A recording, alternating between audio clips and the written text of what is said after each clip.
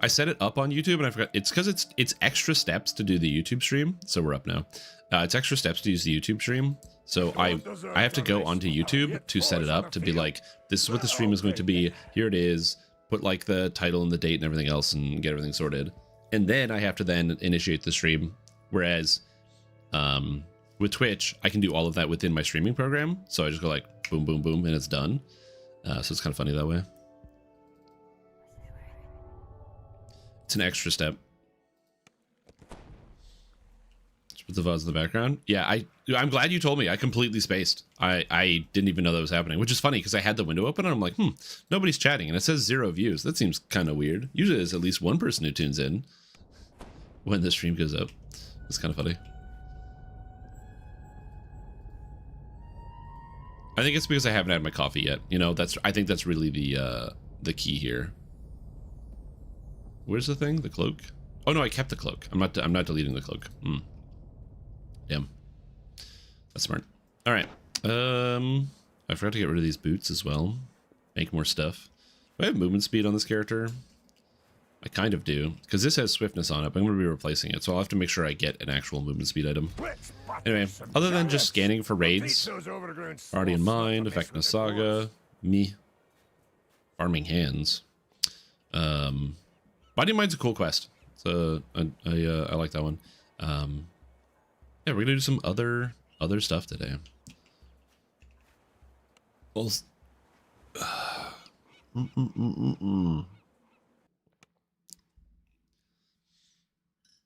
yeah, just having a nice slow start. Who do I want to max out next? Honestly, I kind of want to put points into Sunfest so I can get some more gear on this character. Strimforged also is a good idea. You know, we'll go with the Bard. Oh, the outfit. It does look really good on Bladeforged. I'm not gonna lie. How it kind of like gives you the new skin, so you got kind of like that that Viking look where it's basically like a carved pillar or totem of some kind. They did such a good job with this cosmetic. It's rare that you see a cosmetic that is just like does justice to Warforged as well as everybody else. Good stuff. I don't exactly want to use this cosmetic, but I have it currently. Also, I can't believe I'm not using Vivace anymore. Very sad. And it makes sense. Dinobone's better, but we're at 59,000. Have I used any sparks? Excellent question. In here, where do you see the sparks? Oh, Sparks of Dream. Do I have any more spark? It's Dream, Logic, and what's the other one? Spark of Dream, and then yeah, there's Spark of Logic, and there's another Spark of something. Spark of Mundanity. Oh, Memory. Oh, that's the one from White Plume Mountain, right? Is there a cheaper, freer way to get the White Plume Mountain Spark? Spark of Memory, DDO. Is it just threads?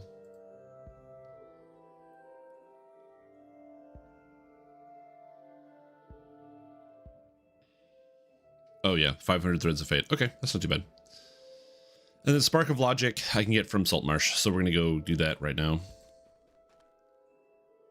Wearing official merch today? Yeah. I mean, technically it's not official merch. My girlfriend made me this shirt because she is like a creative and has a lot of like real valuable, useful skills. The Spark of Dream comes from raids, so you can get it from like Legendary Lord of Blades, Legendary Master Artificer, a few other raids. If you ever need a Spark of Dreams, these drop all the time from those raids, and they are like very, very, very easy to come by because people don't want them. So if you ever get the chance to do those raids at endgame, you just go like, hey, can I get, you know, a Spark? And people will just pass it over. It's why I have like a bunch of extras that I probably don't need, because, you know, you ask, hey, does anybody want one? And everybody says no. And you're like, all right, fine. The stronger I grow, the stronger you grow. Fits us both. I don't like the Lizard Folk Sentient Jewel, but I only get one. Very disappointing. Wish I didn't have to have this. Okay. Now it's food time. Or, yeah. Where is this? Put that here. Is that under here? It's under here.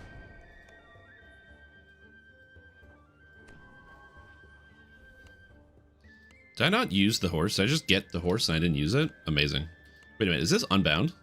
No, it's bound to account. Okay. Yo, what's up, one from Mars? How you doing? In tasteful mustard? But it's not mustard. The Chains hoodie is in orange. I don't know if it's still available. I still have all the art, so at some point it's something I could like just do again. Do like a sale over for it. There's some things that, like, if I ever say exclusive, I mean exclusive, so we'd have to like do a new design. But a friend of mine who's an artist, very talented, has done a lot of like the previous like shirt designs and stuff, and I'm very fortunate to have been able to like work with her on that.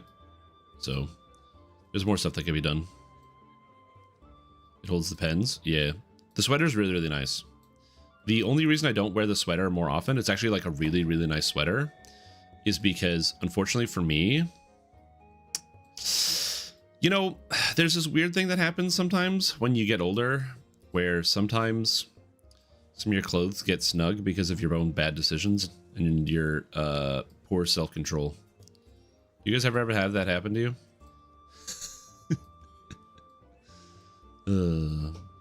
It's fine. Feeding. Go, my sentient jewel. Gain power. Lifestyle creep? I wouldn't call it lifestyle creep. But I also wouldn't say you're entirely wrong there. Why is this in here? Oh, Reaper neck enchant. Okay, that's a Reaper item. I should go break that down. I don't even know what I was doing with this. So we're just going to put this back on and pretend it didn't happen. But there we go. Feed another 20,000 sentient XP. All right, what am I doing with this? Also, where's my outfit? Where's my original outfit? Also, what the hell is this? Oh, it's Diamond and Charisma 12. Okay, I thought that was something very different. I really got to go through like all my characters' inventories and sort stuff out. I have a lot of... Oh, look at these old items, bro. Slave Master's Cloak, Insightful False Life, Insightful Resistance, when those were useful stats, and then Topaz of Greater Enchantment. Oh. God damn. My Vacuum Green Steel Sword. I don't know why I have a Vacuum two-handed sword, but I do. Very cool. Docent of the Celestial Sage. Honestly, amazing cosmetic. It almost fits with the helmet too. Almost. It's like there's a slightly different design, but yeah, love the cosmetic. Great outfit. Very happy I kept this one. Which doesn't work as well with, you know, what I'm currently wearing.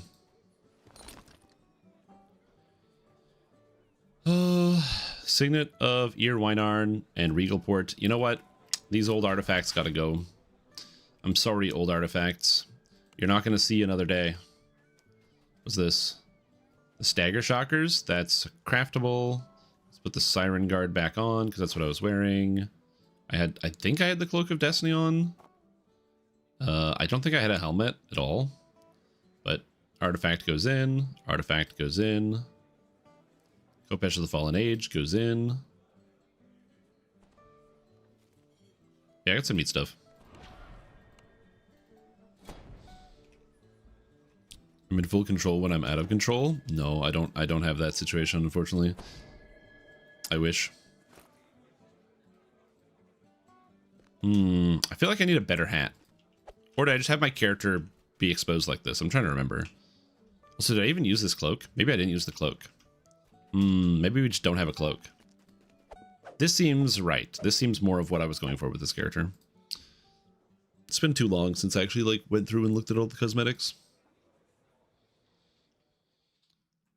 Yeah, the DC topazes are still quite good. So if you have a the +1 or the +2 that you get from Giant Hole, or you can buy in the store or find in random chests, yeah, they are in fact better. Oh no, it's the Hood of Unrest. Move like the night. You know what's crazy? You can cast this on somebody else. It's so wild. So like if you're doing R10s and your tank bites off more than they could chew, they can cast a Hood of Unrest and then for 25 seconds get the huge dodge bonus. And then once that's over, you can cast Hood of Unrest on them and then they get the dodge bonus for another 25 seconds. And you can kind of just keep doing that.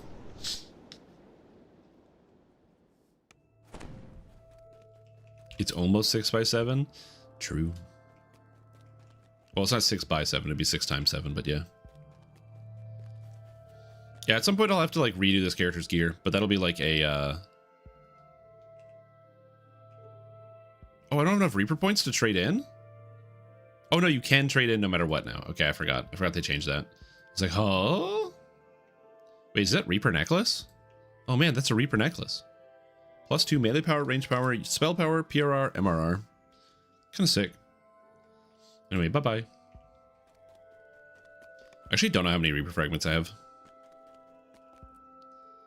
But yeah, you can use that on other people. So if you're like playing back line, you can do that to like protect others. It's kind of cool. Let me do a little bit of, you know, I'm already on this character. I'm doing inventory management. Let's do a little bit of inventory management. Just sneak in a little inventory management, you know? Just sneak it in. Sometimes it's good. Just clean out the attic. Curse Spewing Kopesh, bad thing. Dino Bone Boots, do I need these for any reason? They are Mythic 3. Man. An old Mage Right's Cloak that's got Mythic 1 on it. The Slave Master's Cloak. I mean, I can just probably pop out the Topaz and get rid of this. Reaper, Helmet, Enchantment, Unbreakable, Stormreach Helm. Con, Vitality, Fortitude, Fortification. This helmet was still usable even today. Well, not even new today. Basically, right up until they added the Sun Augment slots. You can still use this helmet. But now that there's Sun Augments, there's no way you can use this. I'm going to have to kill it. That's so sad. Oh, and I have an Attunement's Gaze. That's extremely convenient, because now I can break that down for an augment. Sweet, that saves me some augment slots. I'm going to do that before I forget. And I just have a free +7 intelligence tome? Shit. I always have too much admin work. I don't know. I think people like the admin work. Myself included. I need an old augment onslaughter. Yeah, I think a lot of people like the admin work. It's like the number of people that will sit there and they'll play a game like any of those, like they're basically just management games. Like I enjoy playing Factorio, but a good chunk of that is just like factory management, where you're like just looking at individual things and trying to make sure everything is functioning, and then you have to go back and constantly check up on a whole bunch of different things. All right, augment bag, legacy augment onslaughter. All right, so legacy augments. It's sad, but I have to delete this helmet. First, give me your augment back. Thank you. And now the helmet is going to have to die. So goodbye, helmet. And then the next one. I have the Slave Master's Cloak. I also have the Cloak of Cities Champion. Apparently I can't use the same one. Game does not like that.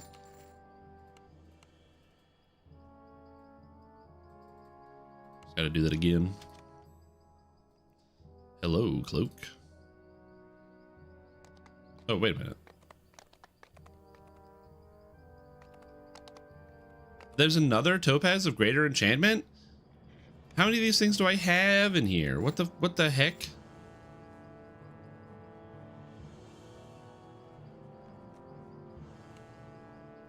Man, that's a waste. There's so many of these. Alright, and now that these items have had their old augments removed, they have new augment slots. And because they have new augment slots, they are no longer of use to me. The stronger you grow. It benefits us both. Yeah, there we go. I don't need this lioness. I don't need this guy or this guy. I don't even know why I have those guys. Man. Remember when we got gaslit into thinking great clubs were coming? When they added this great club?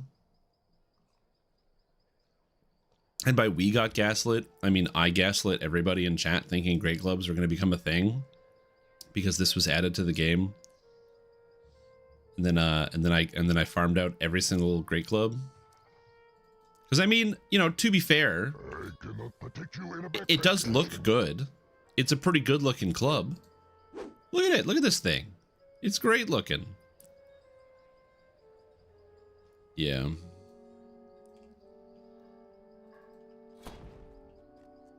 Look, nobody's perfect. It's fine.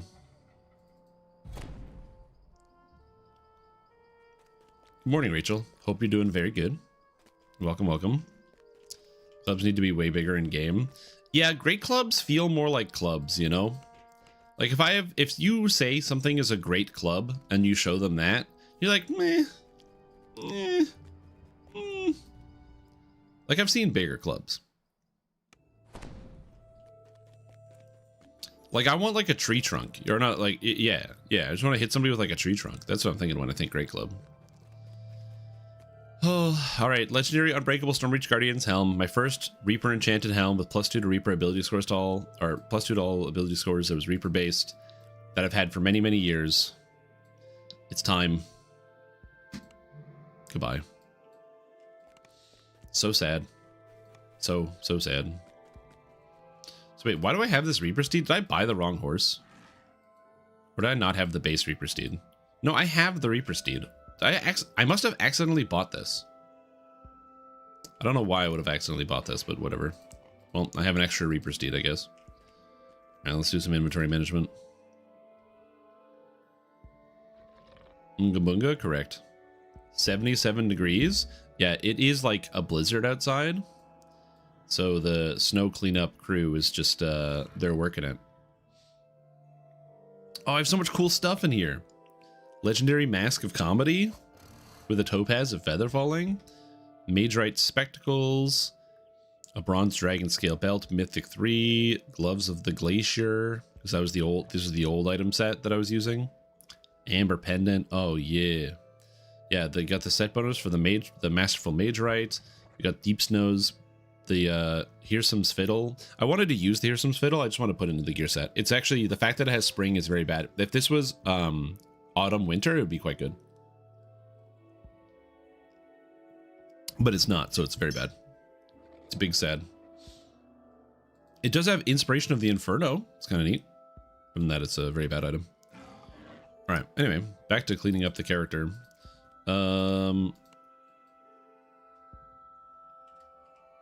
Gaslighting myself. In go the clubs. And get rid of all this. I think I put the keys in here. Dragon Scale, Cosmetic. I think I already have one of these stashed away, but I'm not sure. Attunement Gaze, I gotta delete. Put the cake away. Oh, I just put a bunch of stuff in here, recently added. I don't want this to be in this category, because this is not part of the old set. So I want to make sure I keep that separate. I think it's cool to like keep the old item sets to kind of look over them every once in a while. Just be like, ooh, look at that. Do you remember this? Do you guys remember when this item used to do this?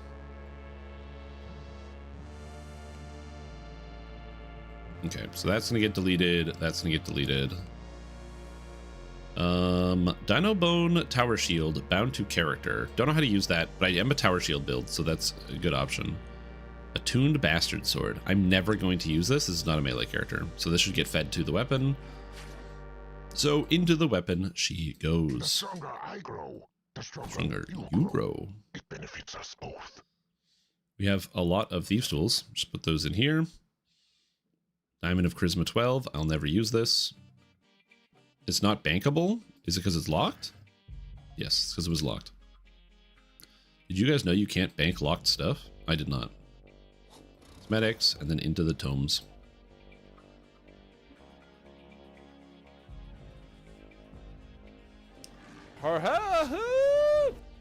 It says the thing. Also, I might have been up too late last night. Yeah, that's why I went to bed.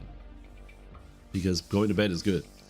Yo, what's up, Fairy? Welcome back to the stream team. Tier 3 for 67 months. Did you know that 67 is 6'7"? Wow, look at that. All of you out there who have children that are around the age of 11 or 12 probably just like went, oh my god, I've heard too much of this. As your eyes rolled through the back of your skull.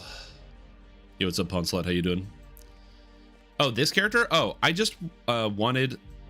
It's like a circumstance where all I wanted to do was put some of my extra sentient XP into an item, and then I logged in this character and realized, you know what I could do for a couple minutes? I could just, like, organize my inventory.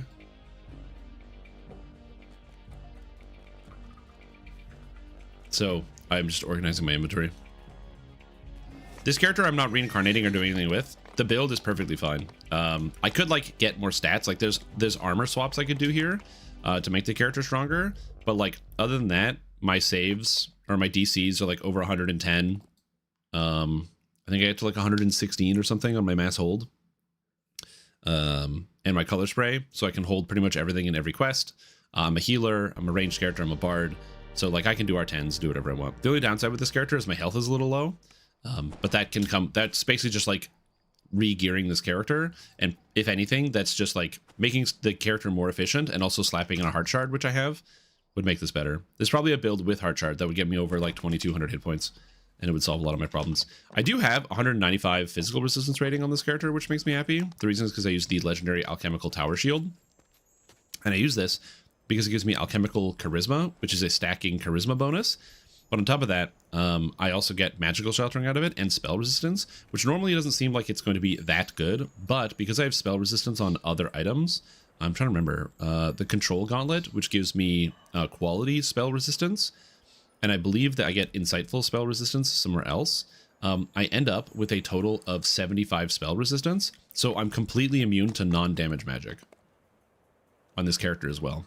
291 fort, 200 PRR, immunity to non-damage magic. So I have to get hit by, like, basically AoE spells to die to magic. And I curse my gear. Curse of the Charming Presence. So I get +2 to bluff. Woo! So yeah, so no real plan with the character. More just, like, just looking at stuff. Sometimes it's good to organize things. But yeah, this character's perfectly fine. The only thing I need to do is level it up. If anything, I probably don't even need the heart shard, because I can just slap on the Titan blood. Call it a day. I just have to level it up, which I haven't done. Okay, a stagger shocker is good for something. Piercing mind. Huh. Oh, alright. I forget, how do you get soul vessels again? Because I'm currently just burning through a lot of soul vessels. I feel like there's a way. Your 3-year-old does it, you hate it? Yeah. It's okay. All you have to do is, as your children get older, just remember that as much as they can hurt you with the memes that you perceive to be very unfunny, you can hurt them with your also very unfunny old dead memes. Don't forget that. To brave the outside. Take care, patient. Hopefully the outside is kind to you and it's not a blizzard like it is here.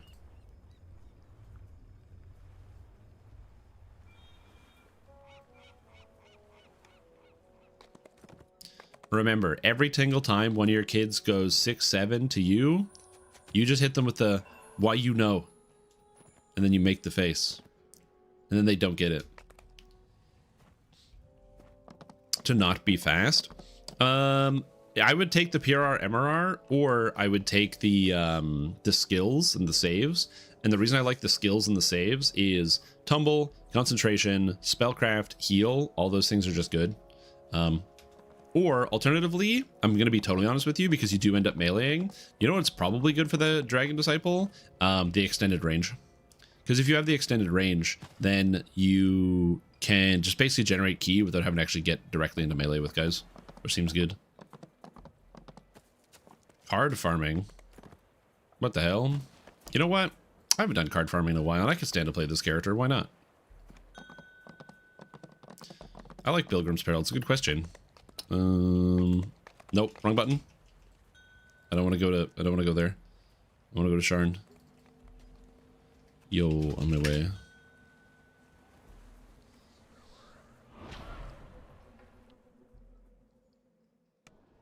In some later, it's twice as hard in front of a friend of 3 years. Oh my god, true. You just have to hold on to all the dead meat, oh, like their memes, and then hit them with it. Oh, and I haven't done this one. Cool.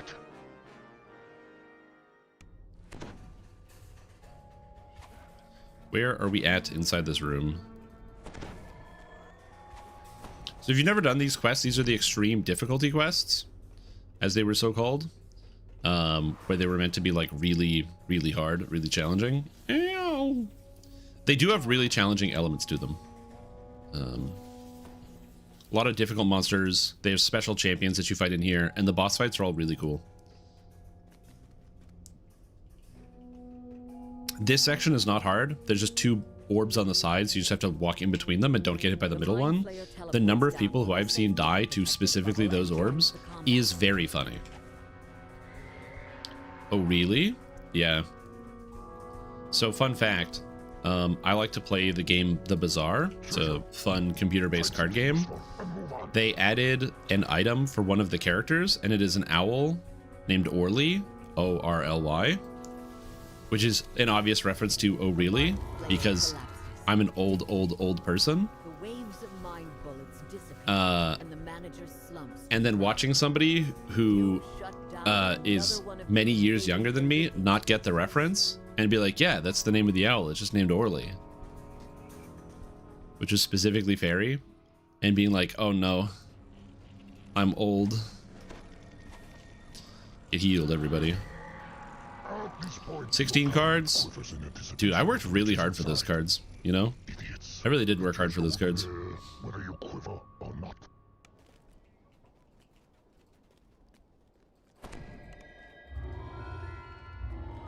Yeah, this quest is like the worst one. Extreme challenge. I think this is the only one I don't like, the Horde of the Ill-Fitted controller, because you can just avoid the giants, but god, it's a tedious process.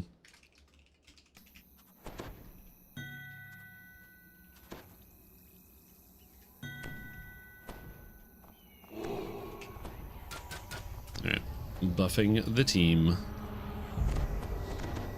Give everybody the full buff. Oh yeah, I don't have any tumble charges in this character because this character is put together before tumble got changed. So I don't buff people as fast as I would like. He's engrossed in some kind of magic ritual. You need to take out the illithid controller who is mind controlling the monstrous troops in this base. To do that, That's not the right button, because I forgot how to cast things. Whoa. Hey buddy, what's up? And then you are Legolas. Oh, why am I taking damage? Whoa! Hey buddy, how about you go away? He's only got 4 million life, that's not too bad. How do I have aggro on this thing? I'm not even doing anything. A week older? Hey, but a week's enough.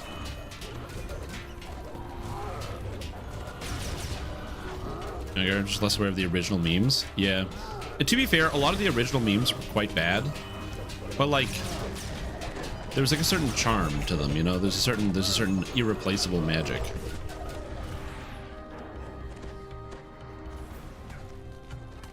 I keep pressing the wrong button. My hold monster button is different on different characters, which is like not good. Getting ready for the Lorwyn pre-release. You know what? I can say I am sort of getting ready for the Lorwyn pre-release because I have 1,000 gold on Arena and I haven't used any of it to open any packs yet because I'm going to open packs. I'm going to open Lorwyn packs when the set launches. So that's kind of me getting ready. Okay, and the Abbot loved him. Yeah. I think it's because I have the lowest health in the party, so everything's going to go for me if they see me first.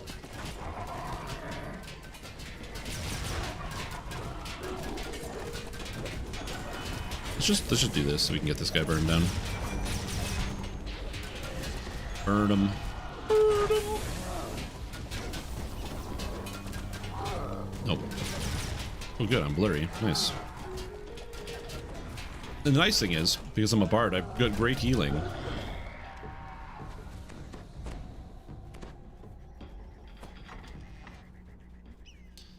Oh right, I forgot. All the optionals have cards in them. Well, not all of them, but a lot of the optionals give you extra cards. It's been a while since I've done these dungeons, so Also, if you're wondering, like, oh, so why are you just playing your bard? I don't know. Sometimes you just log in. Also, I realized I need XP. Because I gotta level up. Oh! Sick! Sapphire of Dodge 14. Are you kidding? Bro, what the hell? That's Providence, man. That's just a good sign. That's a good sign for a good day. Excellent way to start.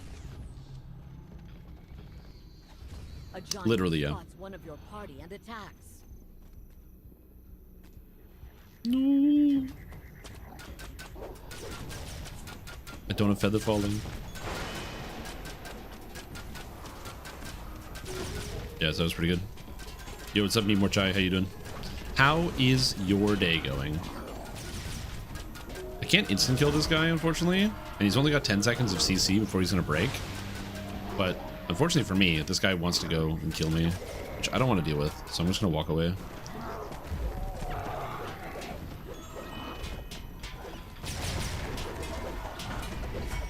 These guys hurt. As said, I'm heal, CC, for the things.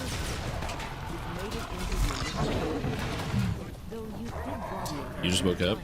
Yeah, me too. Like I said, I am used to getting up slightly later because I've been feeling pretty sick, and so I've just been like sleeping all the time. So getting back to the regular schedule of like, hey, get up in the morning has been like a little bit more difficult. However, I did do my best where I went outside, and even though it was a short walk, I went outside for like a 5-minute walk, or not 5, like a 10-minute walk, like 5 minutes out, 5 minutes back, which is not as long as I want to go, but it's long enough. I take inspiration from a friend of mine who, what she would say is, a bad workout's still a workout. So I still had the desire to leave. Oh, this ring is sick, dude. I do really like this ring. I believe I'm going to take it.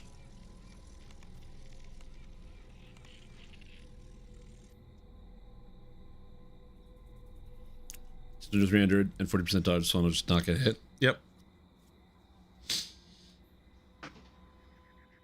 300 armor class? Yeah, I don't have 300 armor class. I have 95, which is unfortunate because I have a really big shield. So you'd think I would have way more armor class. Actually, I think the shield is almost all of my armor class. I don't think I have adamantine plating. I probably should, given that I have a tower shield. Oh no, I have adamantine body. Yeah, I have adamantine body on this character, so we're fine.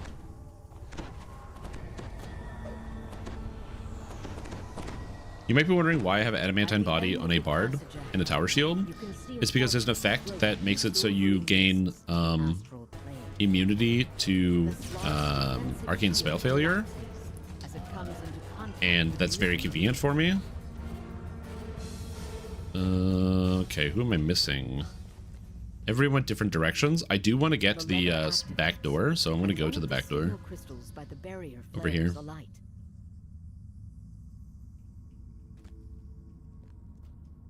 Because there's the optional. Optional. A wave of energy washes from the small tower as the barrier blocking the entrance is disrupted.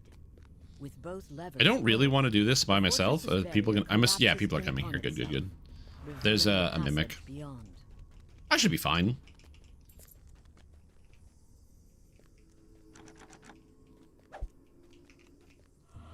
But hey, get out of here. Get out of here. The innocuous chest lets out an unexpected roar as it No, not an unexpected roar. No. Hey, you're one of the people I needed to buff. Excellent. Just if you're wondering why we came here, it's specifically because by doing this optional, you get more cards. Every optional gives you cards, that's why you do them in here. Card farm. So if you want to farm cards, you gotta do the optionals. Well, it's mostly just like these are the extreme challenge dungeons. Oh yeah, also you can DDO out of this. I don't know why I didn't do that. You know what? There, we can DDO now. It's good enough. Talk about a tower in your Toon's last life? Yeah. Where's our fearless leader?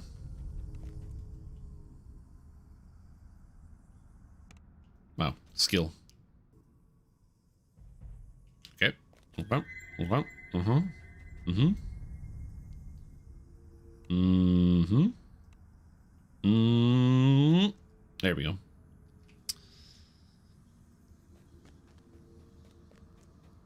Not a lot. It only takes 12 of each card to make a set. So basically, every time you run this, you can enchant depending on how the optionals play out and how many cards you get, because there's also like a card jackpot you can get. Wrong button. There's like a card jackpot you can get, and if you get the card jackpot, then you also get like a whole bunch of extras. So again, from each series of 4, you're enchanting 1, maybe 2 items. Summoning additional defenders. In your head, you hear the Olympic final. Now you might be like, hey Stream, you're not doing a whole lot. But the thing that I am doing is I'm making it easier for everybody else, because I'm just like CCing stuff and healing. And the benefit of healing people is, man, people really like it when you just heal them. Like, there's a lot of melee DPS players out there that they're self-sufficient. They can handle themselves. But man, when you just like slap some heals on them and then they realize, oh, I can do anything now? I can go crazy. I can just attack everything and just charge in the middle of a room and not think for 1 second because there's a guy sitting behind me healing me. Yeah.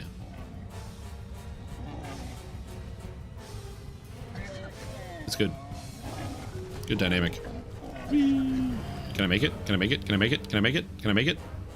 Oh. Oh, it was this. That's what I wanted to go for. Fudge cookies. I'm like, I knew there was something here. It's there. Used to have to farm cards instead of doing sagas? Yeah. I think the reason why they put the cards into the sagas is because they publicly stated where they were like, yeah, because a bunch of people that were doing this got really upset because the Giga endgamers were like, well, we want to get the perfect curses, and we can't get the perfect curses because removing curses is basically impossible. Oh, do I have to use my Bard Magic? Here, I'll use Bard Magic and open it. There you go.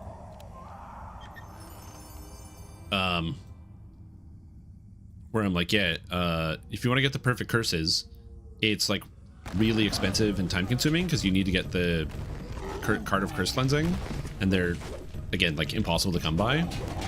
Oh my lord, dude, let me just take an action. Can you please let me take an action, video game?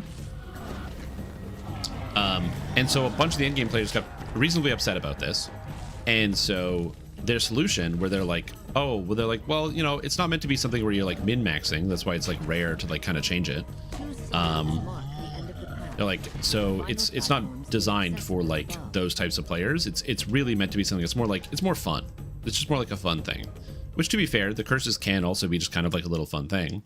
The problem is when the idea of, yeah, it's just like a little fun thing is put in the hardest content in the game that was designed to be for those end game players, and then it's a system that's not designed to service end game players out from the outset because it makes them angry.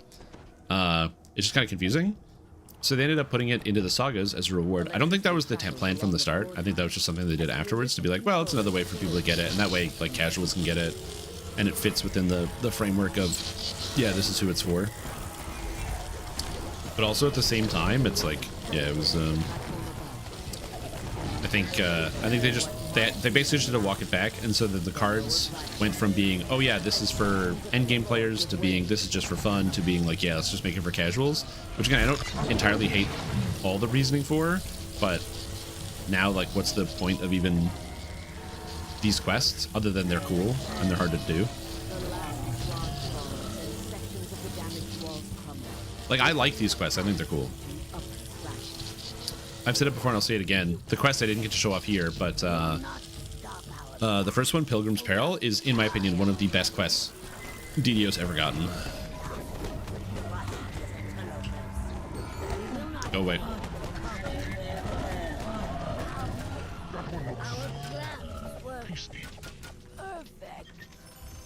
You've defeated the Illithids who plan to invade Eberron. You've ult against to carry? Yeah, if you're doing it yourself, for sure. If you're the one doing all of it. And when might they strike again?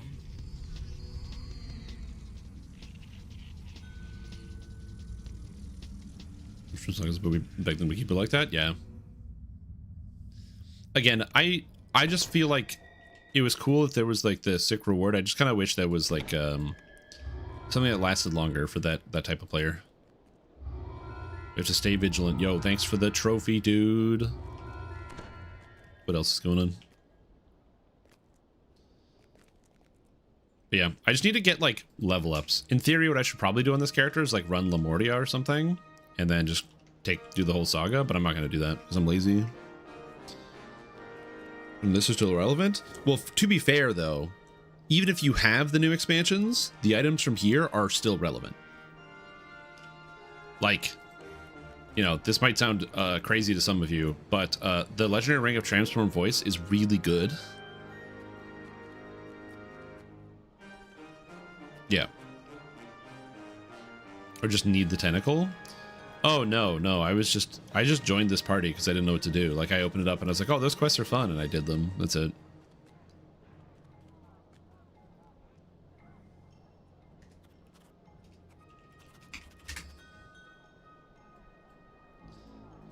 It's pretty much it. I was just like, yeah, you know what? People are doing a thing. This person's bracer farming from the darkness and the light. You know what? Why don't I help somebody farm out a quest? Let's do it. How the hell do I get to Wayloon? Without TP. Can I TP? TP to Gatekeepers to Wayloon. Hello.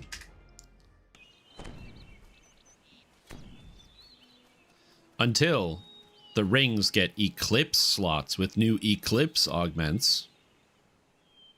And that's only for rings, so every character can have 2 Eclipse augments. Honestly, just saying that, I'm like, oh shit, that could be real. It sounds kind of real. Knife's Edge? No. Darkness and the lights.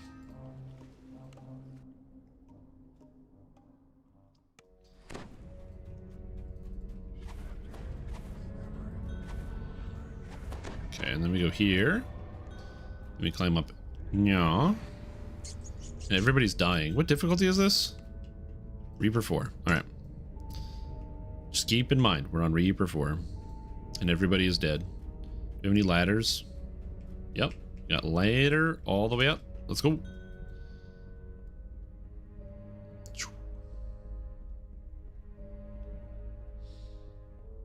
Should you put out a way to buy non-rare raid filigrees? Especially the Sharn ones.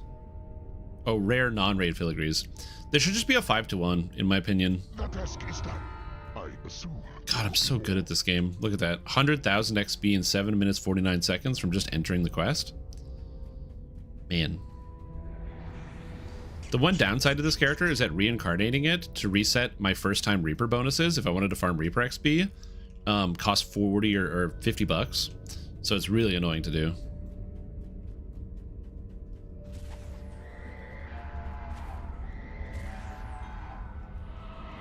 Heal.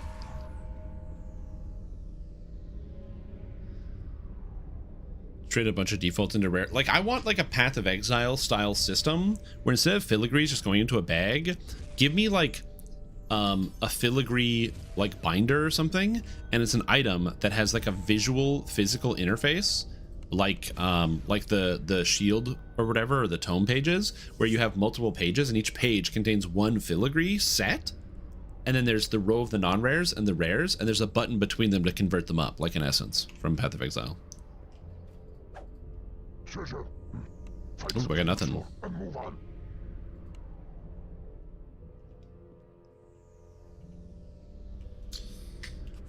on. Just helping. Will pass.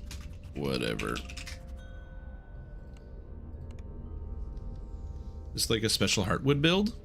No, actually. So this, this character. So this is a blade forged bard. So to become a bard, you need to be non-lawful, and blade forge starts as a paladin. So what you have to do is you have to level up so you do like 1 paladin, 14 fighter. You use a +1 lesser heart of wood to go to pure fighter. Then you have to get an alignment change to change your character from being lawful, so now I'm chaotic good, and then you need a +20 heart of wood to change your 15 levels of fighter into 15 levels of bard. And that is the cheapest, most efficient way to do it.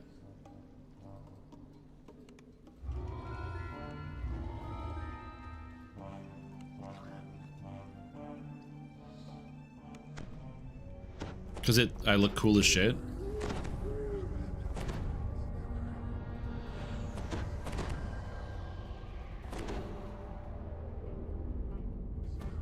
I'm the only person who has a Blade Forge Bard. I actually have this build, so if you do want to copy it, you can. And in the forum post where I like have the build stored, I also have a link to a better version, which is a Tiefling version, which does not cost you $50 and has more stats. You spot a small hole up in the wall ahead, leading into the shaft. Oh yeah, I guess you could do it with a Winter Court Iconic. It would be cheaper.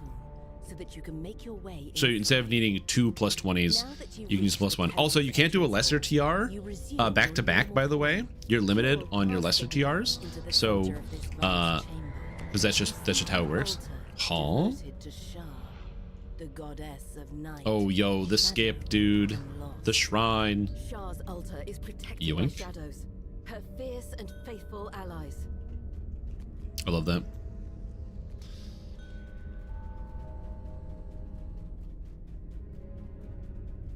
I just don't have an air dash. Is this also Reaper 4 again? I was like kind of paying attention. Get held. Oh, he didn't get held. What the flippin' flop?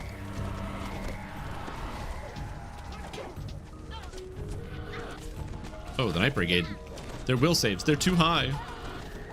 Which their fortitude sucks.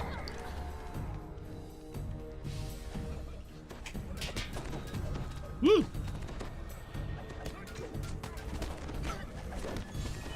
Sunburst still works though. Live, Arg, live. I'm just not a DPS. But yeah, you also have to wait because there's actually a physical timer, so you can't just like TR right away. So just always keep that in mind. Ew, I don't have magic missile protection. I didn't realize that. I should have had magic missile protection. This button. Trying to remember which button does what when I haven't played this character in like several months is a fun task. And then you can blind all the shadows because for whatever reason, color spray works on undead. So you can blind shadows really easily.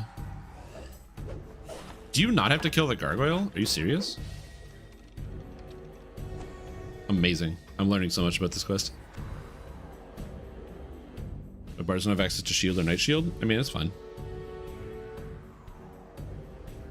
Yeah, you need 2 +1 hearts, and you still have to wait on the timer because there is the timer that goes in between. Oh my god, somebody has a moat. Let's not do that.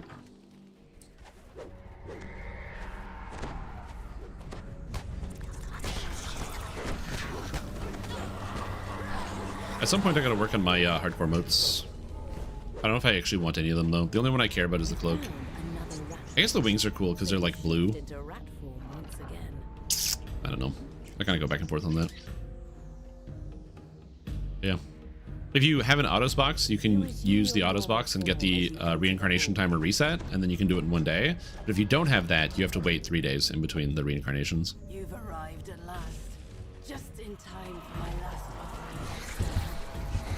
You expected to find the neighbor living in so you're surprised to see that the furniture and scattered throughout the chamber.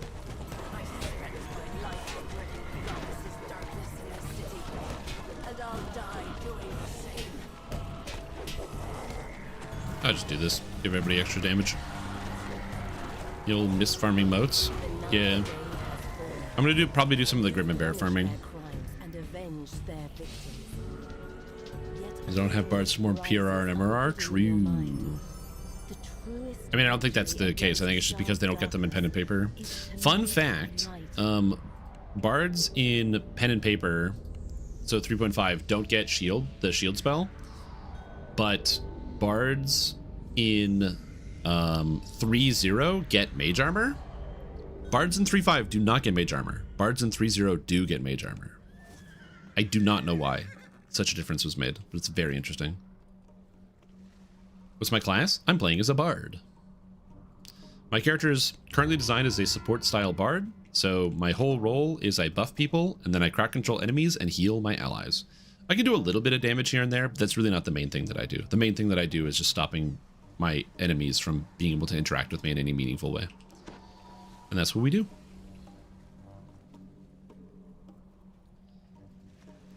Yeah, Bardic Knowledge is one of those things that I really appreciate, where it's just you roll a random dice and you check if they can get a thing. Yeah, I believe that's the reason. They took Evards from Warlocks in 2024. Yeah, I can see that.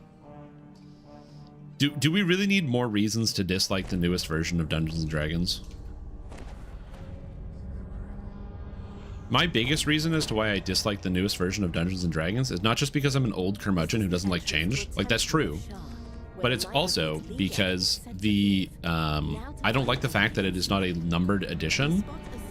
So you as a consumer do not realize what you are purchasing at the time of purchase, which I personally do not like. So that you can make your way inside. Now that you've reached the temple, they just don't call it 5.5 or anything else, or D&D revised or something like that. They just call it Dungeons & Dragons, which is needlessly confusing. The goddess of night, shadow, and loss.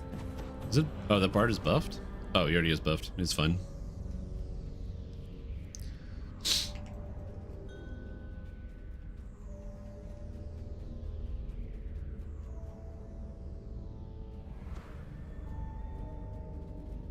I don't have an air dash, so I can't do it.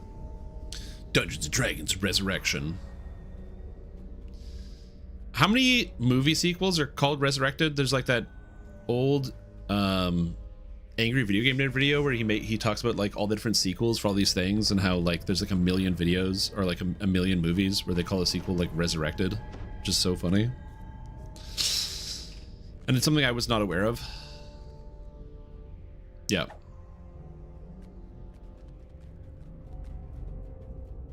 At least they tried. I mean, the solution to making melee more interesting is to turn them into spellcasters. if you follow the 5e principle of making melee characters interesting, you just turn everything into a spellcaster. And as it turns out, if everything's a spellcaster, boom, now you got interest.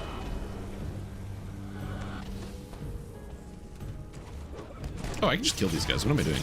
Whee!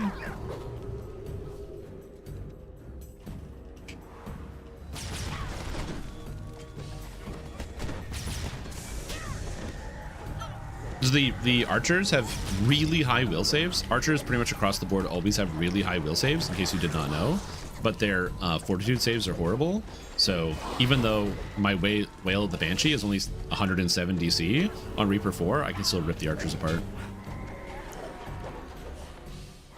Versus my hold, which is 119, and I can't hit a single archer. Martial and 75, they're simple weapons only. Sucks for college swords because they only get scimitar and no mastery. Interesting. Should let them use more Hunter's Mark. Everybody loves Hunter's Mark.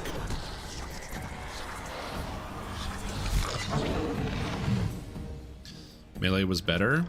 Well, also, I will say this. In 3.5 and Pathfinder, oddly enough, Melee is also better. Because, as it turns out, like, it's better and worse. The downside is, like, if a spellcaster has a crazy, insane spell, there's not a whole lot you can do about it, because you're just, like, a fighter. But, dude, if you get into Melee, making, like, 6 to 10 attacks per round, doing 100 or more damage per turn, or per hit, that's a fighter thing, baby.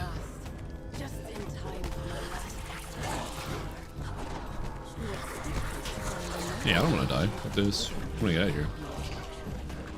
I started playing DDO a few weeks ago. I play most of the time solo or duo. What's the best class for that style of gameplay?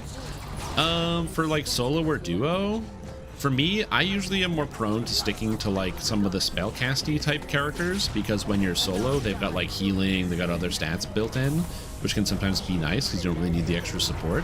So if I was to give you my recommendation as a thing to start with, I usually recommend people go with the Blight caster as a good starter type character. to try out. But if you don't want to do that and you want to stick more either to the melee playstyle, I think that either Ranger as like a either a bow or a melee character, or Paladin also works really well. And Barbarian's just free.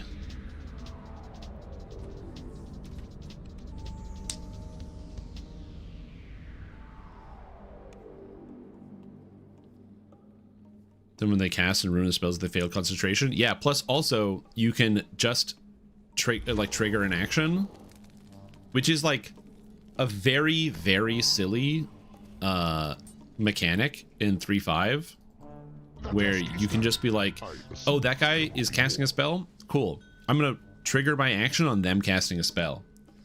And so the spellcaster goes to cast something, you immediately interrupt them and hit them with an attack. Oh, cool. I did 80 damage. Well, now they got to roll an 80 concentration. Well, they ain't rolling an 80 concentration. You know what? That's just not happening. Fun fact, that's how it worked in DDO as well. In DDO, you have to make a concentration check equal to the DC is either 10 or the damage, whichever is higher. Obviously that doesn't work when you can take 1,000 damage from a monster because you can't have 1,000 concentration. So now the DC is actually 10 plus 10% of the damage dealt. So if you take 1,000 damage, the DC is 110, which is actually somehow doable. The goddess of night, shadow, and loss. Is it in Twitch chat? Chat tends to be ignored. I just answered his question. You are correct, but I did just answer his question in this one case. I actually don't disagree with you, JP, but I did answer the question, which was usually either Blightcaster, Paladin, or Ranger. Although if you want to go Ranger, Dark Hunter's a great way to start.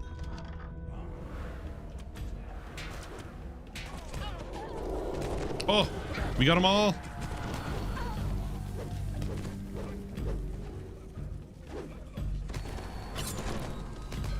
We got them all. Yeah, I sometimes read YouTube chat.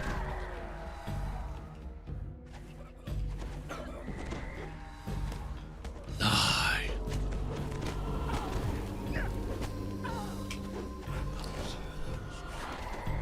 I'll start having 3 attacks every 2 turns, so damage level 1. Yeah. In the fight, melee is so strong. Melee is disgusting. The only thing that changes, I haven't done this in pen and paper Pathfinder because I've only had the chance to play 1 game to level 2, so I haven't gotten that far, or had the experience of taking it the distance. But playing Wrath of the Righteous, melee characters felt pretty much exclusively better for the majority of the game, even most of the way through the end game, until you get to the point where you have bolster metamagic feat, a bolster rod, a maximize rod, all these other things, and then you cast a Hellfire Ray, and then each segment of the Hellfire Ray is doing 400 damage, so every time you cast Hellfire Ray it does 2,400 damage, and you vaporize stuff. And it's okay, with this very specific build, now we're cooking with gasoline. You resume your normal form as you enter the hallway. You've arrived. Make a fake land or country with various cheap goods and weaponry hail from whatever. Whenever a bow crit fails or shield, etc., and players notice for display purposes. Made in Acme. That's amazing. Did I get this guy with bard buffs? I don't think so.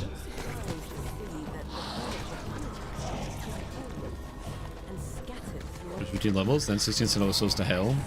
Send them straight to hell.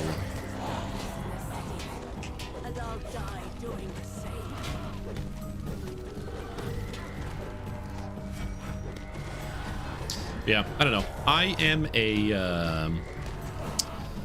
a big time melee enjoyer, so I want melees to be fun. But I will admit, it is difficult to make melees feel like melees without making them just spellcasters, which is the easy place to go with that. Nothing.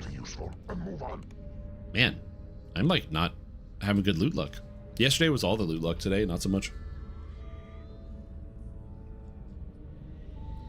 No, auto missing a 1. I think that's just a cardinal sin you can't break. That's just a line you can't cross. A 1 is a miss and a 20 is a hit.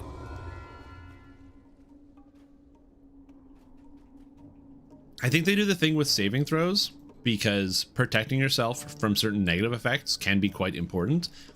And I think the reason why that exists at all is because of how flippy it can be with like raids, as an example. Oh, there's a relentless. Ooh. Look on the runs. There's a relentless. I gotta do it. There's a I'm trying to think of the best way to put it, but like one of the flippy natures of let's go here. DDO raids is that if you roll a 1 on like a stun or something as a tank in a raid, it can feel a lot worse than like this character should be obviously immune to this type of effect. And getting effect immunity to everything causes other types of problems because you can't get around it. Because like if a player has stun immunity, then you can't stun them with anything, which means you can't use that as a mechanic of like a stun with no save, which unfortunately obviously sucks if you want to have some type of way to slow down a player. So by getting rid of that mechanic, it allows people to avoid certain things, but not everything. Because like you might be like, yeah, but wouldn't you be immune to stun if you don't fail fortitude saves on a 1? Well, not if the stun or the fortitude save doesn't have a stun. If the fortitude save doesn't have a stun, then you're good.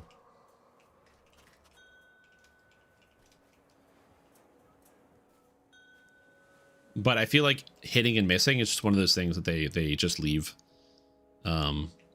But who knows? I could be wrong about that, and maybe we'll actually see it happen. Yesterday you were looking for your stuff. Now that it's not yours, you get nothing. You lose? Correct.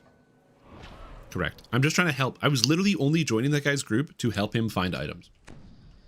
I was trying to be a good community member of seeing an LFM where somebody's trying to pull gear, and I did a bunch of runs. That was it. Billion health brain in a jar. It doesn't have a billion health, and even if it did, there's a lot of damage in this game. When we're not on Lemania and the real players show up, it's pretty good.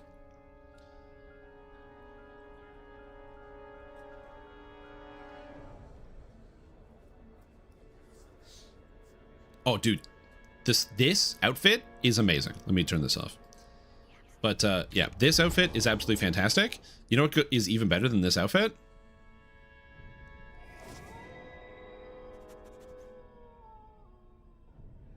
God, it looks so good. Riding the wolf is amazing.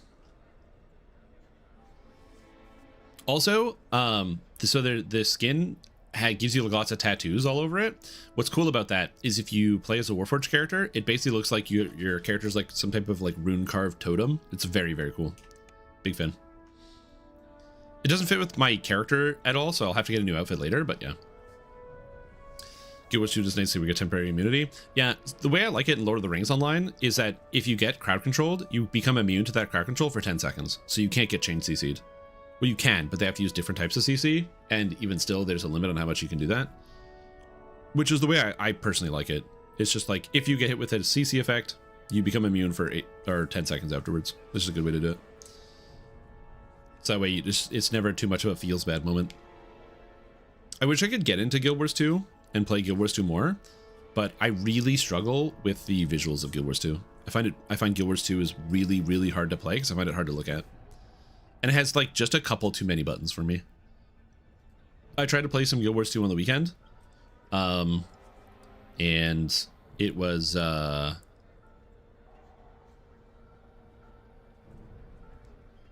challenging because I just found them like there's all the circles on the ground and I just can't see them as like a colorblind person, where for whatever reason they have this like sick desire to make every single circle that you need to avoid be like a thin, almost transparent red flame line that is very low to the ground on the green or brown ground that's invisible for every single effect.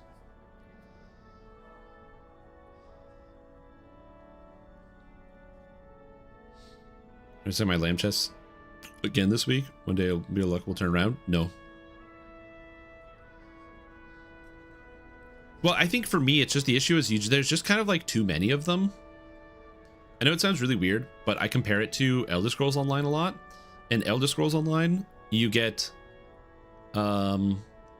basically 12 skills So you have 5 skills and an ultimate, and then you have a second bar of 5 skills and an ultimate. So you have a total of 12 buttons you're pressing in combat, versus Guild Wars, which gives you 5 skills and another 5 skills. But instead of having a 1 ultimate, you then have another row of 5 skills.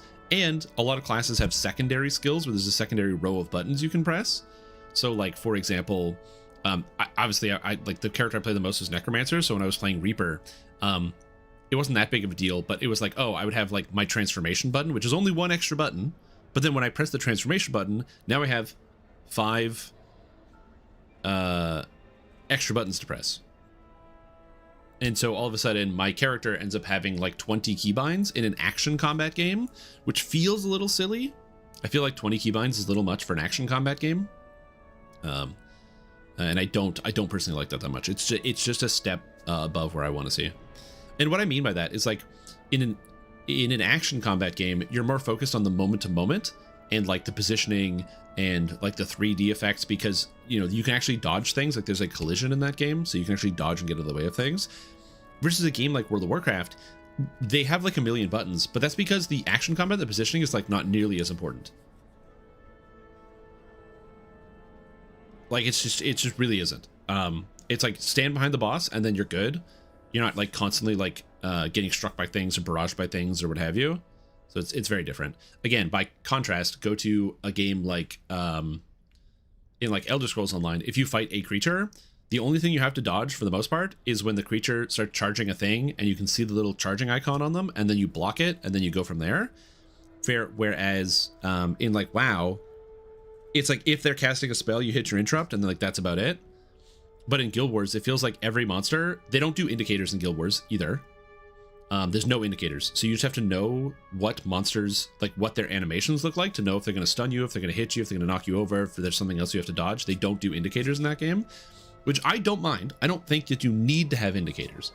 But if it is more mandatory in this game for my eyes to be on the creature, like imagine this is the creature. If my eyes are mandatory, I have to be kept here because they don't use indicators. They don't use the things. They're like, look at our game. We drew this thing. Pay attention. That's fine. But if that's the case, why do I have 20 keybinds? The main comparison I make is to something like Elden Ring Night Rain, where like Elden Ring Night Rain is very action focused. You must pay attention to the creature in front of you. There's no indicators. You have to just like watch what attacks the enemy is throwing at you, whether you need to dodge or parry or do whatever. This is like a relevant thing. So you're like, this is something you focus on. And they have skills. In Night Rain, all your characters have different buttons. So I like to play as the recluse. And so managing what essences I'm taking from enemies is something I have to pay attention to and focus on. But fortunately, it's just like one thing. So I have 6 weapons I can swap between. Each weapons have multiple different abilities, but I only have access to a few at a time. For the most part, I'm like, focus on the game and then do the thing. So those are my 2 personal gripes. Actually, I have a 3rd personal gripe with Guild Wars 2. So yeah, number 1 is the fact that they have, like, if you're red-green colorblind or colorblind at all, it is unplayable. You just die to everything. You can't dodge any attacks. You just die to everything. It's like literally the ground is always on fire. You are always dead 100% of the time. I don't like that design. Number 2, which I wouldn't mind if I could see it, but I can't see it. Number 2 is the focus on the action combat, which is a really good part of it and a really good part of the game. And then they completely hamper it by having too many buttons. So unless you're like, you know, you play one character for like 100 hours, you're still going to be like working on figuring out where all your buttons are and the positioning and blah, blah, blah, blah, blah. And then number 3 is, in my personal opinion, I think the inventory of Guild Wars 2 makes no sense, and all of their icons are bad for every item. Having played Guild Wars 2, I'm going to be honest, most of the time, if I mouse over an item, I still don't know what it is until I like read the text that tells me what it is. Like if I'm playing DDO, I can be like, oh, look, it's a bag. It's like a round thing with a little thing at the top with a little rope here. I can see that this is a bag, no problem. Do I know what this is? No, it's Omnispell Punch. You have to like roll over, like put your hand up or mouse over it. Like, what's this? Oh, it's a ring. How do you tell it's a ring? Because it literally looks like a ring. This one, belt buckle, doesn't really look like a belt buckle. I'm more used to this one. What's this? A cloak? Yeah, because it looks like a cloak. Guild Wars 2 is painted That's the aesthetic. It's all painted, which I actually really like. I think the painted aesthetic looks really cool, especially in the map. Like the fact that the overworld map is like this like kind of blurry painting, but then as you explore, it gets like more refined, but it still retains that painted look. Like it's like just the brush strokes. I love it. I think it looks really, really cool. I think it looks great. You know what you don't need? A painted look for your fucking icons. Maybe your icons should actually look like the things that they're supposed to be. I know, this is a crazy idea. I hate it. It's so bad. I bet if I load up my Guild Wars 2 character right now and I mouse over most of the things in my inventory, nobody in chat could tell me what it's supposed to be. They're just unintelligible. They're just a bunch of blobs.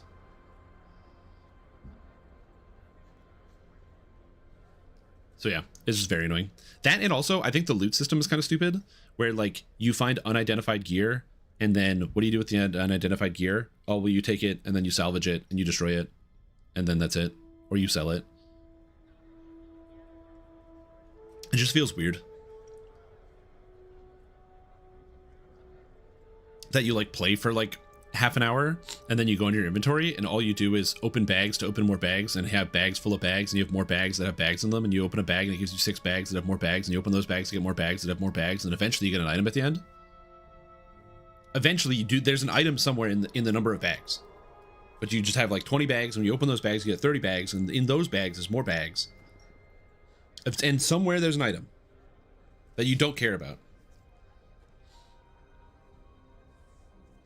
That, and also the last thing is about specifically the Guild Wars 2 inventory and the bags and bags and bags. I find the gearing system is one of those things that I struggle with personally as an MMO gamer because there's no reset. So what I mean by that is the level cap doesn't change. You don't replace any of your gear. So like my Reaper, my Necromancer Reaper has a good gear set. I will never, until the game is done, need to replace a single item. I have no idea why I even loot anything. Because they'll never release content that will replace my gear. So I just don't know why you would even, like, so you can like do the story, but I just don't know why you would ever loot something. Because you might be like, yeah, but they might release a new gear set that has like a 0.2% bonus higher than what you were currently using because of a different organization of stats. Okay, sure. Who cares? I'm not going to change it for that.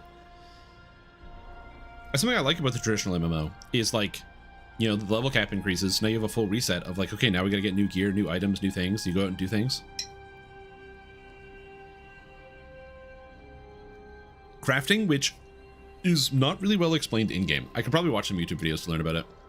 I was playing around because the new Guardian thing from the latest expansion looks kind of neat, where you like with all like the blue different like conjured weapons, they like look really cool. And so I was like, oh yeah, this looks kind of neat. I wanna examine this.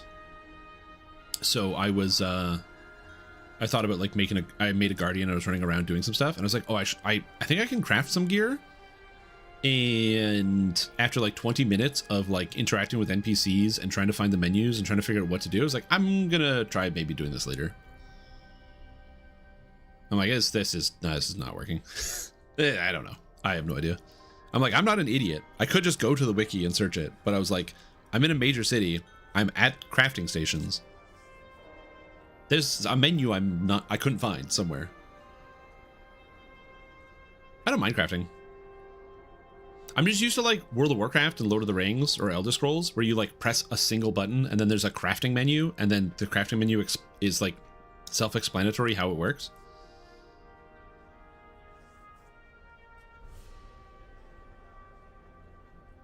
Whereas I think you have to find like a specific crafting bench for it.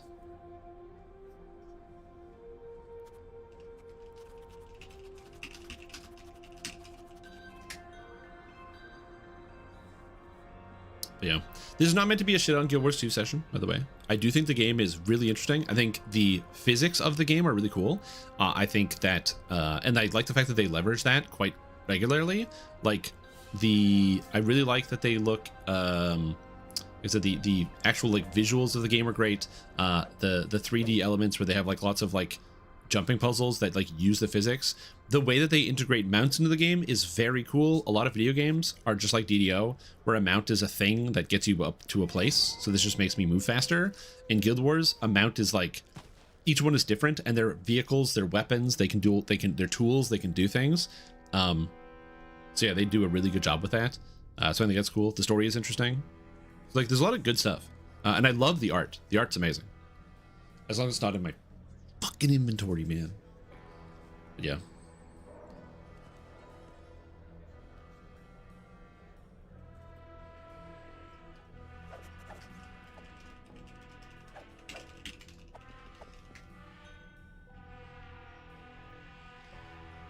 Yep. Like, I'm a big fan of to answer the question, like, how come like NVIDIA card drivers? So yes, you can use NVIDIA to, I believe it's like shift tab or something, or it's one of the keybinds to load up the NVIDIA thing, and you can get a color blindness filter that actually goes over your entire computer. And what it does is it tries to change some things. The problem is it doesn't change colors. It changes some colors to other colors. The issue is if I'm red, green colorblind, a lot of the ground effects are thin, translucent color. So for example, around my character, there's like this purple effect, right?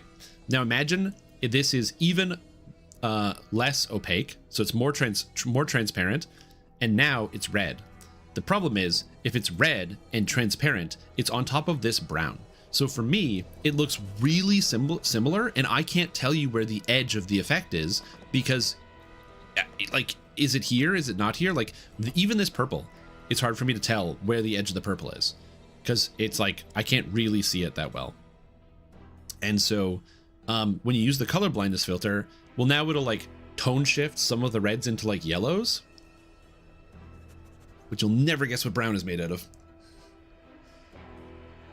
Brown is actually, this might be a shock to some of you, brown is actually a derivative of orange. That's right, brown is a type of orange.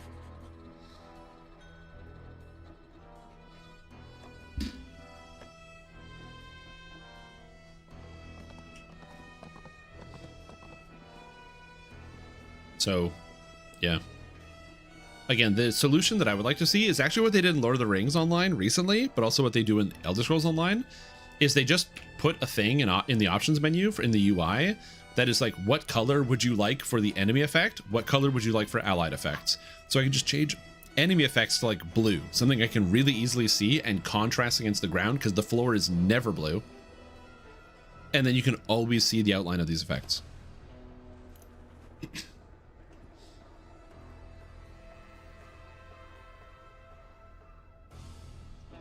Like when I play Elder Scrolls Online, being able to change the enemy ground effects to like blue is amazing. And guess what I do in Lord of the Rings? That's right, blue, baby. And I don't stand in anything. Big fan.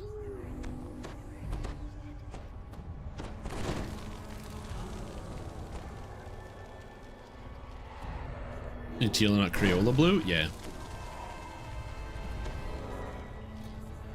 Yeah, like I said, I'm enjoying Guild Wars 1 a lot. Guild Wars 1 is a lot of fun. So, because Guild Wars 1 surprisingly doesn't have any of these problems. That's not true. It still has the inventory problem where like I can never tell what anything is. But the reason why that's a problem is because they don't put backgrounds on their items in Guild Wars. So instead of having like this bag with a background, instead the inventory just is black. So the bag would just look like this on the black background with no square. And if that was the case, I would find it more difficult to identify things as well. Floor's blue, but I have to turn down that job and live in the streets. Yeah, unfortunately. But the game is really, really fun. So, if you guys haven't had the chance to play Guild Wars, Guild Wars 1, I would definitely recommend it. The best way I can describe Guild Wars 1 is it's just a modernized, or not a modernized because it's still an older game, but it's basically, it feels like a very natural evolution to EverQuest. The wax statues on display are detailed and surprisingly lifelike. When you spot Arno, the policeman beckons you over. You hear Ooh, Bard song, let's go. Across the room. Then you realize the wax statues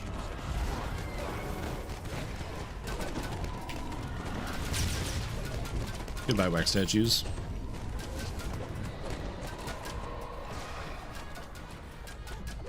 more wax statues start to move. They're intent on stopping. Wow. Black Dragon Bolt, huh?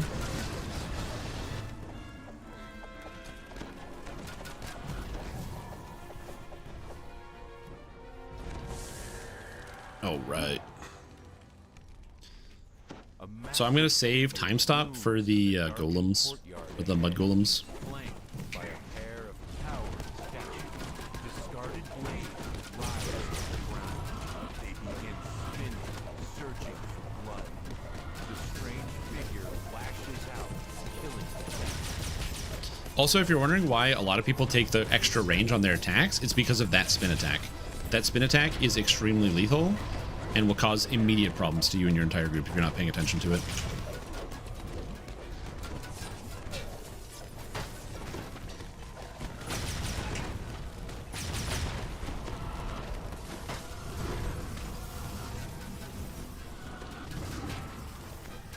Here we go.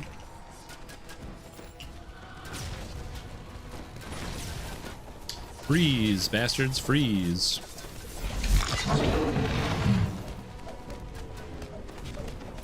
Yo, good morning. How you doing? Yeah, this raid's cool. It's a cool raid. All right, let's rock and roll. So in this raid, we fight a big boss man. Now we have this room. This room has a bunch of scary monsters in it, so there's much more wax statues and what have you that are all over the place. They hit pretty hard. Don't get fooled by the fact that they only have 80,000 hit points on elite difficulty or on Reaper mode. They do hit very, very hard. They're much more dangerous than they might otherwise look. And their DC and their saves are also quite high. Now, once there's a section here, there will be several different like mud men that will appear. This is the Wrathful Wax. So here, I'm going to kind of wait a second, and then we're going to hit him with the time stop and get him with the debuffs. So I want to get the time stop, and then I want to be able to get out of dodge, because the monsters here have an effect. There's that green square. Basically, they do a mana drain. So if you overlap those squares, the people inside of them get their spell points drained away from them. So you want to make sure you're not overlapping the squares. Unfortunately for me, I have to stay within like a reasonable range so I can get my Eldritch Blast down.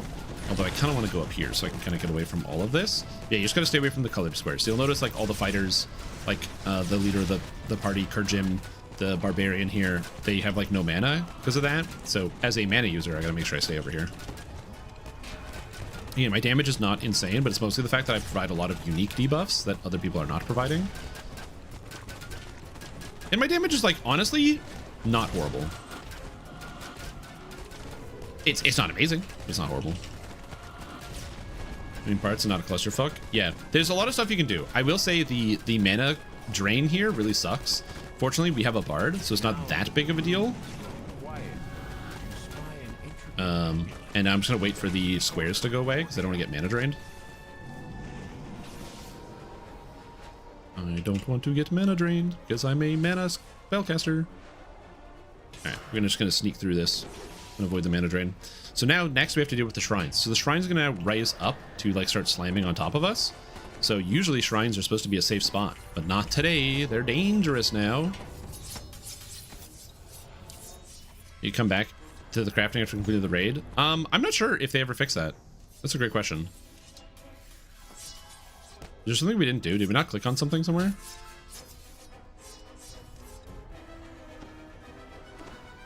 Oh, I think we... Oh, yeah, we didn't click on the thing in the room.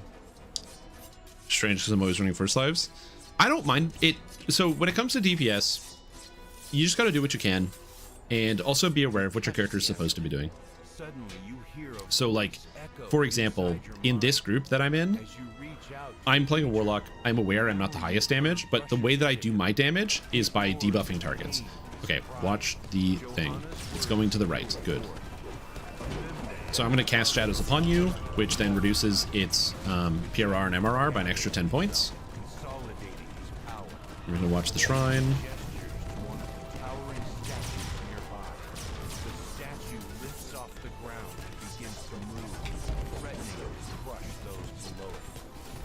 Any gear you're hoping to loot? Yes, I want the Caster Scepter that comes out of this raid.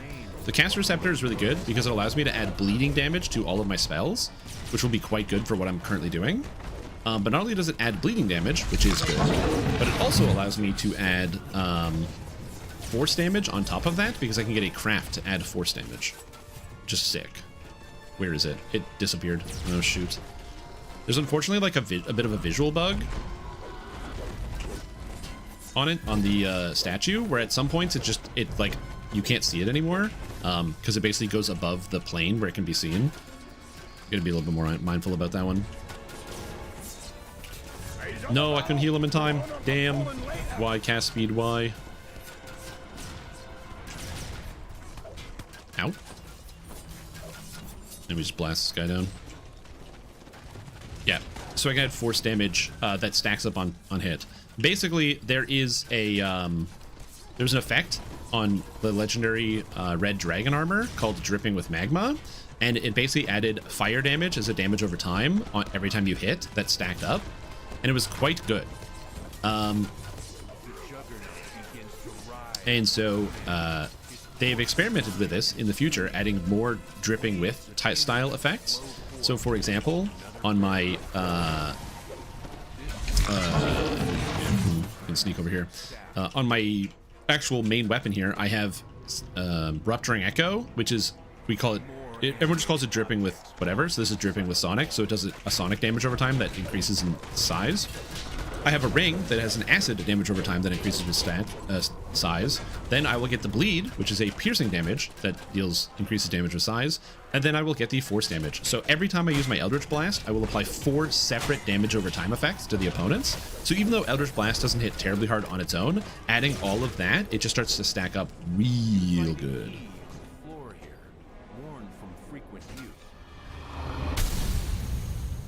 That's the goal. Dripping with rivers of blood. You know, I never did use rivers of blood.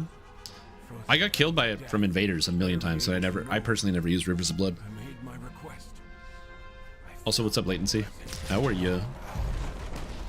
It is a bizarre build. I've got like, I'm stacking burn on my opponent. That's a funny way to put that, but yeah. I'm headed up the mountain in the morning. The weather grows.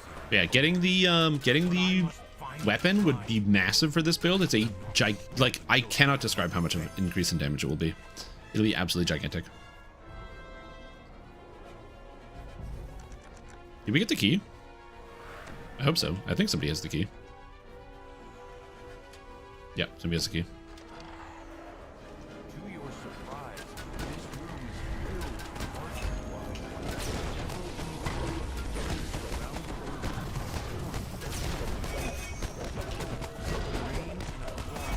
is I mean him with the time stop. I don't think anyone else has a time stop. I think I'm the only one. But there's another Magus the Eclipse in here. I can see them casting the thing. I don't know. Have you ever had anyone take a key and then go AFK? Do it all the time. Every time I do a gather quest, there's almost always somebody who goes AFK. Okay, now we give spell immunity to the party because we're getting close to the end here. So the null magic aura basically completely nullifies the brush and the artist while it's active, because they are just big spellcasters. Simulacrum, also a spellcaster, but I didn't want to save her for the Simulacrum. The Brain Jar had 200 million HP. Yeah, we all missed the days when the Brain Jar had 200 million HP.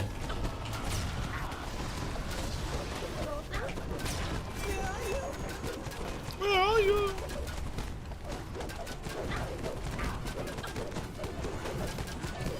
Like I said, my damage is not insane, but you know, it's okay. We're getting the job done. I'm gonna shut my coffee while it's happening. I was wondering why I'm in melee. I'm a Magus of the Eclipse, so I actually have an AoE damage aura around my character passively, so that's why I'm in melee here. It just gives me extra damage. Investigate the diary. Investigate the diary. The recording goes silent, and the wax form of the woman collapses. As silence fills the room. What's up, Kevin Head? How are you doing today? What was your backup plan for dinner? I don't know what you mean. I don't want to be here. That's a bad place to be.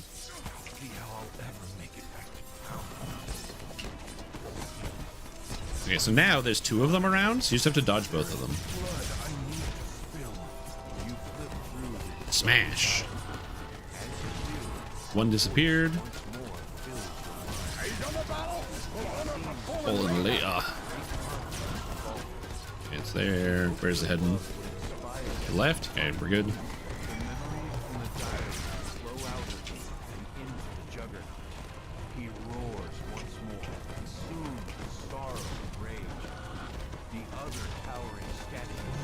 Oh, that's there. Okay, don't go there.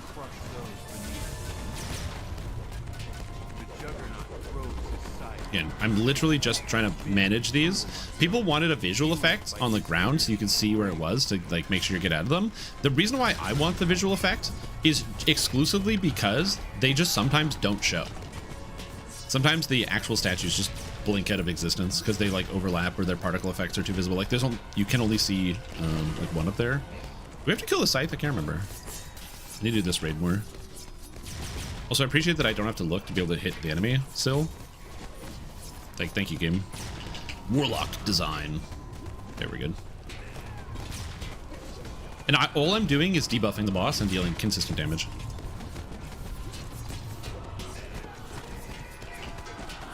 So, I'm doing good. That's it. Raid's over. Relentless. 151,000 XP. You know what I should have done? I should have used my do I still have it? Hold on. I don't have a discovery potion on me. I should have used one. I got bleak transformers and bleak mementos. Well, I need more bleak mementos. I am at 19 out of 50, so I need to do this raid a lot more. Somebody got the perfect pain, which is a light pick. Very fun. The time taken. 4 slots. And then like nothing. Unlucky.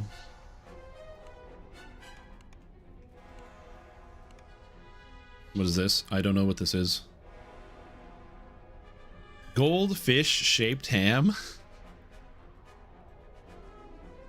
Okay, I'm not gonna lie.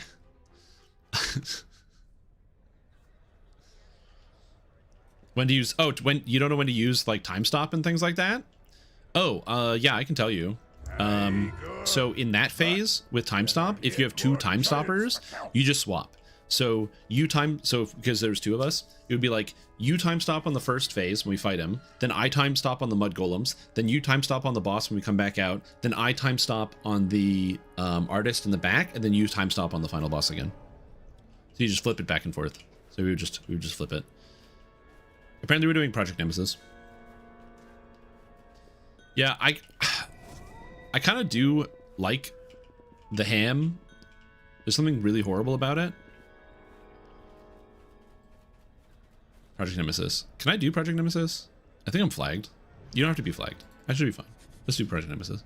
But then we're raiding.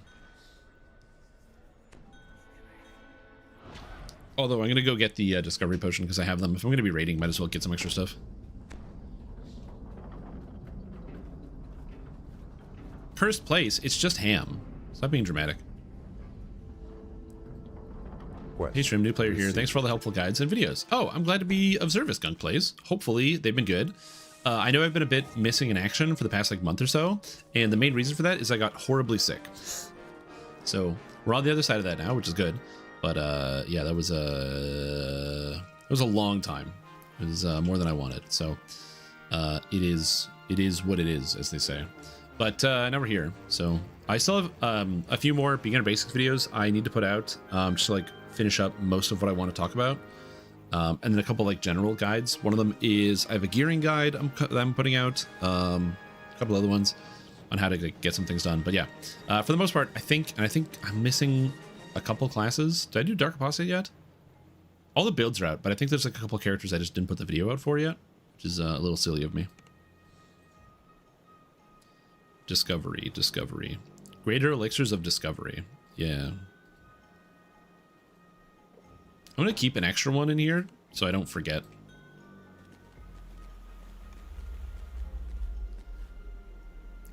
All right. So if you don't know when to time stop in this raid, if I'm gonna be honest with you, the only time we really need to time stop is the end. That's the only time we time stop, is the end of it. How long do you think you'll stay a cat for? This character is not reincarnating. This is my ratio completionist. So because I have ratio completionist, I don't really have any reason to reincarnate right now. I probably won't reincarnate until a new race comes out to earn ratio completionist and then sort out on something again. Yeah, in this one, I'm trying to think. There's 4 bosses. You can time stop pretty much whenever you want. Yeah, literally just throw it out on whatever. It doesn't matter for the most part. The only thing you want to time stop for is at the very end when all of the guys get resurrected. What you want to do is, yeah, once everything is resurrected, so he goes like, he makes the bargain, all the enemies come back, you time stop right there and you kill Urk and you kill Zulkis as fast as you can.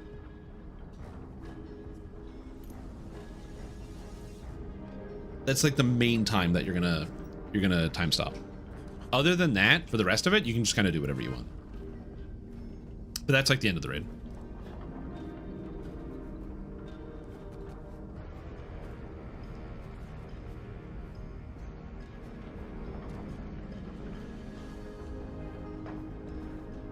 Wait, when the devil shows up, if you kill Urk, he doesn't get back up because the devil is there for some reason?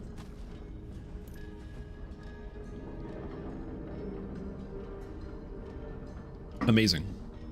I didn't know that. That's a neat bug. Thought it was just me? Oh no, dude. Again, that's the thing, is watching like kids cartoons, you know, growing up in like the 90s and early 2000s, and you'd have like, in all these cartoons, there'd be like all these kids getting their like appendix removed or getting tonsillitis, or you know, having their tonsils taken out or something. And again, those things did happen. I think it's good for those TV shows to like include that information, because it's good for kids to learn that, like, yeah, sometimes people get surgery and sometimes people get sick and sometimes things happen and it's okay. You just got to take care of it. Like, you just gotta manage it. Oh, if you get sick, go to a hospital and they're gonna take your organs out of your body and you'll be fine. Don't worry about it. You don't need all of your organs.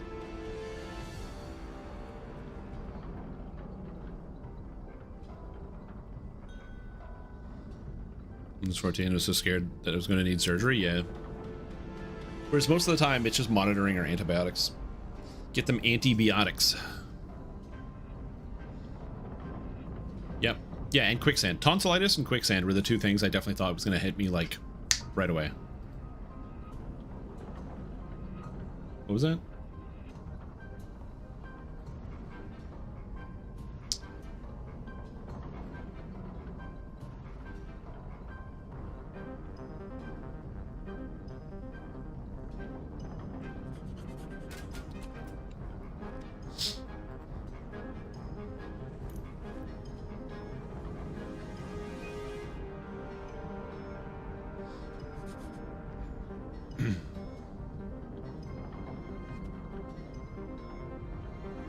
To do encounter quicksand someday. Hopefully never, actually, now that I think about it. Never. That'd be good. I was wondering why I'm just doing raids randomly. I actually need another attunements gaze, and attunements gaze comes from this raid. So when this guy said, hey, we're doing Project Nemesis next, I was like, oh shit, let's do Project Nemesis. Sometimes it's fun to just, like, that's the reason, one of the reasons why I like leaving characters at the end game. I like reincarnating, I like making new builds, I like coming up with new ideas, but also when you leave characters at the end game, sometimes you can just join a raid. Rodents of unusual size. Yeah, also the Sharn music's great. They did a great job with Sharn. The Sharn horns don't play down here. The Cogs music, which is kind of like, you get the sense of grandness from the city above and from the large scale of the machinery, but also there's like the oppressive horns that are constantly like droning downwards to remind you that like you are being crushed by the weight of all of this massive architecture and the people that exist to take advantage of it. The music, man. The music leads to more things.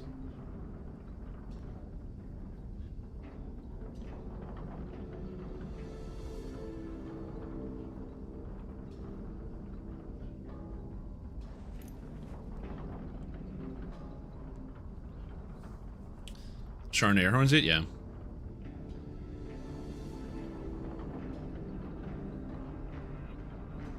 Chile.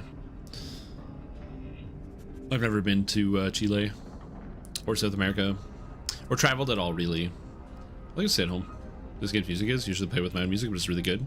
It can be good. So some music in DDO is excellent, but it isn't always. But like for different reasons. So like, for example, a lot of the DDO classic, most of the music is just like ambient noise, where you might have like, you know, a few like droning horns or things like that, making some noise. But for the most part, it's a lot of like quiet or ambient sound. Whereas in modern times, obviously every expansion comes out with its own soundtrack and themes. Some of them I like more than others. But it's also like difficult too, because the tone is very, very different and dependent on the area. So like Evening Star is a great example where like, I think for me easily the best song in Evening Star is the actual just theme of Evening Star when you're standing in town. You know, with the gentle guitar or lute strings just playing as you stand there and you listen and you're like in this idyllic little scenic town. And like I find that music is really, really nice, but the tone is kind of at odds outside of like it fits with town, but it's at odds with most of the quest. Versus like Mitronor, where a lot of the music, again, also like incredible. It like really hits the high fantasy tones. Like the high fantasy tones in there are quite good. So again, I do quite like that a lot. Yeah, it really depends. Each expansion has different tones. The music in Lamortia is also good, but I wouldn't say it's like my favorite part of Lamortia. Same, yeah. I think Vecna Unleashed and Lamortia kind of they have like good songs, but they don't fit as well. It's not like Sharn. Sharn, they really just like they knew what they were doing, and they knocked it out of the park. So to check something, which is because I just realized I'm not listening to my own music, because usually I do listen to music. If I listen to music, it's not broken, is it? Good. It's not coming through the stream. Had to make sure of that. There's a snow warning in effect. That's cool.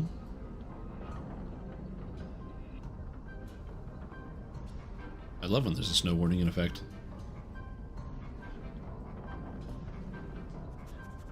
So today? Oh, dude, it's still snowing.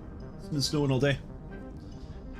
Like, I'm just looking out the window, and the snowplows came by. I watched the snowplows come by. I heard the snowplows. I saw them. And bro, it looks like they didn't. Lots of snow. I'm gonna let my girlfriend know because she works in a place with no windows, so she wouldn't know.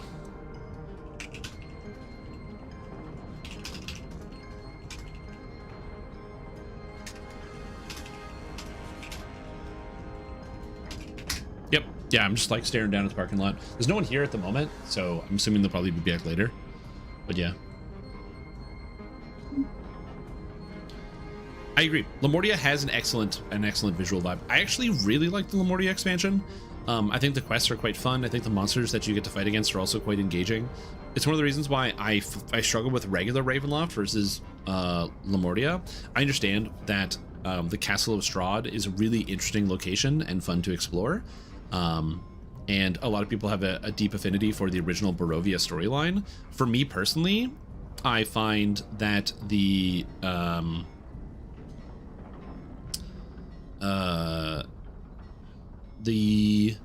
monster types you experience in Barovia I find are way too frustrating. Flame skulls, wisps, iron golems, animated armors, just a bunch of garbage that has stupid immunities to everything, and it's not entirely, or like the scarecrows, just like there's a quest in Ravenloft that your build can't do anything to, and that's really annoying. Let your girlfriend out to keep her locked in the basement? No, she works in like a lab.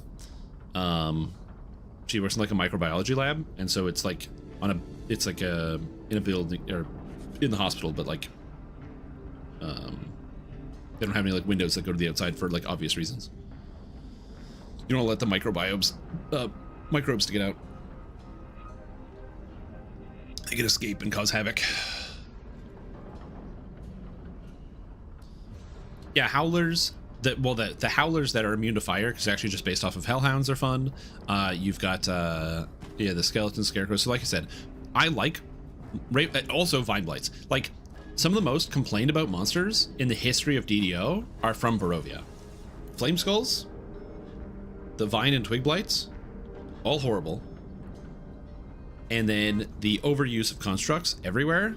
Ugh. Wisps aren't from there, but they really turned up the diarrhea dial on the wisps.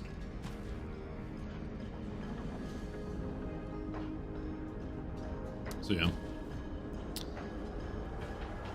It's just versus Lamortia, which features a lot of humans. There are some shadows, there's some undead for sure. But the main feature, these servitors, don't have direct immunities because they're still based off of the human body. How many scarecrows do you need to protect one field? Honestly, I've never thought about that before, but that's an excellent question. Why are there like 50 million scarecrows in Ravensbane? I get that there's probably a lot of ravens and crows in Barovia because of like the whole gothic horror theme. But do you need that many scarecrows? Has to be an AVGN phrase. Yeah, we mentioned it earlier today, and then my brain just, like as it happens, I'm sure to many other people, sometimes you just think about James Rolfe every once in a while.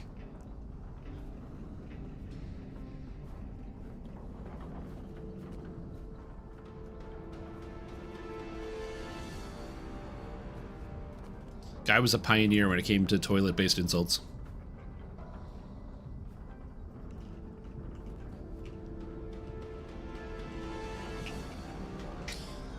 Ooh!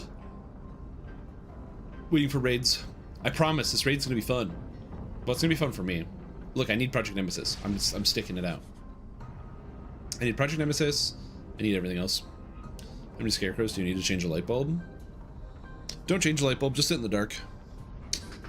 That, and also, I love like modern light bulbs. Modern light bulbs are so nice because you just don't have to change them very often. So like these light bulbs that I have here, I've had these for like 8 years. That are just around me, like these like color changing ones. My understanding is that these light bulbs are going to outlive me. They just like don't expire, which is great. It's one of those things that like some of you guys might not know about this, but there was an over 100 or almost 100 year collusion by multiple different light bulb manufacturers to force light bulbs to be shitty, because the technology to make like LED bulbs that basically never expired was like invented in the 1920s and 30s, and it was specifically squished by light bulb manufacturers so they could keep reselling light bulbs with a regular filament.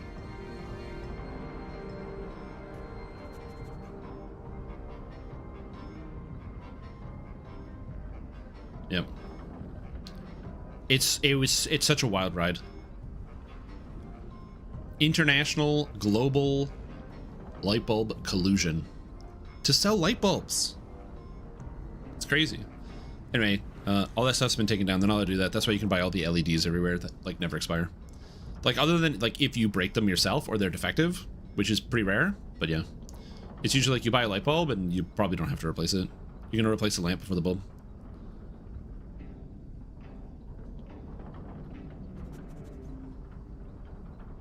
Well, yeah, but you don't need to. You don't need like the white LEDs.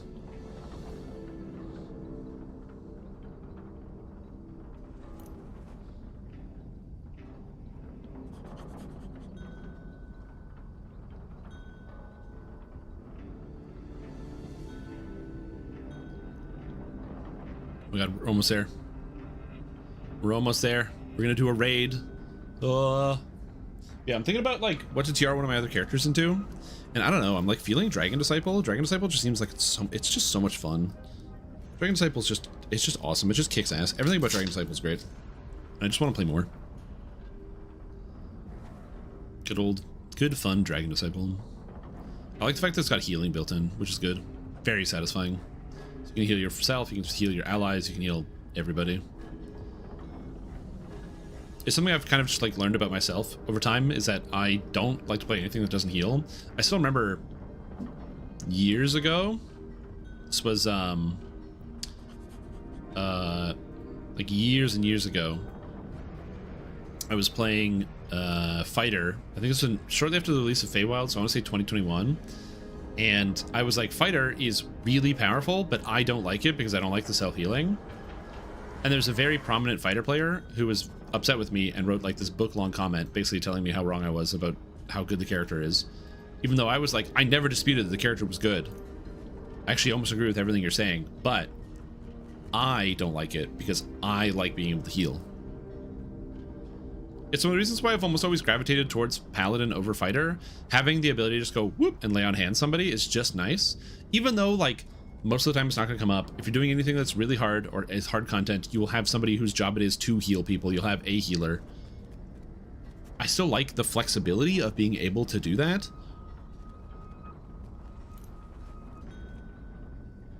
Is it being a melee dark apostate? No, I don't want to be a melee dark apostate.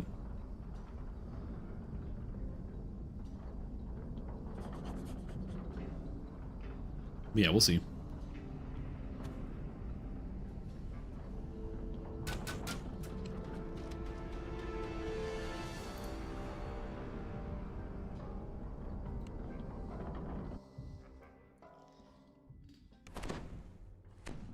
Following Dane's instructions, you've managed to navigate your way through the lower cogs and arrive at your destination.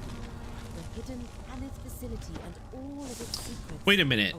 Hold on. Am I reading this correct? Can you go into a quest on like normal, let a moat spawn, and then after the moat spawns, swap to the Reaper loot and collect the moat?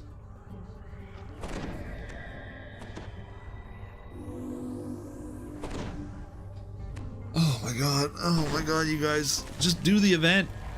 Look, I know the event isn't fun, but oh my god.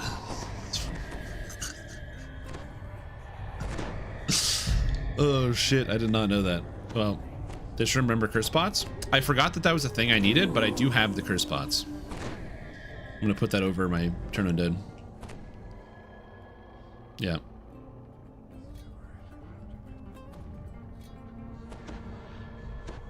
Oh, 100%. That's so funny. I didn't even know that was a thing.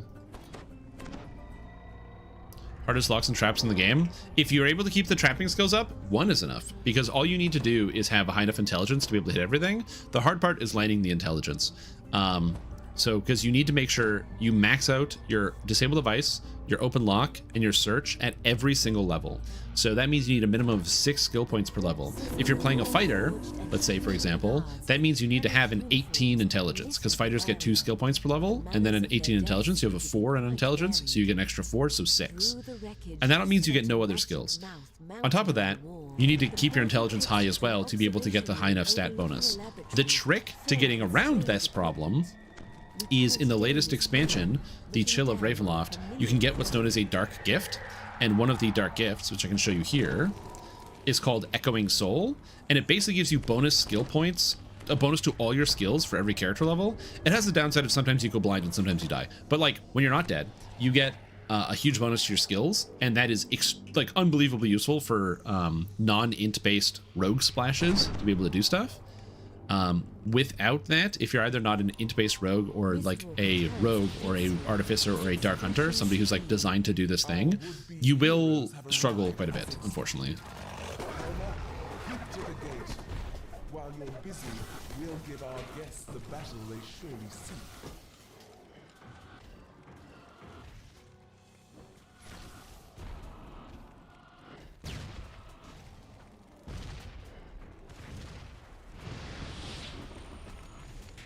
Okay, we're good.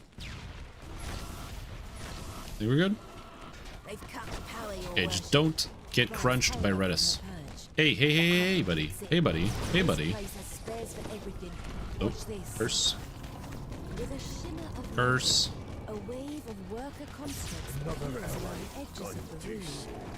They set to work restoring power to the grid. Nope. Oh. I died in the air, dude. What are you talking about? I died in the air. What do you mean? Corrosive green energy manifests around his body.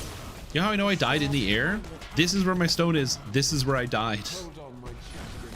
Your leader is here to Ping. Yeah, this is my ping. Anyway. I'll see to your reanimation. Human Extreme who takes his first rogue level 6 levels in. Yeah, exactly. A cloud of cold You reset the quest to change difficulty. around his body. The area Well, my understanding is that you open the quest on Elite, you farm them out, then you switch to the Reaper loot after you've cleared it. Does one need DCs for the DD breath attacks to paralyze via Draconic Incarnation? Nope. But the DCs are good to have just generally, because then you do more damage. falls to his knees. A puzzled frown marring his chiseled features. Man, we're just like ripping it. Because somebody needs to get blue. Note on it. I'll take blue. I'm dead. I can't get it. Whee! What's up, Officer Skeleton? How you doing? How is your day going? The goblin falls, and a cloud of crackling white energy manifests around his body. Lightning flashes behind him. I can't believe he just dies forever. Because he's in a cutscene. He's talking, so he can't actually do anything. Darkness, Can't you do that to Zulkis as well, or no? a swirling portal tears open in front of the fallen angel. Yeah, it work? And a horned Is it snowing where you are? Because it's Snowmageddon over here. Your call has been There's the curse. answered, Celestial. The curse, it goes out. Come at my lord. Well, at least Ruddisk is dead, so I can't get stomped again. Double your efforts on the gate. Thank you. This path is darker, but we will still walk it. Hold on, my champion. Your leader is here to aid you. Stand up. Your master requires you.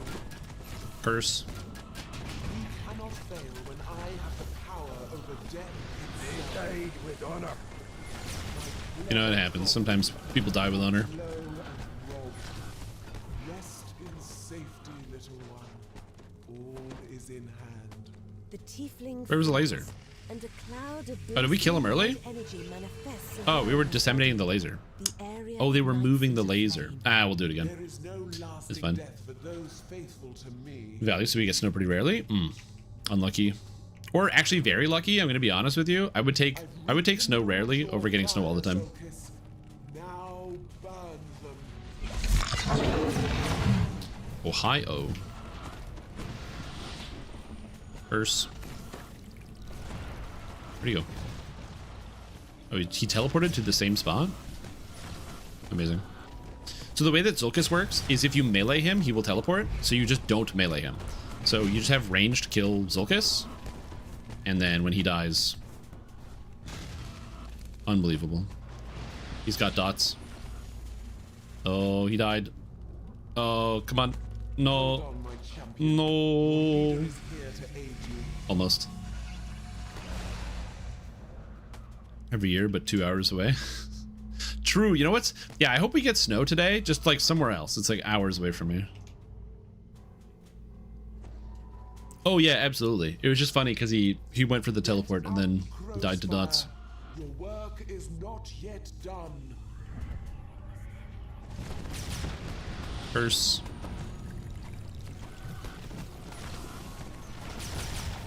Okay, we just need to move the laser.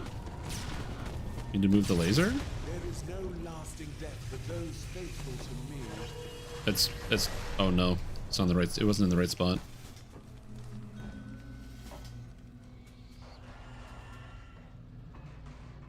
Okay, now it's in the right spot.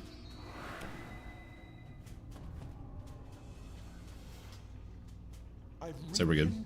Ooh, snowboarding. That sounds fun. When I was in my youth, I used to go downhill skiing. And I haven't done that in many, many years. Curse.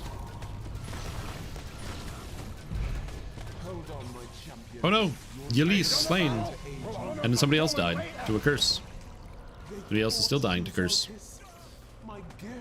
If you, those of you that have never done this raid before, the way it works is that there's a curse mechanic, and if you Quaspiel, I think every 30 seconds casts a curse. He's doing it right now. If you, while you have the curse on you, every 10 seconds it kills you. Curse. Well, it doesn't kill you. It just does like 5 million evil, or I think it's evil or force damage. It's evil damage, I think. So you just take a huge amount. So you just have to get rid of the curse.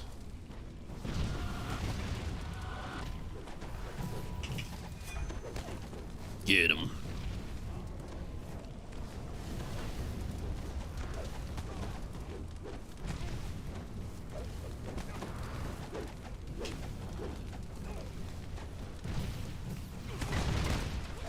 It's not bad to get back into. Yeah, it's mostly just like at this point right now, I just don't have, like, I have to go get like a pair of skis and get some boots, and it's mostly just like the expense. Also, I don't have a car, so getting out to a ski hill is a little tough because I have to drive. You know, it's going to be like an easy like 45 minutes to an hour drive every time. Back in my day, we went downhill skiing uphill, both ways. Downhill skiing uphill both ways. True. We need more here. Recall my lord's offer, says the devil emissary. Accept it in full. Then the power. Yeah, and that, and also I will say the other thing too is, unlike when I was 16 and 17, I am like radically out of shape. So I think it would be a lot harder. The way that I learned to ski in the first place was I made friends with a kid that like did skiing competitions. Like that was his thing. He was like a big time skier, and I was not. I don't want to target any of these guys. How about the guy right in front of me in the middle of my crosshairs? How about that game? How's that sound? Anyway, so whenever we would go on like these like little school-based ski trips, he would be like, yeah man, let's go into like the ski park, or like the snow park, where there's all like the ramps and the jumps and the rails. And I was like, okay, sure, I'll do that, even though I'm like an idiot and I don't. How did I not see it? Oh my god, I'm so washed up, dude. How did I not see it? It was right there. Oh, I was talking and I just turned aside. I didn't see Ruddus. I saw him come down. Oh, don't look, children. Don't look. Don't look. Oh god. Anyway, yeah, so we go to like the snow park, and so that's how I got learned to start skiing, was like in going off of jumps and other things, which was fun. But then he was like, oh hey, also he'd be like, yeah, let's go down this hill. It's like a black diamond or double black diamond. And I'm like, I don't know if I can do this, because I was like learning to ski. And he's like, nah, you'll be fine, don't worry about it. And the answer is, yeah, if you just need to not panic and you'll be fine. Oh, so much ice though. There's some of the hills that were literally just ice, so you have to like learn how to ski down ice, and that's sketchy. Skiing down ice is fun. The way you do it is you basically just have to dig the blades of the skis into the hill as you're going down. So you're basically, it's kind of, you know how when you're skating, to stop, you very quickly turn your skates to the side and you basically shave off the top layer of ice, and that's how you stop skating. That's how you ski down the hill on ice. Is you're constantly just going like shave, shave, shave, shave as you're going down. As you're like cutting off layers of ice. Back in the day, man, I was very mid at skiing, but it was fun. One of my favorite skiing moments was, oh, it's over. The raid's over. Thanks all. One of my favorite moments from skiing as a kid is, oh, also, Baz Morath, what a great axe, great weapon, was going skiing, and I went off a jump, and I landed really bad, where basically I hit a jump at a speed that was not good, and then I kind of landed, and there was it was like a jump, and then there's like another jump, so you're supposed to like go off the jump and then hit the second jump. I went off the jump too fast, and I came down and I hit the second jump. So it's supposed to like going up it, I hit the ramp, right? So I slam right into the ramp, but that's not where the problem ends. I catch myself, but I like basically hit the ground, and my thumb goes like this, and I like totally roll my entire thumb like the entire way under. Like it just like twists the entire thing. So I get up out of the snow, big cloud of snow, whatever. Friend runs over, he's like, hey man, are you good? And I'm like, yeah, I'm probably fine. Anyway, We get to the bottom of the hill, and I realize that my thumb is now swollen inside my glove, and I cannot take my glove off. Like, I can't get the glove off because my thumb is too swollen. Because I'm like, this is not good. But I had a bit of a realization. It was like 6:30. We only had like an hour and a half on the hill left before we were going to have to get on the bus and go home. And I didn't want to... I was like, I could go and tell an adult and get them to look at this. But then I'm going to have to sit in the ski lodge for the next hour and a bit. And I'm already out here. I'm already injured. And it's cold. And usually you put like an ice pack on an injury. So instead of doing the responsible thing and going inside and telling an adult and being like, hey, I injured myself. Instead, I didn't do that. And I kept skiing. Because I was already there. And then when I got in and I was like, hey, by the way, whoosh, look at my injury. Yeah, my mom was extremely unimpressed. She was very unimpressed with me. When I got home, I was like, look at my thumb. It's huge. It was, yeah. Look, man, it was expensive to go skiing. Okay. It was expensive. So, and, you know, we didn't have a lot of money. So I was like very fortunate to be in that position to like have been allowed to like go do this activity, which is really, really cool. And so I was like, well, you know what? I'm going to use this opportunity, man. The wrong kid died. Yeah.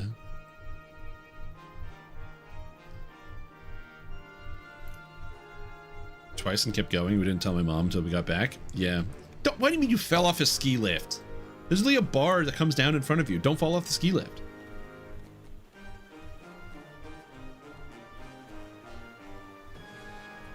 Although I will say, there was one time where I got on the lift and the bar was like jammed at the top and we couldn't like pull it down. So me and the other person I was with were basically like clinging on for dear life because the lift is like 30 feet up above the ground. So the bar didn't come down to keep us in. And it was just like, oh no, we're stuck here. So we were just like white knuckling the lift to make sure we didn't like fall out. It was great.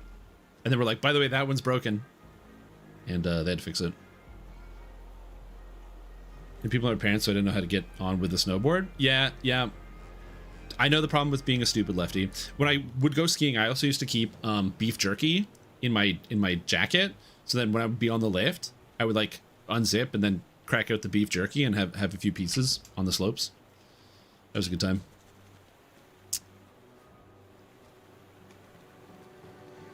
Too dark? Yeah, I can see that. I can see that being a little maybe a smart lefty? There's no such thing. As a left-handed person, I can't confirm no such thing.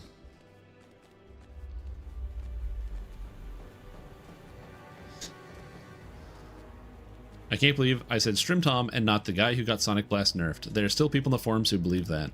Hell, there are people in uncontacted tribes along the Amazon who still believe that. True, that it was me who got Sonic Blast nerfed. Okay. I'm going to take a sec to quickly use the washroom and get some more water, and then we're going to continue. We're going to afford beef jerky. Oh, dude, it's so expensive. I honestly haven't had jerky in over a decade.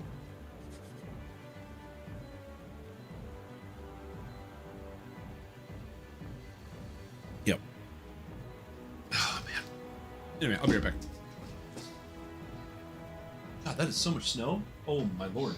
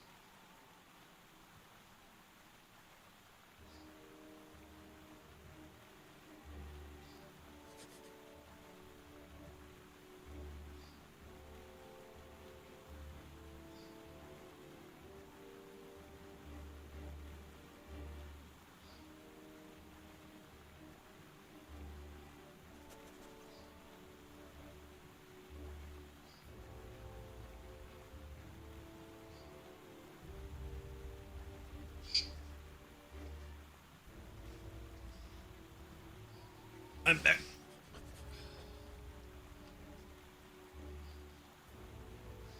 My mom once ran me over with her car, gave me a chocolate as an apology, and ate 3/4 of it. I mean, you weren't going to eat it. You just got ran over by a car. Rattlesnake jerky? That's not a real thing. You can't jerky a rattlesnake. Hold on. Rattlesnake jerky. Apparently I can buy 10 pounds of it on Amazon. How heavy are rattlesnakes? What do you mean? 10 pounds of rattlesnake meat. Isn't that more than one whole rattlesnake? Hold on. How big are rattlesnakes?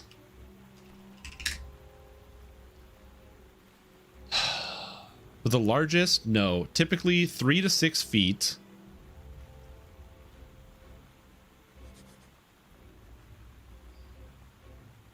Like the largest snakes are around 10 pounds.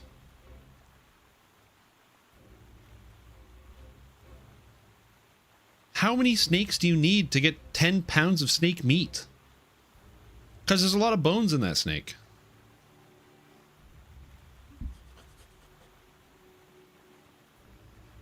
I know you can jerky it, but like, I guess there are a lot of snakes. That's true. I don't live in a place where there's a lot of snakes, because I live in Canada. So we got, you get your like garter snake. There's like water snakes, probably a couple other snakes, but for the most part, it's like cold up here, so there's just not a lot of snakes. But yeah, I guess if you live in like the desert, like Bobby, you probably see like snakes like just hanging out around the house. Snake season? Yeah, you just see the snakes kind of out doing stuff. Yeah. Weird animal. Definitely something we don't have a lot of here. Not a lot of snakes. Time to jerky the snake. I don't know. For the record, I'm not like one of those anti-snake people. I know some people that like really dislike snakes. I think snakes are cool. Really cool animal. Begging you to kill them? Yeah, the invasive snakes. I mean, they're really good killers. Oh, this character's primed for TR. Sick. Time to delete some garbage in TR. Alright, perfect. Snakes get a bad rep? No, snakes have an appropriate rep. Snakes be biting, and some of them are dangerous. You get bit by a snake and then you like instantly die. No, it's not good. It's very rude that the snakes sometimes do that to you. TR cache not empty. It's fine. This is a cosmetic I made, right? Yeah, I made this one. Oh no, it's for the other character. I didn't make this cosmetic. All right, we're good.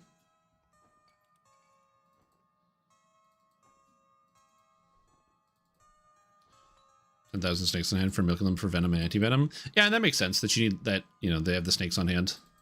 Again, I'm not out here judging the fact that snakes exist or that people eat snakes or that they cultivate snakes. Because people do a lot of things. That's fine. And I just live in a place where we don't have a lot of them. It's just a weird animal to think about. Just a big tube. The closest we get to around here when it comes to like snakes as animals are like, there's like you either go to the zoo and you see some snakes, which there's no zoo around here. If the closest zoo, I think, is 5 hours away from me. Or you go to like an animal sanctuary where they have some snakes. There's a couple around the city. Ground eel being sold. It was a snake. The classic ground eel. The old land eel. Yeah. That's what I heard is that, was it like alligator meat tastes like chicken, but with a fishy, like a fishy note to it. But apparently alligator is like relatively common, like near the south. In terms of like eating it. And there's like alligator farms. It's just greasy dark meat. Yeah, it's also like greasy, yeah. I am not an alligator eater. Give me some seeds. Nope. That's not how that works. This is good because I'm glad I ran all those Lamortias because it allowed me to recharge my my seed stock. because I was basically out of heart seeds, and now I'm not out of heart seeds, which is good. I need an iconic True Heart of Wood because I'm an iconic, I think. Dark Bargain or just outlawed zoos. I think it's just like anything else. There's like either the research component or a profit margin component. I can't zoom in or out. That's good.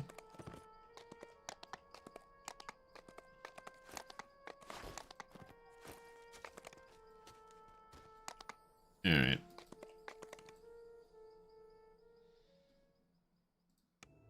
You reincarnating out of your warlock? This is a different character. I somehow played Dark Bargainer. I have 3 Dark Bargainers right now. Hold on, I have to log out and look at this. I have 3 Dark Bargainers? What the hell? Hey, Stream, I made a hardcore character with a buddy for fun and treasure. We're looking around into a problem. I have the Eldritch Blast Great One and Cone, but my damage seems low when blasting. It only shows up as an orange number, not damage types, but I have enabled in UI to show as types.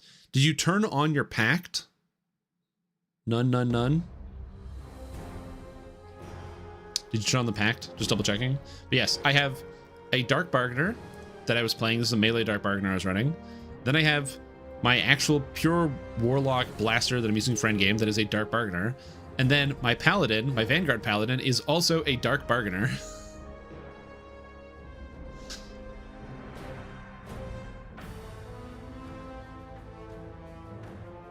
Which is really funny. So I have 3 of them. But yeah, both my main racial completionist and my main melee character are Dark Bargainers. It's toggled on. It's just that the damage is low, because bear in mind, Warlocks gain a lot of damage from levels. So if you're playing as like regular Warlock, you get a damage bump at 2, and then you get a damage bump like a little bit later, I think at like 4 and 6, where you get every even level, you get a packed dice, you get more packed dice, and every 4 levels after 2, you get base dice. So 2 is a big jump, but for the most part, if you don't put points into the Tainted Scholar tree and take the extra packed dice, it won't seem as good. Melee Vampire. If you want, this is my melee Paladin build. It is a Vampire. I use Dark Bargainer because it's actually mathematically the best for what I want to do. Specifically, it gets Bastard Sword Religion. It gets Helm because it's from Forgotten Realms, so I can get Bastard Sword as a favored weapon, which is essential for the Paladin build that I actually am playing. I do use this character in R10s. I do use this character for raids. Again, damage is somewhere around 25 to 30,000 DPS, which is not amazing in compared to modern standards, but it's good for pretty much anything you want to do. You just won't be top DPS in your raid group, but it's cool. It's very, very tanky and fun. Trying to eat a fried spider in Cambodia. I don't really want to eat them. I'll let other people eat them. I'm good. That doesn't show up as force and acid. That's weird, though. I'm trying to think of why that would be the case. Because it should have the little icons. How does it heal? Oh, I don't use the undead form at all. Yeah, I'll show you. But yeah, I don't use the undead form at all. Also, check the combat log. It's a good thing. So, like, open the combat log, blast enemy, and then read what the damage is printing out as. So, if you go to combat, do damage, and then see what it comes out as. But yeah, so I'm a Dark Bargainer. I went with Dark Bargainer for 2 reasons. One, it gives me access to Helm as a religion. So you can see I have... I have it here. So I have Ever Watchful. This doesn't matter. It doesn't matter. But it's mostly because I wanted the Bastard Sword proficiency, as well as the favorite weapon, because Knight of the Chalice has a bunch of things that work off of favorite weapons. Ascendancy requires a favorite weapon. These effects require a favorite weapon. So it's mandatory that you have all of these things. And then that then allows me to spend more points in Vanguard, because if you don't take that, you need to take a feat to get access to Bastard Sword proficiency.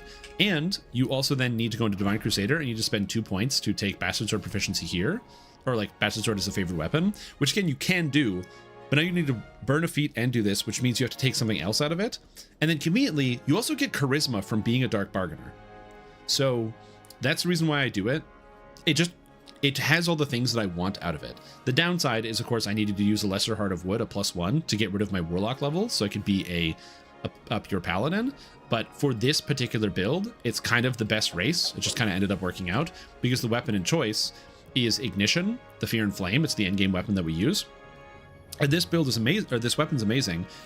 for several reasons. Number one, it gets Identity Crisis, which is basically you hit an enemy and they're slowed by 90%, which is effectively like you just turn them off. It's amazing. Very, very powerful effect.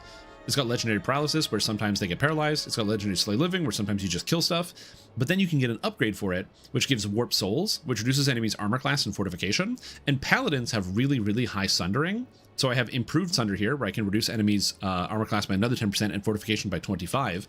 But then on top of that, out of Divine Crusader, you also get Divine Sundering, which is an extra 10%. So I can reduce an enemy's armor class by 20%, their fortification by 50%, and then on top of that, the Warp Souls effect reduces fortification armor class by a flat 10, and then you get Destruction, because Divine Crusader allows Bring Down Wrath, so you apply Destruction on critical hits, which means you're reducing their armor class and their fortification by another 20%.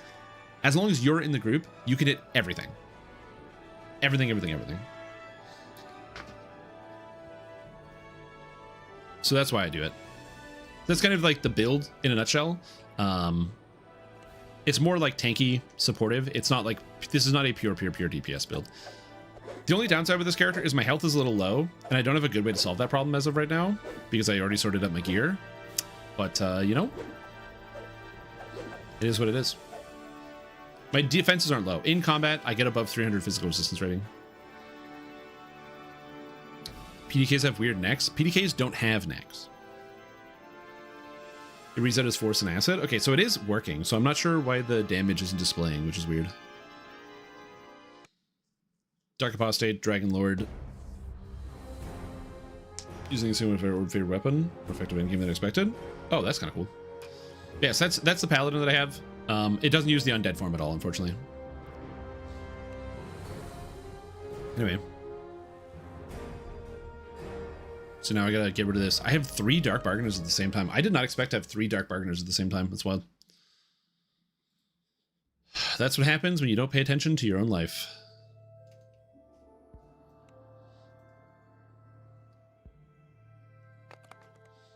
All right.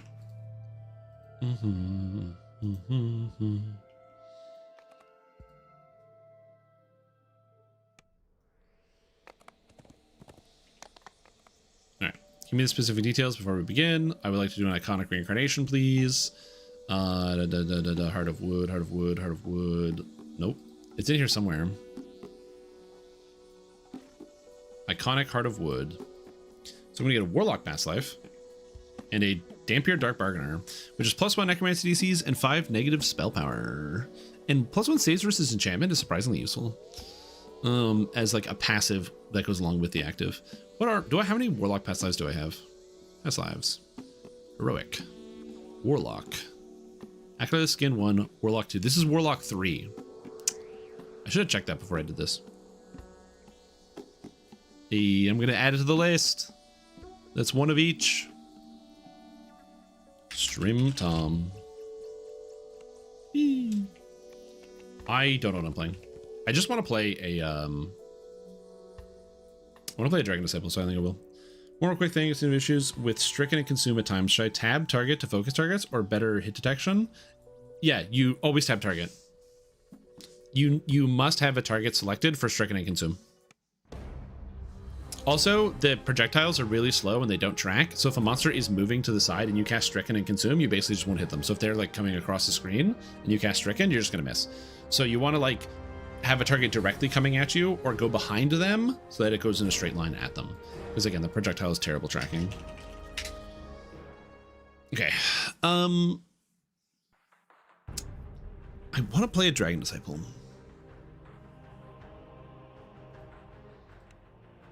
Dragon Disciple's cool.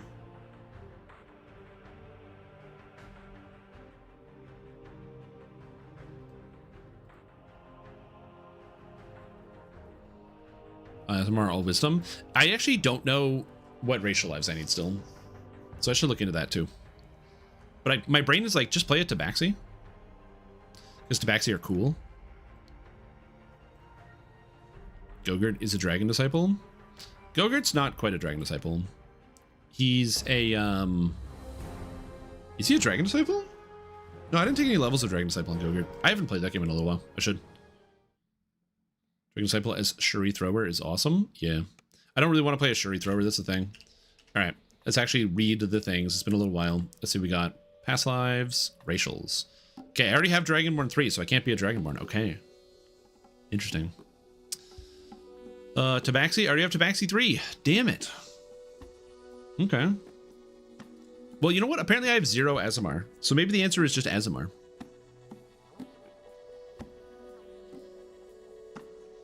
Because I just don't have one. It's either that or Shifter, and then get the Shifter Rage. Does Shifter Rage... Shifter Rage doesn't uncenter you, does it? Does it turn off your stances? Can you use Shifter Rage and also have a stance? Is the answer always Azamar? Yeah, probably. Yeah, but I don't think it turns off your stances. This is an easy way to solve this problem.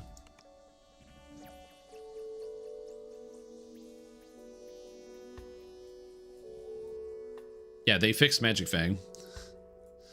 It's the classic way to fix a spell. Hey, this ability isn't working. Let's shoot it in the head. Classic move. We've all been there. Womp, womp.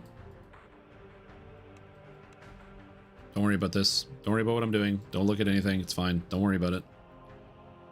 Racial feats. Shifter. I haven't played a Shifter in a while. It can be cool. Rage. Awful good. Let's go.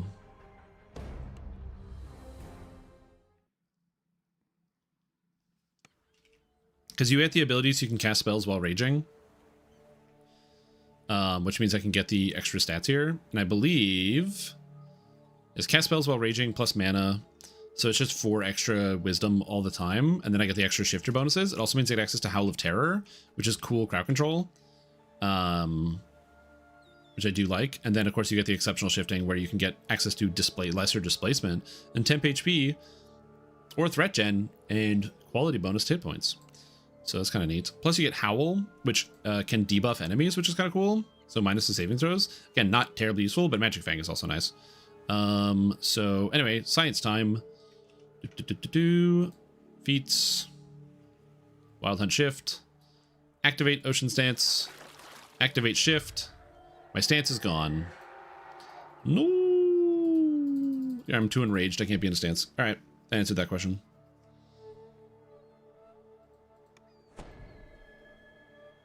I'm still centered, but I cannot use the shift. Big sad. Would they do the Magic Fang? They give it a level cap. So Magic Fang didn't work because the way that this ability functioned is it would use your character level. So when the level cap was 32, this would cap out at 39, which means this would give you plus, what was it, 7 to hit and damage. When the level cap went up to 34, the new max cast level went up to, I think, 40. Oh, no, it's 38. The new max cast level went up to 41. And at any spells above level 41 stop working.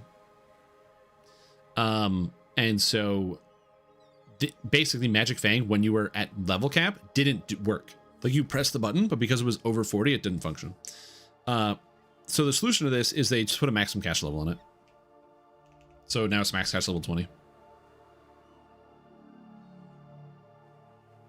So instead of fixing the bug that lets spells work above level 40, the solution is just turn it off. Delete. Why did I do this to myself? What the heck? 1, 2, 3, 4, 5, 6. Okay. Why did I do that to myself?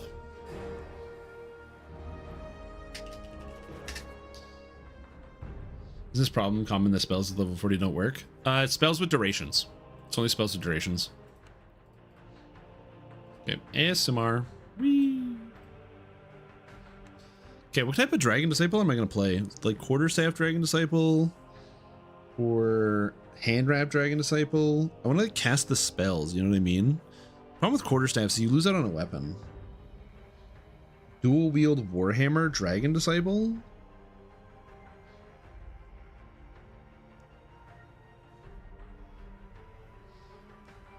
On your bingo sheet? Yeah, it is.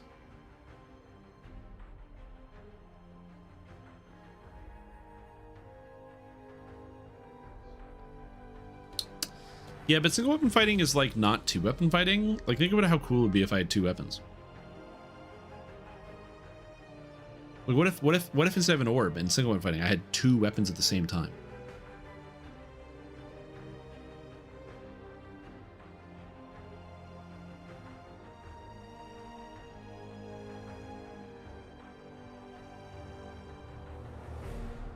I'm thinking. No, I'm reincarnating a character. Chris's video, you could use clubs. I could use clubs, that's true. I could use clubs. I'm not gonna do that, but that's funny. Yeah, two weapons seems good. That's why I'm thinking like Warhammer's good. Warhammer's cool. You get two of them, and you be Hammer Paladin, or not Hammer Paladin, Hammer Dragon Disciple. Hammered out. If only you could get like Hammer and Heavy Pick, so you could like do both of them, and be like the Claw and the Wing or something, and then be like, yeah, we're dual wielding, we got different attacks. All right, so we'll do like this, and some of this, and then we'll get some of this, and then some of this, and that's probably fine. Do I need to take two weapon fighting at 1? I'm asking myself these questions. I need to check the bonus feat list for Dragon Disciple. Dragon Disciple DDO. Because they got a bonus feat list, but I just don't remember what they are. Dragon Disciple bonus feats. Dragon Arts feat. Combat casting, deflect arrows, dodge, lightning reflexes, mobile spellcasting, mobility, single weapon fighting, two weapon fighting, whirling steel strike, and the spell focus feats. Okay, so the Dragon Disciple bonus feats are kind of mid. Took deflect arrows for Winterlutes. Yeah, I could see that. Yeah, it's not a new character. That's the thing.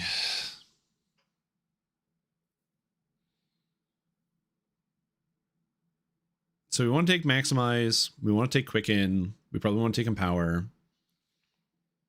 Take the two weapon fighting. Take Evocation Focus. Gotta have Evocation Focus.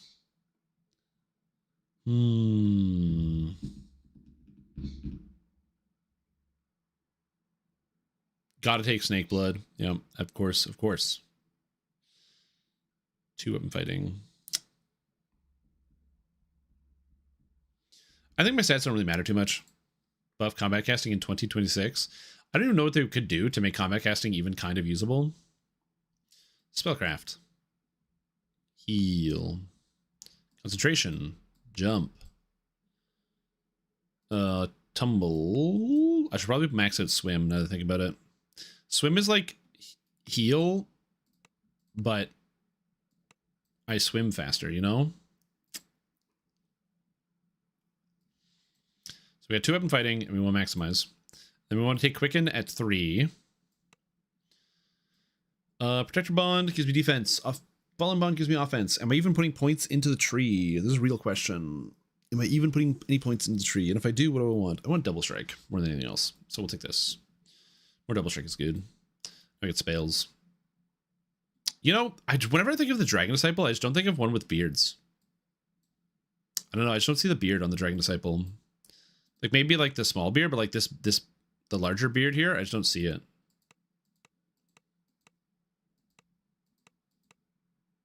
Oh yeah. Okay, now I'm seeing it. Okay, now I'm seeing I'm really getting Dragon Disciple vibes. I love Bow Arms Week. Is that next week? It's explained in game about reincarnations. I want to start a new character, do every content get all now, but I don't know anything about reincarnations. It's explained in game in the sense that you'd have to go into the Grove and talk to the NPC. The NPC explains it to you. January 27th is Arms Week. Oh, that's like 14 days away. No, it's like 12. Yeah. Can you cast spells efficiently with Warhammer? Do they give a lot of plus magic stats? It doesn't matter. I'm just gonna use other items for the plus magic stats. Like I'll just use like there's like the Ravenloft belts or the rings from Feywild or whatever it is to get all the stats that I want. If you want to learn about reincarnation, the wiki does explain it, but you are correct. In game, there's not a lot of explanation about how reincarnation works. It's kind of one of those things that you learn as like a collaborative process, because if you talk to anybody about DDO, they'll be like, yeah, I'm on my 3rd life or my 8th life. And you go, yes. And what is that? What is, what? Lives? Excuse, please, help. Beers don't do well with dragon breath. True, they do not. My guy is green. I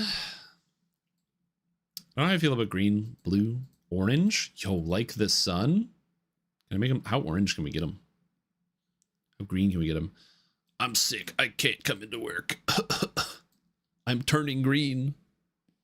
You know what? We're going to keep him green. He looks great. Lawful good? No, lawful neutral. I don't need to be good today. No, it does. It's not really explained in game. The closest you get is the,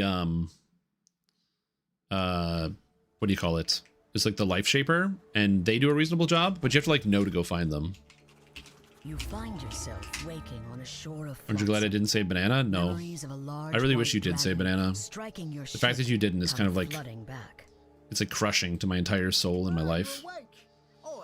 Skip Corthos. Hand wrap. Thank you. Thank you. Stepping out of the grotto, You've accelerated my life in many positive ways. The Sahuagin have threatened this place for You know, generations. the amount of improvements you've made to my life Now, the just by saying that are winning. However, is pretty some hopeful souls still hold out for help bananas. to arrive.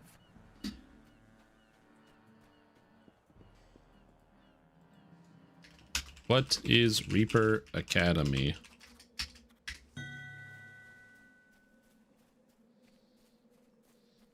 I don't know what outfit to wear. Better than therapy? Yeah. Also, I have to relog. I have the bug where I can't move my camera at all. So it's stuck here. I can't zoom out. Ah!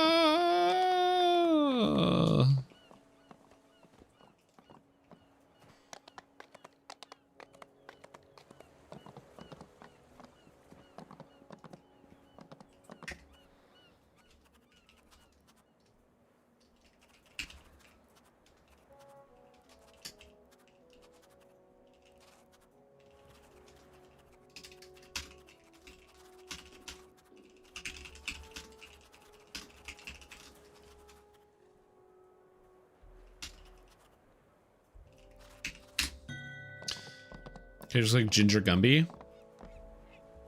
Yeah, kinda. Honestly, good call. Yeah, I was typing. I gotta close my client. I can't zoom. I can't zoom. All right, now you know what's my favorite part? When you log out of DDO and then DDO doesn't let go, and you just get stuck with a black screen for like 6 minutes. Just want this week to end. I have a 3-day weekend coming up, but think about it. The week being longer, like if you just have like the worst day at work imaginable, that will just make the weekend that much sweeter.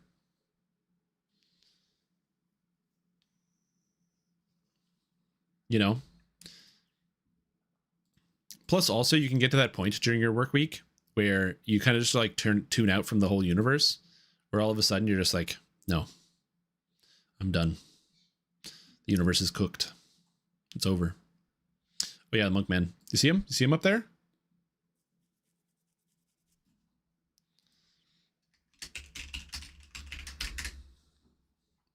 I gotta shave. Getting itchy here. The Chill of Ravenloft is now available for DDO points? What the fuck? Are you serious?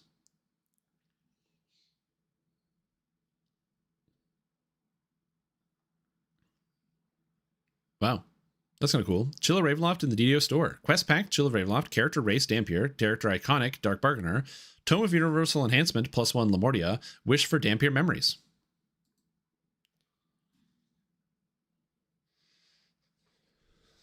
Kill the task manager and kill the process? Yep.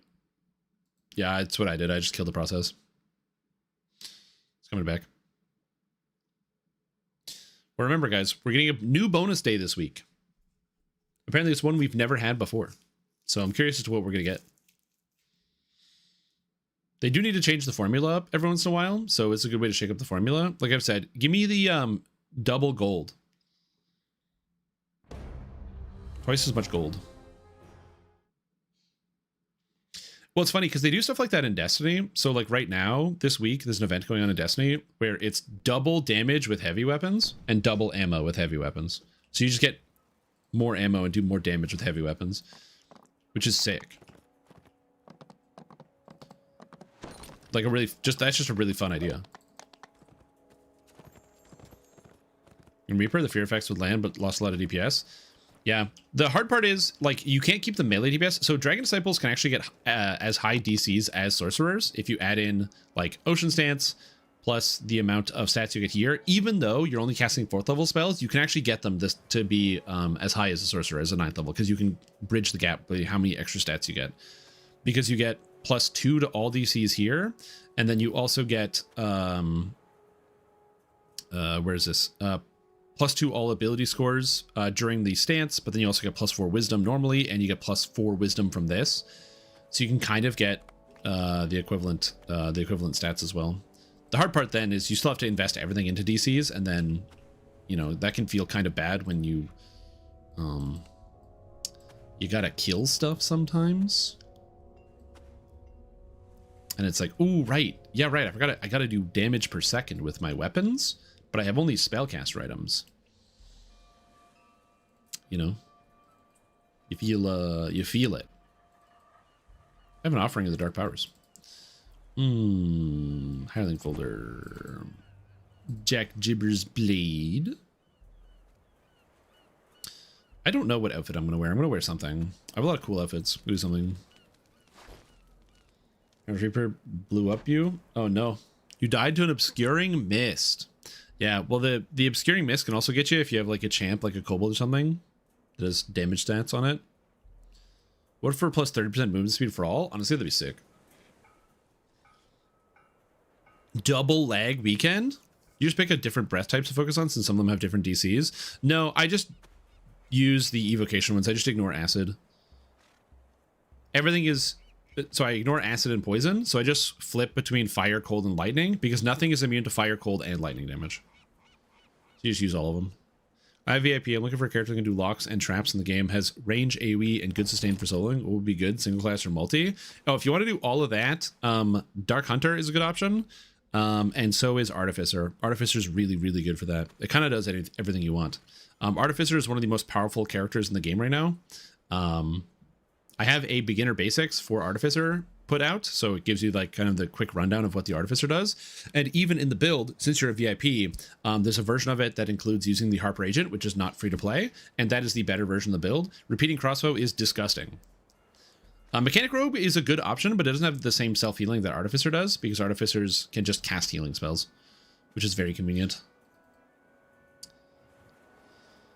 Oh, I forgot about the haste potions I'm going to use. I'm going to use a lot of haste potions, huh?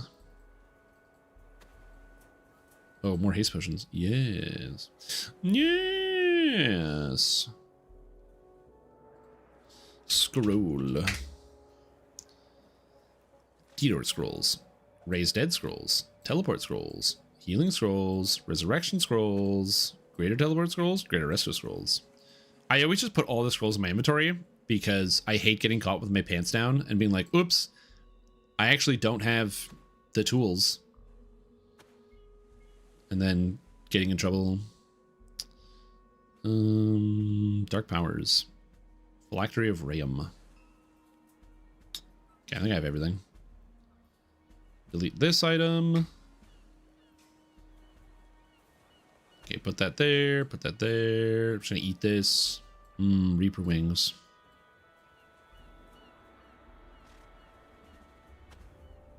Okay. I'm gonna go buy some stuff. The TR process takes me a little while, so I apologize that you might be like, Trim, this is so boring. You're just reincarnating your character? Yeah. Because I gotta set up everything up and get the things.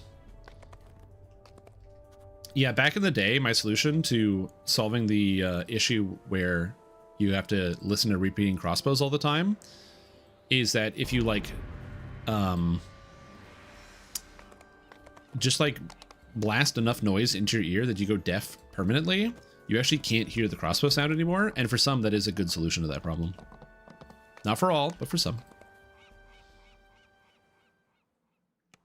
Everyone can trip anything. Maybe a trip everything weekend. Individual cost, not currently working. According, oh, interesting. They're gonna have like a combo race package. I could see that being a thing. Where am I going? What am I doing? This way. A needle resolves the already clack clack clack noise. Exactly. And you might think to yourself, but then I'll never hear anything ever again. But it's like, you know, isn't it worth it to play repeating crossbow?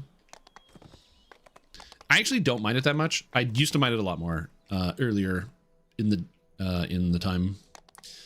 Is possible to get augments on a new account in the early levels. I got a couple items with empty augment slots and saw traded for collectibles 1 miles away from having enough. Yeah, augments randomly drop.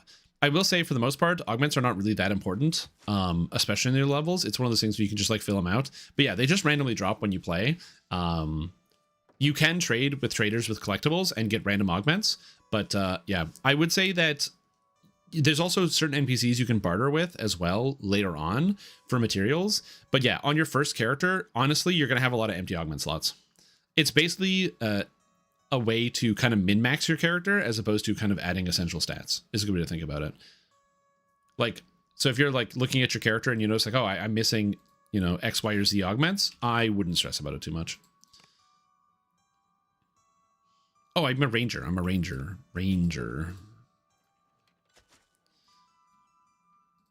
Augments and socketables are also not something that's very well explained in the game, but yeah, it's not like some games where you're like, oh, but I could get like free stats. Yeah, but it's a stat. You don't really need to think about it. Oh yeah, but it's just it can be difficult to get all of them.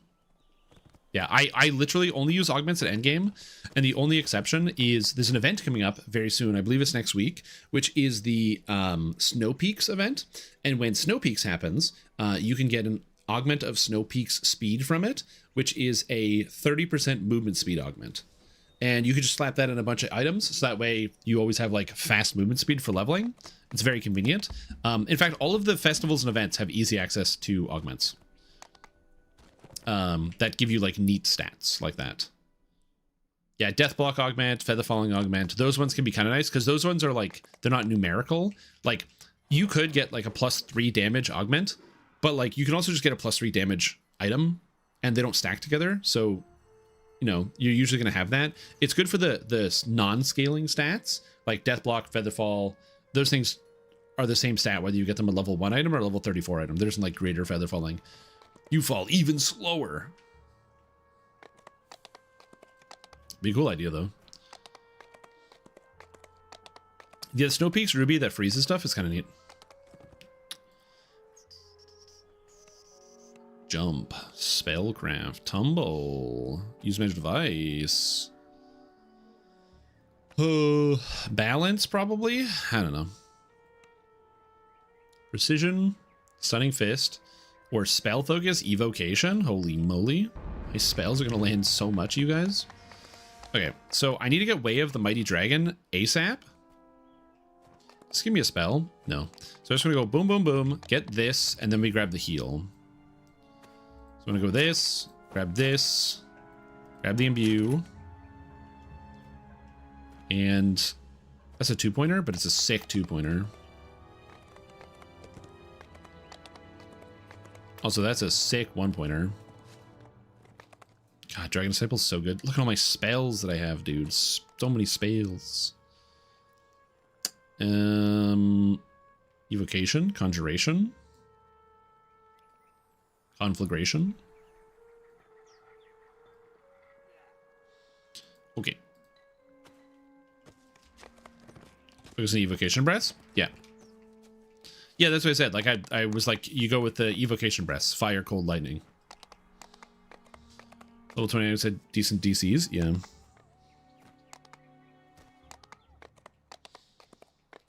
Build key by hitting moats. That's an idea. I think a Warforged Wizard, EK, non-Pale Master. What enhancement tree should I use? Eldritch Knight and Archmage. That's pretty much all you need. If you're going Wizard, you just need obviously you want to get Intelligence to damage and the Trance out of Harper Agent. So like 12 Harper Agent for the Trance and Intelligence to damage, and then 41 Eldritch Knight, and then you can use although honestly, if you're Warforged, I'm gonna be honest, you don't really need Archmage that much. I would probably just go with the Warforged tree, because the Warforged tree can get you I think it's like 15 melee and range power and 25 spell power out of it. Like a really, really crazy number. Memories of the Last War. Absolutely insane effect. Oh, you said epic trees. I didn't even hear what you said. Sorry, I can't read. Epic trees. Really depends. Quick Cutter is obviously good for everybody. So if you're the wild, Quick Cutter just kind of solves all your problems. One of the best abilities in the entire game. Fate Singer is also really, really nice because it scales off of intelligence and it adds a bunch of sonic damage to your attacks, and you can get like elemental damage debuffs and sonic debuffs out of the tree. So I actually like the Fate Singer Epic Strike quite a bit. As far as like your main tree goes, I'm going to be honest, the Fate Singer also makes a good main tree. As an Eldritch Knight and also as an Archmage Eldritch Knight, it's really easy to get enchantment DCs to be very high. So you can not only use Cut the Strings as an instant kill, but it adds a ton of single target damage when you need it. So I actually do like Fate Singer as a main tree for an Eldritch Knight. Okay. So let's go here. Curse removal, disease removal, lesser restore, haste. I don't need this. I don't need sunder. I guess I can get trip maybe. I can use trip kind of. This is useless. Okay. Haste potion. What if I buy, so I have 23, so that is 77, fills up that to 100. And then what if we buy 100 more? And then what if we buy 100 more? And then what if we buy 100 more? Haste. I buy 100 of these. Just 100. Do I need cure potions? Just in case. Buy these. You never know. Might come in handy. Probably not, but might come in handy. Because I don't have cure yet. I don't have the spell. Teleport. So we want dim door here. We want greater teleport. We want regular teleport. We want raise dead, resurrection. We want heal scrolls. Greater resto. All that stuff's gonna go here. And then, where's like my oh yeah, there it is. Isle of Dread treasure map is a teleport item. Key to the city is a teleport item. All that's there. I guess Bell of Opening. I am a winner, so I want to make sure I use my buttons of winning. In fact, I'm such a winner. I'm gonna win DDO right now. Let's just do some winning. We're currently winning. You're a winner. I'm winning. Dragon Shard, the D&D RTS game. I've never played it. I've seen ads for it because on the back of the here, where is it?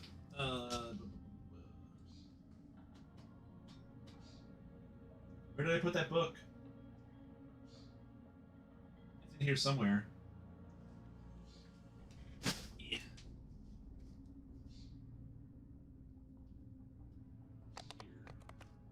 Where did I put the book? I feel like I'm losing my mind.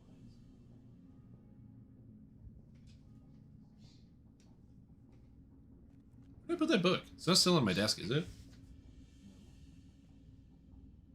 Huh.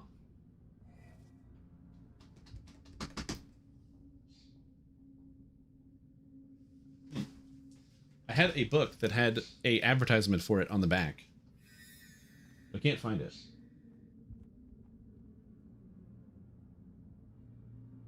Which is mildly upsetting. It's on the back of the Neverwinter Nights instruction guide. It's there.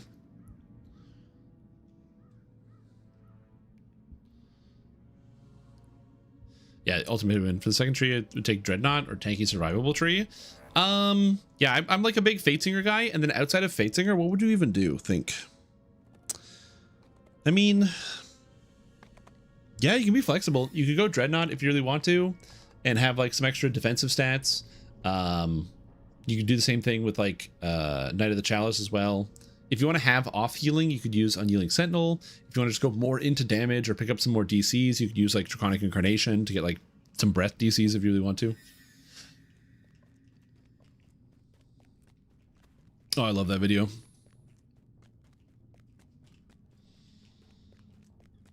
Just add 1/2 of protein.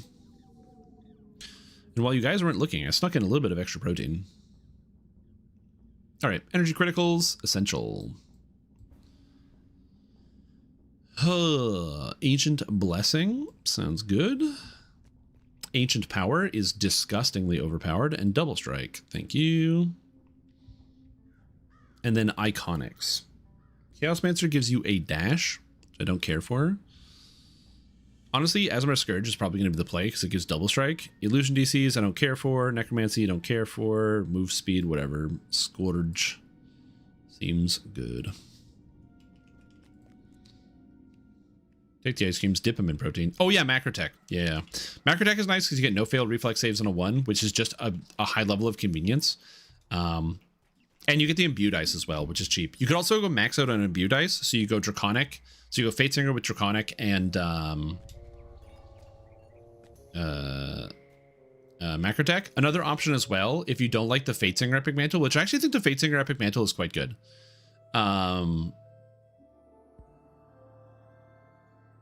But you can also use Primal Avatar instead. So you can go with like Fatesinger and Primal Avatar and Macrotech and use the Primal Avatar Epic Mantle because it adds a lot of extra damage per hit.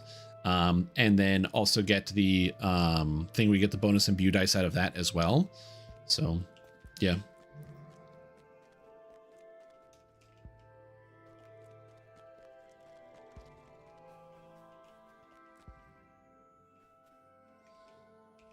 Okay. What do I want to look like? Black Rose, Volcanic, Necromancer, Astral Traveler, Mechanized Warrior, Underdark Warrior. They're all kind of cool. The Black Rose outfit is so much. It's really extra.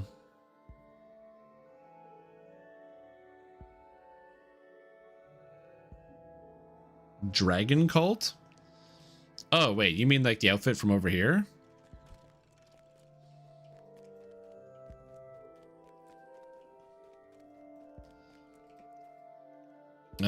Prismatic Armor. You know about this one? No, the Dragon Cult. Huh? What Dragon Cult? What Dragon Cult? What are you talking about? Yeah, Master not suffer the negative impacts of healing through undead negative amp. Well, you still suffer that because you become undead, so it just changes it.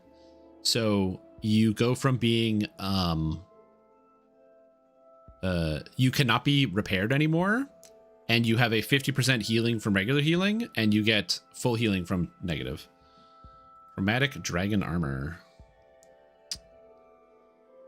I don't have that. I would wear it, but I don't have it. That was Year of the Dragon? I think I missed that one. So yeah, unfortunately, unlucky, I guess. Yeah, isn't there like another armor set in here? Armor set of the red dragons here.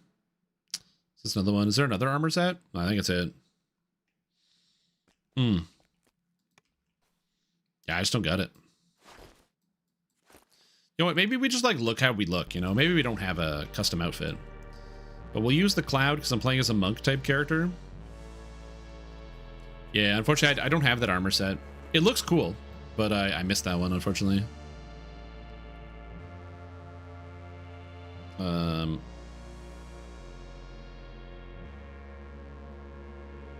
How do I oh wait, do I already have the cloak thing? Hold on, where is it? Cosmetics? Reaper Wings, Dragon Path Aura, the Lightning Trail. There it is. So now we can get the Lightning Trail. Lightning Trail. Can I have the Lightning Trail and the wings? Oh, I can. And the footprints? Oh my god, dude. Let's go. There, that's good enough. That's good enough for cosmetics. You came out right before the large lad? I don't have it. I didn't collect all the dragon rewards during Year of the Dragon, unfortunately. So yeah, I don't have all of them. Yeah, I got Dragon Footprints, Box of Discovery, Prismatic Armor, Blue Dragon Wings, and Greater Elixir of Discovery. And I have this stuff. Oh, I agree. I also don't really like the Lightning Trail, but it is what it is.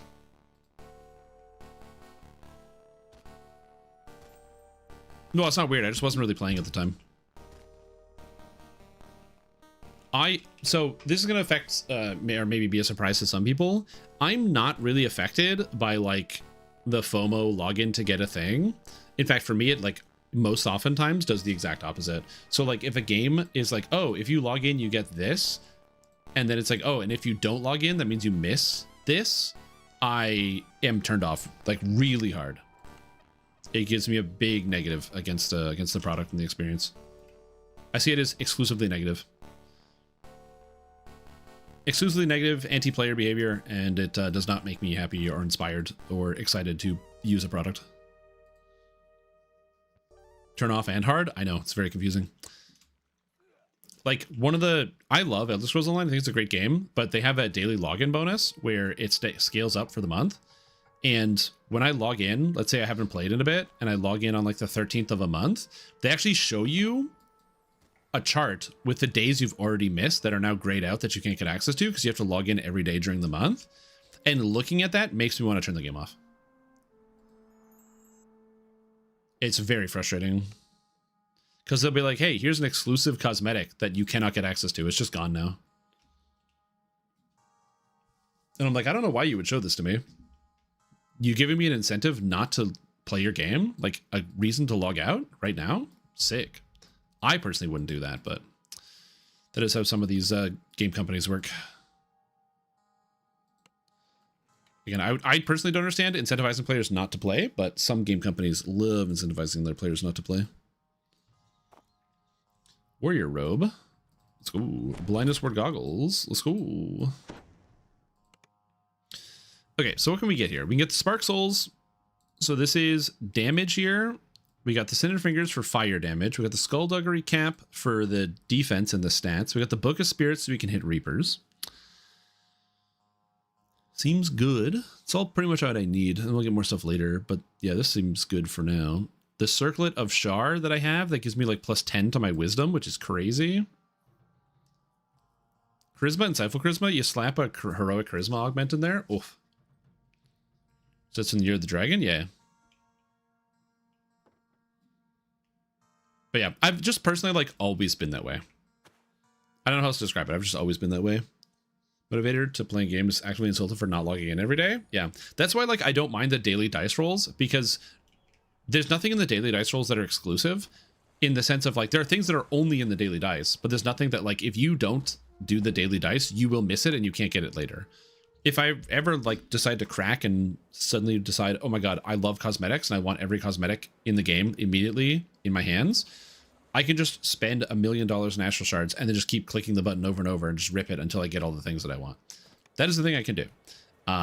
It's not like they're like, oh yeah, limited time, there's a thing that's available now and you can only get it for this thing. They have done that in the past, which I have disliked, but it is what it is.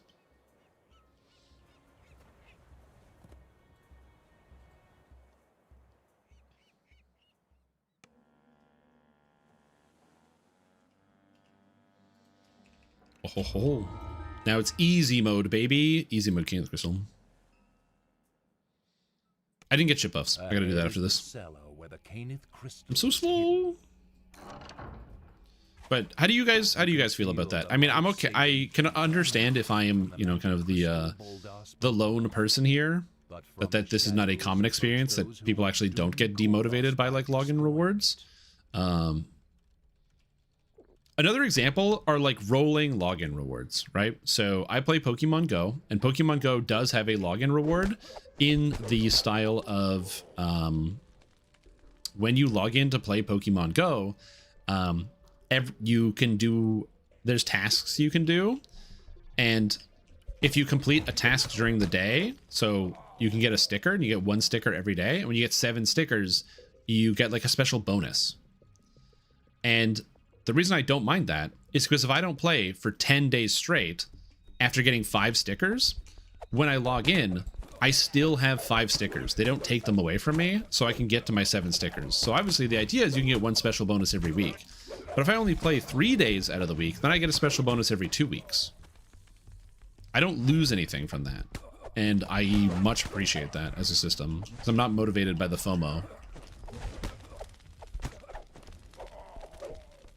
Because what they do, again, I'm going to bring it up to Pokemon Go, is they'll do like events. So they'll be like, hey, by the way, this weekend from 2 to 5, your time, there's going to be a thing going on. So if I don't do that, yeah, I'm missing out on the thing. But like, I know that ahead of time. It's not a secret. It's not a surprise. It's like, hey, here's a special event. This Pokemon is going to be available. Go get your friends and go play. I don't mind that. That's cool.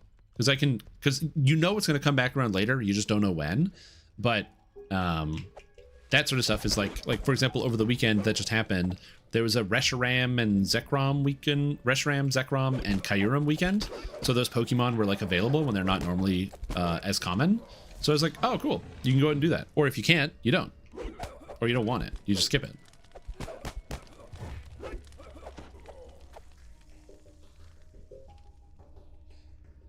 It's the same rewards, just unique days of logging, not necessarily consecutive. Yes, I much prefer that.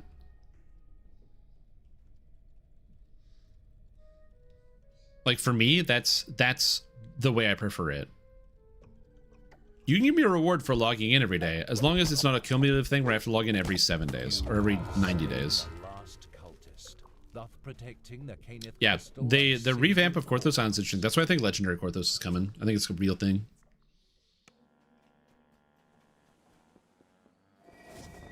Oh, I have ship buffs. I thought I didn't get ship buffs. Huh, when did I do that? I do not recall doing that. Oh yeah, it looks way better, and the crystal doesn't die in one hit. It takes about 15 hits for the crystal to break. So you really got to try to lose that quest. Dust and mold fill this ill-maintained storehouse. Yeah. So I'm not trying to be like a big-time complainer and be like, I don't like it when video games try to monetize my attachment to their systems and throw predatory monetization at me, because like, yeah, bold takes from Tom. But it's, again, just more so generally, like, I personally don't get motivated when they say, hey, by the way, if you don't do this, you're gonna be missing out. Look at all this stuff you missed out on. Damn, you really should have done this, huh? Don't flaunt it in front of my face. How about you go straight to hell? I hate that sort of system. Sarhagen emerges from a hidden passage demanding the key. You mustn't let the scroll. Either I get it and I enjoy it, or I don't get it and I miss out.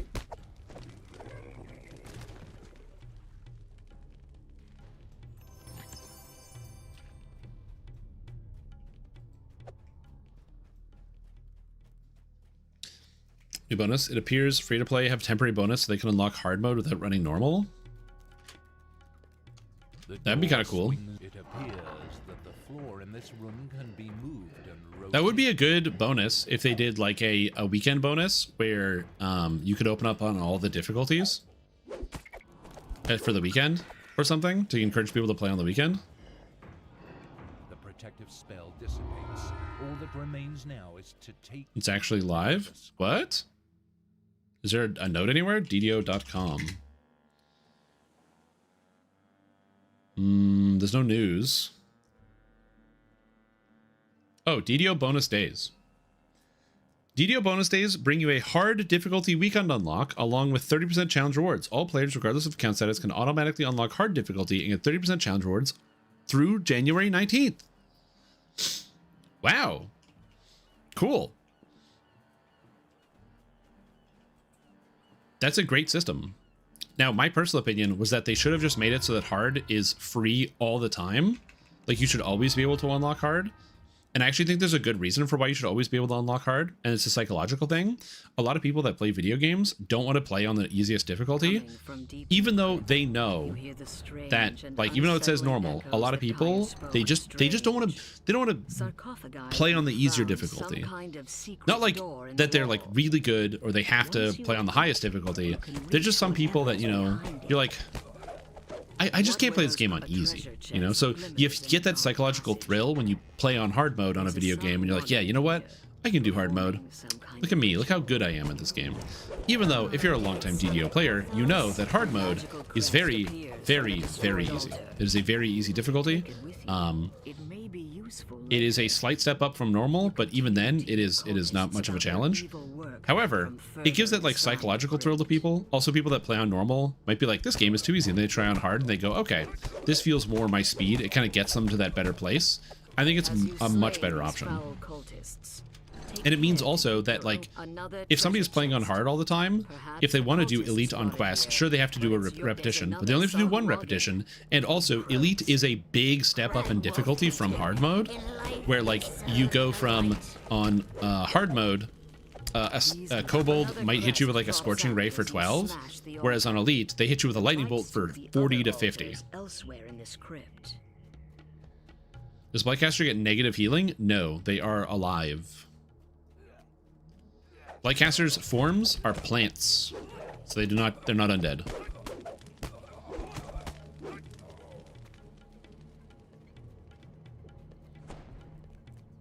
Yep. Yeah, and also if you're not a VIP, getting the favor dash is also a good idea, I agree. Die. Mordia, so I could rent the expansion from one saga run. Is an evil devourer altar. You have a Chill of Lamordia guest pass? How did you get the guest pass? You just log in and it was on your character? Maybe they gave it out for free, I don't know. Crest appears. It glows with cold magic.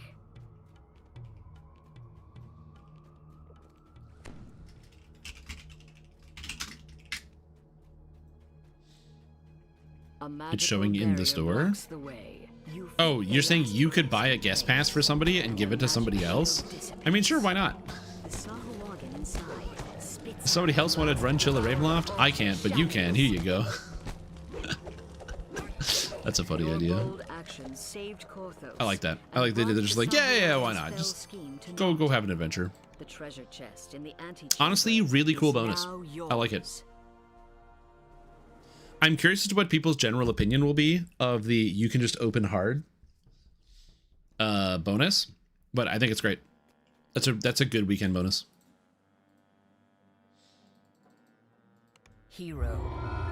Because I'm not gonna lie, there are like a fair number of posts you will see if you go on like either the DDO forums, the DDO subreddit, other places like the Facebook page, where people will complain that the game is like too easy because they just crush everything and it's boring and they don't want to like repeat quests. So having access to hard mode as a beginner is a good idea. Your waiting bears fruit. In rotation and cover all of them. You could do that. You could also just like buy the expansion, but yeah. What a spit in the face for us VIP paying customers. Ooh, I bet it's on the forums. I wonder if people are upset about it. Let's see. It's a slap in the face. DDO bonus days.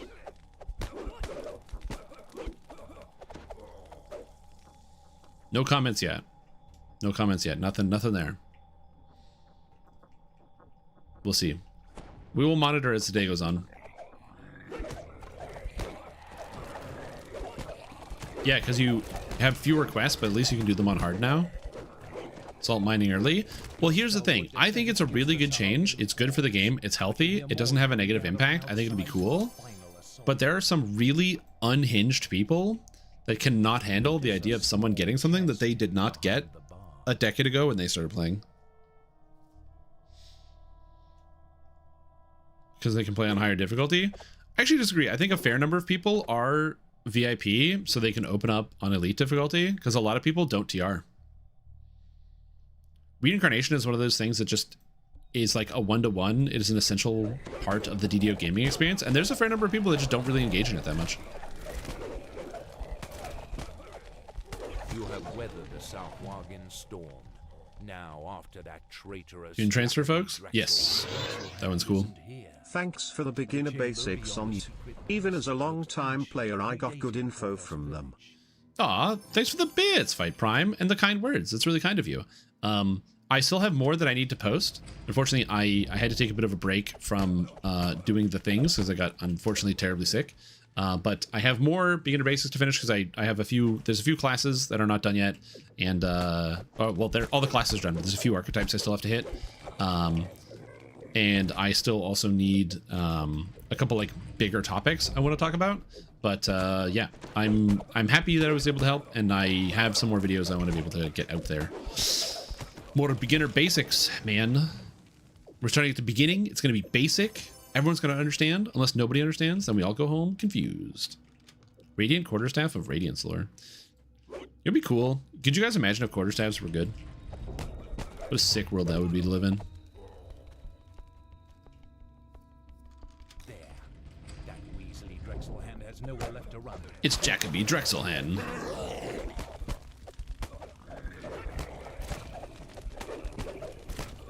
Yeah, but I'm talking about for like magic users.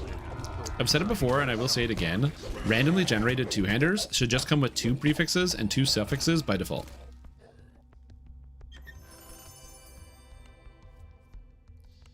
At all times. It's like the only way to make them even kind of useful.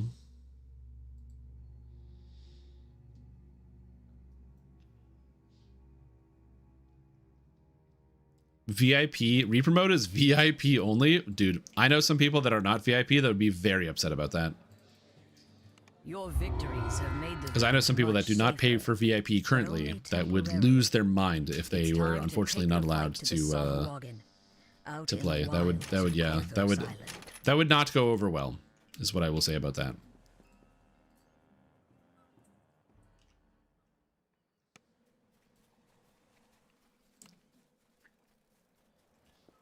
Also, I should turn on my Bond of the Fallen. Apparently, I didn't turn on the Aasimar Scourge bonus.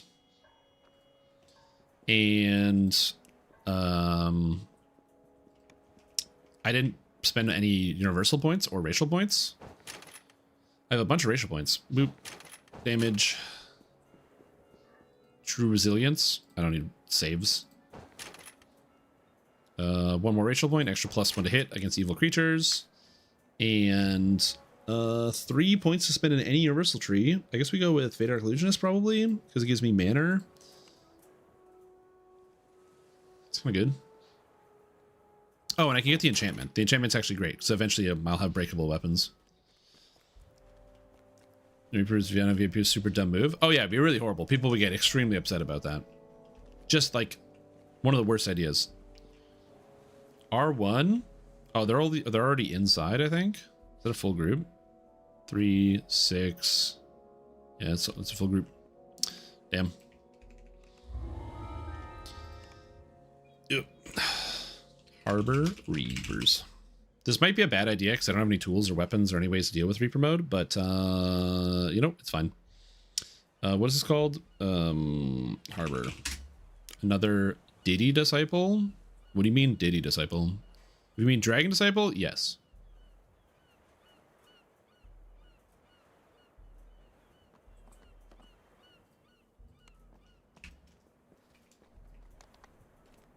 Set your Reaper points to 0? True, yeah.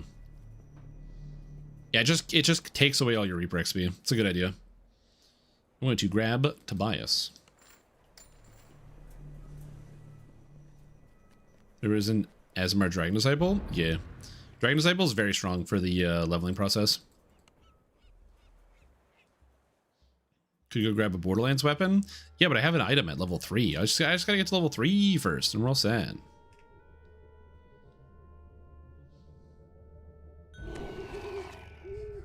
Alright, you're gonna get over here, and we're all set. I will still see, like, people trying to give advice to new players and telling them, like, yo, man, don't ever use hirelings. Hirelings are bad. And I am still confused by that in current year.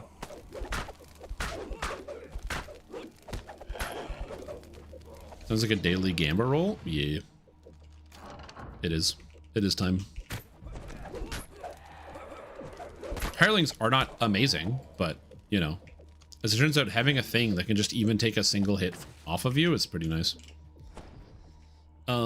Yeah, I can do that.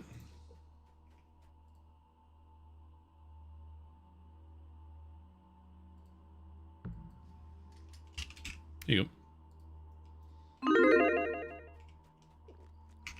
Oh shit, this guy's right here. Yeah, it's just like a thing that fights for you.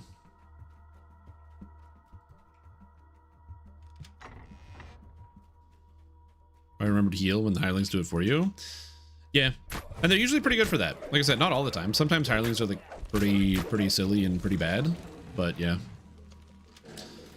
The only thing you have to remember about hirelings is that if you are somebody who's been, you know, you're a relatively new player, just remember that if you're in a group, don't summon a hireling unless you talk to the person who owns the group.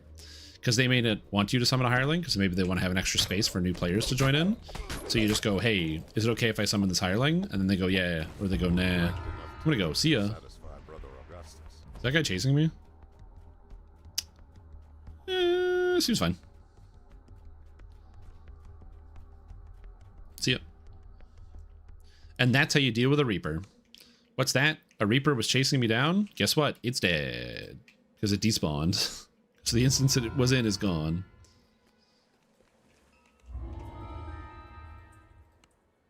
I might die in here, we'll see.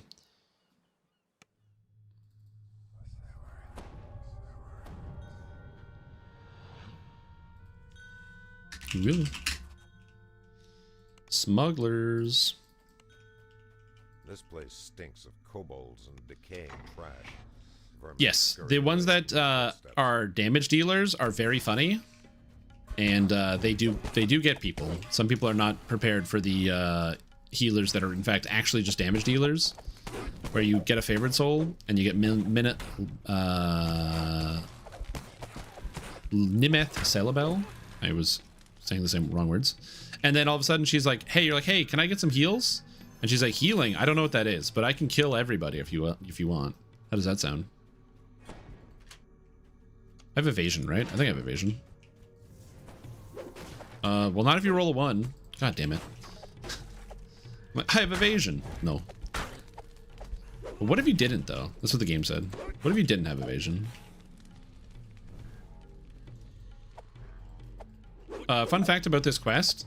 It's lagging. Fun fact about this quest. The smuggler's gems can only come from barrels. So if you're doing this quest, you can just break the barrels. Whoa, gigalag. We're dying. The servers are dying. Help. Gigalag.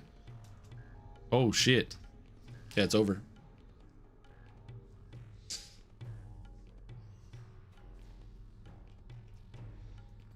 Jeez Louise, what is that?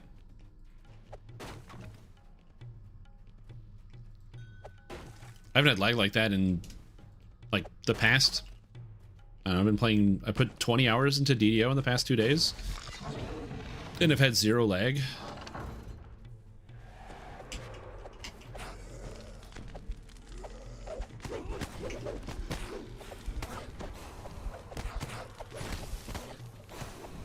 Get him out of here.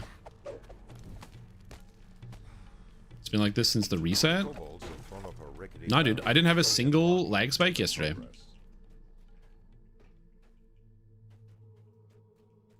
In Castle Ravenloft? I didn't see it.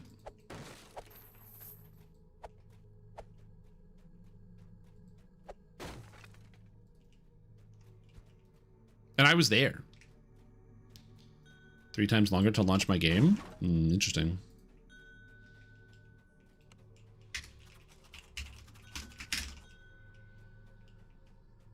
Uh-oh. You flinch as an unseen wedge comes to your face. Yeah. It could be like a login server issue. I think they also mentioned they were having like some service problems for like some of the EU stuff. So I don't know if that is also persisting in other places, but that's what I heard. Apparently that's one of the issues and why Moonsea is feeling weird, because there's like some service issues with the European servers. Again, this is what I heard. I don't know if it's true. Trip. Just gotta trip the scorpions, man. Did I just do 12 sneak attack? Past lives, man. Past lives. Whoa. Hello.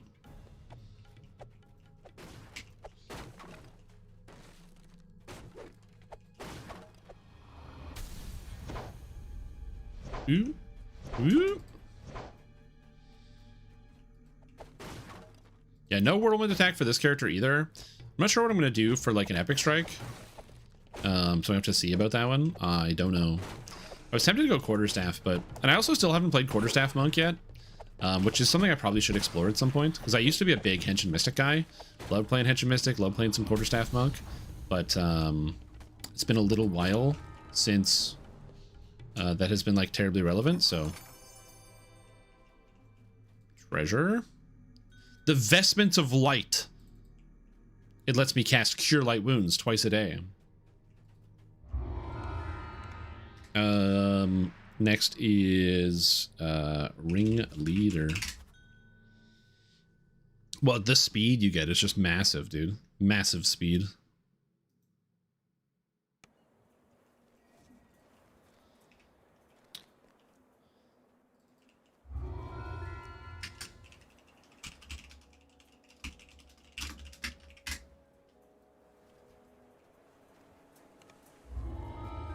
It's a cracked item. Yeah, there's a lot of cool stuff. I actually passed it, but there was a bracer that I didn't pick up. That was death block of fortification bracers, fortification 56. What a crazy item to pick up. Acolyte's breath, electricity, maximize. Oh shit! I ran into a reaper. Hey, what's up, buddy? There's double reapers here. I don't have enough key. Right, I need key. Hit enemies. Hit enemies. It's fine. Hit enemies. Thank you, fighter. I'm like, huh? I can't spam all my abilities. What the heck? I only get 1 key per hit. Oh no, there's another reaper here. And he made a save against my spells. They're so potent. They're so powerful. Yeah, being level 2 sucks.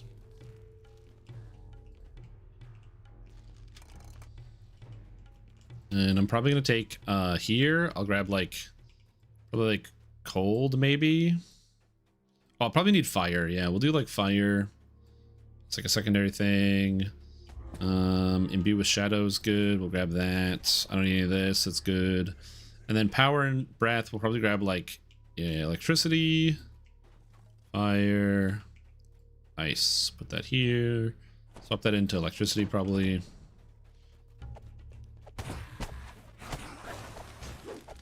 And the familiar. Oh yeah, the familiar. I forgot to summon the old find cat. Here we go.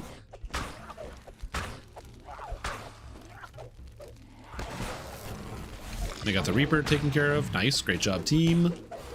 Yeah, getting extra key per strike is going to be so essential when I level up, which I'm very excited for. I think I have 0 points left over, so I have to wait a little bit deeper into 3, unfortunately. Go melee, get him.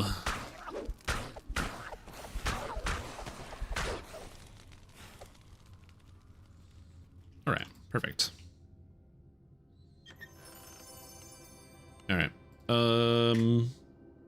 Next is stealthy.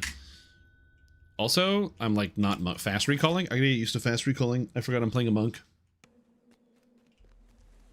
Admittedly, I do use the recall time to tell people the quest that we're going to next. Elementally warded Ring of Featherfall? What the Yes, give me that. Thank you. Stealthy. I'm just taking my level. Where's the monk trainer? Hey, buddy. Hey, buddy. Yep. Yep. Thank you. And I need... Quicken. And I'm going to be a light monk. Thanks. So I want Hands of Mercy, which means to be a light monk. I don't think I get anything else. And then we go to here, this tab. Item, equip, item, equip, item, equip, item, equip. There we go.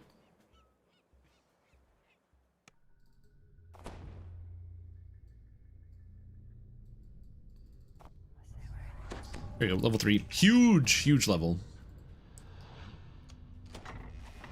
I don't have like an improved weapon, so I'm still just using the base weapon. And I actually don't have wisdom to damage right now. But we'll get there when we get there.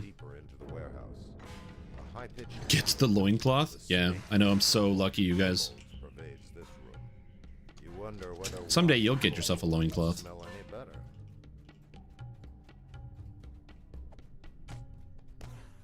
A stairway leads down into a lower section of the warehouse. Yeah, the spell-like abilities use key, as was pointed out, so you have to be meleeing all the time. So you basically have to play this character as like a type of hybrid. You can't just be like, go like pure key or like pure melee. Well, you can go pure melee if you want, but if you want to use any of the key abilities, you unfortunately or fortunately, depending on how you look at it, are required to actually use the other like engage in melee.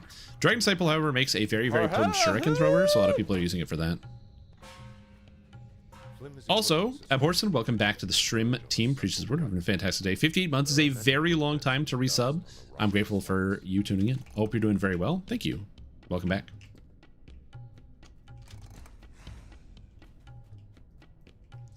Yeah, I need spellcasting ammo.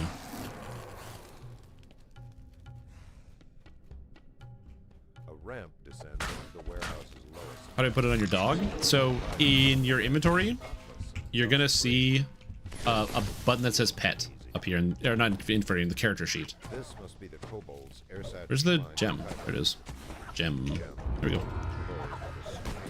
sickly light. Slain too many prophets. Thus failed the quest. Easy game. Well, we just sprint through it. Yeah, pet button in the character sheet. Jika's Spangle, +2 armor class. Alright. Garrison pack.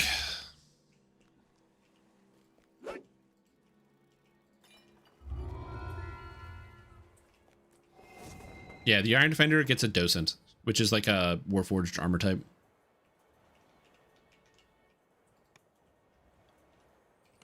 Okay, next is a Garrison pack. I have an extra spell slot. Do I want to cast a spell? No. Yeah, I'm actually pulling every named item in the harbor right now. As you enter the sewer, Garrison calls from It is above. in fact streamer luck. I am very lucky. Some people say never lucky. I don't. I'm always lucky. Gone and a lone kobold. I will say I do have a reasonably good luck when it comes to pulling named items in DDO in general. But in some games I just don't. Like in Pokemon Go, I am not lucky at all. I find very often when I play Pokemon Go, after you complete one of the raid battles, so which requires multiple people, and then you fight like a hard boss, like a legendary Pokemon, something like that, you then have to catch it, and the catch rates can be kind of low. I think they, at best, you can get them up to like 11% or 12% or something. And like, I miss so many Pokemon. I'll like go, like my girlfriend and I will go out and play together, and so we'll like go somewhere, we'll do an event, and she'll catch everything, and she'll watch as I just like don't catch again and again and again. And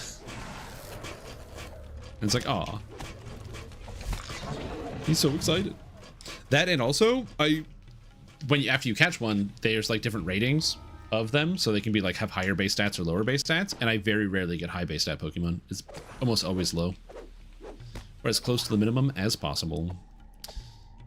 Doesn't bother me though, because like it's not a huge impact on the game to have the really high stuff for the high base stats versus the low base stats. It's like a minor difference. So I try to get good ones, but it's not the end of the world, the fact that I don't all the time.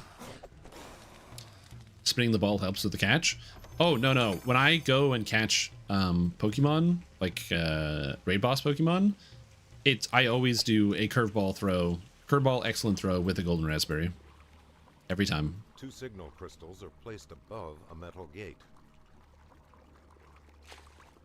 And I'll hit 20 excellent throws in a row. Like I get excellent throws almost all the time, even just general play, because I spent too much time playing the game. So like they would have like a challenge, and in the game it would be like, oh, you gotta get like 10 excellent throws, and it's like done. Oh, here, does somebody want to do this? I don't have a loot, so I can't do it. I guess whoever has the loot doesn't want to do it, so we're not doing it. You see All right. a pack that has been unceremoniously discarded beside a brazier.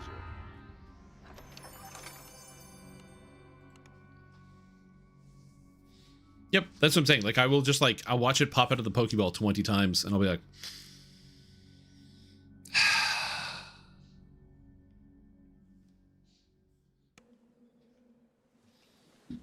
take a nice deep breath. Blasting goggles of deadly. All right, Dirk. Dirk has a secret, and he's not telling you. He's keeping everything to himself. What a meanie bobini. Oh, Way of the Mighty Dragon. Excellent. Now I have Wisdom to damage, which is big.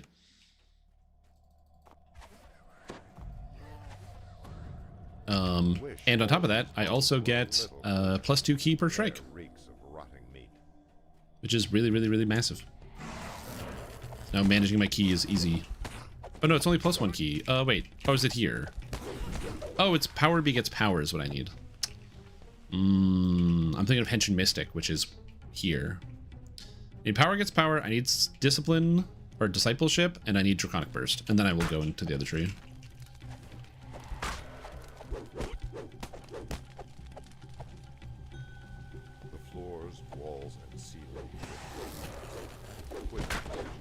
They make their save against my abilities. What the heck? I will say something I do appreciate is the fact that my hand wraps don't break. Very convenient. Being them for 0? Oh, because my hand wraps aren't magical. I don't have a magic item in my hands, so I'm not dealing damage to Reapers. That's really funny. This room stinks. I forgot that they have damage reduction against non-magic weapons.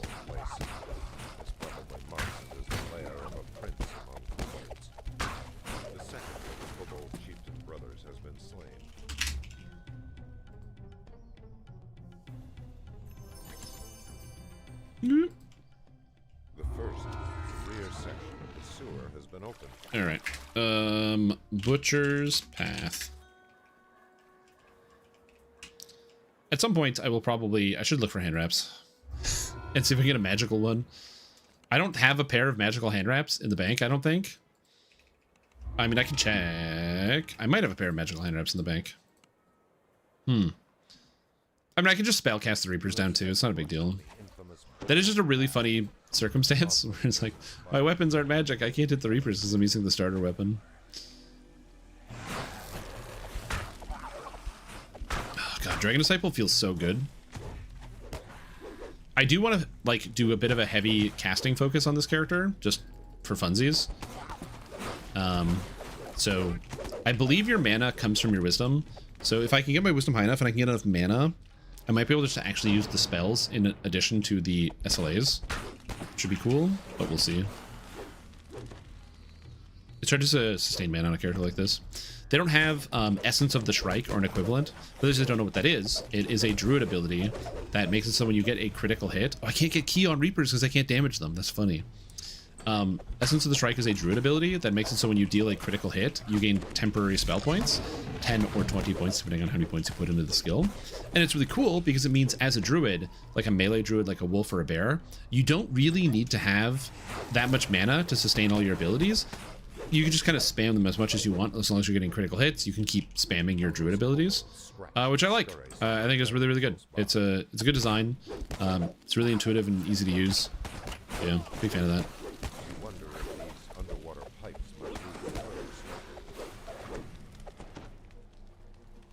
Yep. Haste potion. Oh, where did this person die? Oh, they're going? Okay. Moment.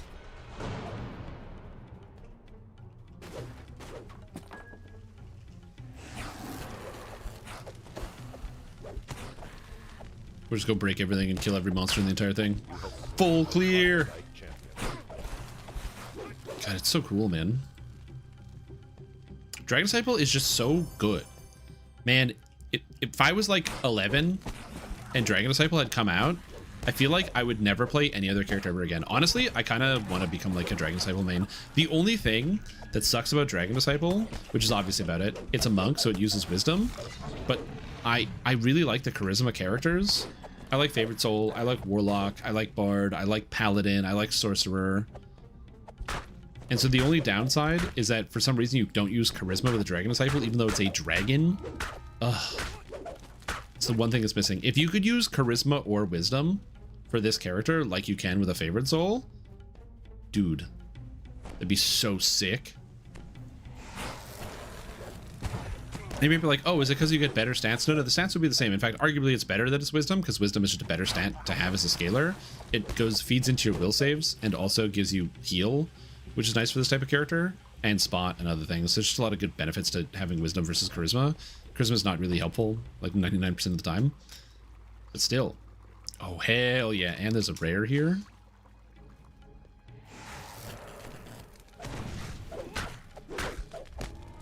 Yep. Fey Dark DDM.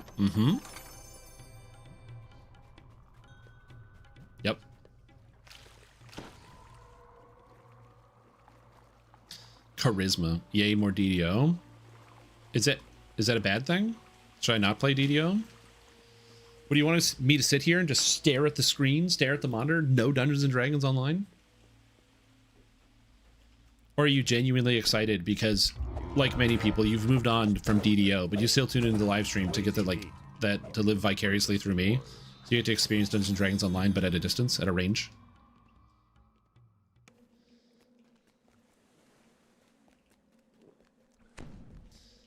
Okay, Fight Prime, I have a question for you then. Oh, next is Lost Tome. Question for you, because do I have any hand wraps in here that are magical? No, I have literally no magical hand wraps. No, that's funny. Since you mentioned Monk is your favorite class, how did you feel about the Monk rework? Where they changed up the abilities and got rid of the combo system and all that.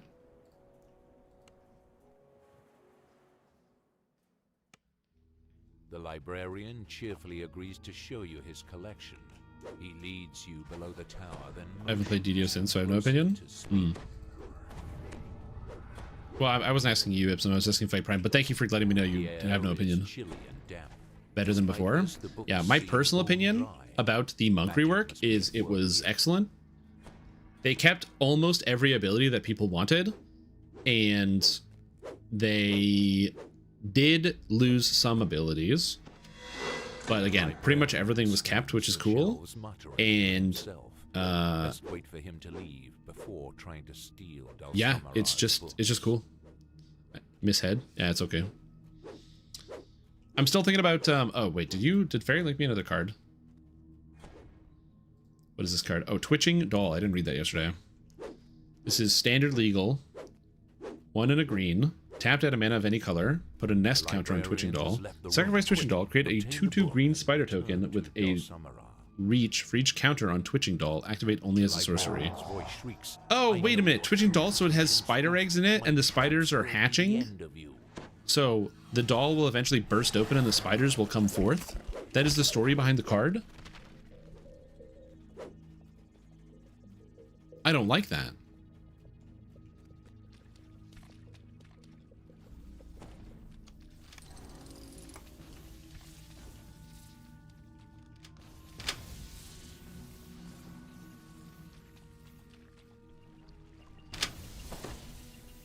Plus 40 reflex save. Hell yeah, dude. Punch him.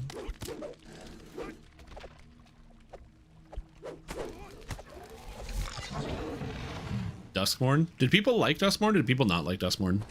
Look at the alt art for it. Oh, I don't like the alt art for it. I don't like that. That's even worse. Oh no.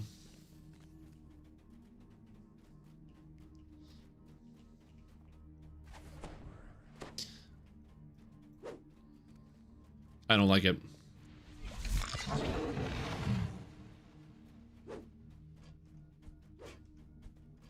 Yeah, they pretty much stripped out the combo system. So instead of combo to use your abilities, they just put the abilities in the enhancement trees and then buffed up all the enhancement trees. They also made it so the trees are not weapon specific. It used to be edged weapons was Ninja Spy, Quarterstaff was Central Mystic, and hand wraps was Shintao. Now all weapon types work with all trees. So you can use whatever you feel like it. Haverdasher.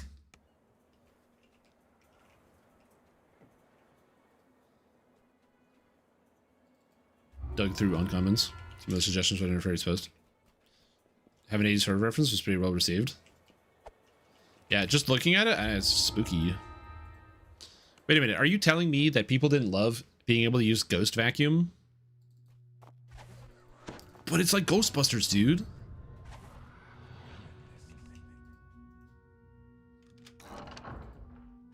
A skittering sound beneath the floor sets your nerves on edge.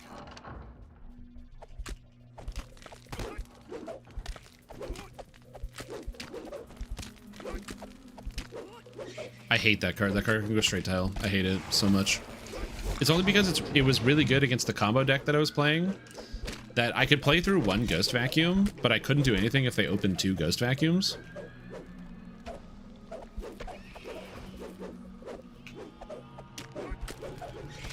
Again, good card. The final spasm, Great card, the actually. last scorpion collapses. At Strimtom card ideas. Did you type in at Strimtom instead of adding me?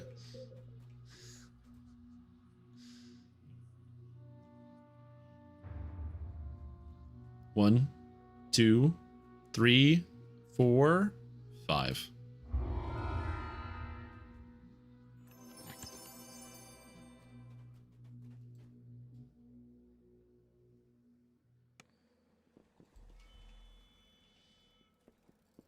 All right. What's the quest called? What's this quest called? Info is key. Shit, dude. It's actually a very good card. It is a very good card. It wrecked me. It just sucks up my vacuum.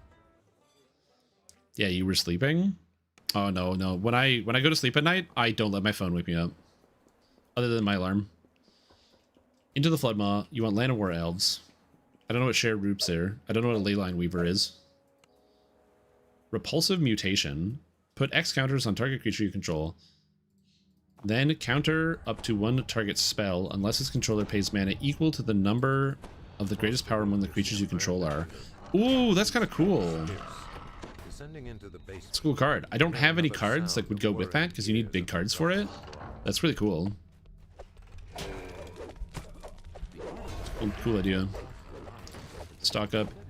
Aetherize. 4 mana, blue. Return all attacking creatures to their owner's hands. It's kind of cool. Tatyova. What happens if you return a token to somebody's hand?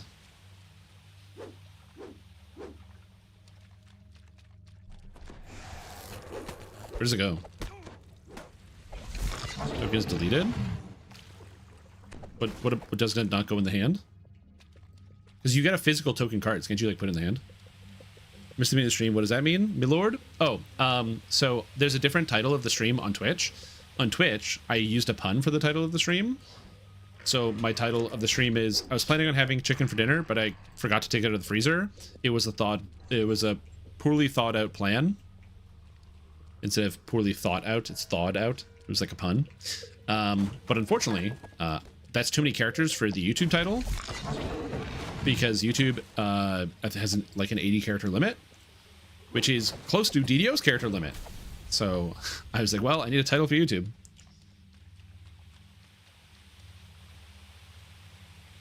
Can't put tokens in your hand. I don't know. I feel like you can put tokens in your hand. They're on the table. Just pick them up. They go in different zones. They do go to the graveyard, but once state-based actions are checked, they stop existing. Yeah, you can send a token to the graveyard, but then once the token is in the graveyard, the token is no longer in the graveyard. Again, the card game I played the most of was Hearthstone, and if you bounce a token into somebody's hand, or even worse, you shuffle a token into somebody's deck, it like ruins their whole life. There was like this awesome priest card, which was Psychic Scream. It was a 7 mana card, but you shuffled all creatures into your opponent's deck. And the best part about Psychic Scream is it took tokens and everything. So if there was like 5 tokens on the field, you just shove it into their deck. And now they have the worst draws ever.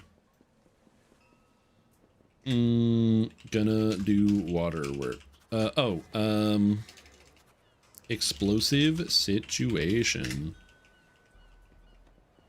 The title meant nothing? Yeah. It was a meme, man. It was a meme. Now I have regular Draconic Burst. Fire.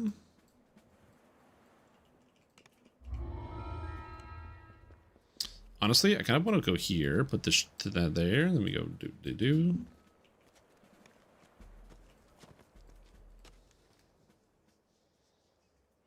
Some alchemy cards that do stuff like that? I see.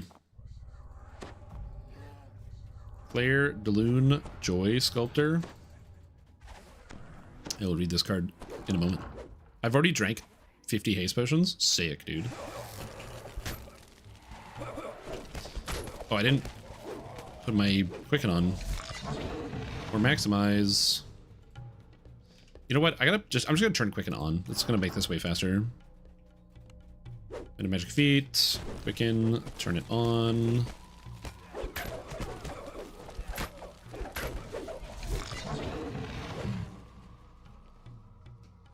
Good conjure, so you're technically making copies of cards rather than tokens.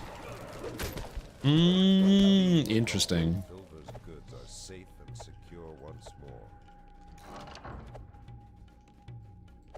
Oh, how do I build Dragon Disciple at cap? Sorry, I saw your message, but I was distracted about magic cards at Borson. Okay, so Dragon Disciple at cap is one of those things that is good in the sense that if you are running, like, once you get the gear set up, if you're running, like, you know, R10s or even just, like, regular endgame, you can make an effective Dragon Disciple. The DCs on Dragon Disciple are capable of being the same as a sorcerer of equivalent power. So you would think to yourself, market 3s, missing in action and sunken sewer. You would think that because you are like only have 4th level spells and have fewer access to spells, that your DCs would actually be way lower. But funnily enough, that's actually not the case because you get so much extra charisma from all of that. Missing in action. But yeah, you get so many extra DCs from the fact that you get +4 from just your stance. So you get +4 wisdom from Ocean Stance. You get +4 wisdom from the Capstone, where a sorcerer only gets +2 charisma. So you actually kind of catch up very effectively, and you get more DCs just from the trees in general. And so as a result, you can have really high DCs. On top of that, Pinatelli, welcome to the stream team. Appreciate the support. Hope you're having a fantastic day. Thank you so much for tuning in. I really appreciate it. Welcome. On top of that, there are effects like out of Draconic Incarnation that can, let's say you decide even to ignore most of your spell casting, you can still kind of force it through because Draconic Incarnation has an effect which makes it so all of your Dragon Breath type spells, your Burst, your Breath, Devastation, all of those things can paralyze with no save. So they end up becoming still useful parts of the rotation because you can paralyze. Additionally, if you use Dragon Breath from Draconic Incarnation and use the Vortex, which allows you to deal damage over time around your character, each tick can cause a paralysis, basically making you a walking paralysis machine, which is kind of cool, even if your DCs suck. Additionally, Draconic Devastation, the actual spell, is very strong and does a lot of damage. And since you can get Draconic Devastation, the spell-like ability, and the actual spell, you can do a good amount of burst on a Draconic Incarnation. Where it falls short, or not Draconic Incarnation, Dragon Disciple, where it falls short is sustained R10 DPS. It's not an R10 solo machine. You are a part of the group. You're a cog. You have defense, you have healing, you have offense, you have crowd control, but you don't have the true DPS to rip apart a Doom Reaper if you want to go with the hybrid. So you do need to make sure you have like other people with you. It's not a solo machine, but as a member of the party, you are very, very good. And then also at the for like endgame raids and things, again, you just don't have the same amount of damage as another character because you have to invest in a lot of these spellcasting stats, which can feel pretty bad. But as I said, because you get a lot of your damage is from your ki, because you generate ki by attacking, you get to cast your spells, you can kind of do them whenever, and you do have a lot of supplementary damage. The biggest area where Dragon Disciple starts to fall short is the fact that your imbue damage that you get is magic damage, which is reduced heavily in Reaper mode, which means you do need to have a good amount of physical damage to be able to sustain it and do everything, which again is not always going to be feasible depending on the character that you happen to be playing. So just always keep that in mind when you're playing Dragon Disciple. Overall, a Dragon Disciple is a character that can do really well in an R10 group and can actually be successful in raiding. Where you're going to fall apart is if you try to do low man R10 content, or if you're trying to be like the sole DPS of your group, it's not going to be as good. You definitely want to have other people there who are helping you out with that. And then finally, if you want to get into high Reaper raiding, not the right choice for the hybrid Dragon Disciple. But because you can get your DCs high enough and you have good offensive spells, it can still be quite good. Hopefully that answers the question. And now I'll kind of answer your follow-up here. Whoop. Yep, Sunken Sewer. Yes, save's good. The small burst to add vulnerability stacks. Yeah, there's the thing that makes it do that. Which doesn't love EK, so it seems like something like it. Yeah, it's a honestly, it's a better and a worse Eldritch Knight. If you want to have a damage spellcasting Eldritch Knight, it's better because it does that role better as a damage caster than a regular Eldritch Knight is going to do. Levers on the wall might lower this half But of the it bridge. does the role of Require a short swim. crowd control caster worse than Eldritch Knight because, of course, Eldritch Knight gets access to Mass Hold Monster. And, like, listen, I like Dragon Disciple. I think Dragon Disciple's fun. I think it's powerful. I think it's really cool. But, like, Mass Hold Monster, you know what I'm saying? Glad you're honest. So many streamers are full of it. Hey, I'm glad I can be honest with you. Yeah, sorry. I like when it comes to the titles of the live stream, I try to just like either put it something relevant to what's happening during the day or during the live stream. So it'd be like, by the way, X, Y, or Z is happening. Or I'll just write something silly.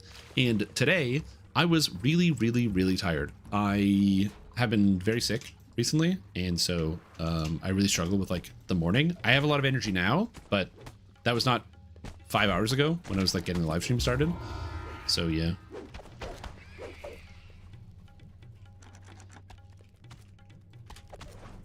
He said something about taking the Macrotech Epic Destiny line would be viable to take Bastard Sword plus Rune Arm use because you get strike through chance through your hand fighting increased spell power. I didn't say that, but you can do that as well. Rune Arms are really, really good offensive tools. And I'm a big fan of them. In fact, I played a War Priest that used Rune Arms.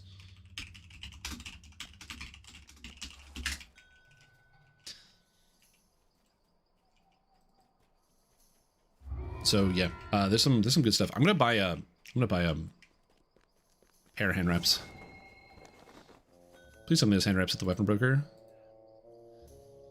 Hand wraps. But yeah, I played a oh yeah, armor piercing. Oh, holy? Wait, holy for level 4? Okay, perfect. All right. Water. Nope. Arbor. Oh, I'm doing too many things at the same time.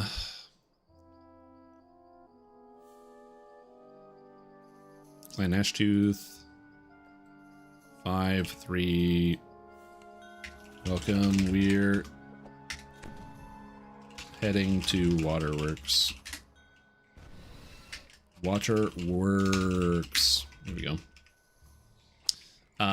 But yeah, I played a War Priest and I used Rune Arms. It was basically a hybrid character that I used Strength and Charisma, and it was a Dark Apostate, actually, War Priest. I used Bastard Sword in one hand with Ignition, and then I used the Rune Arm from Fires of Morgrave.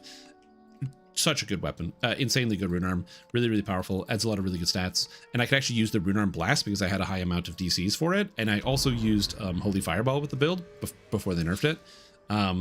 And yeah, it was really, really cool. Big fan. And it was like kind of a hybrid Eldritch Knight with some buffing capability with a whole bunch of stuff. Okay. Wisdom.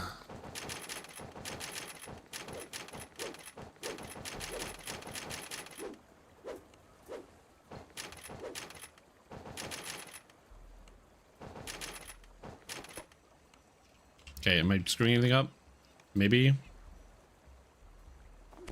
Okay, good. I'm like taking spells, so I like trying to get all my abilities sort of lined up here. Here we go. All right, heading in. Many imbue dice as you can. Yep, because you can get the imbue dice out of macro, you can get the imbue dice out of primal, imbue dice out of. I wouldn't go Shirati, but you can. Yeah, RIP Holy Fireball. Speaking of Holy Fireball, you guys want to do some gambling? That's right. A lot of people wanted to gamble today. We have a lot of points on the silver roll. Man, people have faith that the high roll is going to happen. Will we roll above a 69? Let's find out. No, we don't. It's 28 today. So congratulations all the people that thought I was going to roll low. You were right. Statistically, more often than not, you will be right. Yeah, unfortunately.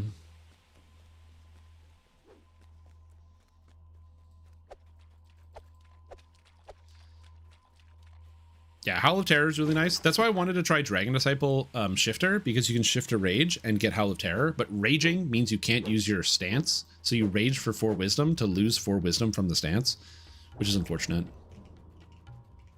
This person is naked.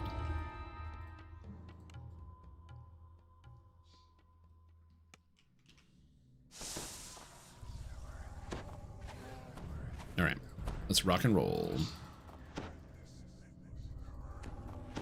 I'm missing something, but I don't know what. What am I missing? I have the breath. Oh, Reaper Strike. Reaper Strike.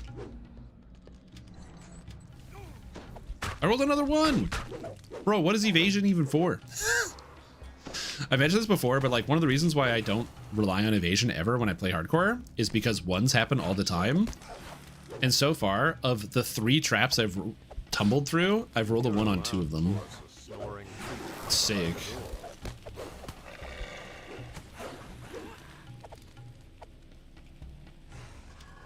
Which, like, you know, you're gonna roll a 1 sometimes. It's just kind of funny that the odds of that. I'm slowed? Is there a Reaper? Oh, we just went different directions. Have you tried not rolling a 1? No, I haven't. I instead rolled a 1. I figured that would be easier. Get better dice. You know what? True. Let's get a better dice. Let's go to the UI, get some new dice. Metallic green. Let's go with golden magic. That should fix it. Sometimes, I'm sure you have, many of you have had this experience where you have a dice that just rolls poorly for you, so it goes to the dice jail. You just banish it to the Shadow Realm, and you're like, no, no dice. You're not allowed to play anymore. You have failed me. And it gets benched. What's the DC on this? 29, 31. Oh my lord. Curiosity, what do you think makes the best Tempest Ranger? And with new changes, is Dex king with Temp? Yeah, well, Dex probably, if you're like a pure class, if you're not multi-classing, Dex is 100% king. You get Dex from the capstone, which is really, really nice. And you can use Dex with any weapon types now, which is really cool. Whereas before that was not an option. I want to try a Dex-based Khopesh user in the future, because I just think it would be kind of neat to play, or either Khopesh or Longsword, depends on, you know, how I'm feeling at the time. AoE damage. This guy goes stealth. Wow, are you serious?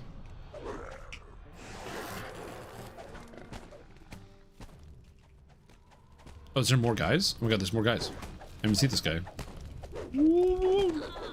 Yeah. So yeah, definitely Dex is king for a Tempest, for sure. And it's pretty much the same stuff we were already doing. The benefit now is that the capstone gives you the +4 Dex that you can actually use, because usually you play a lot of strength-based Tempest Rangers. Although you still can do like a flex where you multi-class like Tempest Dragonlord, which is also quite popular. Tempest Dragonlord, Tempest Paladin are both like reasonable options that people will use as well. So the answer is there's a lot of different ways to do it, but the classic just rip 20 Ranger, like 20 Dark Hunter right now, Dex based using any weapon you want is quite good. We didn't talk to the chief. Dark Hunter is just a better Tempest. Bad dice in front of other dice so they know what will happen. Yeah. Where to get those wings from? These wings are from a Reaper mode. So as you play Reaper mode, you will earn Reaper experience. Once you get up to 75 points, you'll be able to buy these wings for 2 million platinum from a vendor. And you have to buy them every time you reincarnate.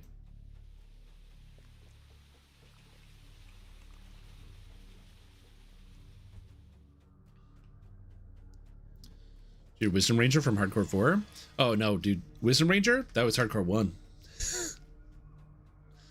That was Hardcore 1. I remember, that was a good time. It was the 5th character that made it through. Shrimp Tom 5.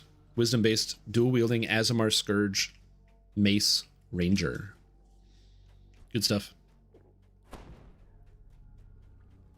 Yep. Yeah, I hate to say this to you, Abhorson, but you, like me, are unfortunately old. I know. You're like, Hardcore 1. Wasn't that like 5 years ago? Mm-hmm. That's right. Old. It happens to us all. Time moves forward. Tick-tock.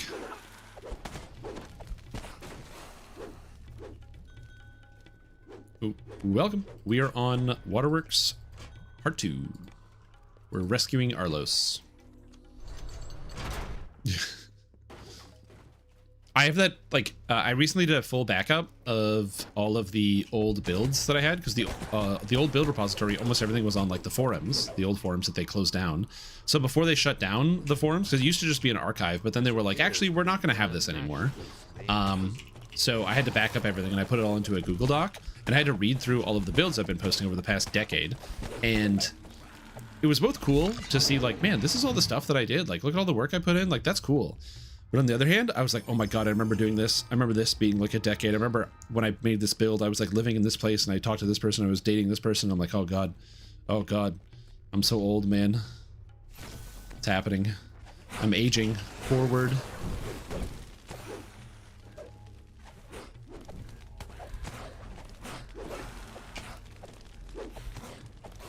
Prism Cleric, yeah. Was DDO and Giant Hold was new content? Yeah. Miss the feeling of old hardcore? I agree. I also miss the feeling of old hardcore. Hey, Reaper, what's up? Can't hit me because I'm too fast. I'm a monk.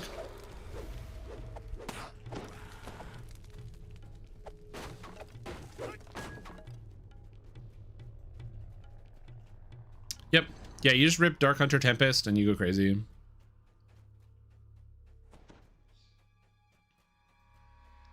Because Dark Hunter is just regular Tempest Ranger, except you get more sneak attack dice. You get better self-healing because you get the admixture spells. And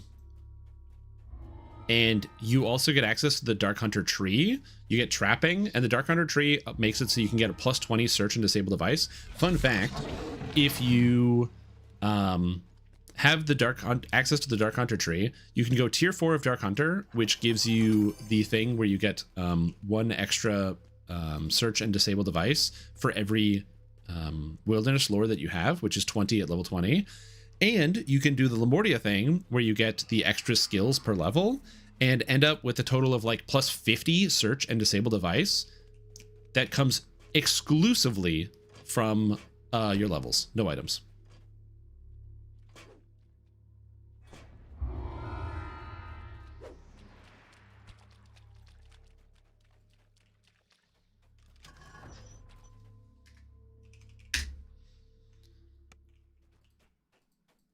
So it basically allows you to disable every single trap in the game without having to worry about it at all. It's very good.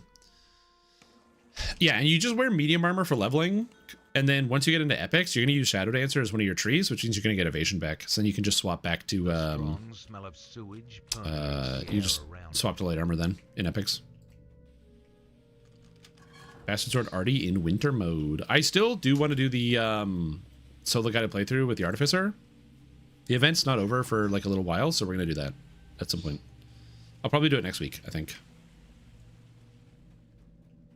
Is a good time to start.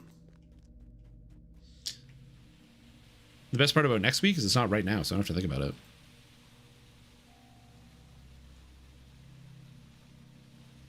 My potion expired.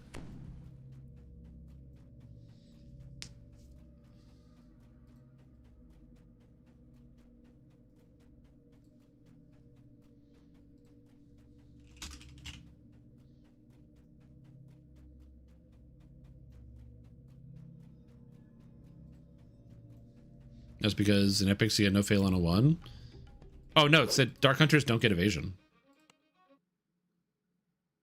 You don't really need no fail on a 1 for the most part. It's mostly just that like you don't get evasion on a Dark Hunter, so you just get evasion back. So without evasion, there's no real reason to wear light armor. Obviously there's a reason for the dodge. Like by level 34, you will be wearing light armor 100% of the time. So that's just going to be the case. So you're going to be wearing light armor absolutely by that time, but because as it turns out, having like +30 max dex bonus on your light armor is really, really good. So you can have a 30 dodge, which is very easy to come by and really powerful. But yeah, you'll swap in there. Cleave and cleave from the tree. Yeah, I've been meaning to try cleave and great cleave with the extra increase to stats that they got. Because they're actually good now, which is weird.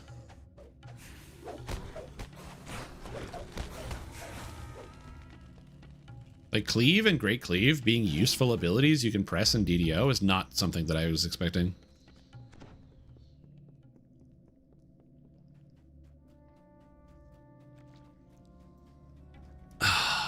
Water. I don't remember to drink water. I always forget.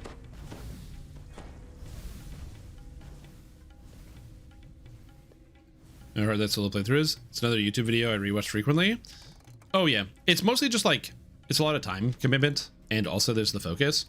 Like, listen, as fun as it was for me to do the solo guided playthrough for the fighter, where I farmed out an item in the desert for 3 hours while I blathered about Path of Exile, that was fun.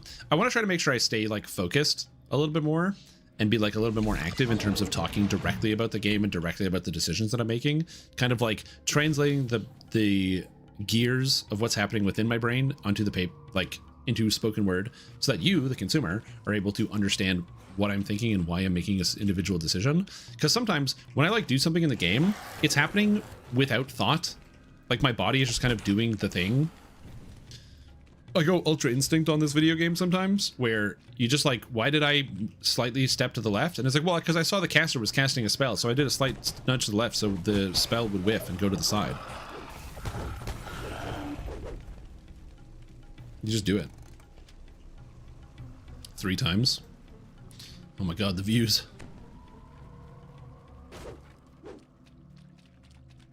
But yeah, that's the thing too. It's good, like, sometimes it's good to just have like a video series that has 100 episodes in it that you can just rewatch every once in a while. So I'm gonna throw it in the background while you're farming. See pipes intersecting it that might help break your fall. But yeah. Whee. Hello, Chris. How are you doing? How's your day going? I'm never using this. I should probably use this. Reaper Strike. Double Strike. You've been on break from streaming? Yeah. Oh no! Malefic Fire Breather 8 Radaz. Oh, rip. Don't ever do the Fairland Carnival. Just don't do it. It's not a good idea. Sick AF and life sucks. Yo, I feel that one. I have been sick AF for the past like 3 weeks, and I'm finally like turning the corner, and it's sick. Well, not like it's sick like as in, like it's good that I'm turning the corner, not like I'm still like I'm you understand. You're smart. You're a smart guy.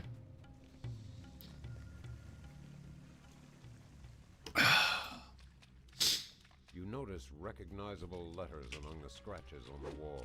They really hear loud footsteps on the other side of the door. Is everyone in? 1, 2, 3, 4, 5, 6. Yep, that's us. I was really close to that line too. All right, Waterworks Part 4. Everyone's favorite adventure. One of the benefits of doing the solo guided playthrough is that I do get to play as a first life character, so you level so fast on first lifers.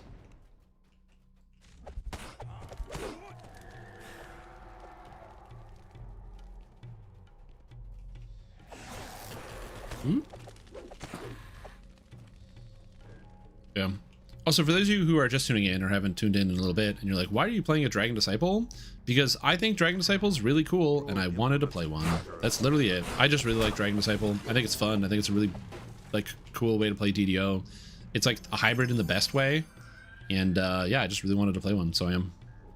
There's no other reasoning. It's just really fun. It's a fun character class. I'll be even more excited when I get the healing. Oh, the healing.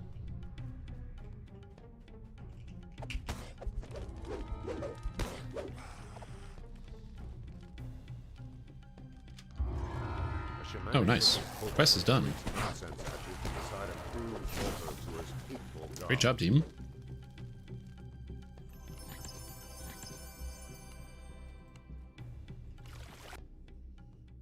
Next is Covered Culvert. Oh, whoops. I failed this fast recall. Fortunately, Demorchai's not here to give me a 0-10. Covered Culvert.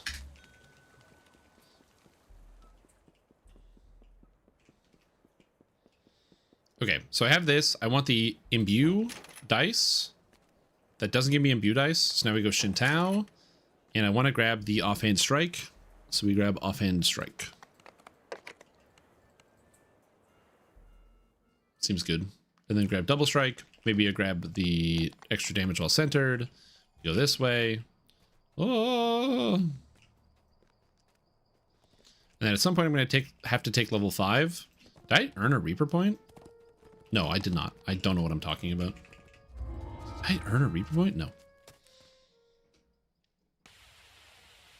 We're going to slam this, then we're going to run some STK.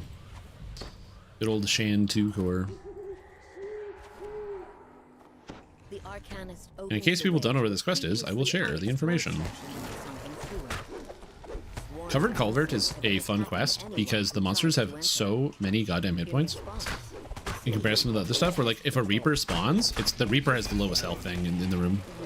The door is secured with a green lock. Oh, in here? Surely there Oof. must be a way to open it nearby. Yeah. It's a newer quest, so the monsters hit quite hard. Whoop. Hey. Alright. Spider has no interest in me. It's fine. Should not have been watching Netflix? No, probably not. That's okay. I'm sure whatever you're watching was really good. You probably remember all the details from it and how good it was. It wasn't one of those things where you just like had it passively on the other monitor and you absorbed nothing. A nearby gate squeals open when the lever is pulled. The crawlers. Dude, they're spooky, man. They are spooky. Double Reaper room. Whoa. These guys be spellcasting. The green door has been opened. You can now proceed further into the vermin infested. Okay, let me go up here. Go up here.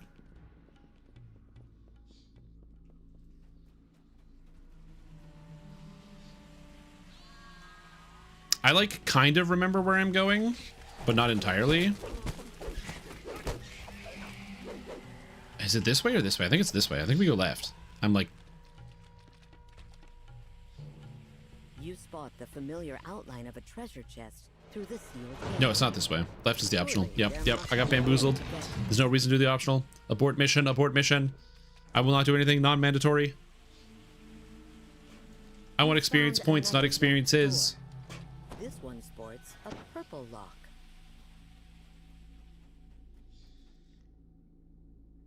I still don't give you full credit. I was frantically trying to get Troy to stop. Oh shit. Oh shit. The lag. Game dying. Game dead. DDO died. Okay, we're free.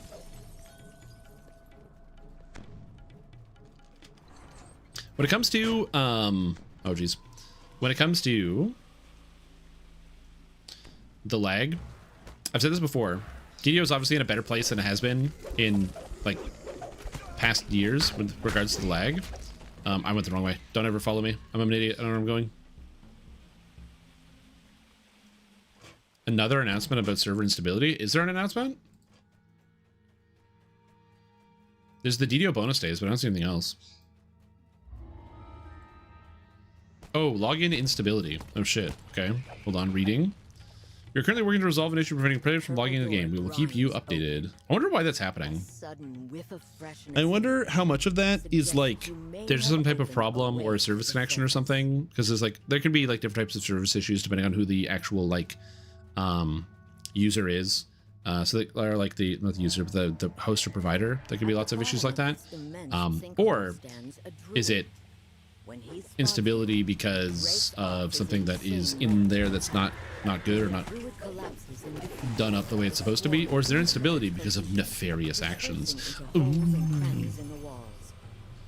Vermin Keeper's Bangle. I do like bangles. Yo, this item is sick. What the hell? Wisdom and magical sheltering? It's got a moon augment slot? That's cool. Oh shit. Alright, STK next.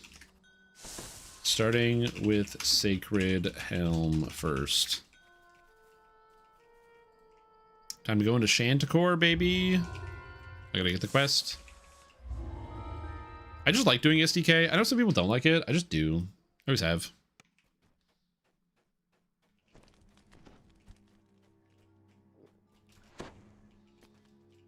Yeah. We're going to be doing the Night Brigade for sure. I like the Night Brigade. I also haven't done, not Toil and Trouble. What's the other one? I guess you don't really need to do the cat one anymore. Because those items are good, but like, they don't have Sun and Moon augment slots. Man, the Sun and Moon augment slots are like a double-edged sword. On the one hand, it's really good that they exist because they make the build crafting so much more interesting when it comes to different types of equipment pieces. But on the downside, any items that don't have Sun and Moon augments, I'm like, ugh. Crudely stitched war banners hang everywhere in this room.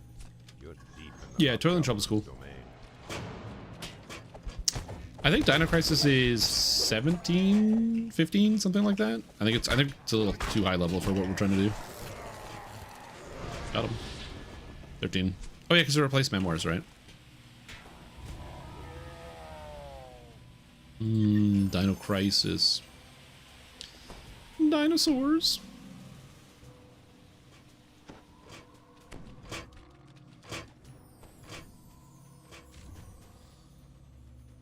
Oh man, you know, be a stupid challenge. Do like an old school DDO challenge, so you can't do any quests that released after like 2014. Level up to the level cap. Old school DDO challenge. Go run every old quest in the whole game.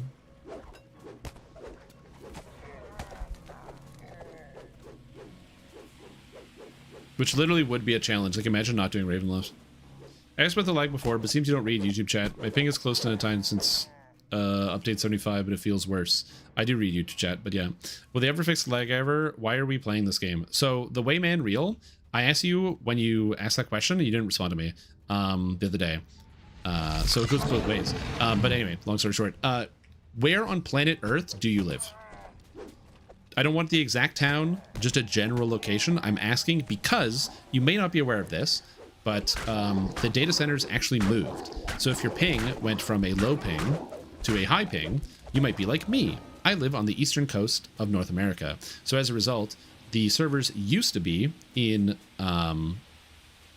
New Jersey, and they have moved to Las Vegas. Vegas is a little bit more west and a little bit more south than New Jersey. And so for me, my ping went from being like 26, it is now 91 because it's a bit of a distance.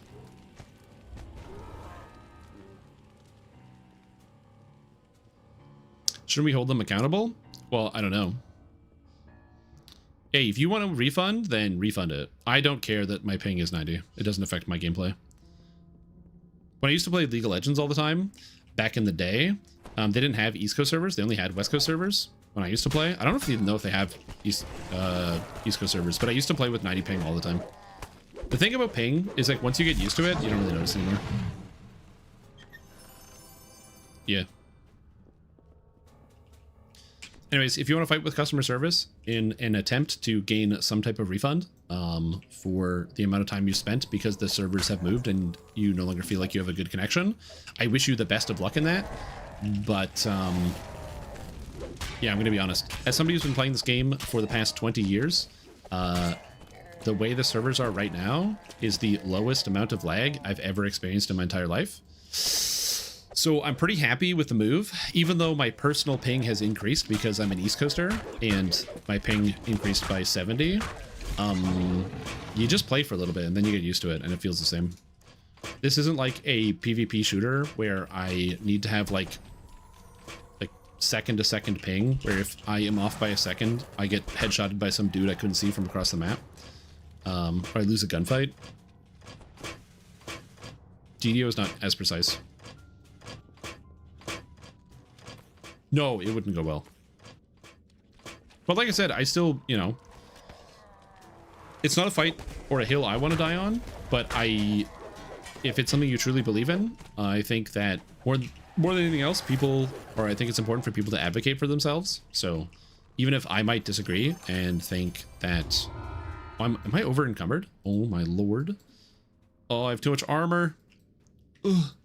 Yeah, even though I might fundamentally disagree, I don't think that means you shouldn't take up your issues or your interests and try to get something better for yourself. That is my answer. Tick rate is like 10 to 15, so changing your ping by 40 is nothing? Yeah, basically. If I end up doing Reaver's Refuge, I do like Reaver's Refuge. SDK now. I find it fun. TR took me 6 months to meet somebody tickets to get it back. Yeah. I mean, I feel like in those 6 months, I probably would have just gotten a new Chaos Blade. Although, to be fair, in 2009, that was a slightly harder ask because there was no runes, of course, obviously. Although people were running the desert raid all the time, Zombie's Revenge was being run all the time. Because everybody was flagged, because every single person was running, because you like pretty much needed to run against a Demon Queen. You're running ADQ1 every single time. Direct Dale's markings issue the warning. Kobolds ahead. Instead of plate armor, I got hit with Raven Feeble. Yeah. My game crashed. Now I can't get in. Yeah. Yeah, apparently the login servers are having like super problems right now. Which sucks. Are you liking the Artificer? Oh, I'm glad to hear you like the Artificer. That's awesome. Yeah, Artificer's cool. It's got range. It's got healing. If you do end up going the Warforged route, you can heal yourself with repair. If you don't go the Warforged route, you can just heal yourself with like the regular potions. And if you go the non-Warforged route, you can still heal yourself with repair because there technically is a feat line to turn yourself into a robot.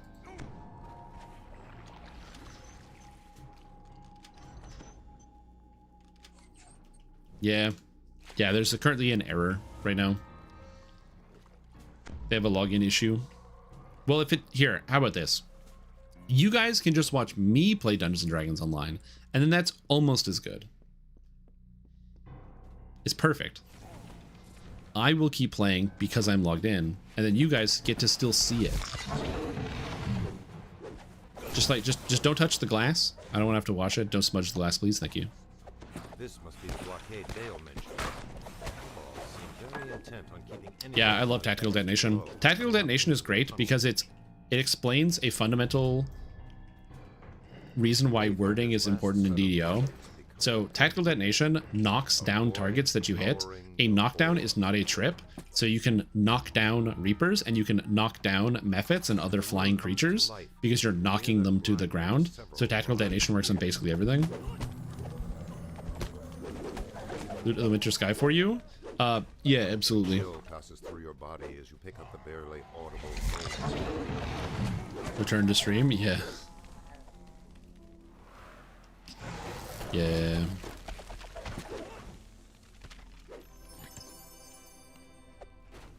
Gonna play some Magic? Me? Am I going to play some Magic? Probably not. I did take some time to put some cards together last night, so I have a like bad mid-range deck that I'm slowly working on. Because the thing is, I don't really have a lot of cards because I don't play a lot of Magic, and so my cards are mostly like common cards and uncommons. So the main issue is that there are a lot of like good workhorse commons and uncommons. But man, if it ain't true that the rares are just straight up better. Like, man, rare cards just have like more stats on them. Just some wild stuff. So, yeah, there's also just a few key cards that I'm missing that might be interesting. Like, I'm playing Teamer, which is the green, blue, red, and I'm trying to build a deck with that. But like all of these specific Teamer green, blue, red cards are rares. Even and also the lands. Oh my god, don't even get me started about the lands, dude.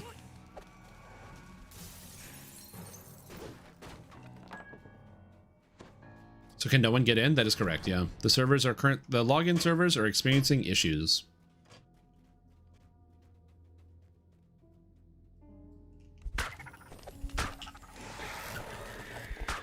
Ristic Study, bad card. Yeah, Ristic Study is a bad card. Just like Necropotence, also a bad card. Skip my draw phase. What the heck? I don't want to do that. That's crazy. The echo of dripping water against rock betrays a flooded section of cave up ahead. Greater Command, but with damage. It's like Greater Command, but with damage. And also because it's not a will save, it works on even more things. Because you get greater command like a skeleton.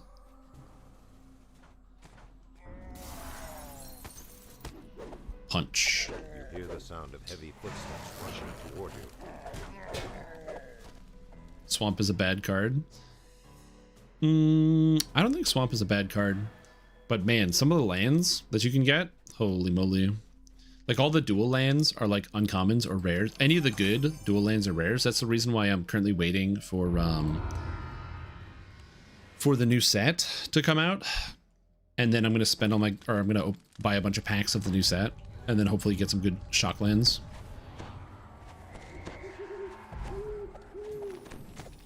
Lands. Or more likely than not, I'm just going to open a bunch of packs and look at all the cards and be like, wow, that's cool. And then use my wild cards to craft the lands. Card crafting.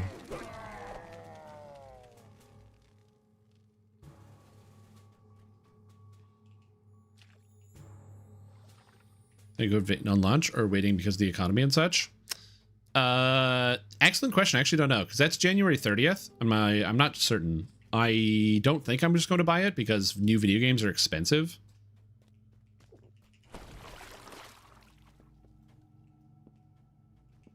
Why did that get turned off? Oh, because I'm still overloaded. I'm still overloaded. I'm still overloaded. I'm still overloaded. Just delete items until you're no longer overloaded. A Kopesh, I don't know, a heavy mace. There we go. Yu-Gi-Oh is greater than MTG. Yu-Gi-Oh is greater than MTG if you like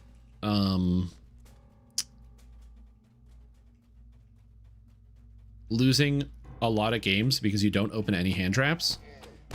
And also being basically incapable of playing a deck unless you have a spreadsheet that explains to you how to play the deck. The river canal below is blocked by a wall. Eternities has your other two. Shocklands. This Epic Strike used to be the caster Epic Strike. Is this still the case? Not really. There's a little bit more variety. You can still use Dragon Breath, but other options include the single target Epic Strike from Mags of the Eclipse, because Mags of the Eclipse is very, very popular. Or the healing Epic Strike from Exalted Angel. Right now, caster Epic Strikes are in a bit of a bad place where none of them are really good, which means you have a lot more flexibility because none of them are really good.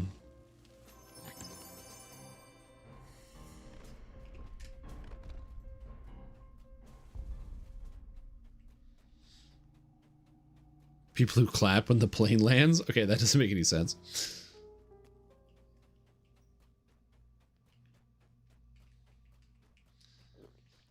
Like, the...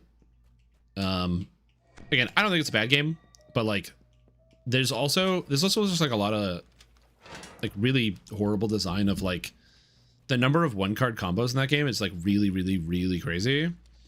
And also the number of like one card combos that can play through like hand disruption is also like really, really, really crazy. And also some of the cards are just like, there's just some like dumb cards that like when you think about it, you're like, when you don't think about it, you're like, oh yeah, that makes sense. And then when you think about it for any amount of time, you're like, oh, that's the worst idea ever. Yeah, you can't log in right now. The login servers are not working, which is perfect because people are just getting home from work in the East Coast. Carrion Swarm used to be a lot better before they had a save on it.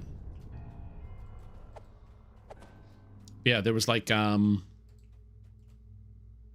great example of a card that if you don't think about it too much, it sounds kind of good, is Crossout Designator. You're like, oh yeah, that's like a good card. It like lets you counter something, and then you realize, oh no, it lets you counter anything. And you realize how horrible of a card it is. And like the game is just littered with that. Star Wars CCG? Hell yeah.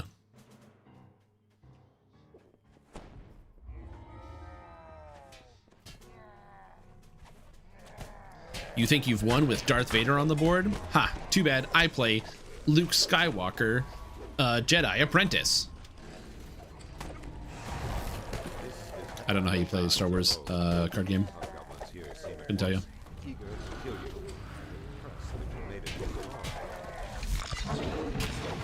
Although I will say, I did see some of the pictures of like the new cards that they're putting out, the ones where they actually have like cool special art that like takes up the whole card, and I think they look pretty cool.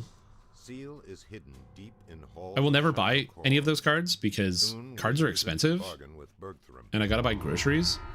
But like, yeah. Star Wars in '95, never look back. Hell yeah, dude. Poison Slinger, Carrion Swarm, Vulnerable Carrion Swarm, then multi-vial into Oblivion. Oh yeah.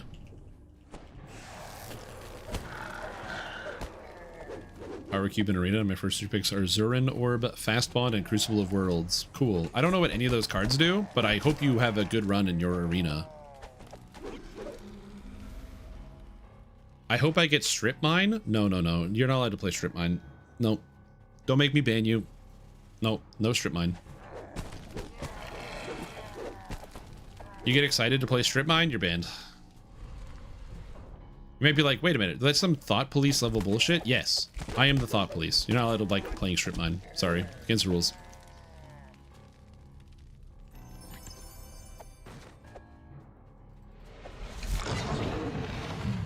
And then it's just a game, you had scan UPC codes, it would generate a monster and you could fight UPC monsters. Basically unstoppable with my can of beans. That's a great idea for a game. Or a bad idea, I don't know. And put it through their monitor. Yeah, like that's the downside of like online Magic, because at the very least, like if you're playing Magic in person, like if you play like, so if you're playing online, right, as Ferry said, if you play Strip Mine in Arena online, you take away someone's lands and they get so frustrated they like smash their monitor with their keyboard, right? And like, you know, that's a thing, but that's not really fair. That's not really a good counter to Strip Mine. The appropriate counter to a card like Strip Mine is that you play Strip Mine and you're like, and you win the game. But then when you leave the game store and you go into the parking lot to like get into your car, that person you Strip Mine comes up behind you and knifes you. And you're just like left bleeding in the parking lot. And when somebody walks up to help, they're like, this guy played Strip Mine. And they go, oh, sorry. Don't mean to get in the way, carry on. And you ride there on the ground. And you have to deal with the consequences of your actions. But in Arena, you don't have to deal with that. It's just different, man. It's just a different time. The kids don't understand how to play real Magic the Gathering.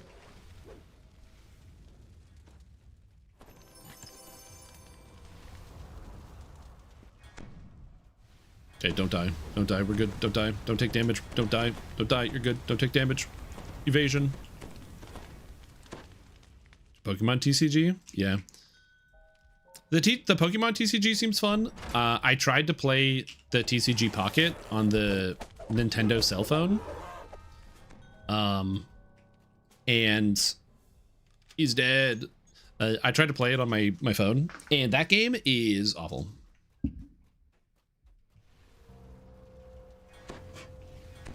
Oh, we got the stones? Nice. The reason why the TCG Pocket for your phone, I personally consider awful, is because it's just like a really watered down version of the Pokemon card game, which is already not like the most complicated game, but it's fine. Games don't have to be complicated to be fun or like to be complex. Like you can have complexity that isn't like, or like make things interesting without it just being like bogged down by like large amounts of text. But the problem with TCG Pocket is there's fewer types in the game. And the way that you get like energy, you don't draw it from the deck. You just get it per turn. You get one per turn. And it's based on the types of cards that you have in the deck. So if you have all grass types, then you get grass energy on your turn. But if you have grass and fire types, then you get both of them. you have a chance to get grass or fire at the start of your turn. So it incentivizes you to realistically only play mono-type decks where like I'm only playing grass or I'm only playing water. There are exceptions, but with fewer types and incentivization for monotype, that means if I'm playing a water type deck and I queue into an electric deck, you like 99% of the time you just lose. It is like the most coin flippy game I've ever played in my entire life. Plus also they do the Marvel Snap thing where you only have like 20 cards in your deck. So every game feels basically the same, except unlike Marvel Snap where there's like the different boards where you have the different places where you play your cards, and that changes every time. So your person you're playing against is different and the board is different. Instead, it's like just the same game every time. It's not good.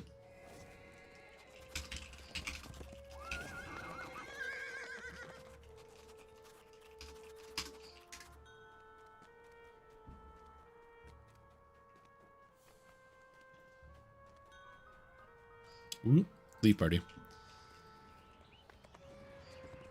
Yeah, but they put Pokimane on a billboard in New York. Do you mean Pokimane the streamer, or Pokemon, and you're saying it as Pokimane?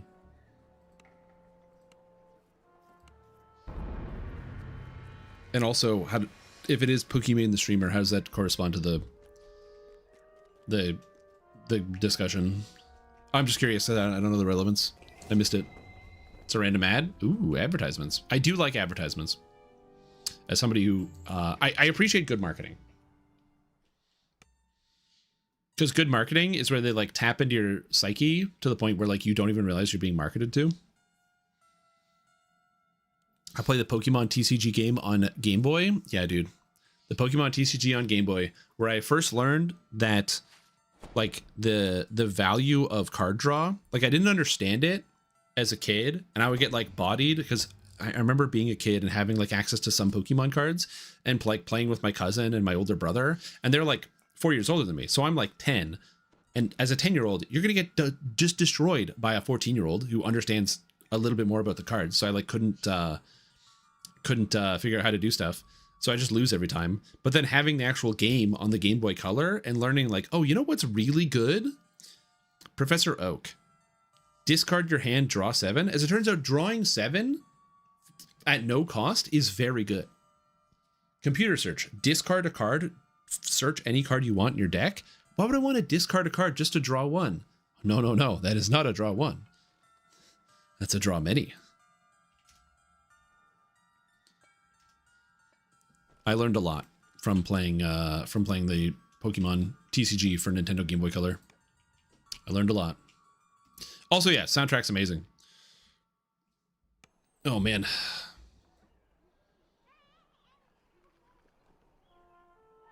The any of the club leaders, the club leader song is sick. Where it's just like starts with that heavy like rolling bass coming in. There's the general sound is also good. Did I never put on the holy hand wraps that I bought? I'm washed up. Or Ronald's theme. Oh my god, Ronald's theme, dude.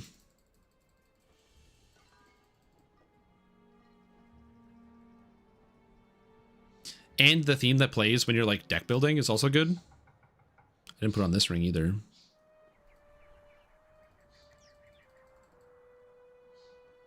I definitely have an affinity for some of these older Nintendo product. I did be playing them on the Nintendo Game Boy. Yo, what's up, Sweet Potato? How you doing today?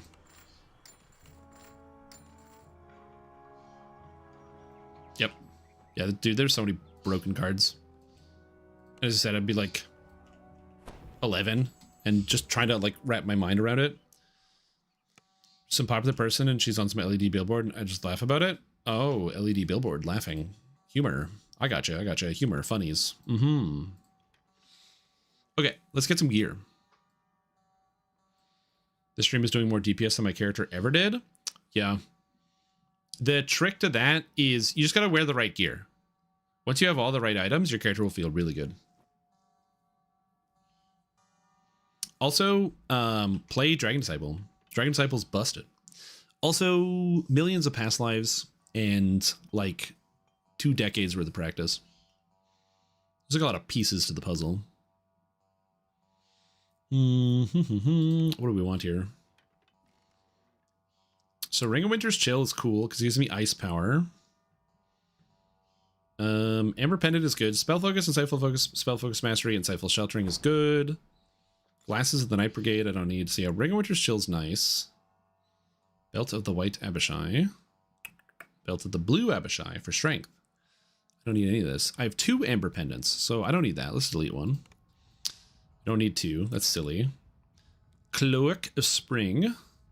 Direbear Belt. This has Insightful Sheltering, but I don't need Insightful Sheltering, so maybe put that away. The Alluring Sheltering is kind of cool. So now I have Sheltering and Insightful Sheltering, which is just nice.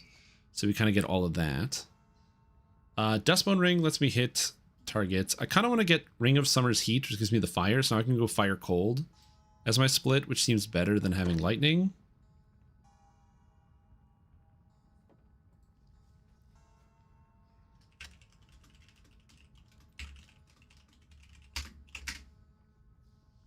Yeah, you got to. Sometimes you got to put the thinking cap on, you know. Now the Dead Ringers gives 100 mana, so we replace the Cinder Fingers, with the Summer's Heat Ring, and now we get 100 mana. Oh yeah, buddy.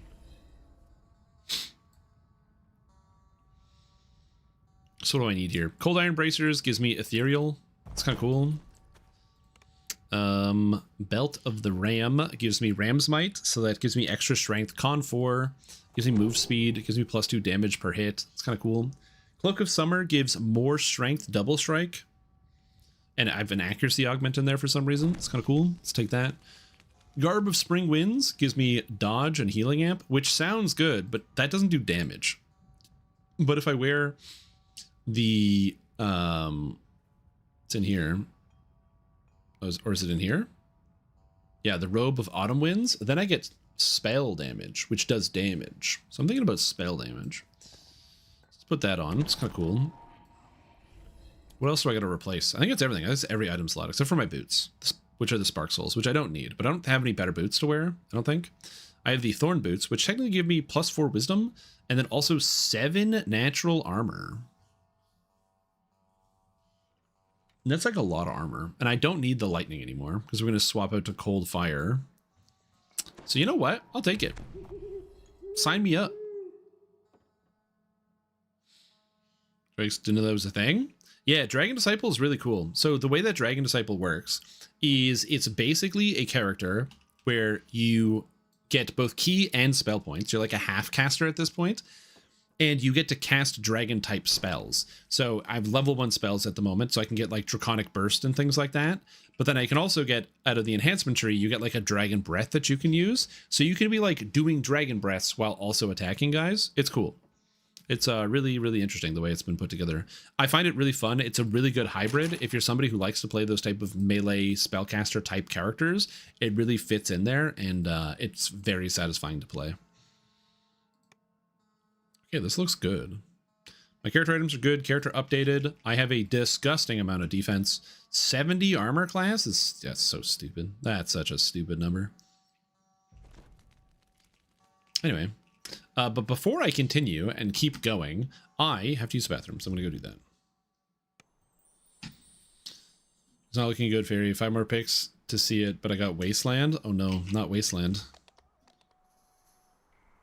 Dude, is this what the autumn robe looks like? Yo! How did I not notice how sick this looks?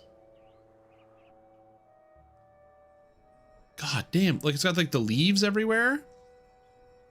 Honestly, this is a sick robe. And that just comes from Feywild? Which is Feywild still 99 points? If it is, buy it. Speaking of Dragon Breath, still go for the caster Epic Strike? Probably. It depends. So if you want, you can go with either Quick Cutter or like the top Epic Strikes I would recommend for Dragon Disciple. If you want to shore up your raw melee, Quick Cutter. If you want to shore up your single target, you go the Sword Sings from Fatesinger. And if you want to kind of continue to push the caster element, then I would go with Dragon Breath. This would be my top 3. Also, it is like still snowing. That's wild. Anyway, I'm going to take 5. I got to get some water, and I haven't taken a break at all the past 5 hours, which is not good. So I'll be right back. Take 5. Be right back.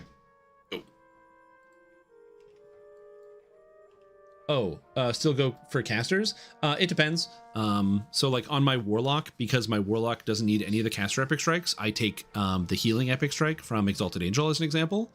And also the epic strike from Magus of the Eclipse. If you actually go T5, Magus of the Eclipse does a ton of damage. It's like a D6 plus 12 single target. So it's not bad.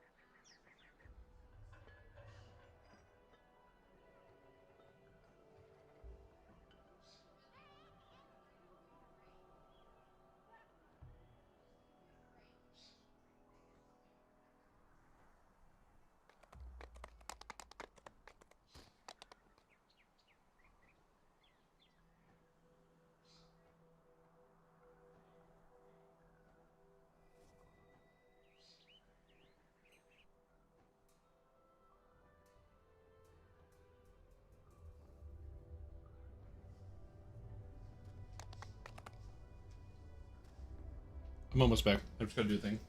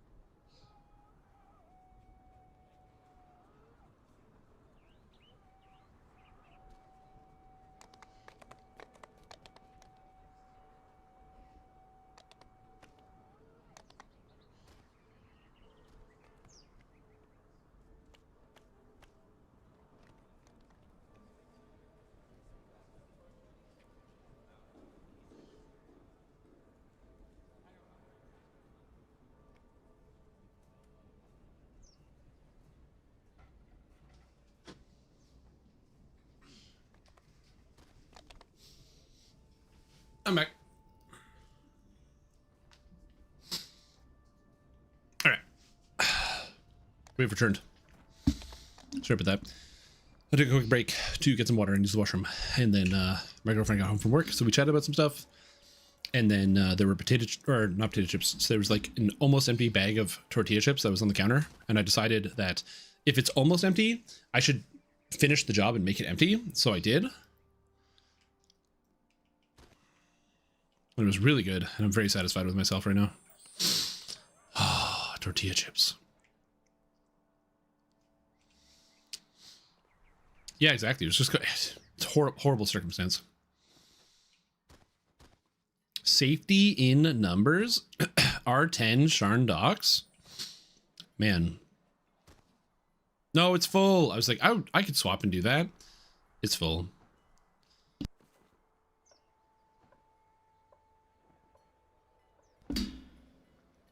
Is there a Mark for Death raid? People are just doing Mark for Death? Damn, that's cool. I'm not flagged, so I can't do it.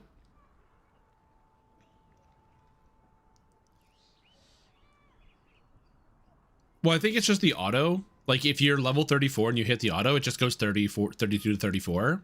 I'm pretty sure if, like, a level 30 or somebody applies, they'll let them in. The issue is also, like, fully geared. If you are doing an R10... it's not that you need to be level 34, but if you're like if you're fully geared level 30, that's fine. You just need to be a fully geared level 30. So we'll see. All right. Anyway, time to take a look at this character. Let's do some more stuff. Let's do some more video gaming, you guys. What's a good quest to do?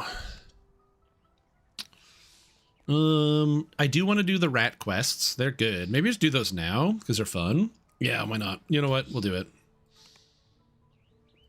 4 to 6, and Reaper 1 quest and Catastrophe. You want me to do Catastrophe? You know what? We'll do it. And then Wayloon we'll do later, but yeah, Catastrophe for now. Cat up. Catastrophe, let's go. Well, I'll do the rat quest later.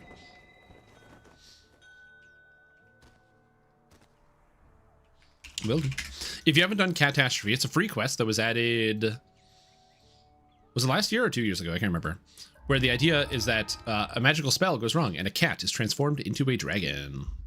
It was really cool because content creator Nobob actually did a weekly live stream where he went through and showed off the process of how they build dungeons and how a dungeon goes from general concept to how they make and execute something, which is pretty neat. And so being able to see that was cool. What's up, King Super Specs? How you doing?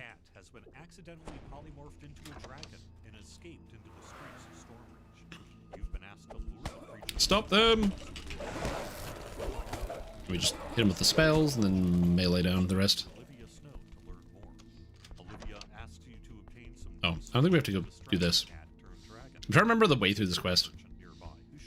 Because I don't do Catastrophe terribly often. Whee! Spellcasting. Although I probably shouldn't be using this. Let's go to Fire. I forgot to change up my spells. I don't have any lightning spell power now. I should change up my element. So I need cold. So lesser burst ice. And I need burst ice. And I need breath ice. Okay, there we go.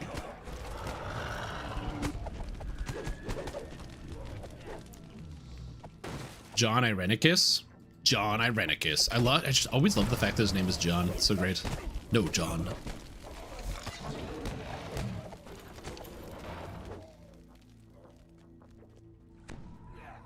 And we drink some potions to keep ourselves alive.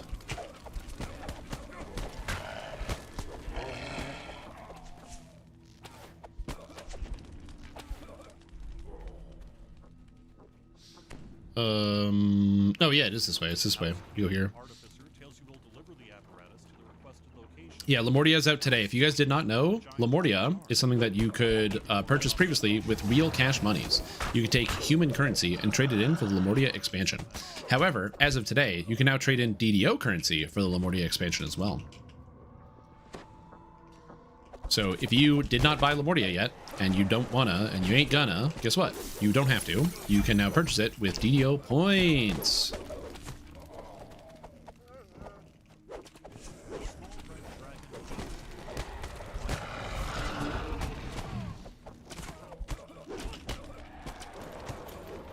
Oh. A pile of destroyed armor and corroded metal surrounds the rust monster. Rust monster, eh? Let's get him. Oh yeah, right. There was like a Baldur's Gate set. Is that specifically Baldur's Gate 3, or is it just like generally Baldur's Gate? Because I know that there's all the gate cards, and then one of the gate cards is in fact Baldur's Gate, which was funny.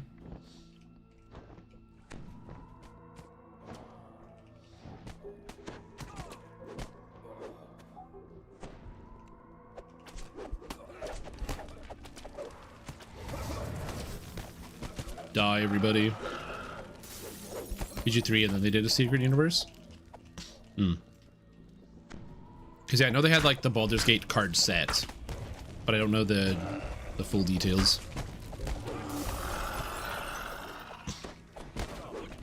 Oh, it is Baldur's Gate 3 themed. Okay, cool. Yo, it's the ball of yarn.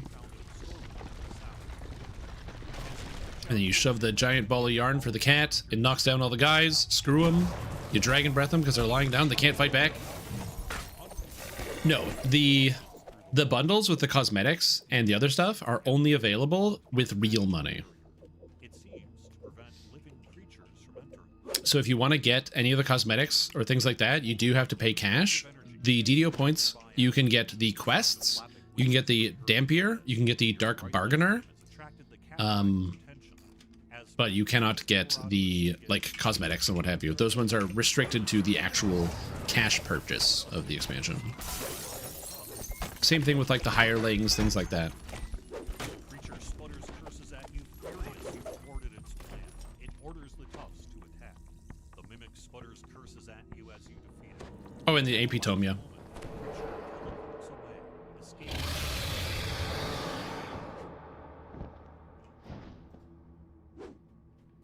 Here we go. The cat dragon. And now the cat dragon is playing with the giant ball of yarn. Great job, team. I got nothing. I know I fell asleep. You gotta get the big fountain full of milk for the cat dragon and the ball of yarn, and it just falls asleep. How adorable. Alright, rat time. Rat time. It's time for the rats. This must be what it sounds like when a dragon tries to purr. Which I believe the first quest is rats in a cage. Play with its toys for now, allowing the Argonauts and wizards to transform it back at their leisure. Tarrasque being in the D&D set and being a dinosaur will never not be funny to me. Wait, the Tarrasque is a dinosaur? I don't think the Tarrasque is a dinosaur.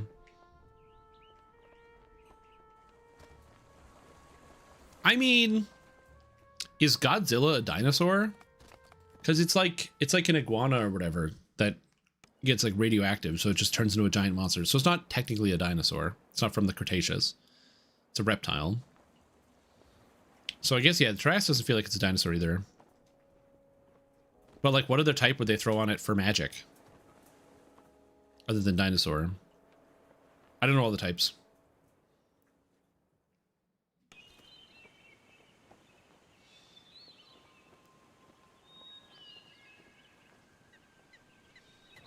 Yeah, I don't know the taxonomy of that.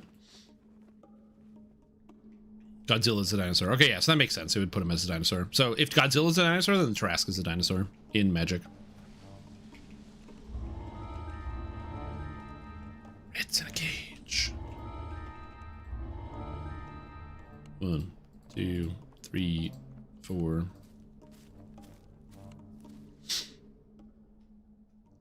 If you've never done these quests for the Night Brigade, I'm a big fan. I really like the Night Brigade quest line. It's cool, it's fun, it's interesting. Neat stuff going on. Rats. Has found a way into the underground arenas run by the Night Squeak, squeak. Brigade. You've been I actually get to be a rat. Look at me. I'm a rat. I can jump really high. When needed. Yeah, and the quests have insane rewards. And defeat the Night Brigade's battle master. The talisman shines brilliantly for a moment. And you transform into a rat. So in here, what you're supposed to do is you're supposed to make sure you don't get caught, and you can hide amongst the people, so that way you don't get caught by the rat catchers. However, what you can do instead is just run past them, and they can't do anything to stop you, and then you just click the door and squeeze through. You can do the quest as intended, or you can do the quest not as intended. And you revert back to your normal form.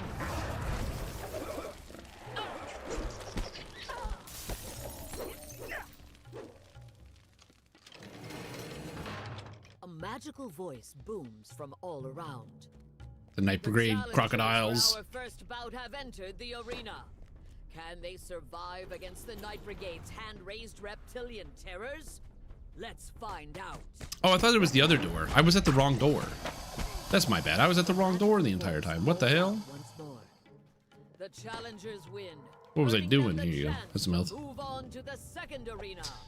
Gonna get you a DS Pocket here. Double strike. I'm gonna be honest. When you said DS Pocket, I was like, there's a handheld version of Dark Souls? Their opponents this time The DS Pocket? from the snowy peaks of the Stormhorns. I have no idea what that was my first thought. May the most brutal fighters win. Unbelievable! The warband has been defeated. There will be a brief pause to give the newcomers a chance to rest and wash the blood off their blades. But the question remains. You're not allowed here. Go away. Yeah, what are you gonna do about a Night Brigade fighter? Night Brigade lackeys guard the door leading further into the cave system. So far, now it's time for All right. Oh, I forgot. I have to plan something. I want to run a D&D one shot, and I need to plan the time. I need to ask people when they're available. I forgot about that. It's always the hardest thing when you want to plan a D&D game is making sure everybody's free on the same time. Hey, can everybody be free for 3 hours? No? Ah, shit. The reigning champion, the final arena, How do we get in? a massive cloud giant, has just defeated a displacer beast. No. A trapdoor opens, swallowing the corpse of the defeated. Yeah, I do gotta play some Lotro. I have more expansion to play. I haven't played as much, mostly because I've just been like really tired all the time, and so it's been killing my urge to play a lot of video games. So I've been doing a lot of like, instead of doing anything, I like have been like getting out of bed and like staring at the TV or staring at the walls. Was that a Reaper belt enchantment? Oh shit. Strength, Ram's Might, Insightful Strength, Reaper belt. Sick, dude. That's awesome. Their best trained fighters. It should be easier to bring the gang to their knees. Dude, that's a sick belt. That's crazy. Get a solar strength in that and use it until the game shuts down. Dude, you put a solar strength in that? A 6 or an 8? That belt gives 8 strength if you put solar strength in it. And it's got a Reaper belt on it. actually crazy. This game looks extremely easy. Am I missing something? Yes. What you're missing, if you're not as familiar with DDO, is that in this game, what you can do is you can reincarnate, where you reset your character to level 1. And so I have reincarnated my character like 60 times. Every time you reset your character down to level 1, you grant yourself increased power in different ways, and it just stacks up over time. So because I have played the game a lot with many hours, my character is much more powerful than the average character. A character that's my level, normally, instead of having a wisdom of 38, would have a wisdom of like 26. My stats are more than 50 or 60% higher than a person coming in and starting new. In fact, my character is probably 3 times more effective than that. On top of that, because I've been playing this game for a very long time, and reincarnation is a thing where you reset your character all the time, I actually have a whole bunch of items that I have just earned over time that I've been holding on to that are very good. So what I mean by that is usually if you're playing a new video game, you have to figure out and find items on your own and get them and what have you, and just kind of pick up what you've got. But instead, I have stuff like this Cloak of Summer, which is a really specialized item that you have to farm for and take the time to get, that I've already done in the past, that I've actually augmented to have even more stats. By augmenting and putting all the stats together, my character is very strong, with a lot of highly synergistic stats. So it's a combination of your characters gain power over time as you reset them over and over, like a prestige sort of thing, where you get more and more power over time, which I've done literally like, I think 60 or so times on this character alone. And then on top of that, I have like all of the equipment organized to have some of the best equipment I can be having for this level. And on top of that, I've been playing this game for 20 years. Really funny. You might be like, oh, this like looks really easy. This quest chain is actually very difficult. The monsters have way higher stats. They cast a lot of different types of spells. It actually is quite dangerous to do. In fact, I actually recommend people avoid this quest chain on their first try, because it's very quick. Like, I'm going in and I'm exploding everything because I'm familiar. I know where the monster spawns are. I know what's going to happen, and I can maneuver around things. These Nothics can two-shot you on a, like, if you just get started. Yeah.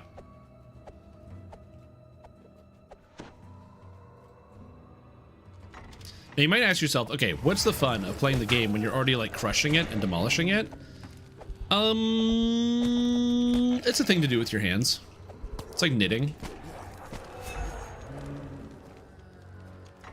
Yeah, dude, Nothics are horrifying, because the Nothics are one of the best equalizers. They deal force damage. So what happens is they deal damage that ignores all your defenses. So if they do hit you, they basically just deal full damage. Oh yeah, no problem. Also, fortunately, we have 2 synergistic builds. I'm playing with a person who's playing a Dragon Lord, and they have a lot of like stuns. So like there was a boss monster there, but he just stunned it, so it couldn't hurt us. And I don't have any stuns, but I do have a lot of damage, and I have healing. So he does like crowd control and some damage, and I do some damage and healing, and together we can kind of get through a lot of stuff. But yeah, Dungeons & Dragons Online is cool because it offers you a lot of depth and customization, and it takes some time to learn how to make your character powerful or how to make things work. But once you do get things to work and your character does start to kind of hit that upper echelon of strength where you just start ripping through stuff, it feels so fucking good, man.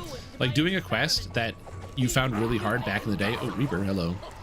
Doing a quest that you might have found like really hard when you first started playing, and then eventually upgrading to just like, oh, hello, another Reaper. Ooh. But upgrading to like doing that quest again, but now with all your new gear and making it feel easier, or like now you have the experience, you know where the traps are, you know where the monsters are going to spawn. Oh, so good.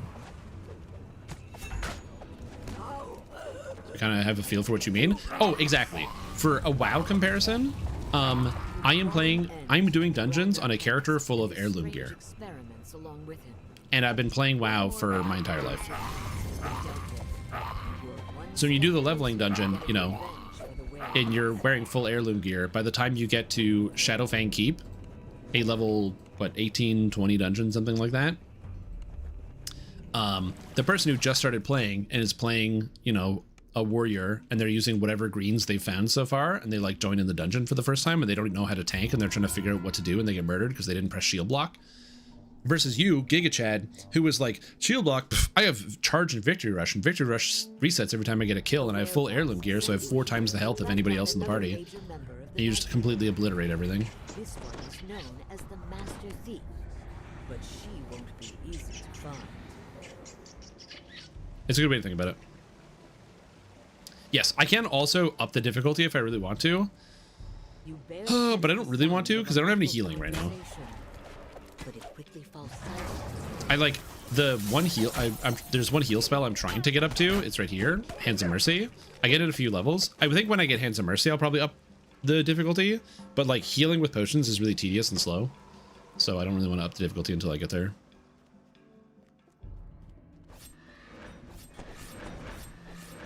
Yeah, it's actually funny. There's the hardcore difficulty that you can play right now, and you have to make a brand new character to be able to play on hardcore mode.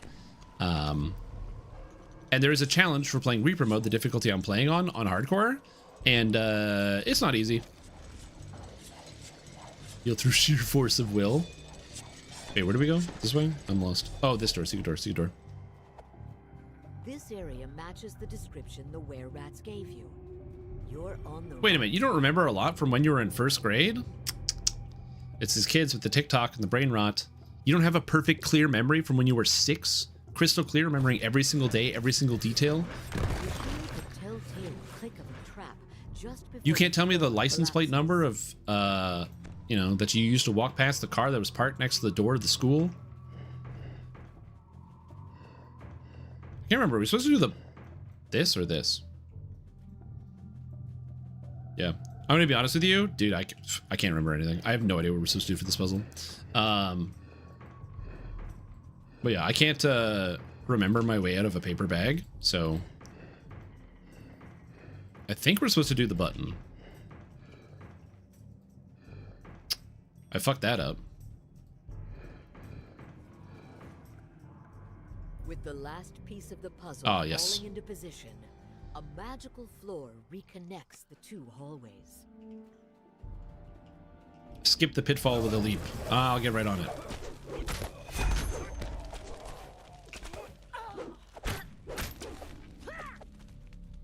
But yes, it's funny because describing reincarnation in DDO is literally the prestige mechanic from Call of Duty. And the problem is there's a surprisingly low overlap between people that play Dungeons & Dragons Online and Call of Duty. So if I go like, yeah, prestiging, it wouldn't make any sense. But then to several of my friends who are big shooter gamers, I'm like, yeah, it's like you prestige. They're like, oh, prestige. I gotcha. A menacing growl fills the chamber. How do we open this door again? Oh, I gotta kill the panther.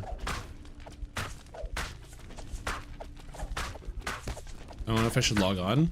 Well, if the server does go down, I'm probably gonna swap games for this evening, but I don't know, because all I know is the login server is like not working currently. I'm being pinged again. Am I being pinged? Okay, what am I doing? Oh, this. Here we go. The lever is pulled, and the cage door swings open.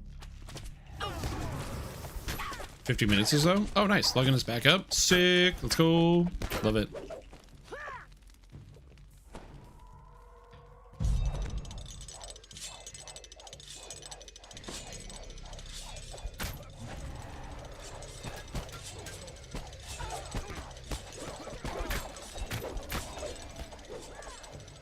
I have no idea what you just said, Abracadagger, but good luck.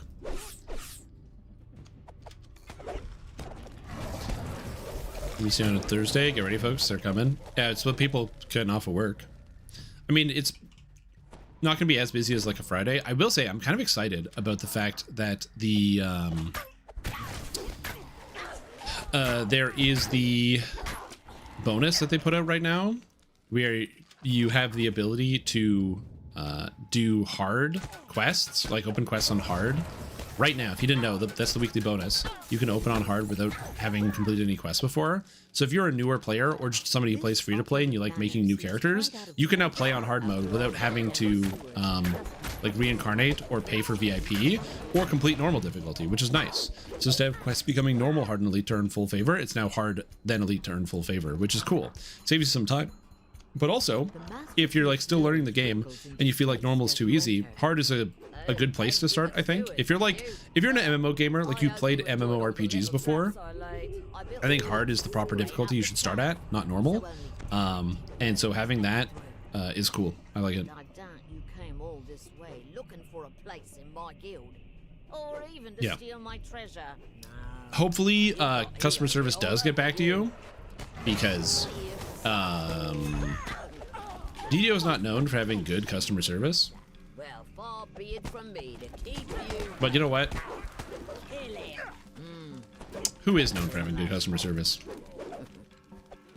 Guess this is one of those jobs. Oh, if you actually got a response email from somebody, that's better than I would have expected. That's good. Falls to the ground. Gasping. Save me the short Google search. What was the downtime for? How did you get Oh, as far as I know, there was no downtime today. Yesterday there was downtime for maintenance, and today there was downtime in the sense that there was a issue with the login server, and it wasn't working. I haven't logged off yet today, so the game hasn't come down, as far as I know.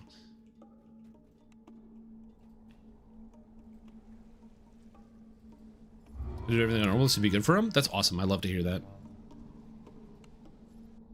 But yeah, there was basically an issue where like the login server wasn't working, so I was getting to sit here and play my Dungeons and Dragons online, and everybody else had to sit and chat and watch. Yeah, and apparently the European servers are having some issues. This is the entrance to a temple of But I don't know nothing about that. I'm not European. Leader is said to live. Now to find a way inside. There's the weekend bonus. So the bonus for this weekend is that free-to-play players will be able to play the game on hard mode to start. So that you can make your way inside. Now that you've reached the temple's Welcome. entrance hall, We are on you darkness resume your and normal light. form, peering past the gloom into the center of this God. vast chamber. You see an altar. It's a cool weekend bonus. They were right when they said it's something they haven't done before. It's a great bonus. I've said this before. I think that the game literally should be like free-to-play players should be able to start on hard mode. I think that would be just straight up good for the entire game. But at the very least, we get this as an option, which is cool.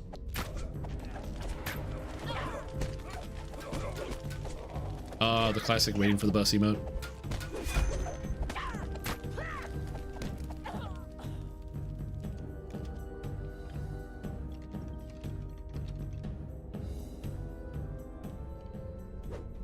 Yeah, somebody in chat had the brilliant idea that SSG should make it so that free-to-play players can just play up to Elite, but you can't play Reaper mode unless you're VIP. Genius.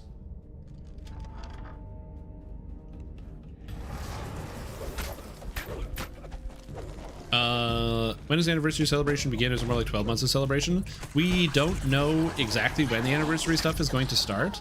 However, did I go the wrong way? This is the wrong way. You don't go down. Did I go the wrong way? Yes, I did. I absolutely went the wrong way. Not even the sound of a barking The dog. anniversary stuff is probably not going to start until this event, the winter or the loot event, ends, and the loot event ends on February 3rd. So Snow Peaks starts next week and will be running for 2 weeks, probably. And then at the end of Snow Peaks is probably when we will get the information about the anniversary. They might tease us and like let us know what's going on, so we might get some teasers on like Friday or something to be like, hey, by the way, this is what we're gonna be doing for our anniversary. But as of right now, we don't have any noise or news. I'm taking huge damage. Yeah, Snow Peaks is festive charisma and festive dexterity, and it's very easy to get as well. Unless you're bad at keyboard and mouse and you can't do the climb. At which point, I wish you the best of luck. And enjoy your time on the slide.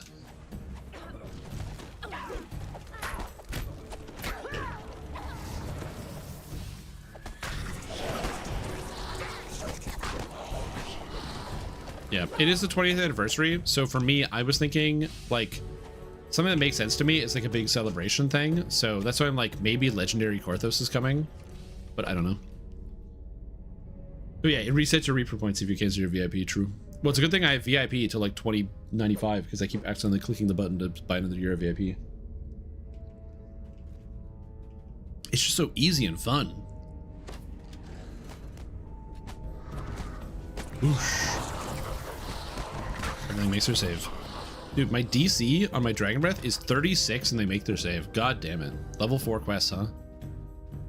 It's just shadows. Shadows have insane reflex saves, which makes sense. They're shadows in the wall, but...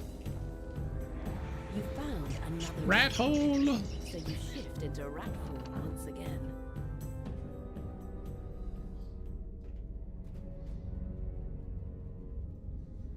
You resume your normal form as you enter the hallway. Shadows are flat. They get like plus 200 reflex.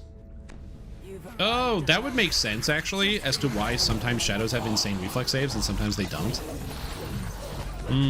That would be that's probably accurate. Fruit press build? How build? I have no idea, but I keep getting butchered by people playing fruit press where I think my build is good and then some guy hits me with a 9999999 fruit press at like 4 seconds into a fight. So you're surprised to see that the furniture I have no idea. is worn and scattered through. Hi Nighthair, how are you doing? The Night Brigade has fallen. You've punished their crimes and avenged their victims. You just need a way to charge the fruit press. Rises unbidden in your mind. The truest Doing 6 and then doing 3 Barrel Cove. There's our last one out here. It's time for 3 Bear Cove. 3 Bear. Two-toed Tobias.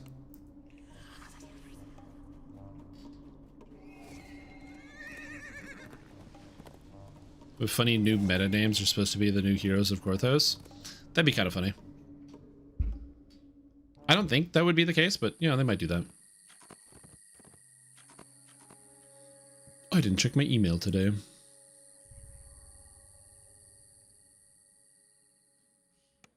And I didn't need to check my email today. That was easy. Monk. Master Jian. 1, 2, 3. I'm 6, so I get another feat. 2 feats, actually. So I'm thinking we take Acolyte. It's either that or Knight's Training. What is my monk bonus feat? Can I not take Greater Spell Focus as a bonus feat? Did I already screw up my character? Oh my god, I don't want any of the bonus feats. I don't want Swords to Plowshares. Oh no. I guess I get Precision as a bonus feat. Oh, I fucked it up. Oh my god, I fucked up my feat order. No. I'm so sad. I guess I take Precision. I don't really want Precision, but I have it. Well, that's good.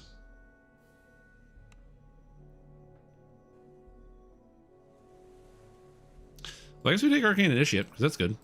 So, I am nice and smart. I did everything right. Don't think about it.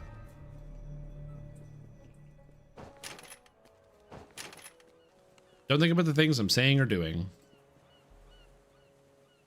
Skill Focus Haggle. Skill Focus Haggle.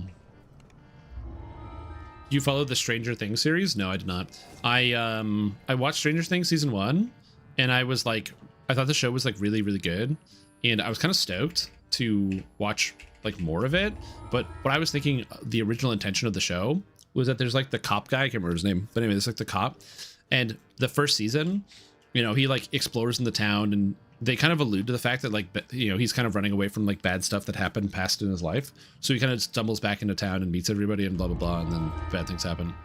And I was thinking that the way the story would work is he would like leave the town And like the next season would be him going to somewhere else, and each episode or each season of the TV show would basically explore a different paranormal phenomenon happening in a different town, but he's the only through line, the character, because it's almost like it's like the goat, like he's being haunted by like ghosts of his past or like whatever things are happening. And I was like, oh, that's kind of cool. That'd be like a good idea for the show.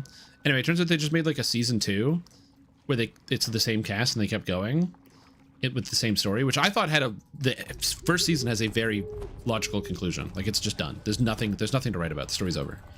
So I was like, huh. Interesting. Anyway, so I watched season 2, and season 2 was pretty bad. It was kind of boring. There's like 2 whole episodes you could straight up cut from season 2 and the story doesn't change. Like it was just kind of bad. So I really didn't like it. So I stopped watching. And then I heard there was drama about the last season. That's it. So that's all I know about Stranger Things. If there was a BG3 or D&D movie tie-in, what would the iconic race be? Well, if there was a tie-in, I'm going to be honest with you, I think it would 100% be Lae'zel would show up, and you would be able to play like a like warrior from Kalir or something as like an iconic, and you get the Githyanki race. Oh, for a quest pack. I don't know what the content would be. I think it would just be like Baldur's Gate.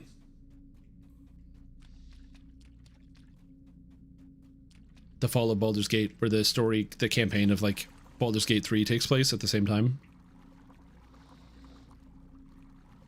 Time to run the Dragonmare quest? No. It's too many feats. I'm too deep. For Wizard, going to be Battle Axe. I heard Knight's Training. You can use anything you want. If you're using one-handed weapons, Battle Axe, Warhammer, Longsword, and Battle Axe, Longsword, Kopesh, and Warhammer are all interchangeable because of the feat requirements. Just depends on which one you find interesting.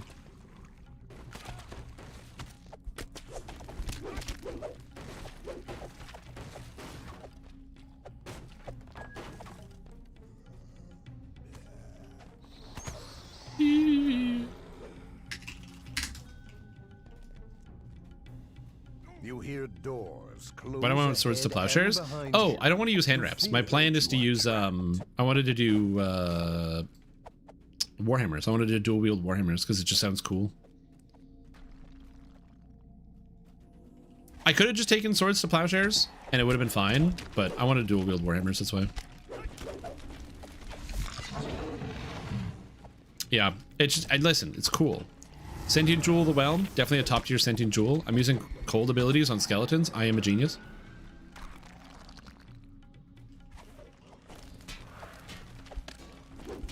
Bow down before my mental prowess.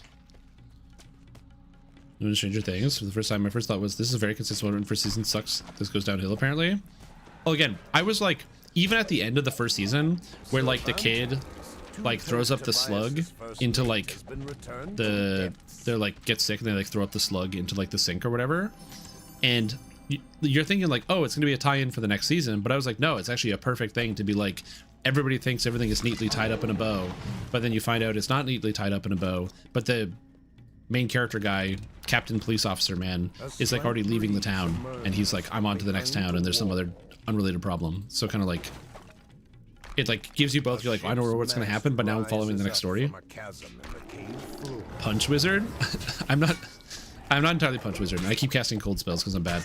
No, this is Dragon Disciple, 1/2 elf. Dragon Disciple is basically a half caster monk. So the idea is you follow in the footsteps of dragons to gain power, so you can then cast spells. So it's actually a pure key caster. So my key abilities, so for example, Draconic Burst or Dragon Breath, I have like a Dragon Breath I can use, but it costs key. And you get like multiple different elements that match the colors of the dragons. So there's like lightning, fire, cold, acid, and poison as well. But you have to melee stuff. Hopper, that's his name. Of Pluribus? Yeah, I haven't seen season 1 of Pluribus yet. I'll watch it eventually. I know it has to be good because all the other TV shows that I watch from Vince Gilligan are really good. So it's going to be a good show. I just haven't seen it yet.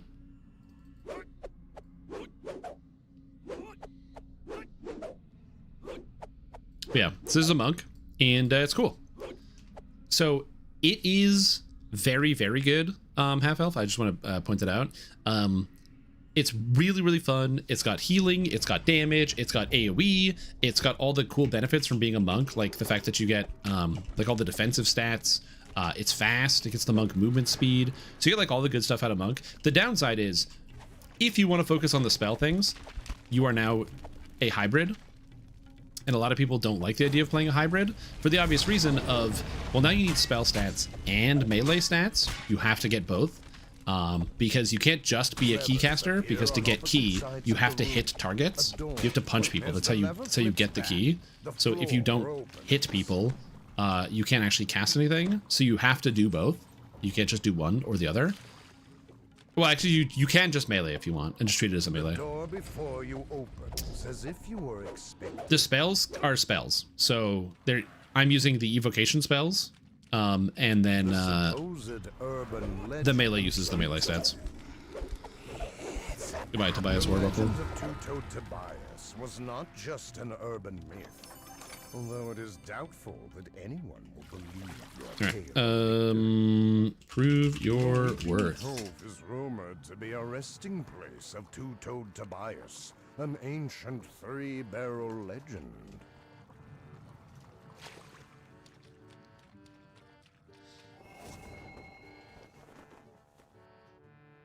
Yeah, Den of Vipers has a lot of very, very cool weapons. I want to make sure it's important to note that when you play a hybrid type character in a game like DDO, always remember that this game is not designed to accommodate hybrids to be number one. So as long as you are aware and okay with the fact that as a hybrid, you do not have the top damage, as a hybrid, you will never be number one DPS. You will never be the best in anything, because inherently you do two things, whereas somebody else does one thing. As long as you know that, then you can have a lot of fun playing this character.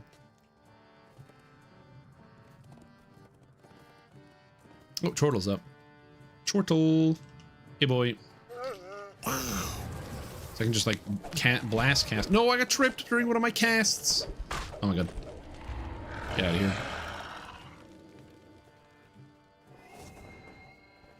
A small building stands curiously alone in the center of the cove. Now, that being said, building a hybrid has gotten easier over time. There are like a fairly good amount of hybrid kind of focused items, as Warbros mentioned. Some of the more recent raid items have some actually really cool effects that are both like spell and melee or spell and ranged, which is pretty neat. But again, it's a I think the best way to describe it, you're still always, because you need more stance into the character, you're gonna have to give up on something.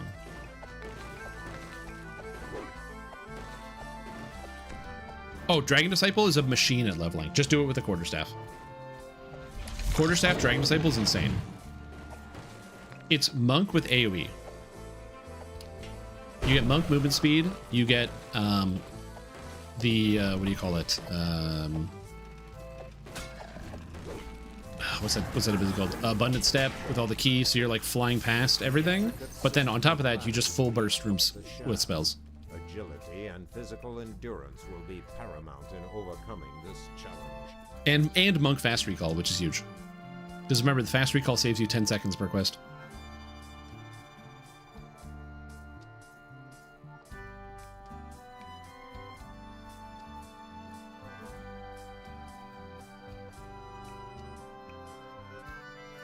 Yeah, I haven't tried a split like that. I don't think that would be that good, but you could try it out. You can multi-class monk with warlock to get enlightened spirit in there if you wanted. I don't know how you would fit that together, but you can. Fills your nostrils. But yeah, Dragon Disciple is super strong.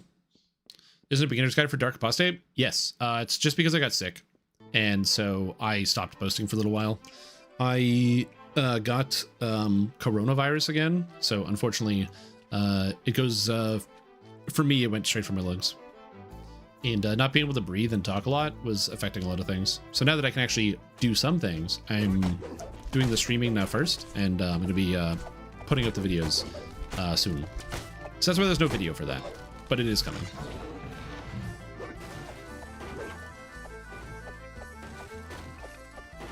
Do you see that one guy on Discord who asked for a Beginner Basics video on how to use Magic Device?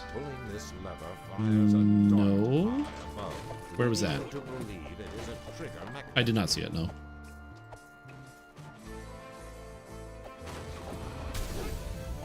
The challenge was no match for your sharp wit. The portcullis rumbles. You know, you basically understand why UMD was so food. Yeah, I mean, use Magic Device is one of those things that, like, as somebody who played Dungeons and Dragons for like 1,000 generations, intuitively makes sense to me. So what I mean by that is the concept behind use Magic Device is that magical devices, you can kind of think of it as like your tech skill in like a Fallout game, where like how good are you at just using computers? Because not everybody's going to be good at using computers. You might be a computer wizard or an IT professional, and you can diagnose a problem or fix something. Not everybody can. Use Magic Device is basically the same thing. Treat the wand, treat a wand as like a cell phone, and be like, okay, program this.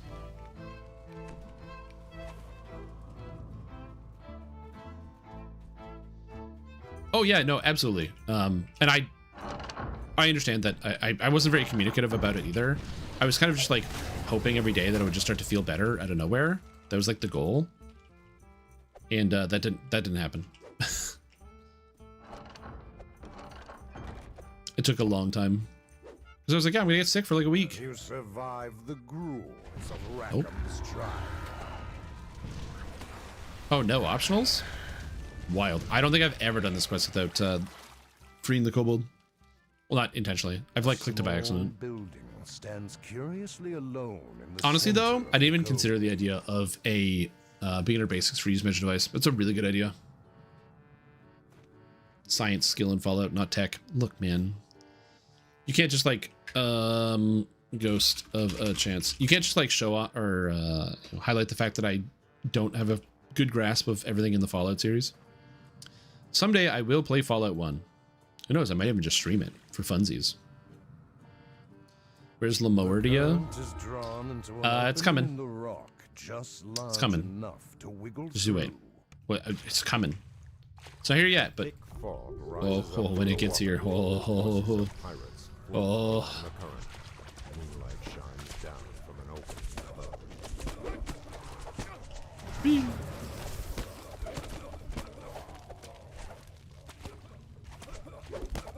Yeah, well, like, because I streamed, so for those that don't know, I played Baldur's Gate 1 and 2 before Baldur's Gate 3 came out, as in when they announced the release date for Baldur's Gate 3, I became committed to playing and beating Baldur's Gate 1 and 2. So I streamed Baldur's Gate 1 and 2 in their entirety, and finally got through all of it.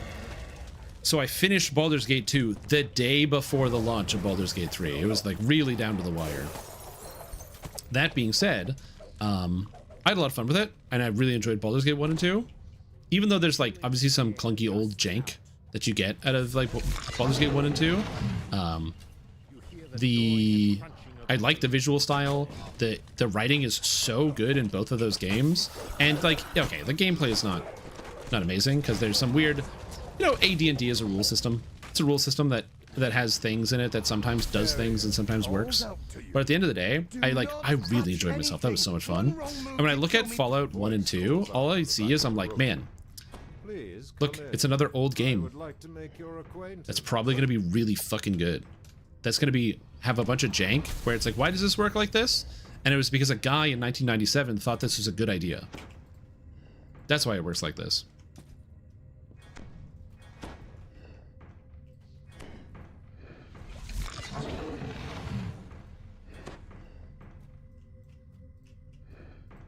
Also, there's something magical about like the older RPGs where like I feel like in modern RPGs, developers are really scared about like making players feel bad. But in like older RPGs, dude, they didn't care. They're like, yeah, what's this? Oh, you said something mean to a guy? Cool. They're going to permanently lower your stats or kill all your characters or do something. And it's like, oh yeah. AP tomes you've used? Yes. Mouse over the actual word action points here. And it brings up a little submenu that tells you which tomes you've used. You have freed Farrier Warley from the ancient prison. So is that. Oh, that's a great emote. Stream game of the year. Great emote. Who put that together? Was that Horse? That was Horse. You guys remember Horse?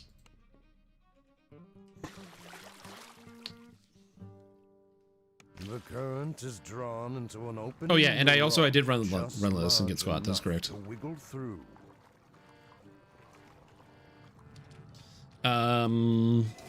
Fire caves.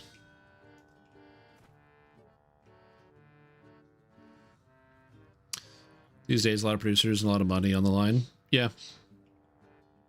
Which, like, makes sense. Like, if you make a game that can, like... Well, it's also the fact that, like, if you make a game that provides too many negative experiences for people, it's just gonna, like, germinate, and everyone's gonna be talking about their negative experiences all the time.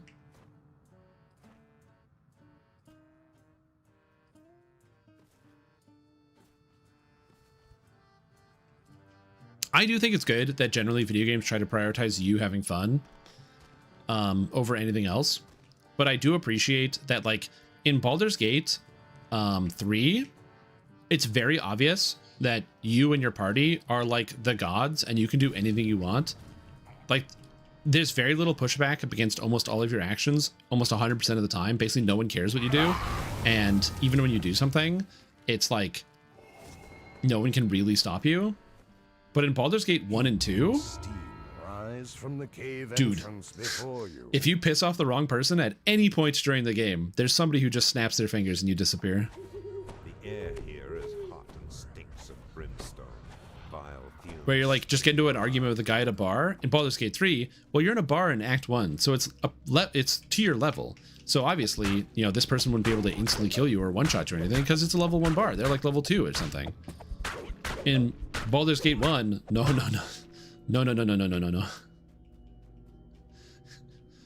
Oh, that guy sitting at the bar over there? Yeah, he's level 19. From beyond the door yes, you did die in one turn. Ouch. Disturbing feeling like It's not turn, it's like live action, but yeah. within the earth.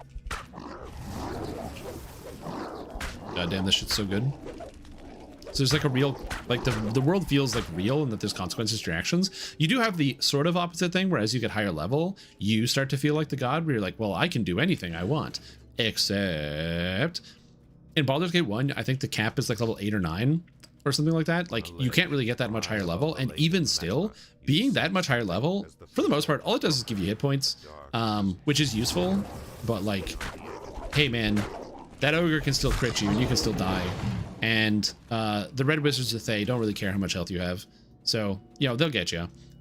And then in Baldur's Gate 2, you're like, you feel really powerful because you're like, oh, we're starting at like a higher level.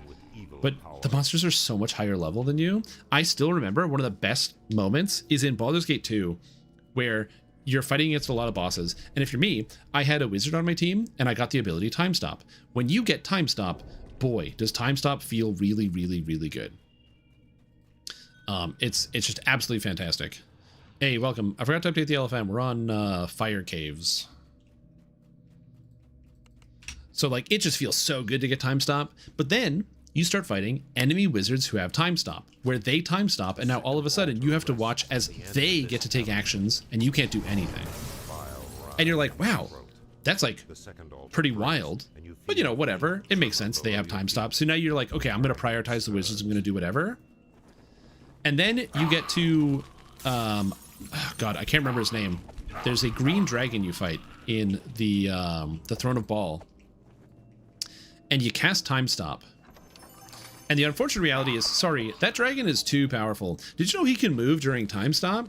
Wow, isn't that cool? Time Stop doesn't work. It just like literally doesn't function. Like you cast Time Stop and everything keeps working. He like has control of time in the area. But at the very least, listen, you can fight. You're fighting the dragon. They're fighting you. You cast Time Stop. It just doesn't function. Like Time Stop, nothing happens, right? So like that's whatever. But then all of a sudden, you get to the final boss of the game, a Melisande. And a Melisande has the power of the Throne of Baal. And you're like, okay, I'm going to cast Time Stop here and see what happens. And you know what happens when you cast Time Stop? Time Stop does work. It does stop time. But it doesn't work on a Melisande So you stop time, and then a Melisande, while time is stopped, kills your entire party. Kills everybody. Everybody dies. And you're like, oh, so if I cap time stop, they can still move, and they can kill everybody. It's not like the dragon where it just nullified it, so nothing happened. Oh. Ooh. Eee. Dude, that final boss fight is wild. I think I was people were saying I was a little underleveled for it. Most of my character party was like level 28, 29 by the time I got to a Melisande. So yeah, I was told that I was slightly underleveled for that bit of content, which there's probably some truth to that. Again, given what happened to me in very short order.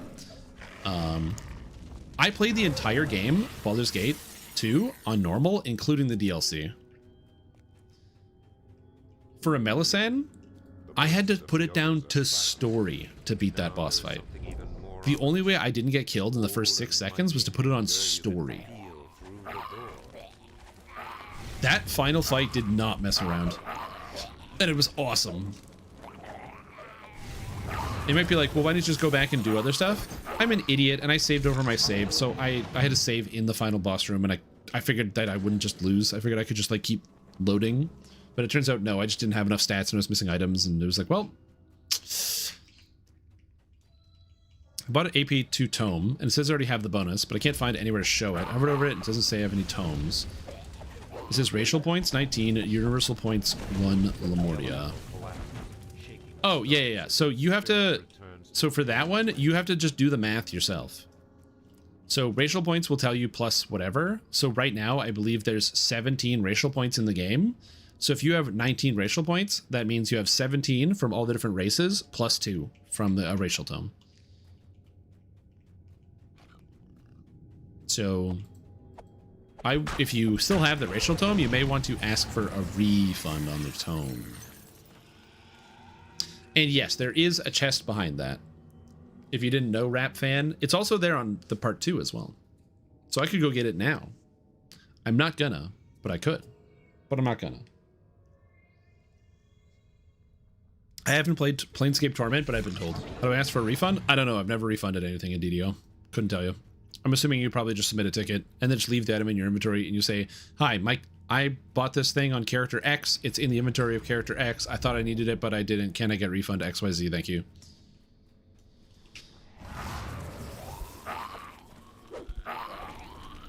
At the very least, include your character name and server of which character has the item on it. Like, don't put it in the bank, just leave it in your character inventory and be like, please return this item. Thank you.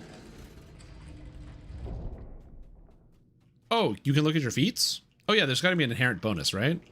Special feats. Inherent racial action point. Yeah, you can see it here. It's in your feats. Inherent racial action point. 3 times, because I have a +3.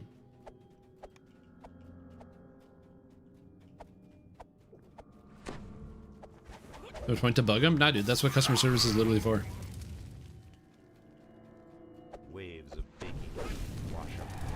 It's not the developers whose job it is to help you. It's the customer service people who are paid to assist players. But if you can use it, obviously do that, yeah. Yeah, the +3 from Mr. Nord is kind of crazy. Getting +3 racial on every single character is like... That's a lot.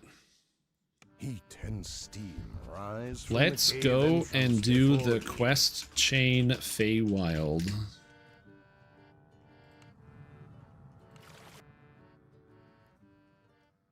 The temps they hired for the shit show last summer. Mm-hmm. Yeah, Planescape Torment is on my list. I want Hands of Mercy. Is there any way I can get 16,000 XP?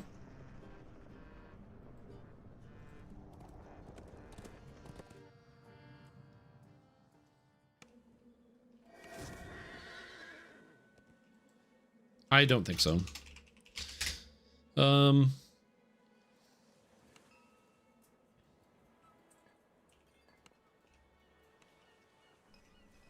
Planescape Torment? No.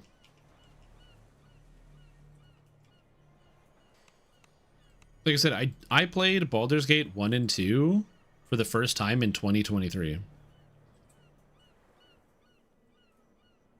So like for me, I'm like new to the I never really played a lot of CRPGs. That is a new experience for me. It's a good experience. I have had fun with the CRPGs I've had the chance to play, but it is a new experience nonetheless.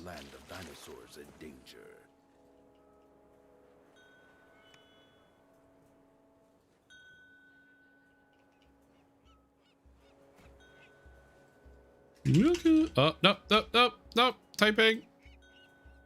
All right, time to head out to the Feywild. You'll weep when it ends, not because it's over, not because it's sad. I mean, it could be both things. Some games have multiple endings.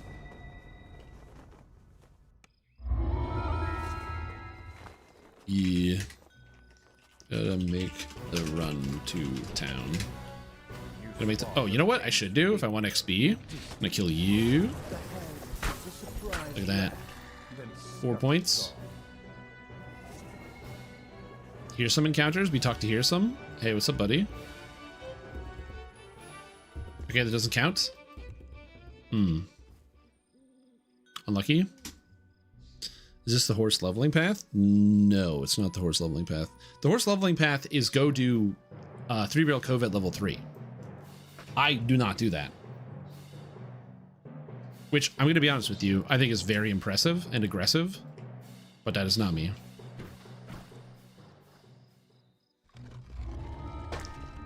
Frozen Flame on day 2? Yeah, if you get Curio and you get a large bronze item like the Shack, you can then re-roll it into a Frozen Flame on day 2. As Dooley? Did you hit the get a random relic and it gave that to you?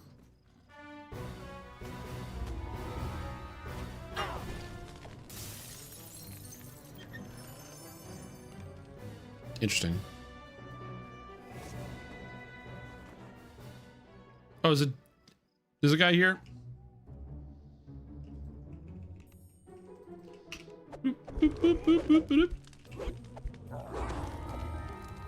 Freedy. Okay, so now I need 12,000 XP from this quest, which I think is doable. This soaring structure. I think 12,000 XP is doable. The home of Lord Navigator, that's what I got. Oh, Temporal Navigator. You had a silver Temporal Navigator on day 1? Oh my god. That's disgusting. Horse does every saga in the game so we can level his guild. Oh, I know.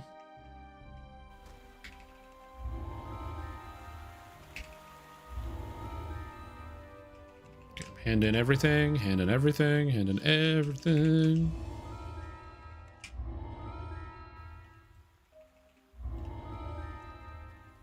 One, 2, 3, 4, 5, 6, 7, 8, 9, 10.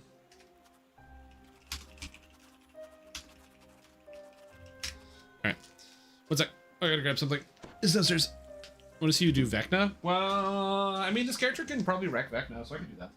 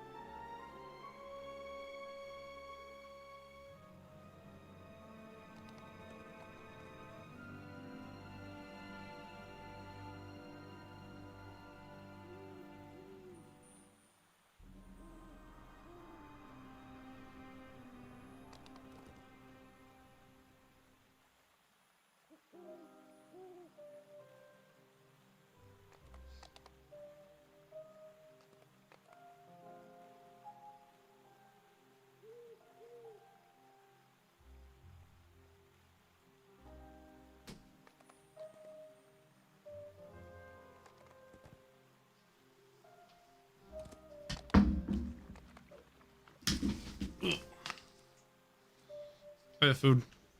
Yeah.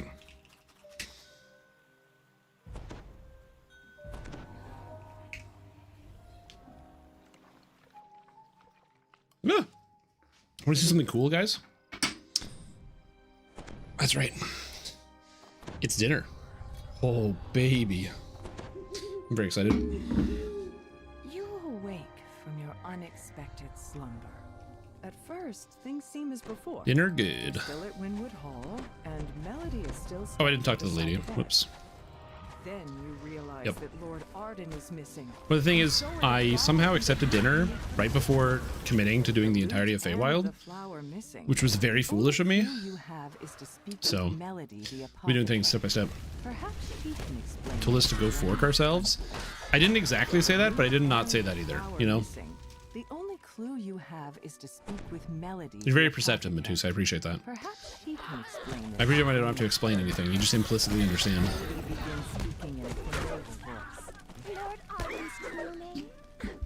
Right. Yeah, I will be eating at some point. But whenever I play like Monk or any type of like fast melee, dude, I'm always like go go go go go go go go go go go go go go go. Why are we walking? We could be sprinting at the speed of sound. She cackles as she teleports away. You see creatures moving around near the gate to Winwood. He yelled at you for taking renown as the saga because he wants to level it himself. This isn't the Feywild. I mean, honestly, that does sound like horse, so yeah, that's fair. You approach If I was horse, I would have yelled at you in that moment too. So yeah, I got you. I understand. I'm on horse's side. The figure doesn't notice your presence. You spot movement underneath the bridge. Can't find a bunch of my cool cosmetics? No! Not the drip crisis. Yeah, for this character, I couldn't decide what to use. Turns out Autumn outfit is insane. The bits grow rapidly into new bridge trolls that join the fight. Inside the magic Honestly, floats the frosted Ignition Core sounds superfluous. for the ritual. 3 bears Oh. rest outside. Magical talking bears, no doubt.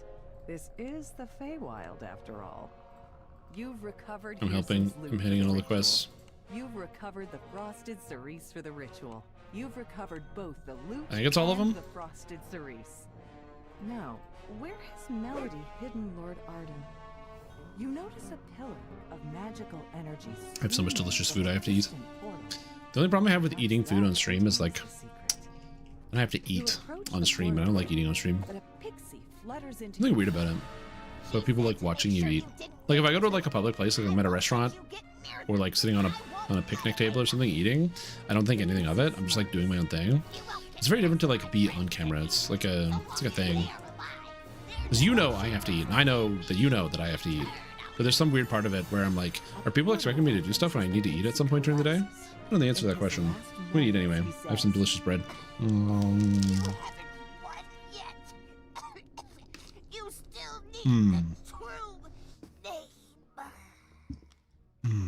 You exit the portal Baguette, dude, they're so good.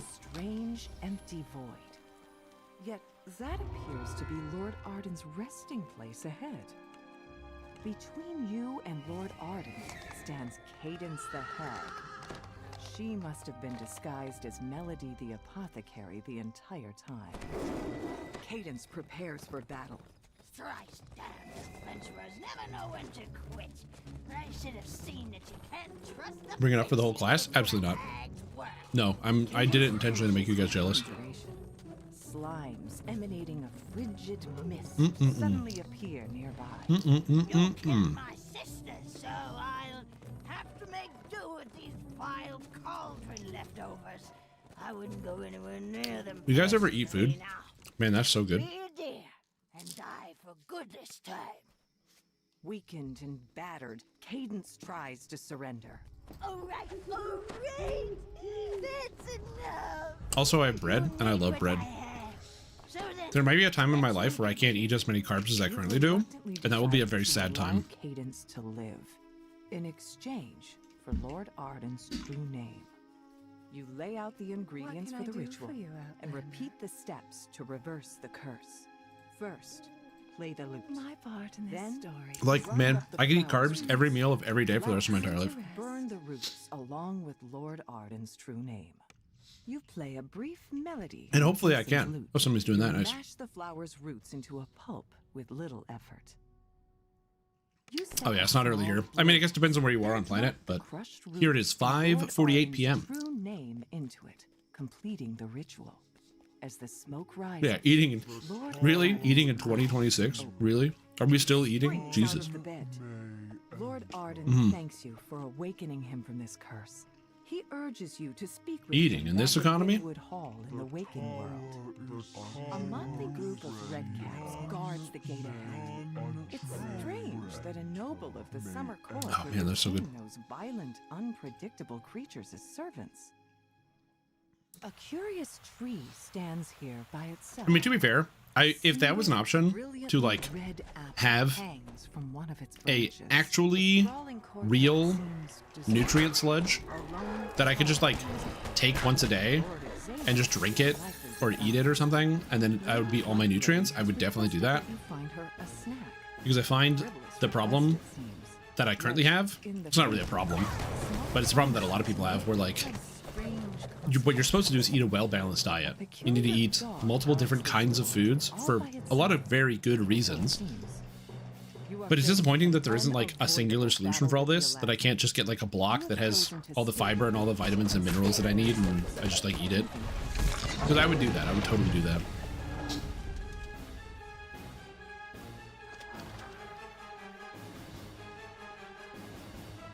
Yeah, because lightning coil is exceptional, unfortunately. It is very sad.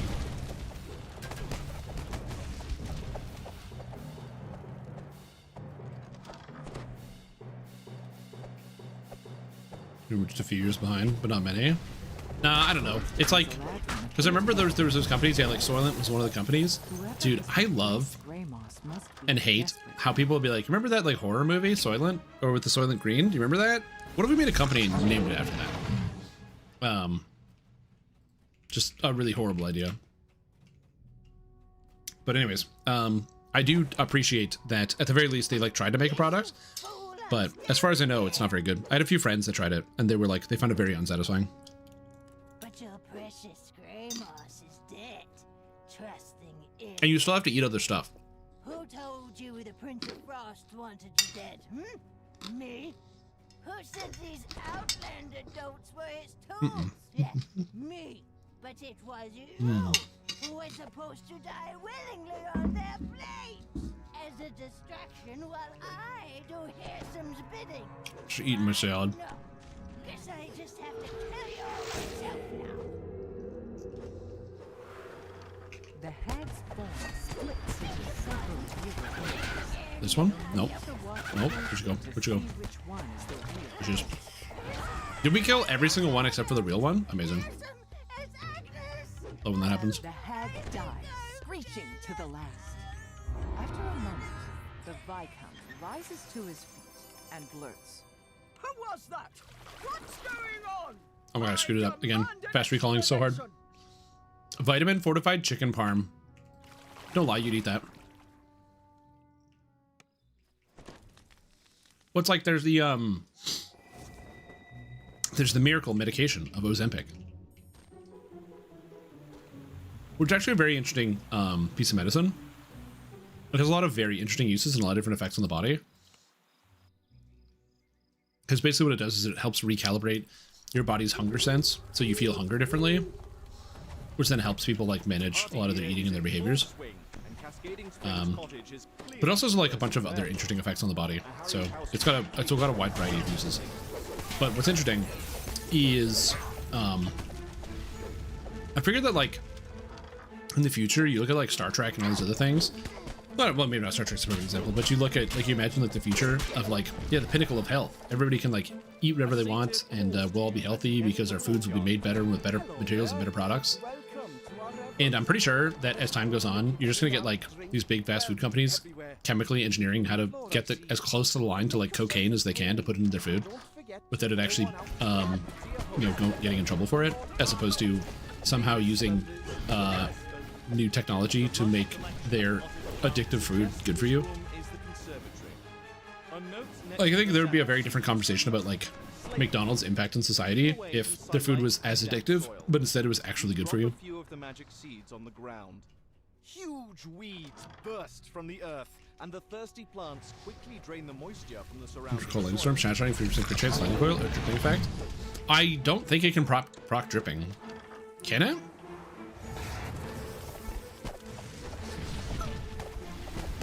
Because it's like a damage over time effect.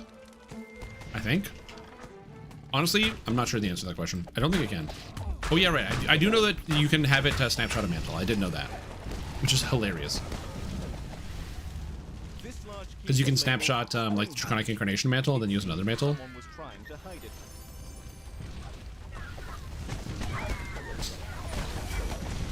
Seasoned chicken breast in an emergency. Okay, no, that's not exactly the same thing. Does orange chicken actually have vitamin C in it? I would assume so, because citrus is like extremely high in vitamin C. Like, citrus is so high in vitamin C, you can like lick an orange, and that's it. You're good. It's even more surprising to find a sphinx. Like, if you just like one lick of an orange, and you got all the vitamin C you need for like the next week. They're so high in vitamin C. Yeah, but usually they don't use like I don't know how much juice they use. Isn't it mostly like zest? Because they're just trying to get like the flavor. I don't know. Damage on each interval. This large barrel is marked Flash Boom Powder in large letters. In even larger letters below are the words "Keep away from open flame." The careless satyr swings his torch too close to the powder keg, which explodes in a shower of sparks. The partygoers turn to gawk at the spectacle. It's a simple task to remove the sign. The satyrs are still distracted One by cigarette. Fireworks. You deftly replace the cottage sign with the sign from the library. Seething with anger, the master of the You don't really need that much vitamin C. agrees to leave. A deal's a deal. It's true. There's like, oh no, Booster was slain by slavering Mistwolf. There was a bunch of like quack docs, not a bunch of quack docs, but it was like the quack docs that were like in the 50s and 60s. They were like, vitamin C can solve everything. It can cure every disease known to man. Just get lots of vitamin C and it'll cure everything. And it turns out that is not true, and that is not how that works. It's good for you. It's an antioxidant. Antioxidants means that it basically picks up free radicals. So as your body, it is possible for there to be like charged particles that are not directly attached to any other part of the system to get released. This happens all the time in general chemistry and in medicine, but inside your body it can be very destructive because like free radicals, specifically like oxygen, can be a problem because oxygen is extremely reactive. It can break things unintentionally. So that's why you can get stuff like vitamin C, which is able to accommodate the charge, the negative charge of the free radical oxygen ions you might find floating within the body. So it's good for you, and it's something you need to have. But if you don't like get enough vitamin C, like the thing about scurvy, dude, you have to go for a crazy amount of time to get scurvy. I remember like hearing about it and thinking like, oh man, like I'm gonna get scurvy, I'm gonna get whatever. And oh man, I didn't get close enough. I'm an idiot. But I'm thinking like as a kid, I'm like, am I just gonna get scurvy? Is that just gonna happen? The answer is no. You're not just gonna get scurvy. You have to like not eat vitamin C for like months. It's a really, really long process to get scurvy in like the modern times.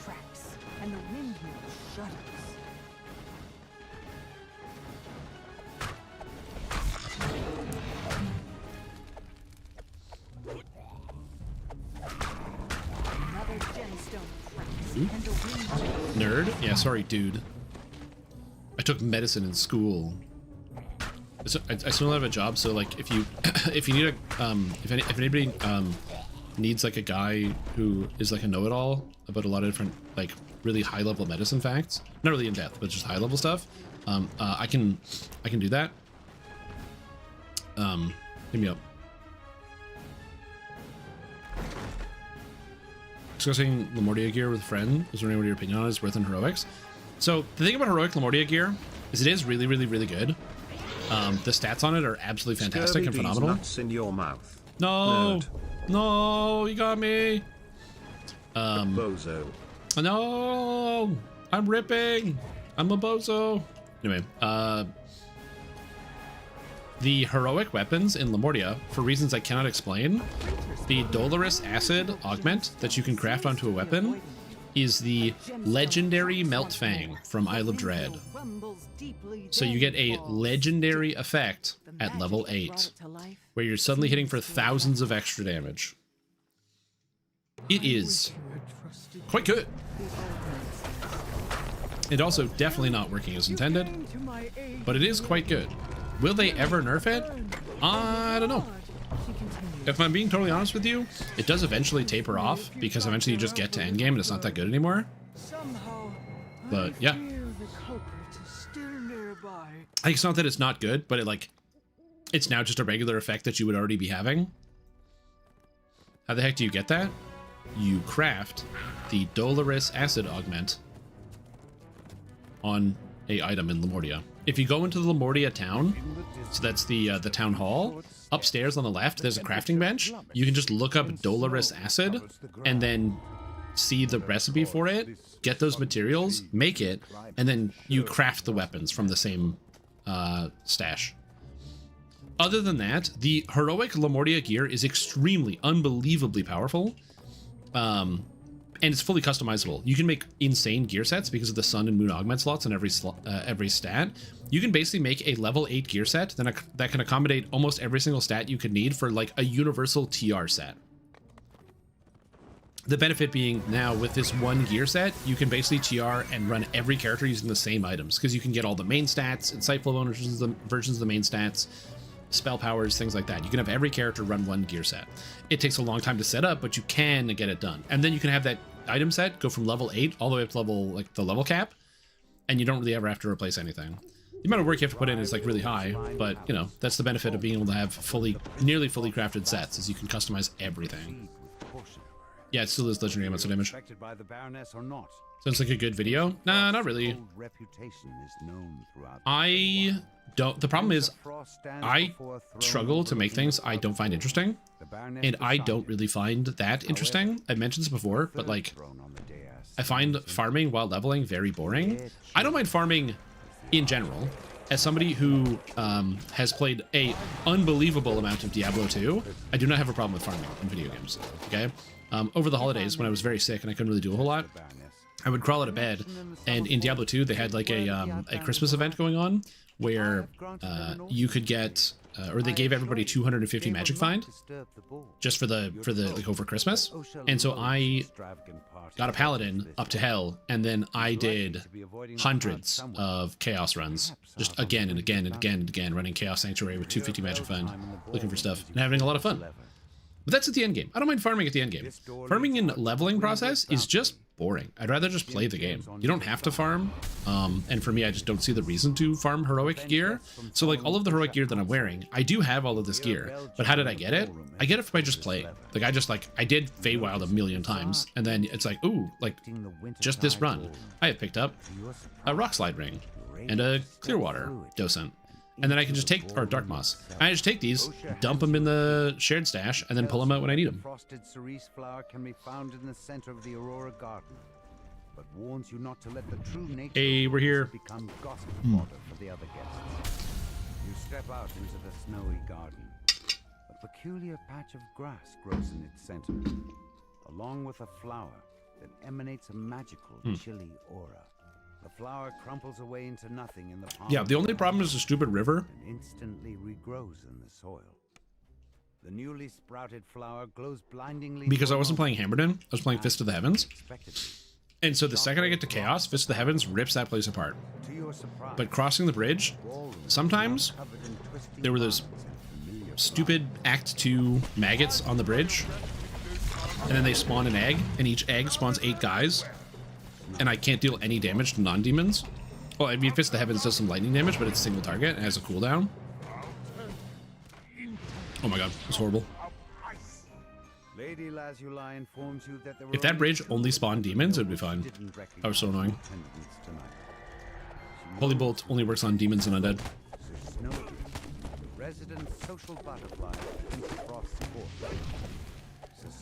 So I'd have a mercenary who cleared it out for me.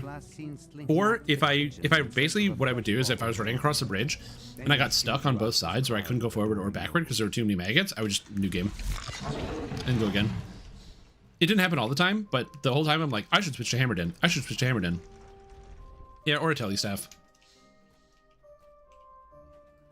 Well, the problem with the telestaff is I'm lazy because I have like on the front I've got my heart of the oak. On the back I've got the call to arms, the CTA, and so then I'm like I'd have to like have the weapon in my inventory, then take it off, and then have the 2 items go somewhere, and Some of the greenery comes it's too much. An Eladra noble stands at the base of the stairs that lead to the Prince of Frost's. Yeah, it's just a good idea. I agree with you, Oscreen. Must be Dame Allegra. That should be a thing in the game. It's not, but it should be a thing. Dame Allegra saw a hooded stranger plant the frosted cerise in the garden. I like the way that they did it in ESO, which is if you found a named item one time, then for a currency that they drop, you can print a new copy of it. So let's say you want to get like a armor piece from a certain set from a certain dungeon. If you haven't found the gloves from that set from that dungeon, you have to find them.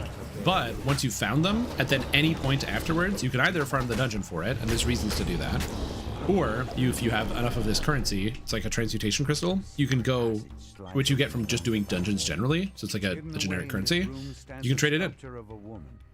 Its plaque reads, "For my love. In ice you survive."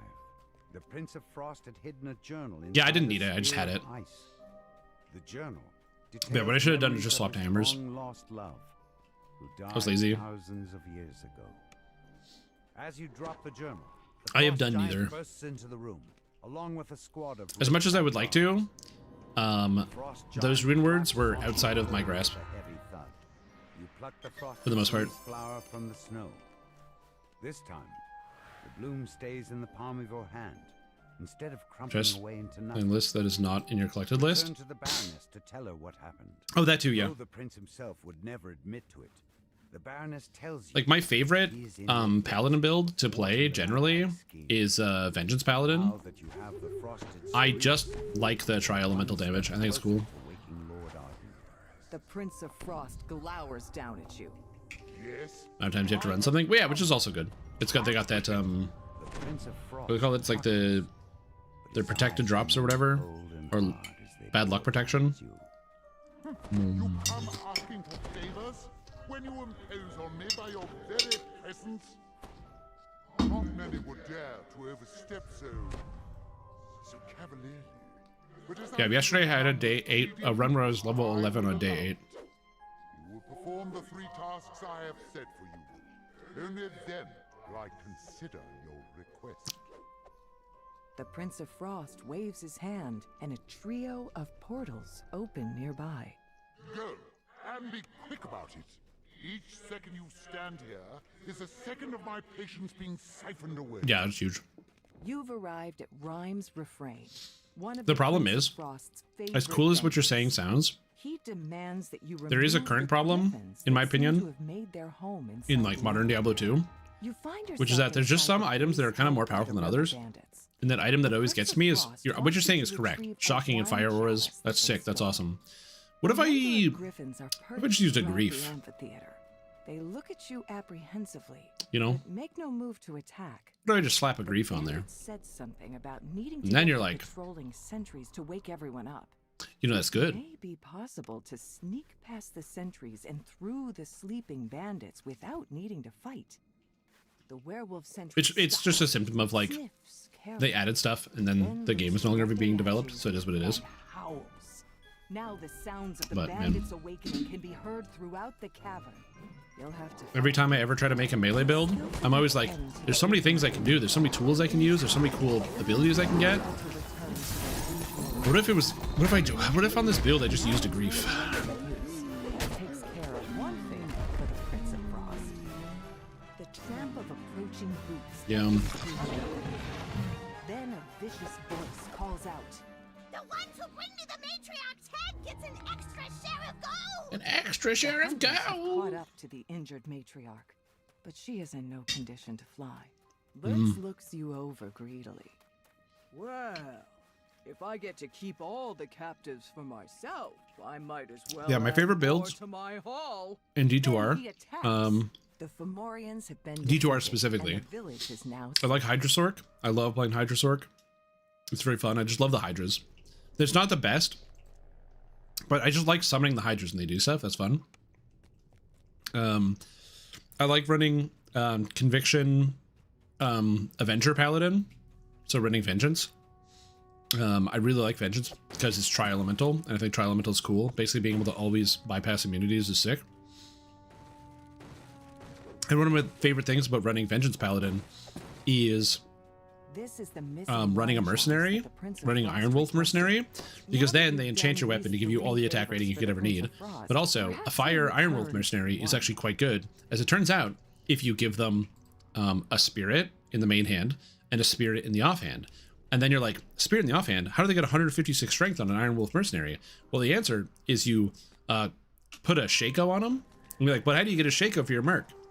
And the answer is, you buy ethereal Shakos for cheap, because nobody wants the ethereal Shakos. They're just garbage. So you just snag an ethereal Shako for like a Lem Rune because no one cares because it's trash. And you socket it, and then you shove an amethyst in there, and now you put that on the merc, and they have the strength to put on the spirit shield,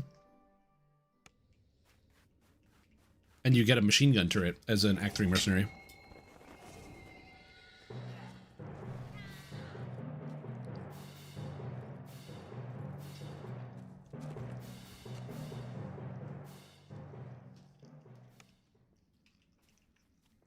Snow drifts into the open. No, I've watched people play Mosaic Assassin.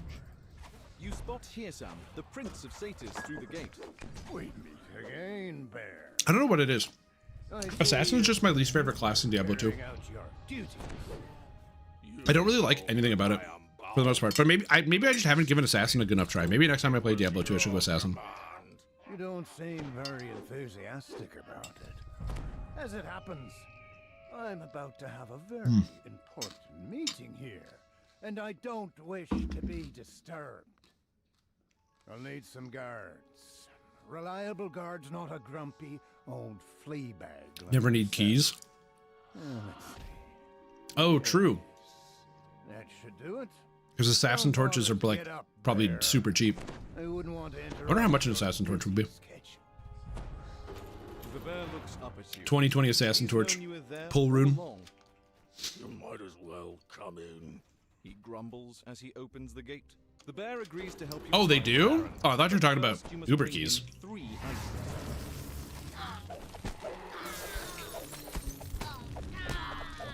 Oh, I didn't know that. Really? I had no idea.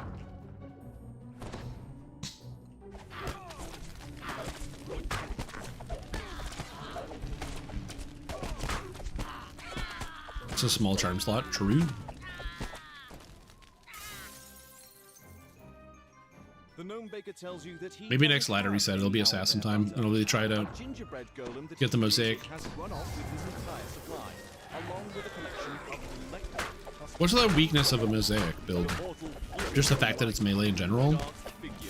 Item is probably like a pretty big issue. Yeah. For Fade, I would usually just like make a treachery. Because treachery is really good. I guess, you know, now that I think about it, you know, it'd be really good. Treachery on an assassin. Naturally. No, it took Yeah, just need whatever gives you the best. Yeah, because you're just scaling.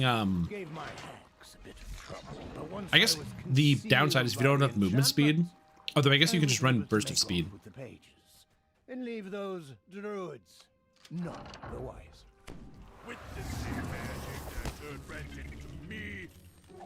Yeah, what build are you running until you get to the mosaics then, though? I mean, you could just run straight up kicks in and get some boots. I did learn a lot about how the kicks in actually works from watching that Zarfin the Loot Goblin video where he went over trying to, like, where he beat Diablo 2, the entirety of normal, with only one-shots, where he one-shot every single creature along the way. And using the kick. and went through the mechanics as to like how the actual damage works on the kick, which is very interesting.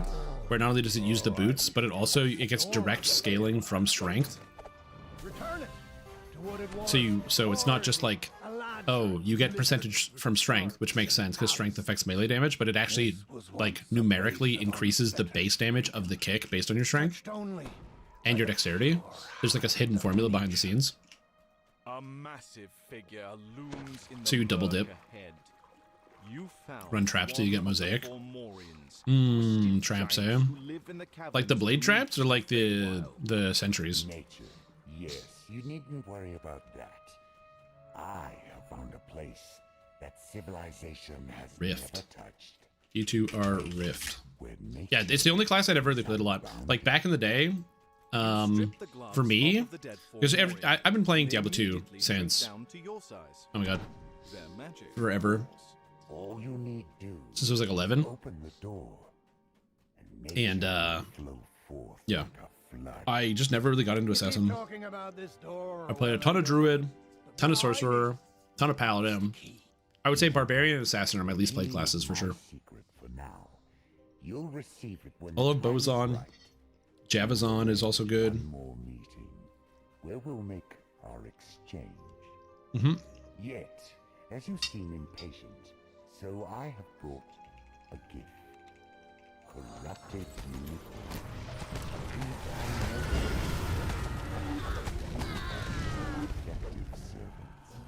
You don the giant's gloves. Yeah, the corpse explosion seems kind of inside good. the bear's mouth and pull out. I mean, it's one of the reasons why I love Poison and Bone Necro, is because you start out with just like the teeth into the lightning or into the bone spear, but then you get like the level 20 corpse explosion,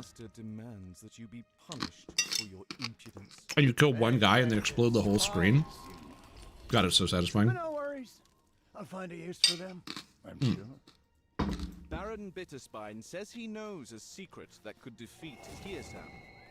You should deliver the news to Windward Hall. You can use that information to plan your next move. Remember, Archfey, you're not Wait a the minute. only one who can do me this service. Yet if you fulfill your word, You use Rift is a polearm that lets you cast Frozen Orb on attack. So you use Rift on an assassin, and you just cast Frozen Orbs, level 21 Frozen Orbs constantly. I'm going to be honest, it's kind of cool.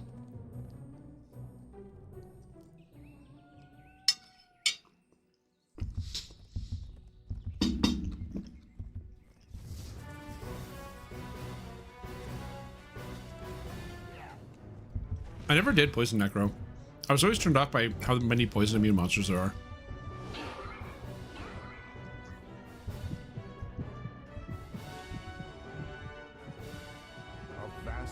Like, there's poison immunes in normal difficulty. So I never really got into poison. Transforming this ancient sentinel of the forest. These root tunnels are full of life, yet something seems off.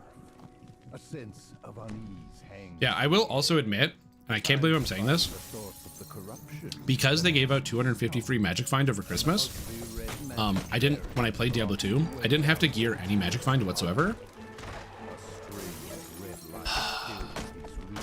It was kind of nice. It was kind of nice not having to run a single Magic Find item. Like, if you got extra Magic Find, it's like cool. It's like, alright, so I got Ring with FCR, you know, Magic Find, some life, whatever. But it wasn't like essential. And it was kind of nice to actually just have my gear have stats on it. And I'm definitely like, you know what? Maybe I don't know. I'm not sure how I feel about Magic Find as a stat. As somebody who's been playing Diablo style games forever and has always geared towards it, playing Diablo 2 without Magic Find whatsoever on the like not on a mod, on the real servers. Because mods, obviously, they'll change. Like, you know, you download some type of single player mod and they'll change up all the drop rates and everything, and it doesn't feel like it's a real game. But this was like the real game with the regular drop rates, but just you had the Magic Find, so you were actually, like, if you killed the boss, you were guaranteed to get something. which is how it feels when you have like 250 magic find. Although I say guaranteed to get something, man, some of those Diablo drops when I was farming chaos, I had like 370 magic find or something, and getting some of these drops where it's like, yeah, you kill Diablo and he drops like a rare and then like 2 potions and some arrows, and you're like, bro, what do you mean? Suddenly, as several blights form.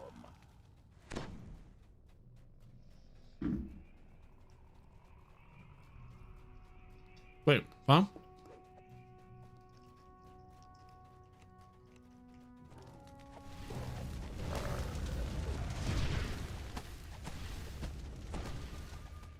That, and also, I find like gearing magic find is really, really easy on a sorceress.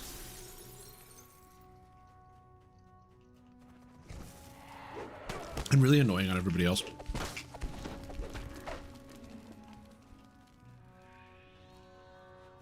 You got this.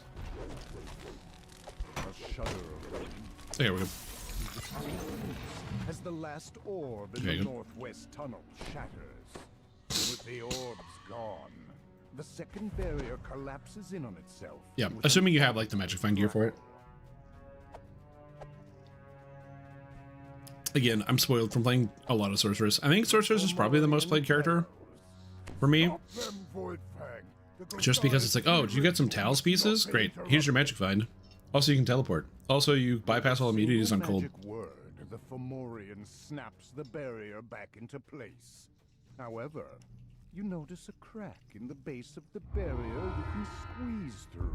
Corrupting magic pours down the corridor in powerful waves, draining life from the tree. I mean, Here goes the Blight Master. I do agree with you that Enigma is a good way to get magic find. Powerful enough to stop me from turning this. If with the caveat being that Enigma is not easy to get. Here goes the Blight Master. That's not true. It is easy to get, because all you have to do is run lower Carest. So yes, it is easy to get in that. As long as you can avoid hell mobs in lower Carest, you can get you too can have an Enigma. Just don't think about how many runs of lower Carest you will need to do. But to be fair, that is Diablo 2 in a nutshell. A deep voice. It's do a thing 1,000 times and you'll get what you want. Turn back, stranger. Breeds are not welcome in my Yeah.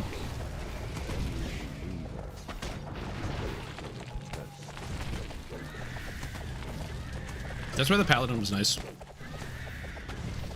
Dude, double Sorks. I don't even have to do anything. This is great. I know I'm like a spellcaster or something, and I'm supposed to be able to cast spells. I'm doing wizard spellcasting stuff. But with 2 Sorks, holy moly, everything dies. Yeah, I think the big part of it is that, and this is something that I think is really relevant. One of the reasons I think grinding feels good in Diablo 2 is because whenever you find an item, even if it's not an item you can use as an equipable item, it's an item usually that you can use as in a tradable item. Like, you might, if you're playing on online multiplayer anyway, you might be like, oh, I'm farming Mephisto, and if you find a Skin of the Viper Magi, well, you might be playing Amazon, and maybe you don't need Skin of the Viper Magi, but boy, you can sell the Skin of the Viper Magi and make some money off of it, which ends up being pretty good. And so you can get excited about drops. And I think it's one of the big differences between like DDO and something like Diablo 2 is that in Dungeons & Dragons Online, you want specific drops, and the other drops you can get are not relevant. So like out of Thornright, I'm not excited about any of the drops that can possibly come out of this dungeon because I already have the gear, and there's no way that I can get surprised. I can't use a single use thing here. Just nothing. I need nothing here. So for me, I don't even need to loot the chest. Like, my brain doesn't want to loot the chest. And in Diablo 2, just out of habit, I will find myself, and I've seen other people do it, where you're running along and you click the sarcophaguses on the side of the room, or you click the chest, because you never know. A crazy rune could just pop out of it at any point, because you can always get something really, really valuable at any point from anything. You're like incentivized to like look for treasure all the time, which is cool. And I think it's a really nice thing that a lot of modern games don't do as well, is giving you that like feeling of you're an adventurer, you're going on an adventure, you're looking for treasure, and you can get cool treasure at any moment.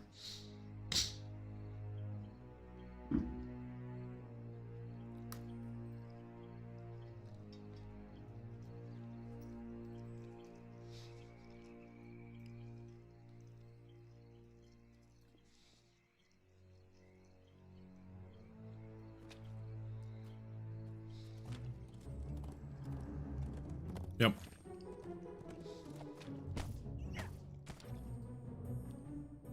Whoop. I went to the wrong place. My brain is bad.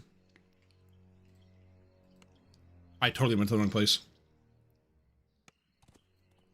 There we go. Hmm.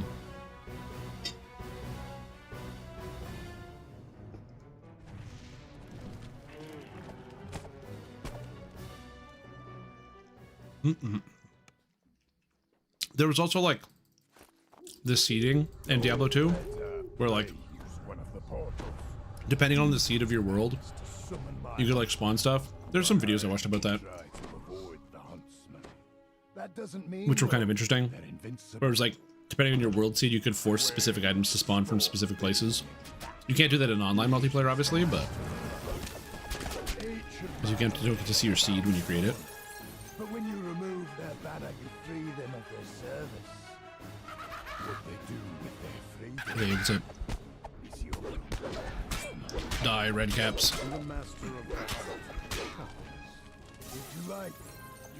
I don't know what level I'm going to be using Warhammers.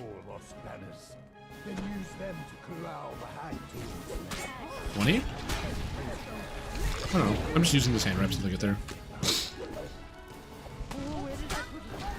At the very seed online, but the odds are probably just farm normally. Yeah, absolutely.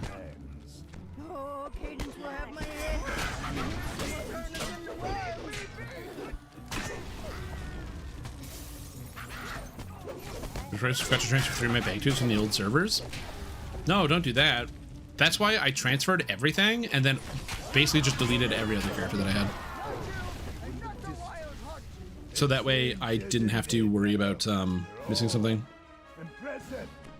Yeah, I'm not going to be proficient until I get the item up here. And I already have 12 points in this tree, so I'm pretty far away. So I think probably 9.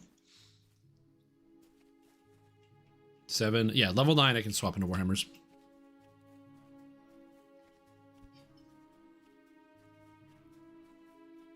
Hmm. Mm-mm-mm.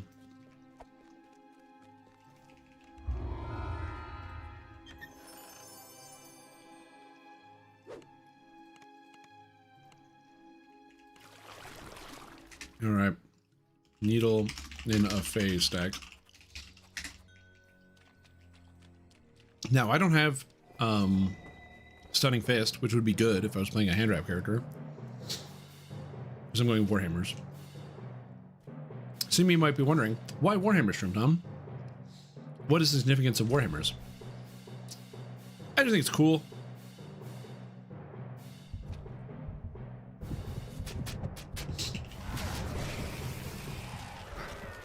Take a screenshot, but my lord. Take care. I'm excited to see it. Stands a curious hinge. Though you search for some sort of Renads the Bazaar. You cannot find any sign of who built this. Unlucky. Honestly, I would have played around it.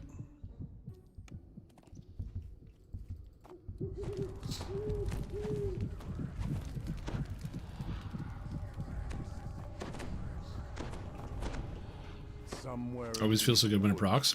Yeah, I find the Great Leveler is just weird because it's got this like clunky slow animation. So I don't personally love it.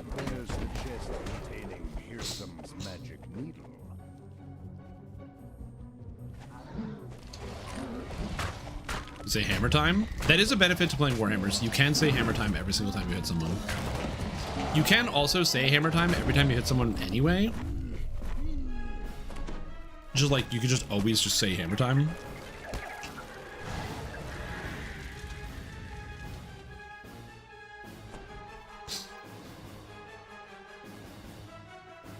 But yeah. Woo! Ravens! Burn them! Hit 40k, soy face. I mean, yeah. I don't know how much damage I would do on a Warhammer. 40,000 on dual wielding sounds probably a little difficult for this build. Like the single number 40,000 sounds a bit out of reach. Because that would be like not including imbues, damage over time, things like that. if it's the one. Has blunt force trauma. Huh. Very funny.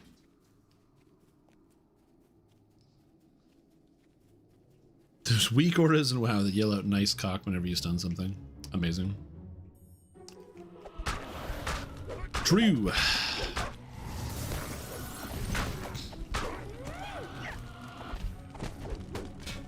I never had those weak auras specifically. As you open the chest, a unicorn.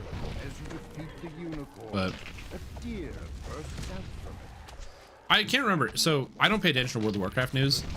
I know that they said that in the next expansion, you won't be able to use like most of the add-ons that people were using before that were like basically giving players too much information about the game. Did that happen already? Like, is that a thing that already happened or did that not happen? I can't believe I failed. Did they walk back a lot of it? Stupid Owen Wilson WoW whenever you crit. That would make me so annoyed. Just as you reach for it. Dude, that'd be impossible. What a cacophony. If you're playing like any dot class, you're playing like Affliction Warlock and you have 50 million dots and all you hear is wow, wow, wow, wow, wow. Are there any good scythe or sickle weapon builds in DDO? No. There's no size. There are sickles. The main problem is that sickles are a bad weapon type. Sickles are a simple weapon, and simple weapons are unfortunately just worse than the other weapon types. The main reason is because they're the most accessible. It's just one of those kind of natural things of the weapon is... Every class in the entire game can use a sickle with no required proficiencies, so therefore it does the least amount of damage. Pick builds, again, not really. No, pick builds are unfortunately also a pretty bad weapon type. That being said, you can simply choose to use a sickle or a heavy pick if you wish. You're just going to end up having a worse experience than using an alternative weapon like a longsword, a Kopesh, or what have you. It's one of the things that where the game balance is right now. You want to have the critical threat range you're trying to achieve on a melee weapon is a 15 to 20 times 4. That's like, or 16 to 20 times 4. That's like the goal weapon ratio.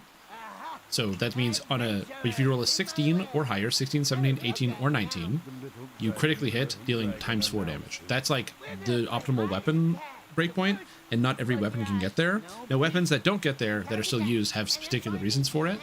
But for the most part, that's where you're trying to get to.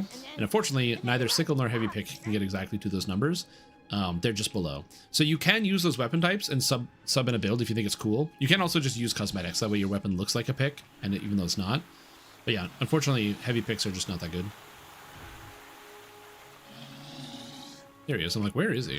The little dragon cries out. You found me! Tag, I'm it! Run! It's not that they're garbage. It's that the game is pretty binary for the most part, where there are the best weapons and then there's everything else. But you can do highlights with like heavy picks that you can't do with other things, right? So one of the benefits of a heavy pick is it has the highest critical multiplier in the game, which means with a heavy pick, you can get bigger numbers than you could with any other weapon type. So you will get a bigger number on a heavy pick than anything else. However, in doing so, you give up a lot of stats, like you don't crit as often, which is a big one. But yeah, can you get comma to that range? No. Not unless you use some of the special commas that exist. Like a Forcer's Brush Hook or something. We prepare to offer him a bargain. He can't refuse. Are light picks good for swashbuckling? Not really. Again, it's a similar problem. You want the ratios? Yes, you can, Brias. Assuming you only have one equipped. If you're dual wielding, you cannot. You said single weapon fighting, so I'm assuming you're not dual wielding, but just double checking. But yeah, it's basically one of those things where like you can do it, but it's not like an optimal thing to do. In terms of the one-handers that get used in modern DDO, the modern weapons you have one-handers, daggers, hand axes, battle axes, kukris, longswords, sometimes scimitars, but not always. You make your way Warhammers, and Kopesh's, Bastard Swords, and Dwarven Axes sometimes. So like stuff that never sees use is like Club, Sickle, Light and Heavy Mace, Morning Star, Short Sword, Rapier, Light Pick, Heavy Pick, comma. So I'd say about probably like 60% of the one-handers, or 70, like 65% of the one-handers are useful, and the rest are not. Because they just do less damage. The first lever is pulled, and a deep rumble travels through the water. Mm-hmm.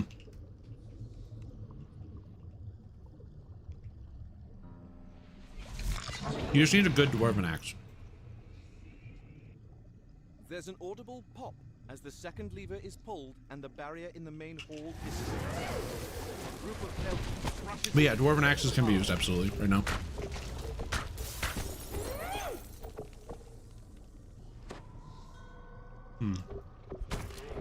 Sorry, I'm still eating. Sounds good.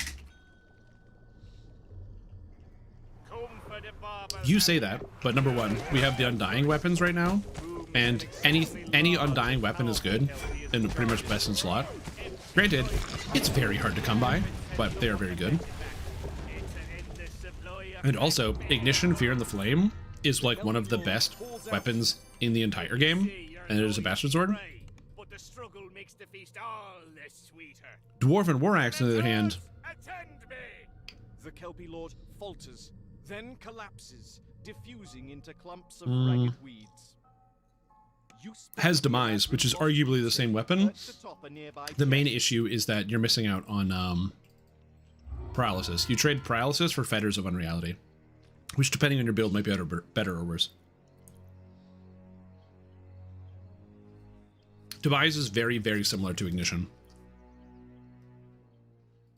And it's a Dwarven War Axe.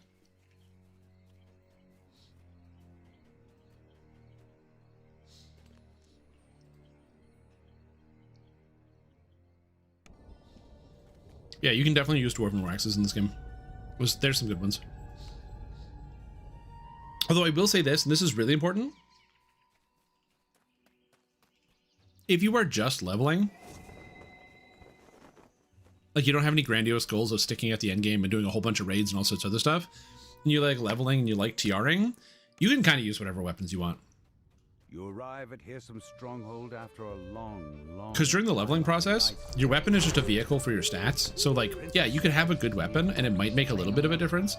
But for the most part, you know what's giving me almost all of my damage? Hirsum looks up. Not at all surprised. My 14 wisdom, the flat damage I'm adding from some of my other stats, my imbue dice. So like I hit really hard, but my hand wraps are garbage. This is just random stuff I bought on the auction because I needed to fill up my slot. I literally just wanted a magical weapon because Reapers don't take damage unless you have a magic weapon, so I couldn't use the starter hand wraps. If I didn't need a magic weapon, I wouldn't have bought one on the auction house and just kept using the starter hand wraps. Here we say goodbye to the useless conceits of the Eladrin courts, to the whole. We have one on you. You seem impatient to start your duel. Worry not. It will begin soon, but first, I hope to teach you about what I want to achieve. Once you complete the lessons I have designed, we will speak again. But Anyway. Here's some bows. So good. Does anyone know if you can craft? Somebody was asking me earlier because I forgot to check. If you, I don't think it's been patched. You still can't Dust motes drift through the air. Do the crafting and Relentless after the raid's over, right? Hirsum's voice floats in Gotta have to use a timer or wait a few days. From everywhere and nowhere at all. I have provided you with a feast for the Oh, you can now? Okay. Once you and your fellows are Because remember it was bugged where you weren't allowed to. the table. But be aware. Oh, the Max Museum in the wilderness. Ooh, smart.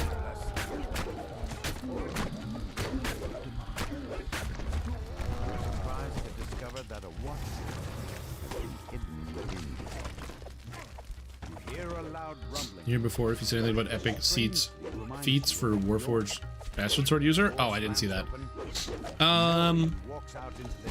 Epic feats. I mean, pretty much every melee epic feat's going to be like the same, depending on your build. If you have any attack speed built in, patience is quite good. If you don't have any attack speed, you don't necessarily need patience, but like overwhelming critical. If you have evocation, Burst of Glacial Wrath is nice. Eerie aim is good. Are you talking about epic Destiny feats or epic feats? Because like epic Destiny feats, it's like double strike, perfect combat style feats. If you're a Bastard Sword guy, you could take perfect single weapon fighting and perfect two-handed fighting. Although Vorpaling doesn't matter that much, so you probably don't need perfect single weapon fighting for the most part. It's probably just like perfect two-handed fighting. And then like I usually take like Harbinger of Chaos because I'm usually chaotic. I didn't pick up the thing. Oh god. I usually take like Harbinger of Chaos because I'm usually chaotic to get the extra +2 imbue dice, which is good. Deific Warding is really nice for 10 PRR and MRR. That gets even more stacks as you take damage, which is nice. Yeah, and then like epic feats, like I said, overwhelming critical, eerie aim, Burst of Glacial Wrath, epic damage reduction.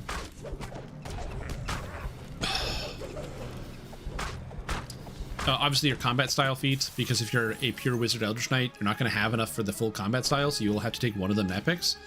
You'll have to take your greater in epic. Scion, it depends. For me, if you go enchant focused, I do Feywild. If you go evocation focused, I go fire. And if you are neither, or you want to go more generally melee, then Arborea would be my pick. Arborea or Ethereal Plane. It's never limbo.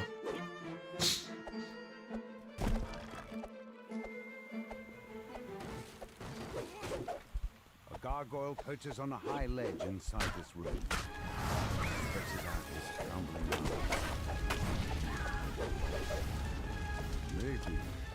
It's good, easy to get Kopeshes. You can get the legendary dynastic Falcatas.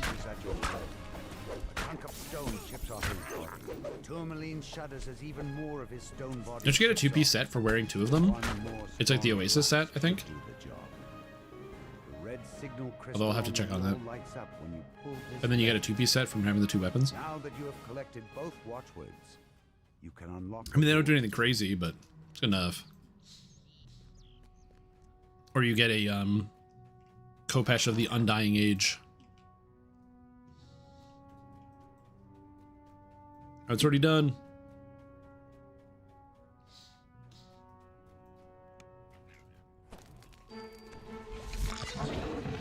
It's already done. Hey Kentos, how you doing? How is your day going? Enter this labyrinth. You found the exit. Now that you have the watch, oh yeah, you're free to leave.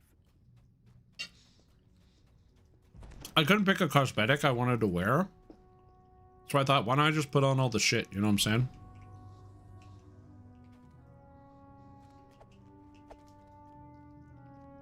You clear your voice and I got the lightning, and I got the Reaper wings, and I got the footprints. Creaks open, revealing path to the roof. Well, here's the thing. You step out onto the roof. Sorry, I'm eating. Congratulations are in order. What do you think about this rope? Says, you've made it this far, but I forgot I have just that this is just straight up the robe of autumn from all Feywild. you see before you is an illusion. This kicks ass. Dude, it's so good looking. Feywild is now. And what I so I love on the palms, like on the arms, you've got like the extra leaves here and the leaves on the belt buckle, and how there's like larger kind of leaf looking structures on the side. This robe is like sick. It's so good.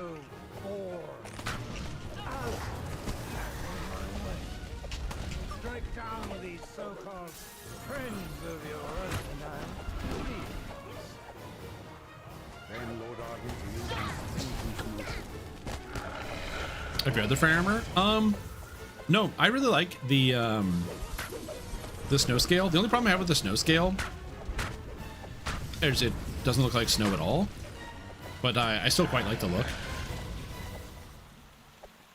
If the snow scale actually looked like it was made out of snow, that would be a totally different story. God, that is so cool.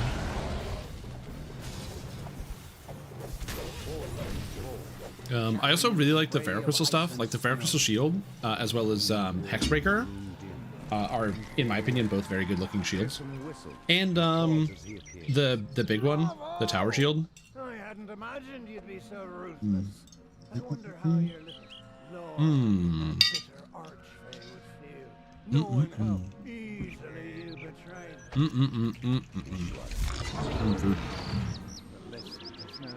Yeah, also this is my Dragon Disciple. I wanted to play Dragon Disciple, so I did. And there's no more to it than that. Zero thing, only Dragon Disciple. Dragon Disciple is so fun, you guys. Have you played Dragon Disciple before? Holy shit, it's good. A cold, commanding voice peals out. Big crit, big funny, yeah. Yeah, Dragon Disciple is so satisfying.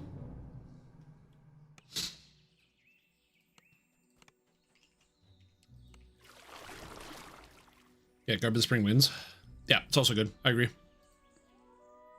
I still prefer the Autumn. There's something about like the gold that I really like. But yeah.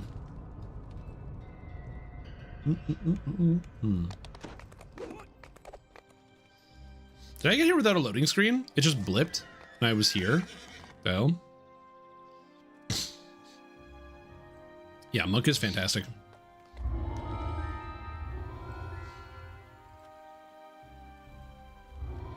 Why am I even clicking these guys? What am I doing?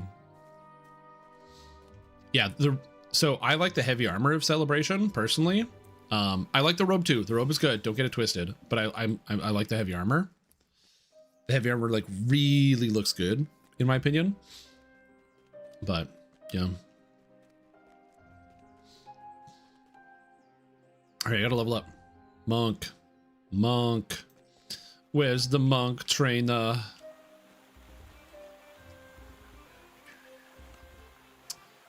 Yeah, there we go. 77 XP from leveling. I'm not at my level, unfortunately. But I didn't take my saga, though. Let's see. Alright, so now we can get Way of the Mighty Dragon, +2 double strike. Oh, and I get True Seeing. Oh my god, they just give you True Seeing. I forgot how stupid that is. And then I got Clear Your Mind. Oh, baby.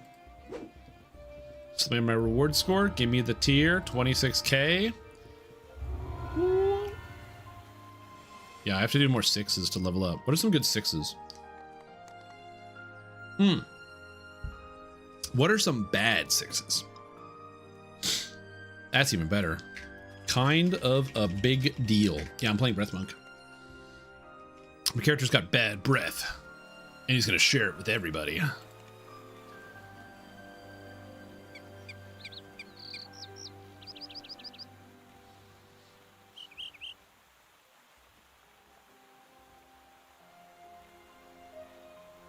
What's the cooldown on this? 12 versus 25? Oh my god.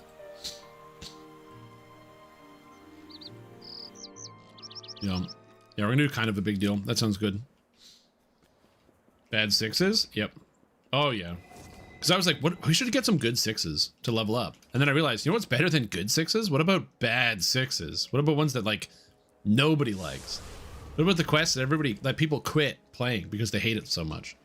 I just gotta sell real quick, but let's do those quests. Ooh, you know what? Now that you say Necro 1, I'm realizing I don't want to play Necro 1.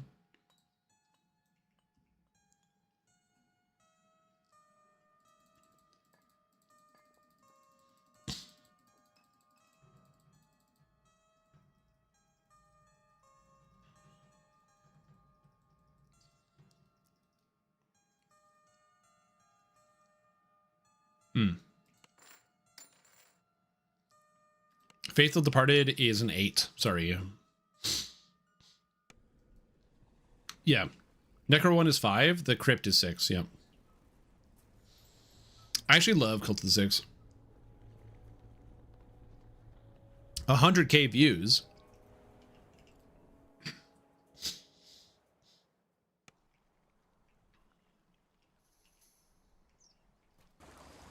No, that's because they're not willing to pay the price to get it.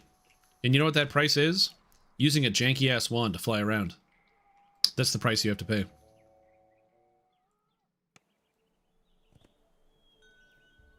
You want me to just run Cult of the Six right now? Are you serious?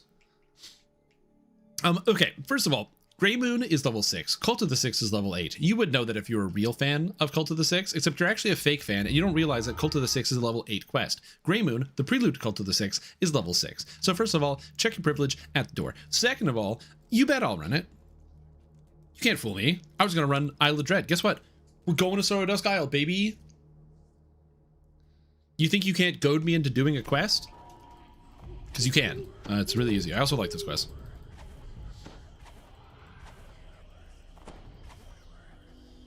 Not a big deal in 4 characters in 2 weeks and trying to get 12 pair of boots and I still don't have them. Yeah, it's physical pain. That's what this game exemplifies. Sorrow Dusk is great. All you guys are wrong. Listen, I don't want you to feel too embarrassed about how wrong you guys all are. That you don't understand, like, the complexities of how incredible Sorrow Dusk Isle is. The storytelling, the ogres. I mean, do I have to say more? I feel like I've already made my point.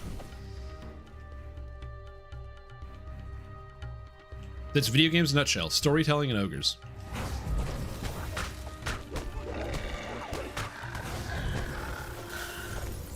Scrap? Nope. Nope. You guys, you lack taste, okay? You're out here being like, I can't taste this. I gotta throw more salt in my food to really ramp up the taste because you got no taste yourself. Someday you'll see. Sorrow Dusk? Oh yeah. Top 1. Of all the quests in the game, Sorrow Dusk is a quest you can run and it's fun. Cordovan likes Sorrow Dusk? A refined man.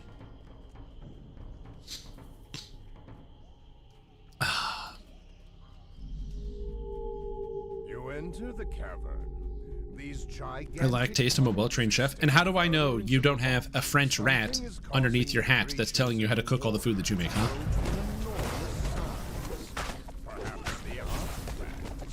We all saw Ratatouille. We all know what chefs are like.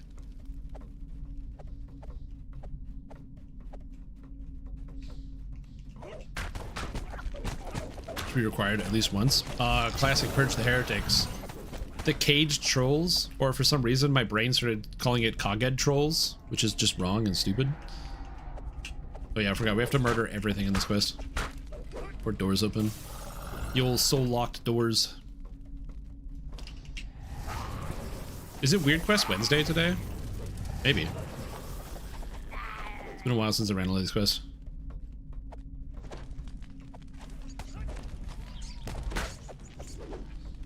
Hardcore favor, I hated that as bad traps. I like Sorrow Dusk Isle. I'm biased. I've said it before, if they just made the entirety of Sorrow Dusk level 8, like they literally just change all the quests in Sorrow Dusk to be level 8, I think it would be cool. They make all of Sorrow Dusk 8 or 9, and they don't have to change any of the quests, just change the number to enter the quest, 8 or 9, and do the same thing with Threnal, except make all of Threnal 10, and that's it. No reworks, no editing, you have to change the quests. Because there's like gaps in the leveling process, like the 9s suck. But if all of Grey Moon and Sorrow Dusk are 9, you just do it in one go. You just kind of like rip your way up the mountain. Now you're thinking, you're like, actually, you know what, Strim? I was talking smack about Sorrow Dusk before, but now that it's all level 9, you know, I hate doing Red Fence every past life. I hate it. Maybe you just don't want to slam Shadow Crypt again and again and again. Yeah, dude, I used to run Church of the Cult all the time. 1, because of Silver Longbow, but 2, you had to do it. And so that would oftentimes leave like the auction house flooded with silver bows because, you know, oh, I need to get a silver longbow, everyone's running it. But now no one does it.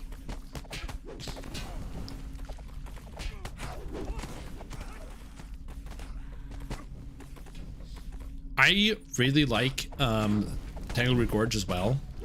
And it's not just because I'm a bad person. It's actually because I like the storytelling of Sorrow Dusk. Or not Sorrow Dusk, of Tangleroot. I understand that a lot of people don't like it. It's like, well, you go into the same quest area again and again. Because the entire point is that it's guerrilla warfare. You do not have the ability to fight this army head on. But you do have the ability to send in small strike teams to slowly weaken their forces. At the beginning of the quest chain, they leave the doors open as if they're goading you in, being like, ha, you can't come in here. Then later on, there just like aren't enough hobgoblins to even man the fortress, and they have to pull some of their like deeper rank guys out to the front to try to defend it from you. It's the storytelling, dude. The storytelling. Uh-oh. Gotta kill this guy. Ah.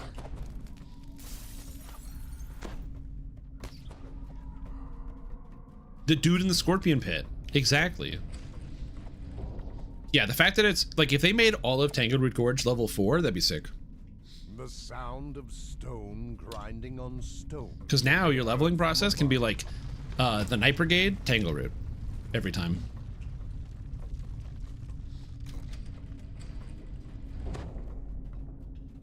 Dude, imagine if Tangleroot was 4. Because the XP in Tangleroot is actually pretty good. And if it's all level 4, they can put it on Reaper as well.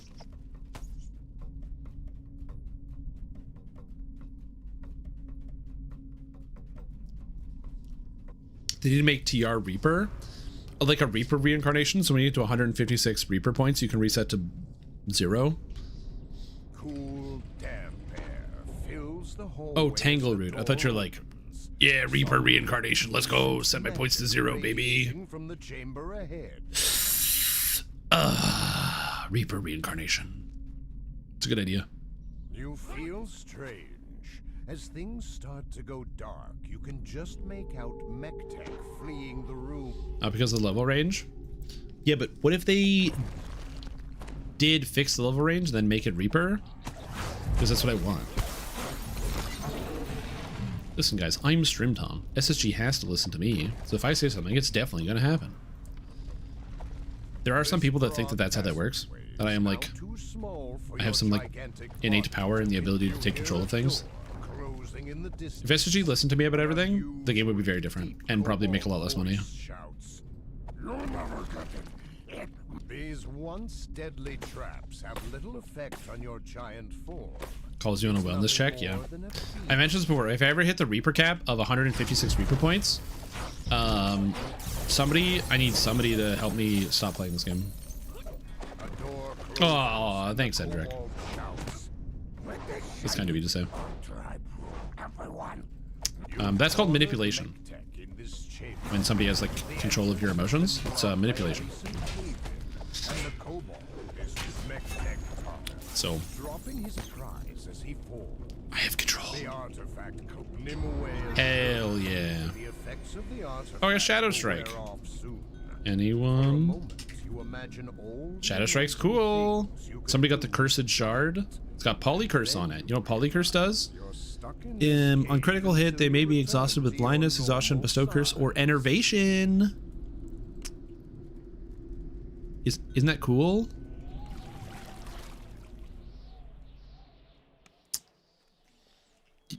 Nobody wants it. This is unlucky. Actually unlucky. Nobody wants my items. Anyway, what's the next one called? Oh yeah. Price. Actually, I'll just type in 12. That'll help me out. 12. The price of freedom.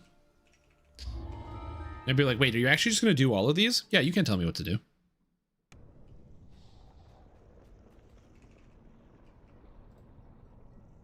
Doris opens her back. Got a wand. Everybody take a wand. Everybody take a wand. It'll probably help when you're inside. Just gonna kiss my bubs before I go in. Good luck, fleshies.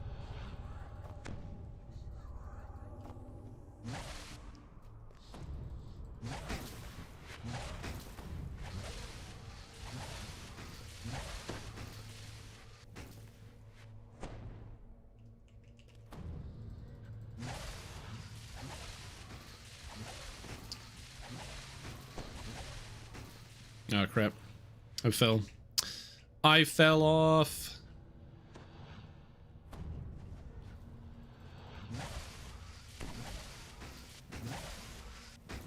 No, I'm falling. Dude, I love this quest. Oh, not when that happens, though. Unlucky, actually. Why am I so bad at this right now? I literally do this all the time, and yet somehow I'm like struggling with this. Okay. Oh, nope. No. That's bad. Well, back to the start. I have momentum now, and I can't fix it. So I gotta go back to the start. Thanks. I don't understand how I did that.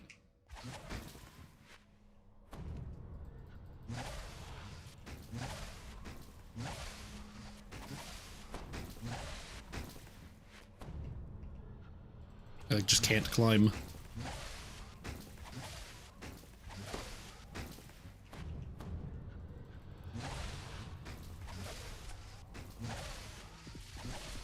Ah, perfect. It's good enough. All right, we're good. Yeah, for many, they want to get out of the hellhole. Get me out of this hellhole. Not me. I like this quest. I don't know why. It's just cool. So I've always liked it. Like some quests, I just enjoy the process of figuring out. What do we got? Way too far. All right.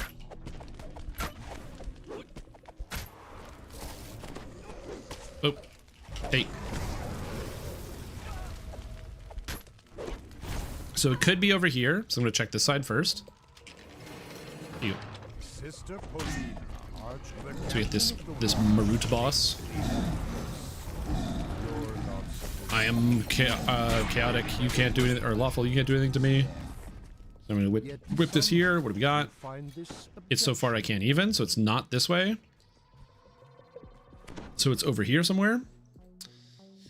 I don't know where over here, but it's over here somewhere. It could be downstairs. So let's see what we got. Blast the wall. Yellow. We're getting closer. So it could be in this room. So I don't know. We'll find out. Give me the key. You know, I don't have any positive spell power. Chaotic was a good show. What was it about? Very close. Okay. So it's like in one of the nearby rooms. Because I'm not familiar with Chaotic. I sold that for all these years. Tomb of the Tormented is not a bad quest. But it is a frustrating quest. And some people would equate frustrating with bad, and I don't think that's entirely wrong.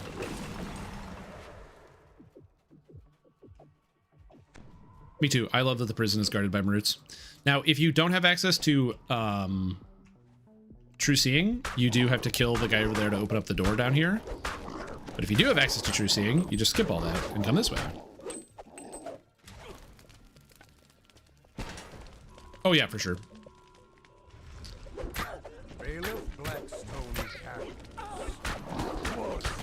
The bailiff cackles.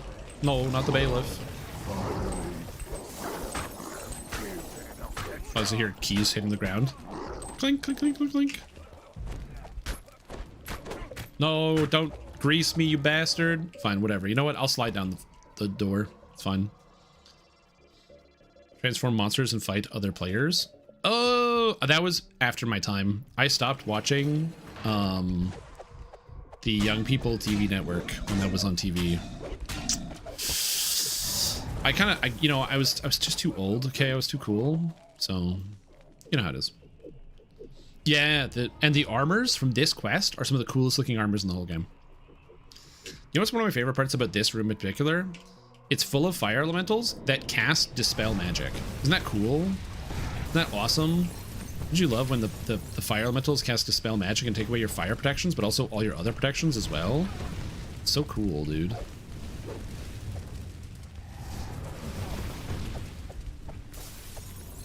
I love when monsters cast Dispel magic. It's like my favorite thing. Anyway, you hit this button on this side, and you hit this button, and that's it. Boom! All the doors are open. Yay, we saved everybody. Let's go. Talbron can't leave his cell until the spell keeping. And then we got Talbron. Did we get the key? However, Is he downstairs? You a key that he stole from a guard. Yeah, we got the key. Got the key. Okay, cool. And then once all the doors are open, then you gotta open the last door. You reverse gravity, you just hit this button and the other buttons. Ooh, methods. Yeah. This is a method that resists fire. Go away. Or resist cold. Fire method. All right. In this area here, there is a lever that's underwater. So you can throw something at it and hit it. And in so doing, open up a secret door. Also, these shadows are immune to fire. I don't know why they're immune to fire, but they're immune to fire. It's really cool. So we kill this guy. Now, sometimes the game doesn't want to cooperate, and it doesn't want to give you or let you shoot this. So you just swim underwater and then set yourself on fire. By water, I mean lava. Anyway, you go under the lava, and then you go through this secret door here. And you know what's in this door? A chest. You know what this chest is? It's a named item chest. It drops all the armor pieces from this quest. So if you ever want to farm out the armor, you get this chest, then you hit the door, and you get the second chest at the end. Think it's an aim issue? No. I definitely hit it. Anyway, that's it. That's the quest. Speak with the captain, then recruit allies for the final showdown. According to the captain, Rosie is the troublemaker. Rest of the puzzle, I very much struggled to fix it. Yep, true. Yeah, it's there's a lot of puzzles in DDO that if it's not at like the resting state where it's the beginning, I have no idea how to recover.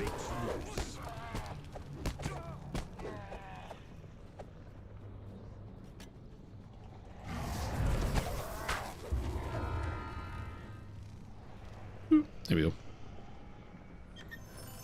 Zip. Zilch. Yeah, that was only like 7 minutes for a good amount of XP. Why do you have the Umbrella Corporation logo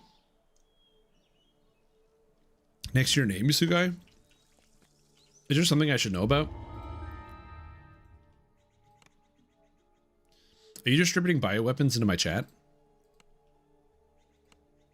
I'm special? I mean, clearly.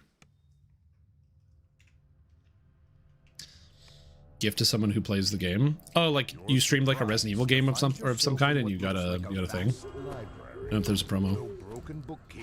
I haven't done that quest in years. Yeah. Has gone very wrong. Perhaps Terra Fenwith can explain what's going on.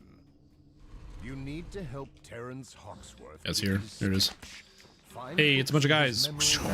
Cold damage, cold damage, cold damage, burst, cold damage. Quest sounds miserable? No, dude. Sometimes you gotta take your experience into your own hands and say, today I'm gonna have a bad day. I mean good day. And do quests that are fun. Guys, look how much fun I'm having doing these quests. Are you not entertained? Yeah. Look, sometimes you gotta just say we're doing weird quests today. Look, if you sit there and you run and you grind and you grind and you do only the most efficient, fastest way to get through everything, look, you might level fast and you might feel good about yourself. You might hit rich and completionist. You might feel like you're accomplishing goals. And you might feel like you're going somewhere with your life. And you know what that leads you to? Disappointment. Because if you're going nowhere with your life and running random quests in the middle of nowhere, you can't really ever be disappointed because you've already disappointed yourself more than the world could ever do to you. You gotta set the bar low, you guys. You gotta set the bar as low as possible.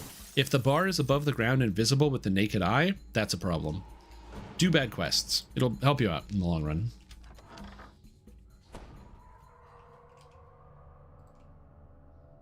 Seven. That actually is generally how I live my life, which is I set the bar as low as possible for general things. And I do that specifically because by setting the bar low, I'm almost never disappointed by stuff. I'm almost always just like, oh, cool, this is awesome. Oh, look at this. It's like when something like a movie comes out, or like I go to a restaurant and get a meal. Like I almost never have a bad time at a restaurant. Because my expectations are so low. I'm like, oh, the food is delicious. It's amazing. Yeah. It's like, it's the reason why I drink shitty coffee at home, which might seem weird because it's like, well, isn't that your house? Don't you want to be drinking nice coffee at home because you spend all your time there? But by drinking bad coffee at home, it means that if I ever go to a friend's house, if I go to a coffee shop, if I'm at a restaurant, somebody offers me a coffee, you know, from any place outside of my norm, I'm always going to make sure I have a good time because it's, you know, I'm having a delicious cup of coffee right now. I'm like pleasantly surprised.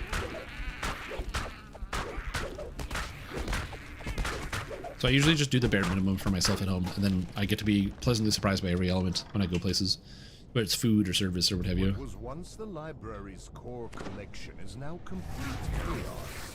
This is what Bazaar can do for its greatest effect. Breath. Oop. Rest? I need 2, right? Oh, and the other one's here. No, there's books, dude. I don't know how to read.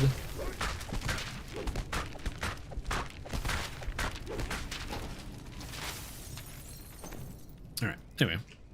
But yeah. Sometimes, especially when it comes to DDO, I cannot recommend enough. Don't make a quest path. Don't do it. The second you make a quest path and then you start following it all the time, it kind of sucks some of the fun of just like playing the game and going places. I much prefer, like, if this is obviously if you're experienced. If you're new and you want to follow a quest guide because you don't know where to go, I'm not saying don't do that. But like, if you're experienced, you've been playing the game a lot, if you do like 3 past lives in a row using the exact same quest path, at some point, just like get to a level and then close it. And then just decide what quests you want to do. Decide where you want to go.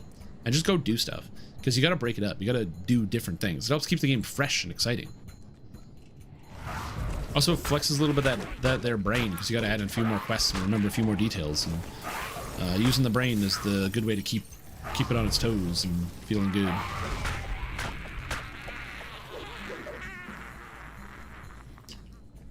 $207 past lives to go before tomorrow. Yeah, well, looks like you better get started, buddy. As you gotta run Kobold Assault this life, and the next life you gotta run this quest, and life after that you're gonna be running Sorrow Dusk Isle. So you're really behind if you got that many lives to get, you know.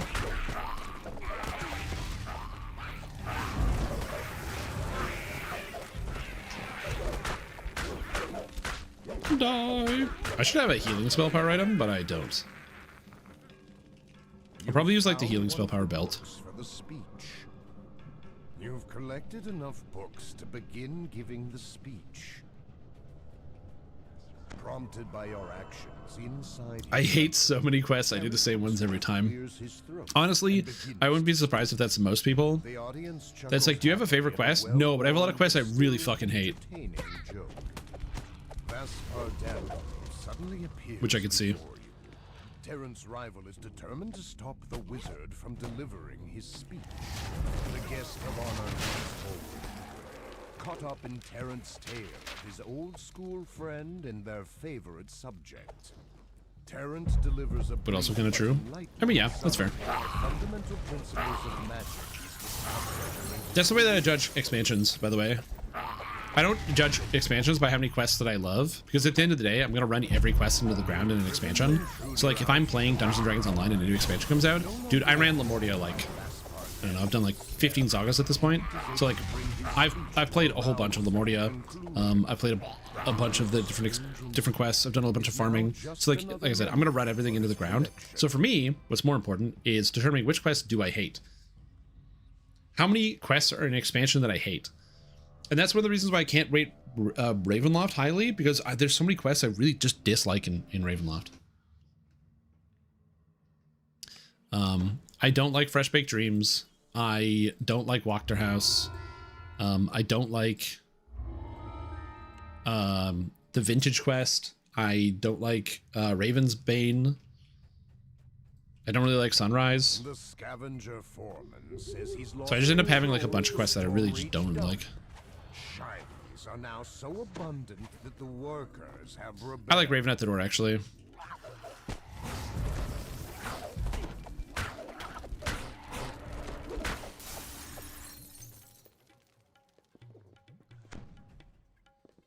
Drink him out, not because quests are bad, but without AoE it's just painful. Yeah, I can see that. It's true. Actually, yeah, I don't disagree.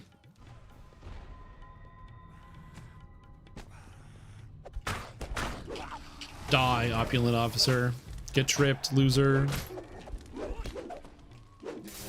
Yeah, it's not even just because of the XP. I just find like quests with lots of constructs are not that fun. Personal opinion time. I don't have the crest. I love Death House. Exceptional quest. Yeah, great job from the devs on Death House. If you have never run Death House yet and you own Barovia, you gotta do it.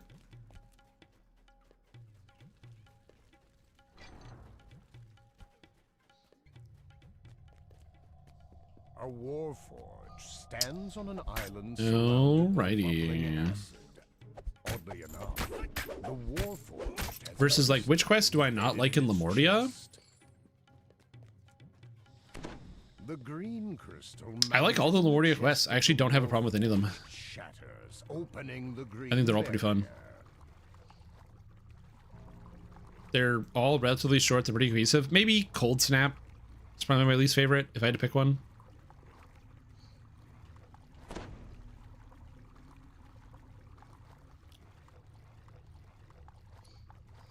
Stone Crypt Chronicle, and I like the Stone Crypt Chronicle. I think the only reason why I like the Stone Crypt Chronicle is it reminds me so heavily of like it feels like I'm playing like a Super Mario 64 level. We have all the little like things to collect, and you gotta get the eggs, and you gotta get whatever. It's good stuff.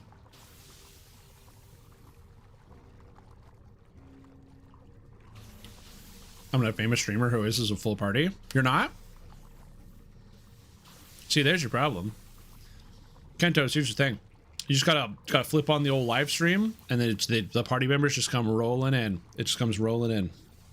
That's the real trick there.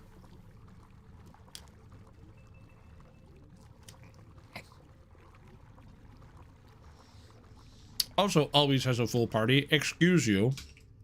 With my empty group right now. Is that because I'm doing horrible quests? Yeah. On the wall. The red barrier has been opened.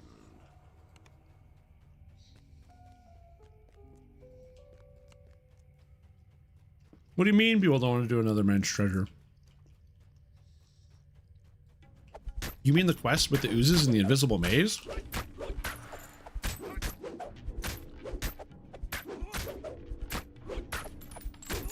Yeah, I can see that. Well, I mean, we're still at DGen hours. Are you telling me that at DGen hours there aren't a terribly high amount of like Europeans that are playing? Visible is the lever in the center of the room.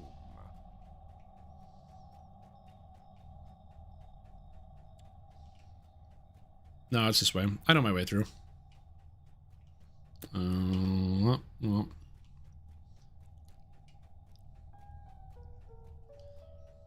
There's like only one tricky part at the beginning, and then it's pretty easy after that. Because then it's a lot of just like, I think at the end of the maze, they just got late, not lazy, but they just kind of got tired, and then it's just like a bunch of straight lines.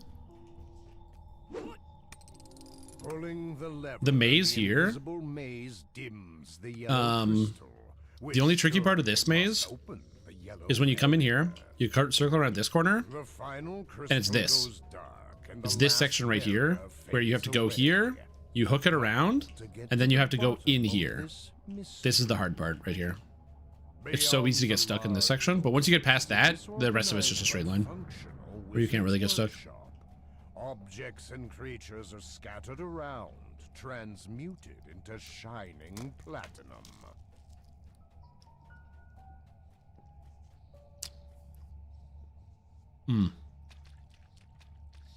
Yeah, a hireling or a pet is the way to do that.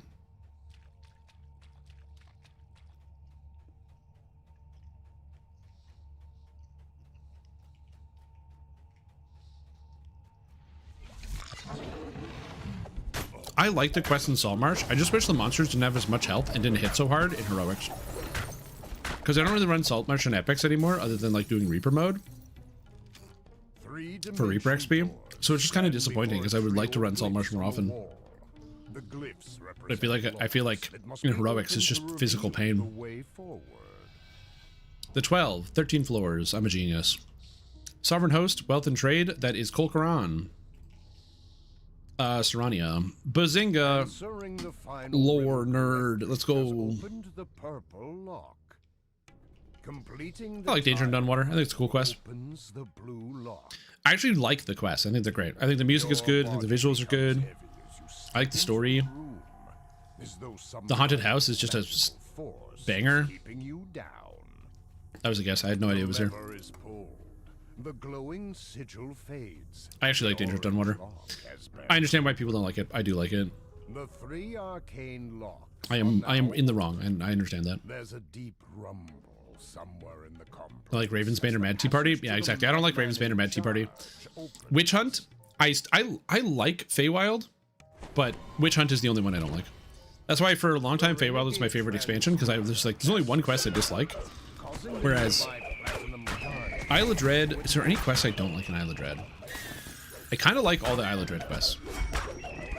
Although I'm going to be honest, if I did have to pick a quest I didn't like, it'd be the big temple quest at the end. The guardian falls to the floor with a heavy thud. The room rumbles ominously as the wizard begins chanting a new spell. You've thwarted the transmuter's platinum plan, but the wizard now vows to destroy the entire city. There must be a way to stop him. Stormreach is safe again, and the mad transmuter got a taste of his own medicine. Here we go. All right. You said it. Cult of the Six. Let's go.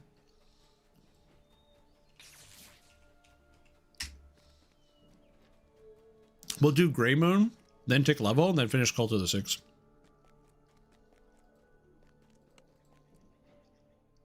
Yep. It's happening. You said, new stream, you can't do Cult of the Six. Guess what? Yes, I can. We're going to do it right now. Strim, I feel tortured. That's a perspective. The trick to that is you just have to make sure you don't feel tortured, and then you're good. Just say to yourself, this isn't torture. This is actually good. Problem solved.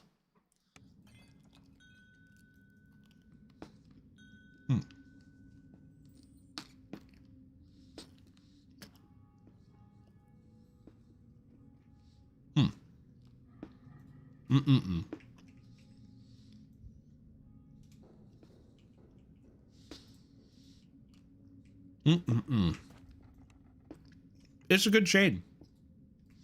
I know you guys are all with me. You're like, this is a great quest chain.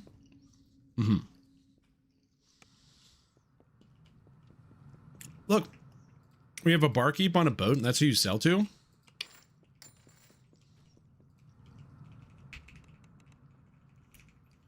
And you couldn't repair at that vendor. So if you needed to repair because you died a lot because this area was hard, you'd have to go out to House D and repair.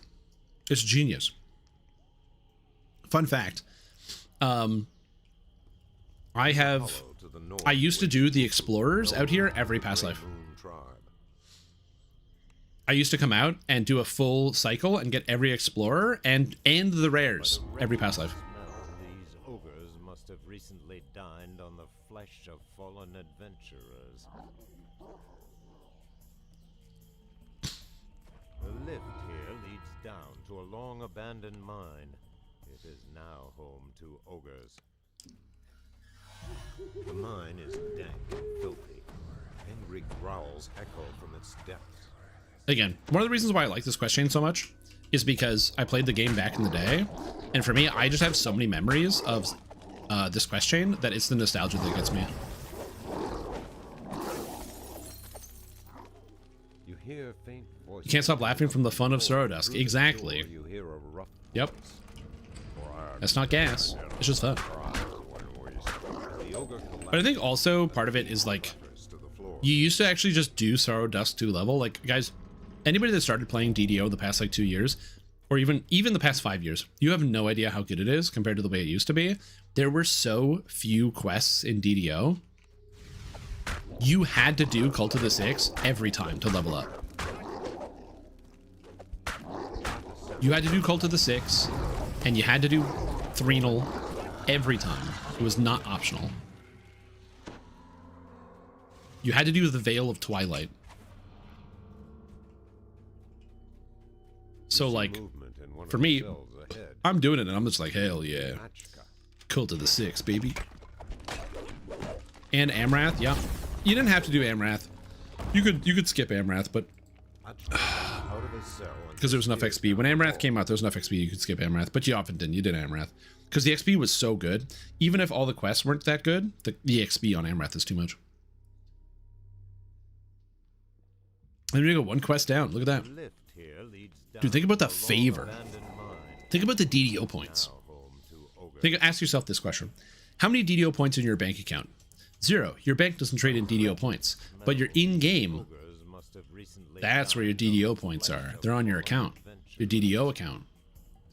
Look at that. 561 total favor so far, playing this character just today, 125 DDO points. Check it.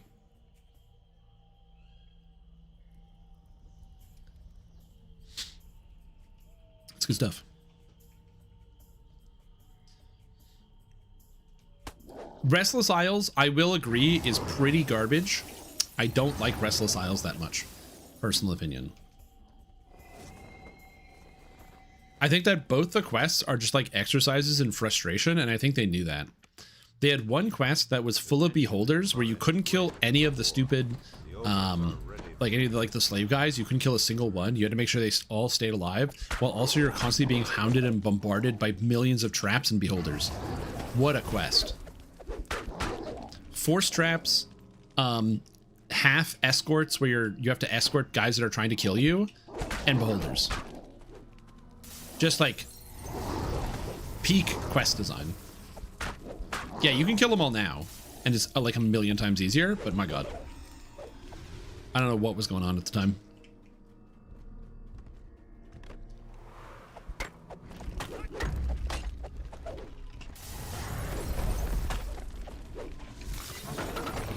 And then, of course, you have Bring Me the Head of Golafan, which is just the... If you don't have evasion, you are going to die. Nightmare show. It's like, do you have evasion? No? Great, you died. The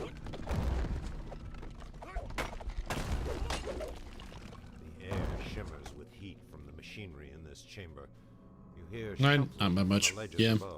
Again, when it comes to, again, I like a lot of the Ravenloft locations. The visuals are fantastic. So, like, when it comes to Wachter I like the story of Wachter I love the concept of Wachter and Mad Tea Party. I just personally don't like it. I don't think it's fun to play.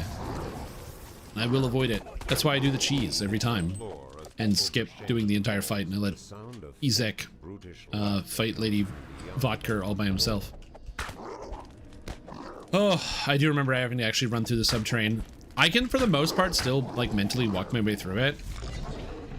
I remember doing the subterranean, but not only did we do the subterranean, to get where you needed to go, there were so many beholders along the way that the trick to the beholders is you had people bring in waves of exhaustion and ray of enfeeblement, so you could drop the beholder's strength so they become helpless because there were too many of them and they were too dangerous. Oh, that was the stuff. That's like peak game design. One of the best quests back in the day, Waves of Exhaustion. A spell I bet most people don't even know what it does. By the wretched smell, these ogres must have recently dined on the flesh of... I agree. Invitation is probably the best quest. In the hollow, Death House is just a peak gaming experience, but yeah.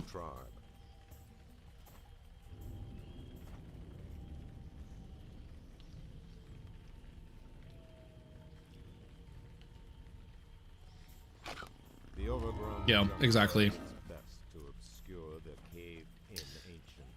Back in my day, I remember when we did Vision of Destruction, and the best tank in the game was a Warforged tank because you needed sorcerers to heal them because they had more mana than clerics.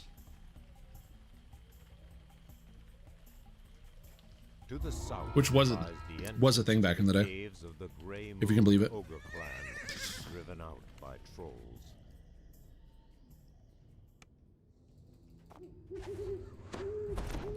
Yeah, Death House, just it hits the right marks where it's like the little kids are like, there's a scary monster in the basement, and you're like, oh shit, little nightmare kids. Scared the crap out of me. Can you get over here, Deathblood Troll? I don't need to fight you. Horrible and painful? Because for the most part, DDO is a horrible and painful video game. You hear heavy breathing and guttural laughter. For point of reference, I love Dungeons & Dragons Online, but oh my god. Dude, remember how every video game back in the day used to cause you to lose experience points when you died? Like, isn't that like the worst part about playing like Diablo 2 is like when you die you lose XP? Yeah, they did that too in DDO. In DDO you lost XP when you died. In DDO, your effects were permanent. If you got blinded, there was no timer on it. You were blind. And when you left quests, you didn't get all of your stats back. You might be wondering why there's so many shrines like close to the end of quests. And that's because you didn't get all of your resources back when you finished a quest. And so oftentimes you wouldn't use a shrine when you went through a quest, so that way you could use it at the end, so then you could, before the next one. So for example, there's a shrine in this room over here. So you would clear this quest, then go back to the shrine and use it before you went to the next one. Okay, that was DDO in a nutshell. And yeah, if you were blind, if you got blinded in a quest, and you're like, oh shit, I don't know what to do about this. You want to know what you did? What you did is you left and you went into town, and in town you talked to people and were like, hey, can somebody cure my blindness?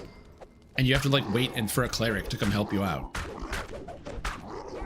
And then later they added it so that the clerics in town would be able to solve that problem for you. Or you could like pay like a, you know, brother or whatever, and they'll be like, hey, what's up? Yeah, no problem. I'll clear your disease. 10%? Oh shit, that's not good. Hold. Potions of heroism. 20%.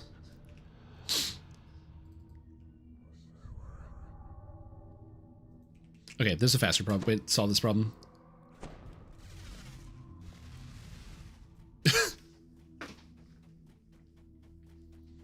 Oh my god. Like, I just remember getting like cursed by kobolds, and the curse would just last forever.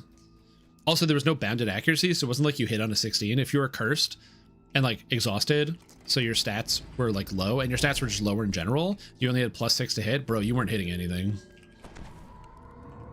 Enjoy seeing the word miss. To the south lies the entrance to yeah, that bridge sucks. Grey Moon Ogre clan, driven out but by trolls. I'm a monk with evasion, I don't care. Anytime. I mean, the best part about this is you might be like, well, at least we don't have to go across that bridge again. Oh.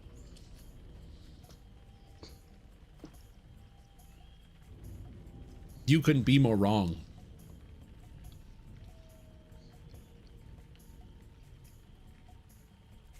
Oh, you're talking about in Proof of Some Poison. Of the Grey Moon tribe.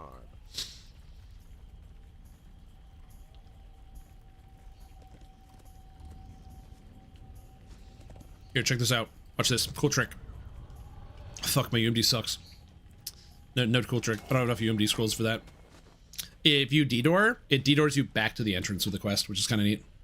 I just don't have enough UMD to actually land the dedoors. The overgrown jungle does its best to obscure the caved-in ancient ruins. Yeah, the leveling seals were added for free-to-play players.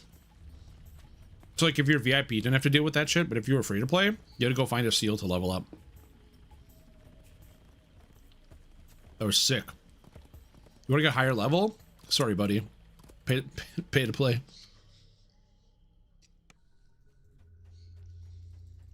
Stink of trolls lingers in the air. Ruku was right. I also like Proofs in the Poison. The first time. Oh yeah, well that one just makes sense. As somebody who used to play Bard and would heal raids and stuff, you would go through like 200 heal scrolls per raid. And they were expensive. So they would always be a thing like tip the cleric. So if you're a fighter, if you're barbarian, whatever, when you finish the raid, it was like very customary to go to whoever the cleric was, open the trade and give them money. So they could buy more scrolls. There was a guy on, I think it was Kyber, that ran the Quidgy Mart.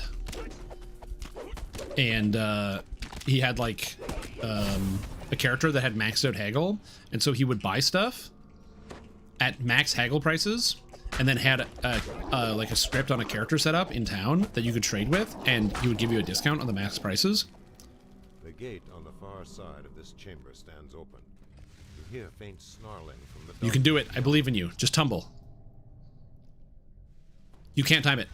You can't time it. It's okay. You know what's the best part about this? There's no shrine further in the quest. The only shrine is behind. Isn't that awesome?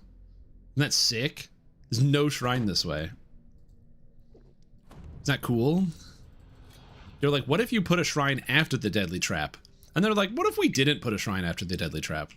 Oh, the trick to getting past this, by the way, is if you have feather falling, you can jump from here down to here. So you climb up the ladder, go up this way, and you go whoop, and you slide across. But I'm a monk, so I don't care. Fuck. Hold on. I'll get you. Give me a sec. Hold on. Let me just, 20% chance.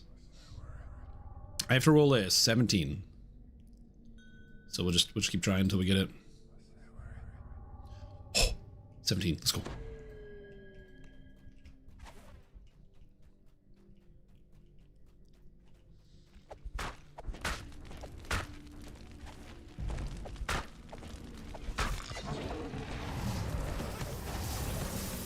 Oh yeah, well that's one of the things I remember when they added the first mount into the DDO store, the Nightmare mount. The Nightmare was 2,500 DDO points. And a lot of people were like, $25 for a mount? It's pretty pricey. Which true, it is pretty pricey. 25 bucks for a mount is pretty expensive. But remember that anything in DDO is always subsidized by playtime. So like if I'm playing the game a lot, you know, you'll pay down that. Like if you've already been playing and you have points banked from just like playing, well now it's not $25. It's less based on your playtime, and you can earn a lot of stuff for free. Like I don't buy DDO points, you guys. I don't do it. Not because I have a moral quandary against it. I play the game too much. Now granted, I'm like unemployed and a streamer, but you know what I'm saying.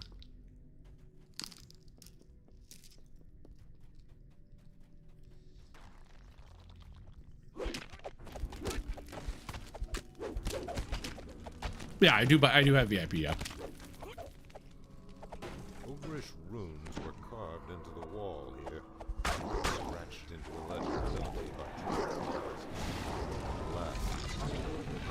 You know what's cool?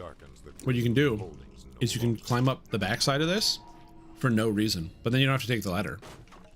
And you can sneak up on this guy. Isn't that neat? Your party has reached the deepest part. This chest drops one of my favorite items in DDO. Sneer of hatred frozen on his face. Brother Kasul goes. Did it drop? Nope. Nope. Hold on. Rerolling. Nope. Reroll. Come on. Come on, baby. Nothing. Rip. The Sickle of Sifros drops from here. It's a it used to be a level 2 +2 sickle with a d6 frost. One of the strongest weapons you could get at the time. Nowadays, I believe it's level 6, and it does like frost and chaos damage. To the south lies the entrance to the caves of the Grey Moon Ogre clan, driven out by trolls.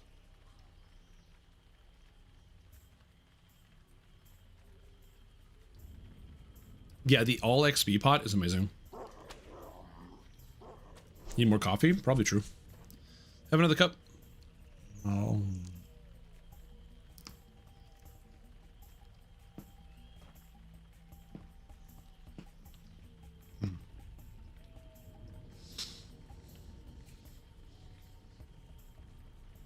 In the hollow to the north waits Bruku, elder of the Grey Moon tribe.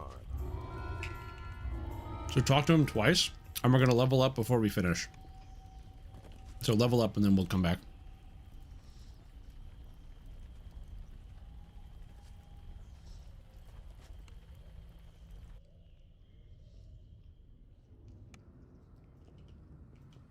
Because, like, why not level up?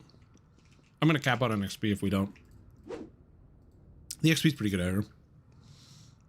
The never-before-seen weekend bonus is, if you are a free-to-play player, you can now open, for this weekend only, quests on hard without having to run on normal. So if you don't have access like a TR'd character, or you're not a VIP, you can open quests on hard without having to complete normal now. before the weekend.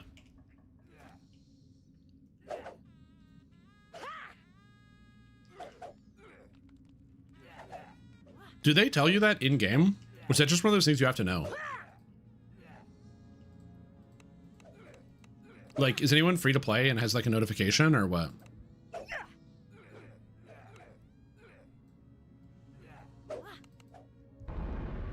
They do? You get a buff in your bar saying you can? Oh, cool. Sick. Oh yeah, I wonder how mad people are that that's a thing. What's up, Glass Jaws? All right.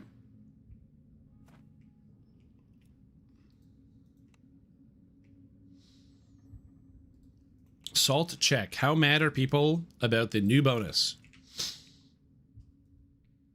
Some comment said that's a solid new bonus. Next comment, good time to do 100 favor dash on other servers for non-VIPs. Next comment, not as elite as it could be.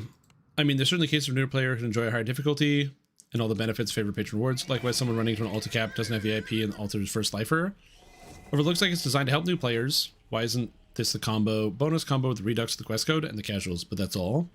Once the casuals hit epics, arbitrary difficulty locks go away for relevant content anyway. No, on epic, you still have to do... You can't just go to elite on just because you're on epic. Or am I wrong about that? Can you just do elite, epic elite without having to run quests first?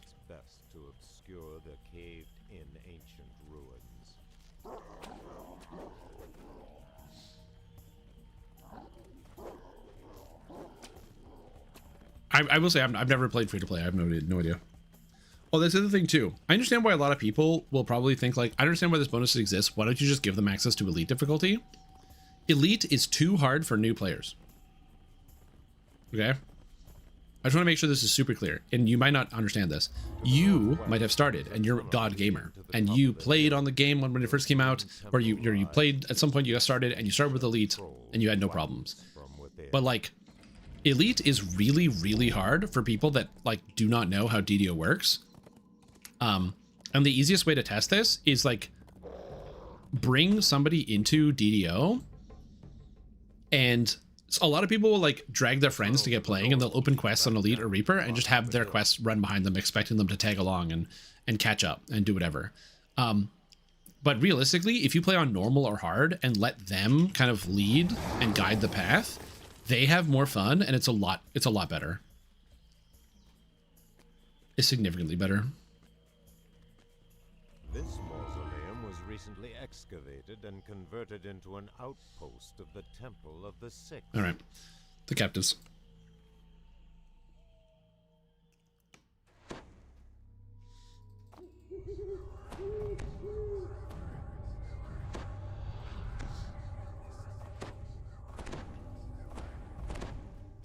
Yeah, exactly. Like, as somebody who's been playing the game for 2 decades, I don't struggle with these difficulties. But somebody who's like new and doesn't really understand like how they're taking damage or why, or the mechanics of which monsters can and can't hurt you, or that you can physically, like, I bet you when people get started don't realize you can dodge spells. Like if a guy casts like a fireball spell at you, you can sidestep it. Some people might realize that from watching the game, but I don't think a lot of people realize that on their first time playing DDO. Which I'm not saying is a bad thing either, just like... It's like the same thing when people go like, oh yeah, like Elite and Reaper are basically the same difficulty. And it's like, no, they're not. Where's the key? Elite and Reaper mode are not the same difficulty. Or it's like, you know, once you have Reaper points, Elite ends up being, or Reaper ends up being easier than Elite. And like, no matter how hard somebody might say that, if you just tell that person to go do a quest on Elite difficulty, it's so much easier. It's crazy. You do immediately start doing twice as much damage. Like literally, your damage doubles when you go from Reaper down to Elite. It's crazy.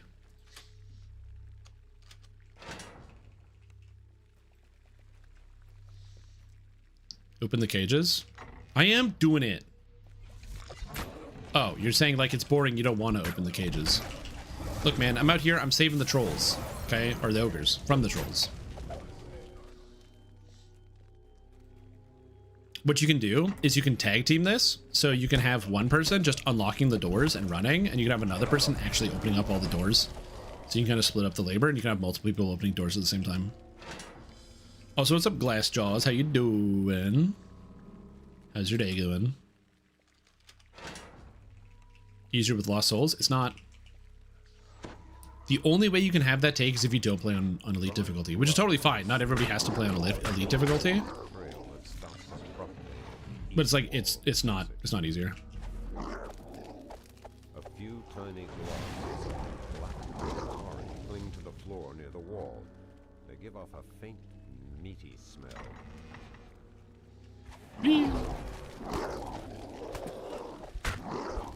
Yeah, like the easiest thing is monsters on Reaper mode get a +4 to saves versus spells.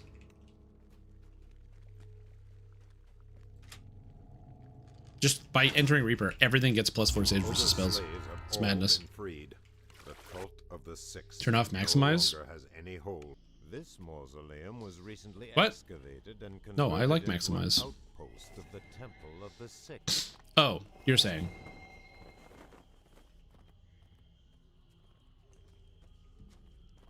Sorry, I'm bad at reading chat sometimes. A battered and scarred Well, Acolyte of the Skin, watches you. or not Dark Acolyte, you're saying Dark Apostate. Dark Apostate runs out of mana all the time because it sucks. That's a slightly different thing. that's a different problem than Reaper versus Elite.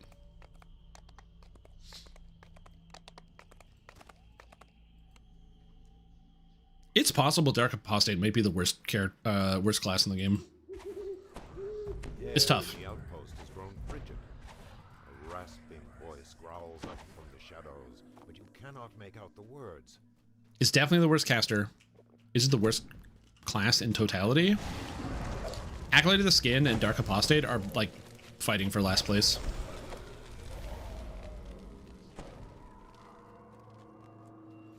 Oh yeah, you can make a good instant killer, but outside of like being a good instant killer, it doesn't really do a whole lot. Also, it doesn't pick up that much more than just playing regular cleric.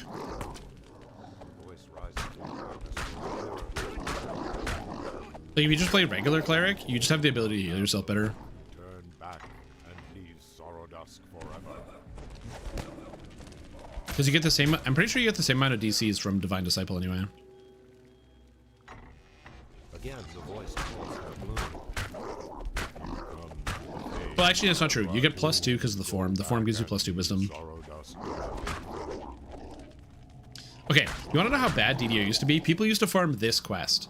So this quest, which gives this much XP, people used to farm it, where you'd have somebody who would literally just run through the entire quest, skip all the trolls. They would just like go, run through the entire thing, get to the end, kill the final boss and grab the Librum of the Six, and then D-door out, and then you would reset, and they would do it again and again and again.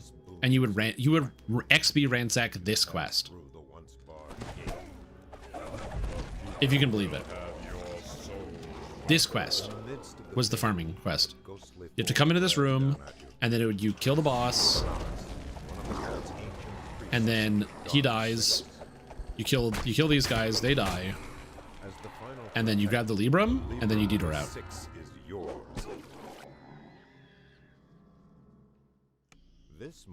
We used to farm that for XP because it was so fast and it was so hard to find good quests to get XP from.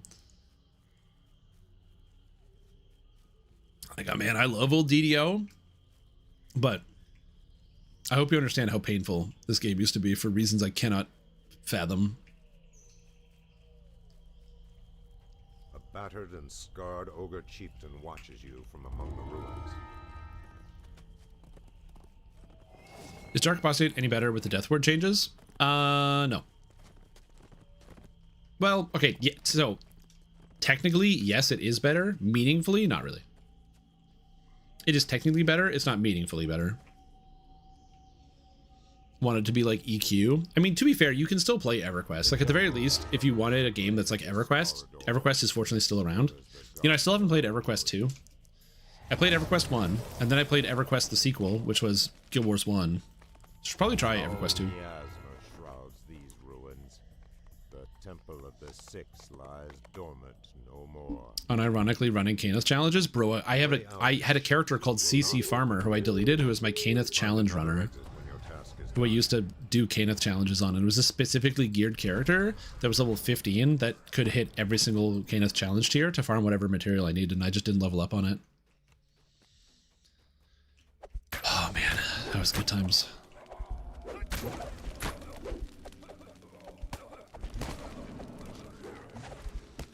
Doing, like, knowing how to do Dr. Rushmore's mansion was cool, but then you run into the problem is there was no way to, like, complete the challenge.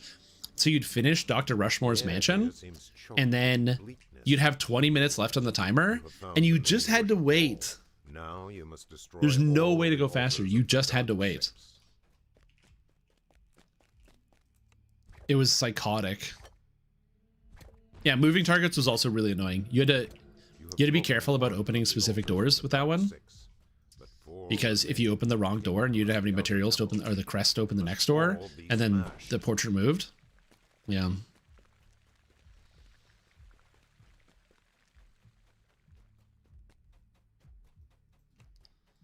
God damn, that was some good times. Oh, thank you for reminding me of all of the wonderful quests in DDO Pass.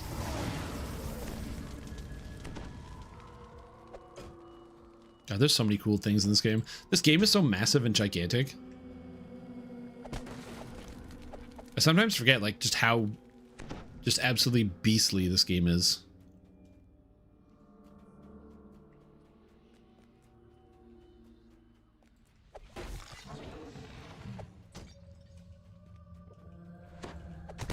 The last altar crumbles to dust. Wave of rage buffets the. Yeah, they really liked putting big timers on quests back in the day.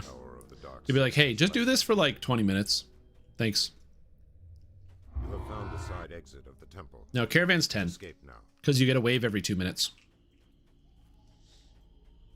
No, it was 10. So you have a wave that you fight every 2 minutes. These ruins.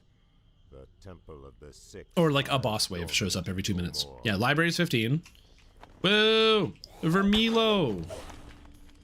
Experience, boyo. Hell yeah. How did Vermilo spawn? I don't even know. How about when Devil Assault dropped? Yep. Oh, Devil Assault still being 6, 12, and 18 is so awesome. Also, Kick Someone, welcome back to the stream team. Appreciate this. We're doing fantastic. Thank you so much for tuning in and for the resub of 25 Galdingen months. I appreciate it. Hope you're doing very well.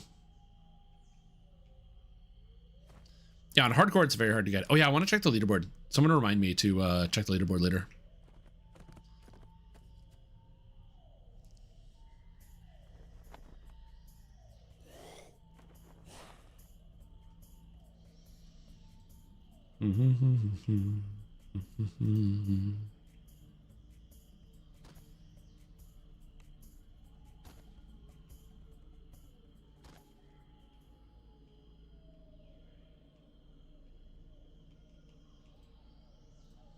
Let's go.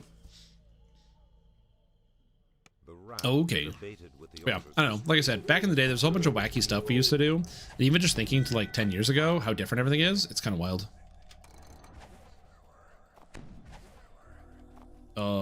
Yeah.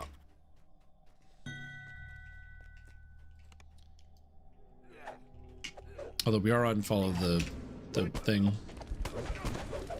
I forgot these guys dispel your magic. Oh my god.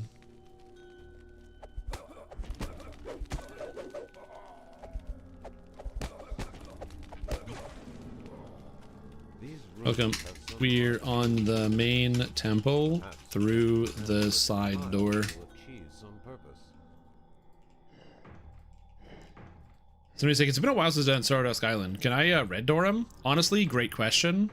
Not a bad question. It has been a while probably for everybody.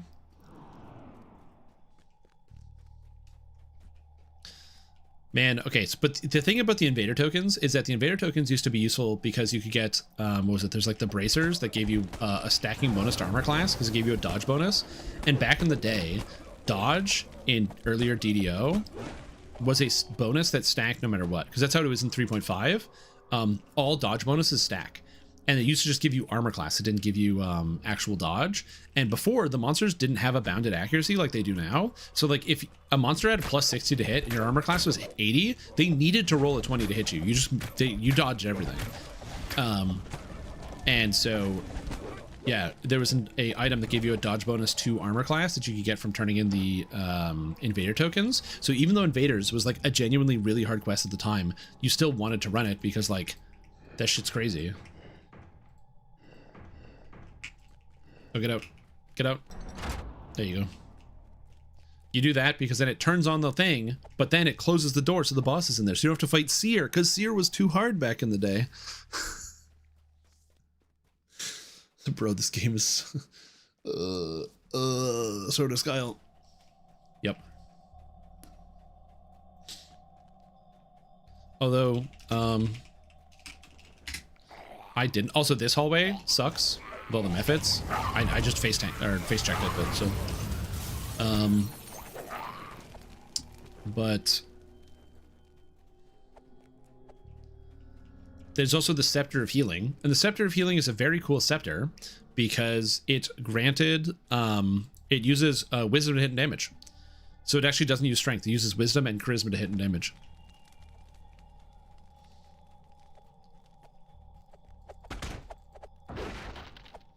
And it was one of the few items in the like earlier portions of DDO that actually worked like that. No strength, just wisdom and charisma. Very cool. I use that in a couple builds. Because then you can play a cleric with like a high wisdom or charisma and still do everything, like, or still actually have like ability to melee. Because adding your little bit of melee DPS as a cleric was actually relevant. Because you couldn't just like obliterate things with hundreds of damage. Sarcophagus in the middle of the dais seems to stand out from the wall. Man, old DDO. That's why if there was ever a DDO classic server that opened up, I would play on it for a week and then never play it again. Because old DDO, Dungeons & Dragons Online back in the day, was just a total nightmare. A total nightmare. It was frustrating. There were so many bad design decisions. It was really annoying. You had to wait for everything. Love seeing Cult of the Sixth Chain. So much nostalgia. Yeah. I still remember my first time running when the game first came out. It felt so epic. Yeah, that's right. Sithkius, welcome back to the stream team. Appreciate the support. And you're right. 100%. It does feel epic. It is epic. Cult of the Six is so cool. I'm glad you agree with me. Unfortunately, everybody in chat disagrees, but I'm glad you and I both know they're wrong and we're right. Cult of the Six rocks. Also, this room, so you'd only send one guy through because there's methods that spawn on each side, so you'd have one person run through while everyone else would wait back and not fight the methods.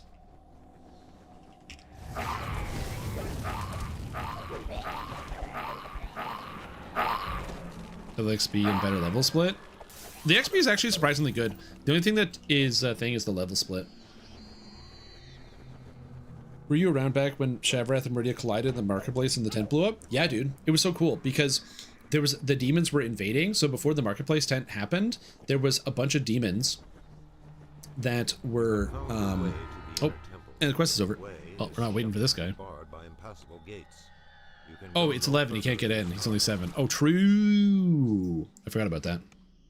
I'm gonna take the LFM down. But yeah, back in the day, the demons were invading the marketplace. So it wasn't just that the market tent exploded. For like the month before the lead up to that event, randomly devils were spawning in the market.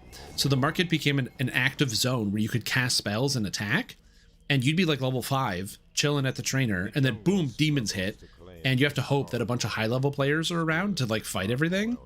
So people would like camp the marketplace to like fight the demons that were coming in so low level players could keep playing.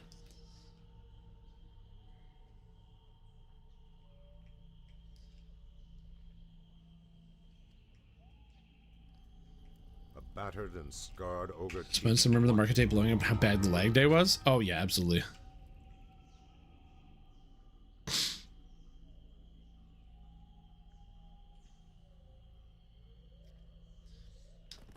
Yeah, an event like that would be kind of cool. Again, I don't see that ever happening, but it would be neat. Is the lag issue fixed? Yeah, for the most part. right now, kick someone, for a point of reference, DDO has less lag than it has ever had in the history of the entire video game that I have personally played, which is since the beta. I've never experienced a smoother Dungeons & Dragons Online since I started. That being said, it's not 100% perfect. There are still, you will still get intermittently a lag spike. So for example, yesterday and the day before, I put 20 hours into DDO. In those 20 hours, I had 0 blips, hitches, nothing. Smooth as butter. Today, I had 2 5-second lag spikes. So you can still get lag spikes sometimes, but compared to what you're expecting from a DDO lag spike, it's much, much, much more muted, and they're also quite rare. Unless you're playing on the European servers. The European server of Moonsea, unfortunately, apparently is still lagging. But you know what? There's got to be something bad about being European, okay? So that's all I got. They got everything else. They got the train system, and they got the walkable cities, and they got the healthcare. But the servers, they're a little laggy. They're a little laggy.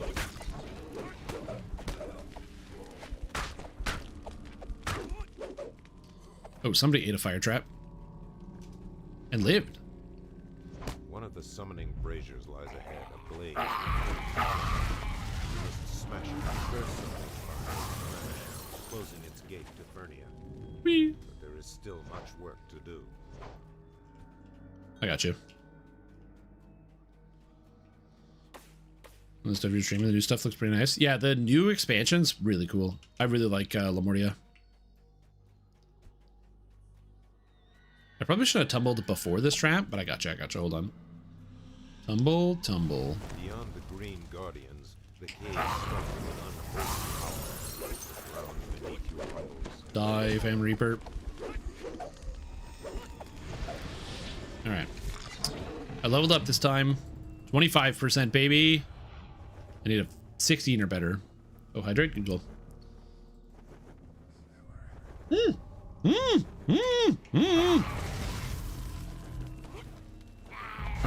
my god, there's more monsters. Like, it's a 1 in 4. Why do I have to burn through like 6 scrolls?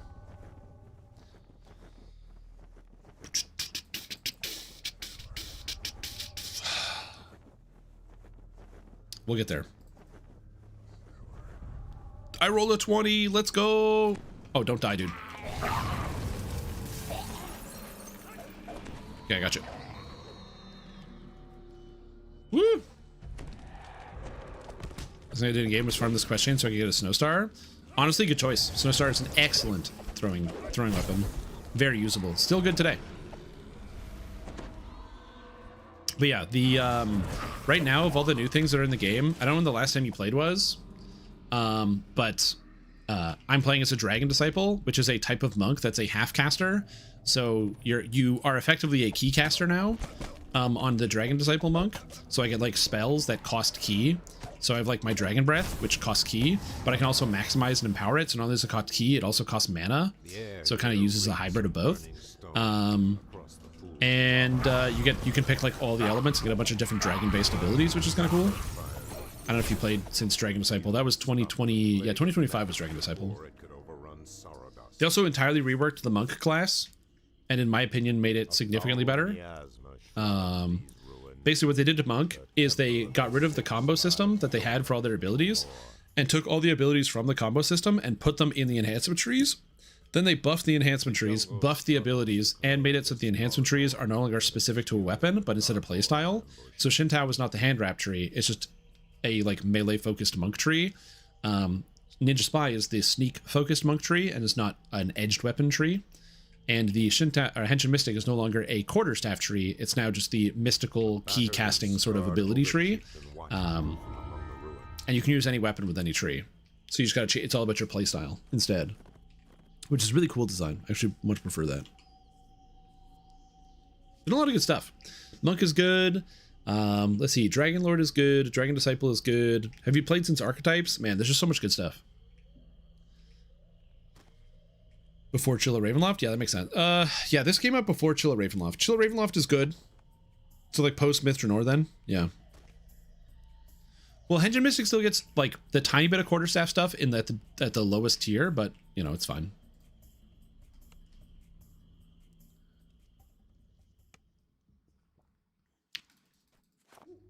Right. A deep and sonorous thrumming sounds. Let's go. Cult of the Six.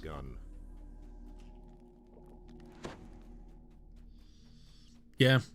I've mentioned this before, but I don't really like Wild Mage. Just as a concept, I'm not a big fan of Wild Mage because I don't like the fact that you can like cast something and not know what it does. And the reason why I didn't want Wild Mage added to the game was because I was pretty confident that if we did get Wild Mage, you wouldn't get an effect that would be like really, really impactful on your Wild Mage abilities. For the most part, the Wild Surges would have to just be stuff that's pretty middle of the road, because if it was too impactful, like instantly kill you all the time or instantly blow up everything on screen all the time, it would be causing problems. And I was right, it's really watered down in comparison to what you would normally imagine, where like if you play a Wild Mage, you can for the most part ignore the fact that you're playing a Wild Mage. Behind the magical barrier, lost in prayer.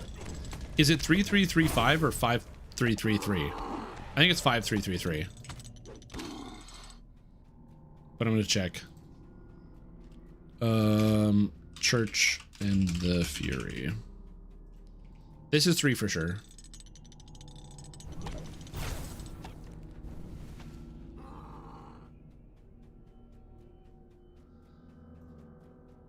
One, 2, 3. It is. It's 5323. Yep. Oh, I haven't ran this quest in so long. 2, 3. And yet it's still here, still in my brain. Can't remember a doctor's appointment to save my life, but the code for this, no problem. My brain is like, you got it, boss. I'll stash that information forever.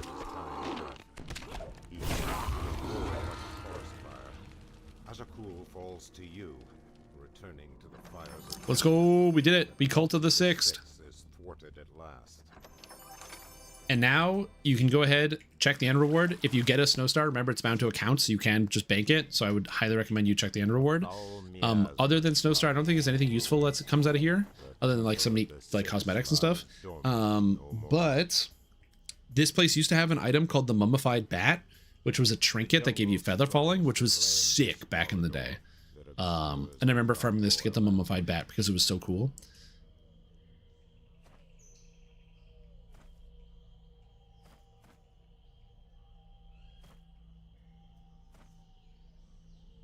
Yeah, exactly. Oh yeah, Wild Mage is really, really cool. Don't get it twisted. I think Wild Mage is cool. And I love the alignment-based spells. There it is. The Mummified Bat. Listen, Spot, and Feather Falling. Bro, this item was so good back in the day. You guys have no idea. Another item, of course, the Snowstar. If you get one, bank it. It's very good. The Scavenged Warplate was a +5 adamantine plate mail. Oh my god, this item was so good back in the day. Whew. Sheesh. The Cesti, which were the Strength Dex gloves, big fan. The Warfrat's Plank, I believe it's the water breathing. Oh, it's the Swim. Yeah, the Swim shield, because it's like a plank you can like hold on to when you're floating in the ocean. It's like some flotsam. The Shamanic Staff, that's the summoning one? No, this is the damage one. The summoning one is from Tanglewood Gorge. God, so many neat items. The Quicksilver Cassock. Okay, so this item is cool because it's got melee alacrity, so it gives you the attack speed. I used to use this all the time. This cloak is a great looking cloak. Very, like, just, it's got great visuals, and I used to use it all the time.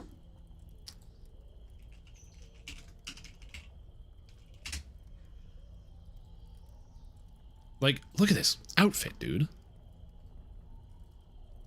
Quicksilver Cassock. Oh my god, it's got like the, I don't know where the Quicksilver comes in, but it's got like the purple and the orange. Ooh, ooh, ooh. Love it. Great looking outfit.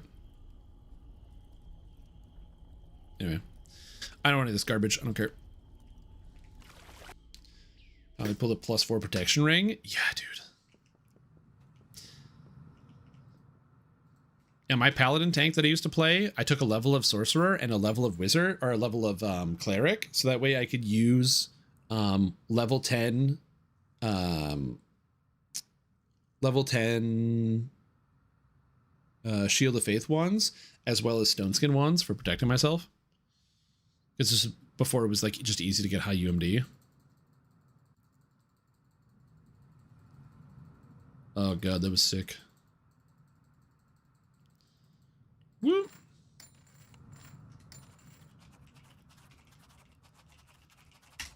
The 2K build? Well, yeah, but I did it probably before. I don't know when the 2K build was a big thing, but I did that when the level cap was 14. That was giant hold, man. That was in giant hold. It was good times.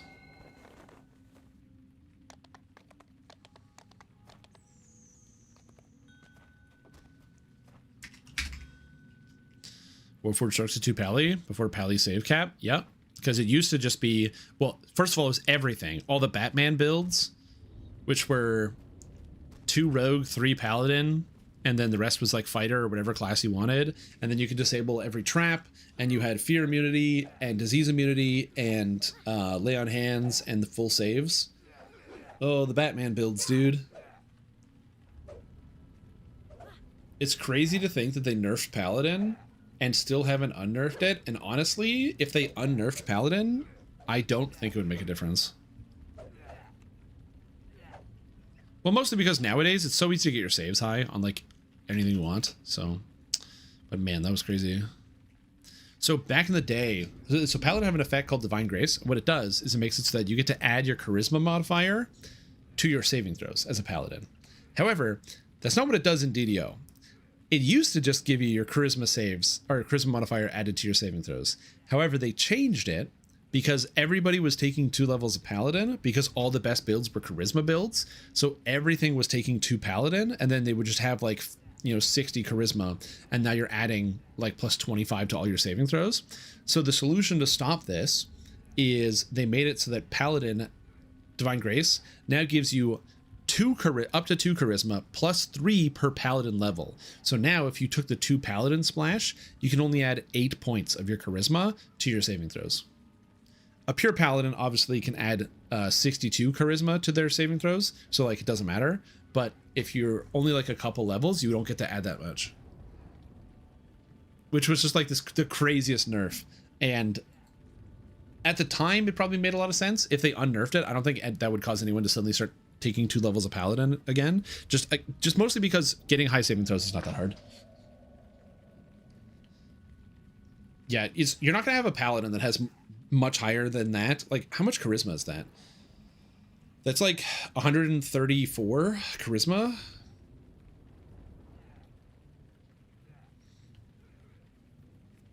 I shall attend to it in a trice. Glitch cat, don't ask me how I did this 2 days in a row. I will not ask you how you did that 2 days in a row. What? You did sub yesterday. I mean, to be fair, there's probably some computer magic, so I believe it. I believe you can get it done. And thank you for subscribing, Gwen. Welcome back to the stream team for 27 months in a row, consecutively. That's right. You subscribed for 27 months in a row. Ignore the fact that it doesn't say that. Guys, I'm tired. I think I might be done for the day. It's been like 9 hours. I know I like sound like I'm high energy, but like my focus is spread. It's like I need to like it's like I have like a string that's like unraveling, and I need to rewrap up the string so I can like talk again. So I think we're gonna probably pump the brakes here. I think that's a good place to do it. So I think we're gonna take a break from streaming for the day. The Zero Dusking turned my brain to mush. Yeah, like I said, it's mostly just like I'm just like sleepy. That, and also, listen, streaming for 9 hours straight, that's pretty good. So yes, thank you guys for watching. We had a fantastic time. We'll be back tomorrow with some new stuff. I'm excited to talk about some more things. We'll probably watch the Fridays at 4. Stream Wolf AP'd Cumpy.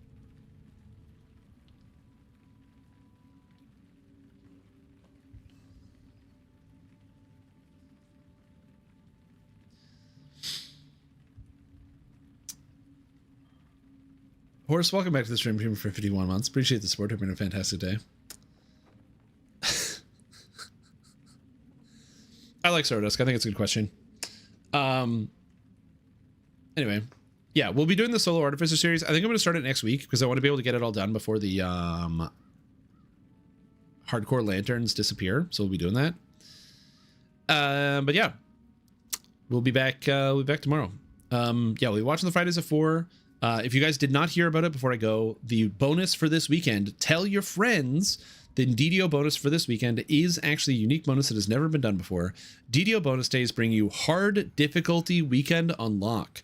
All players, regardless of account status, can automatically unlock hard difficulty. So which means that if you have any friends that have wanted to try DDO and they found it like kind of boring and kind of easy, they get started and they don't really struggle that much, because admittedly normal monsters aren't very challenging, especially at the beginning of the game.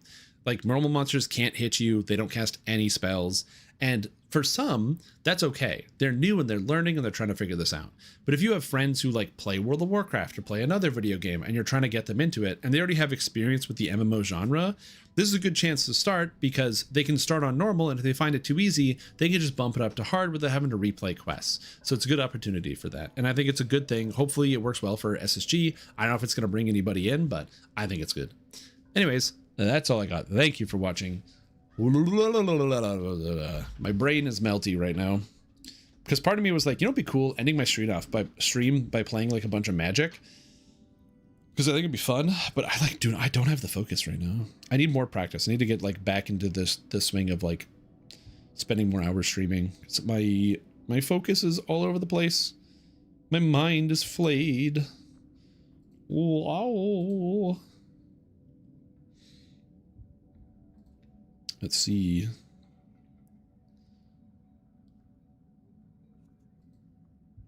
Let's go to same category. Who else is streaming right now? Who else is streaming right now? I mean, Sukai is streaming and he is watching my stream. So I could raid him. That'd be kind of cool. But I gotta spread the love. We're gonna raid Tavern Tales today, because I raided Sukai yesterday. So we're gonna spread the love, you know. Gonna make sure everybody knows that there's lots of people that are interested in lots of different types of content. But we're gonna spread the love. We're gonna move it around, like a margarine on top of some freshly toasted toast. I'm so tired. My brain is melty. Do you guys ever have that thing where you talk for too long, and then like your brain just entirely stops functioning? But like it doesn't entirely stop functioning. But there's like it's like a VIF filter. It's like supposed to prevent things from leaving your brain and getting out into the real world, and you just can't stop it anymore. Like when you're like really overtired, you think everything is funny. Ooh. You know what I mean? Oh god. Anyways, thank you guys for watching. Have a wonderful evening, and I will see you all tomorrow. Bye bye.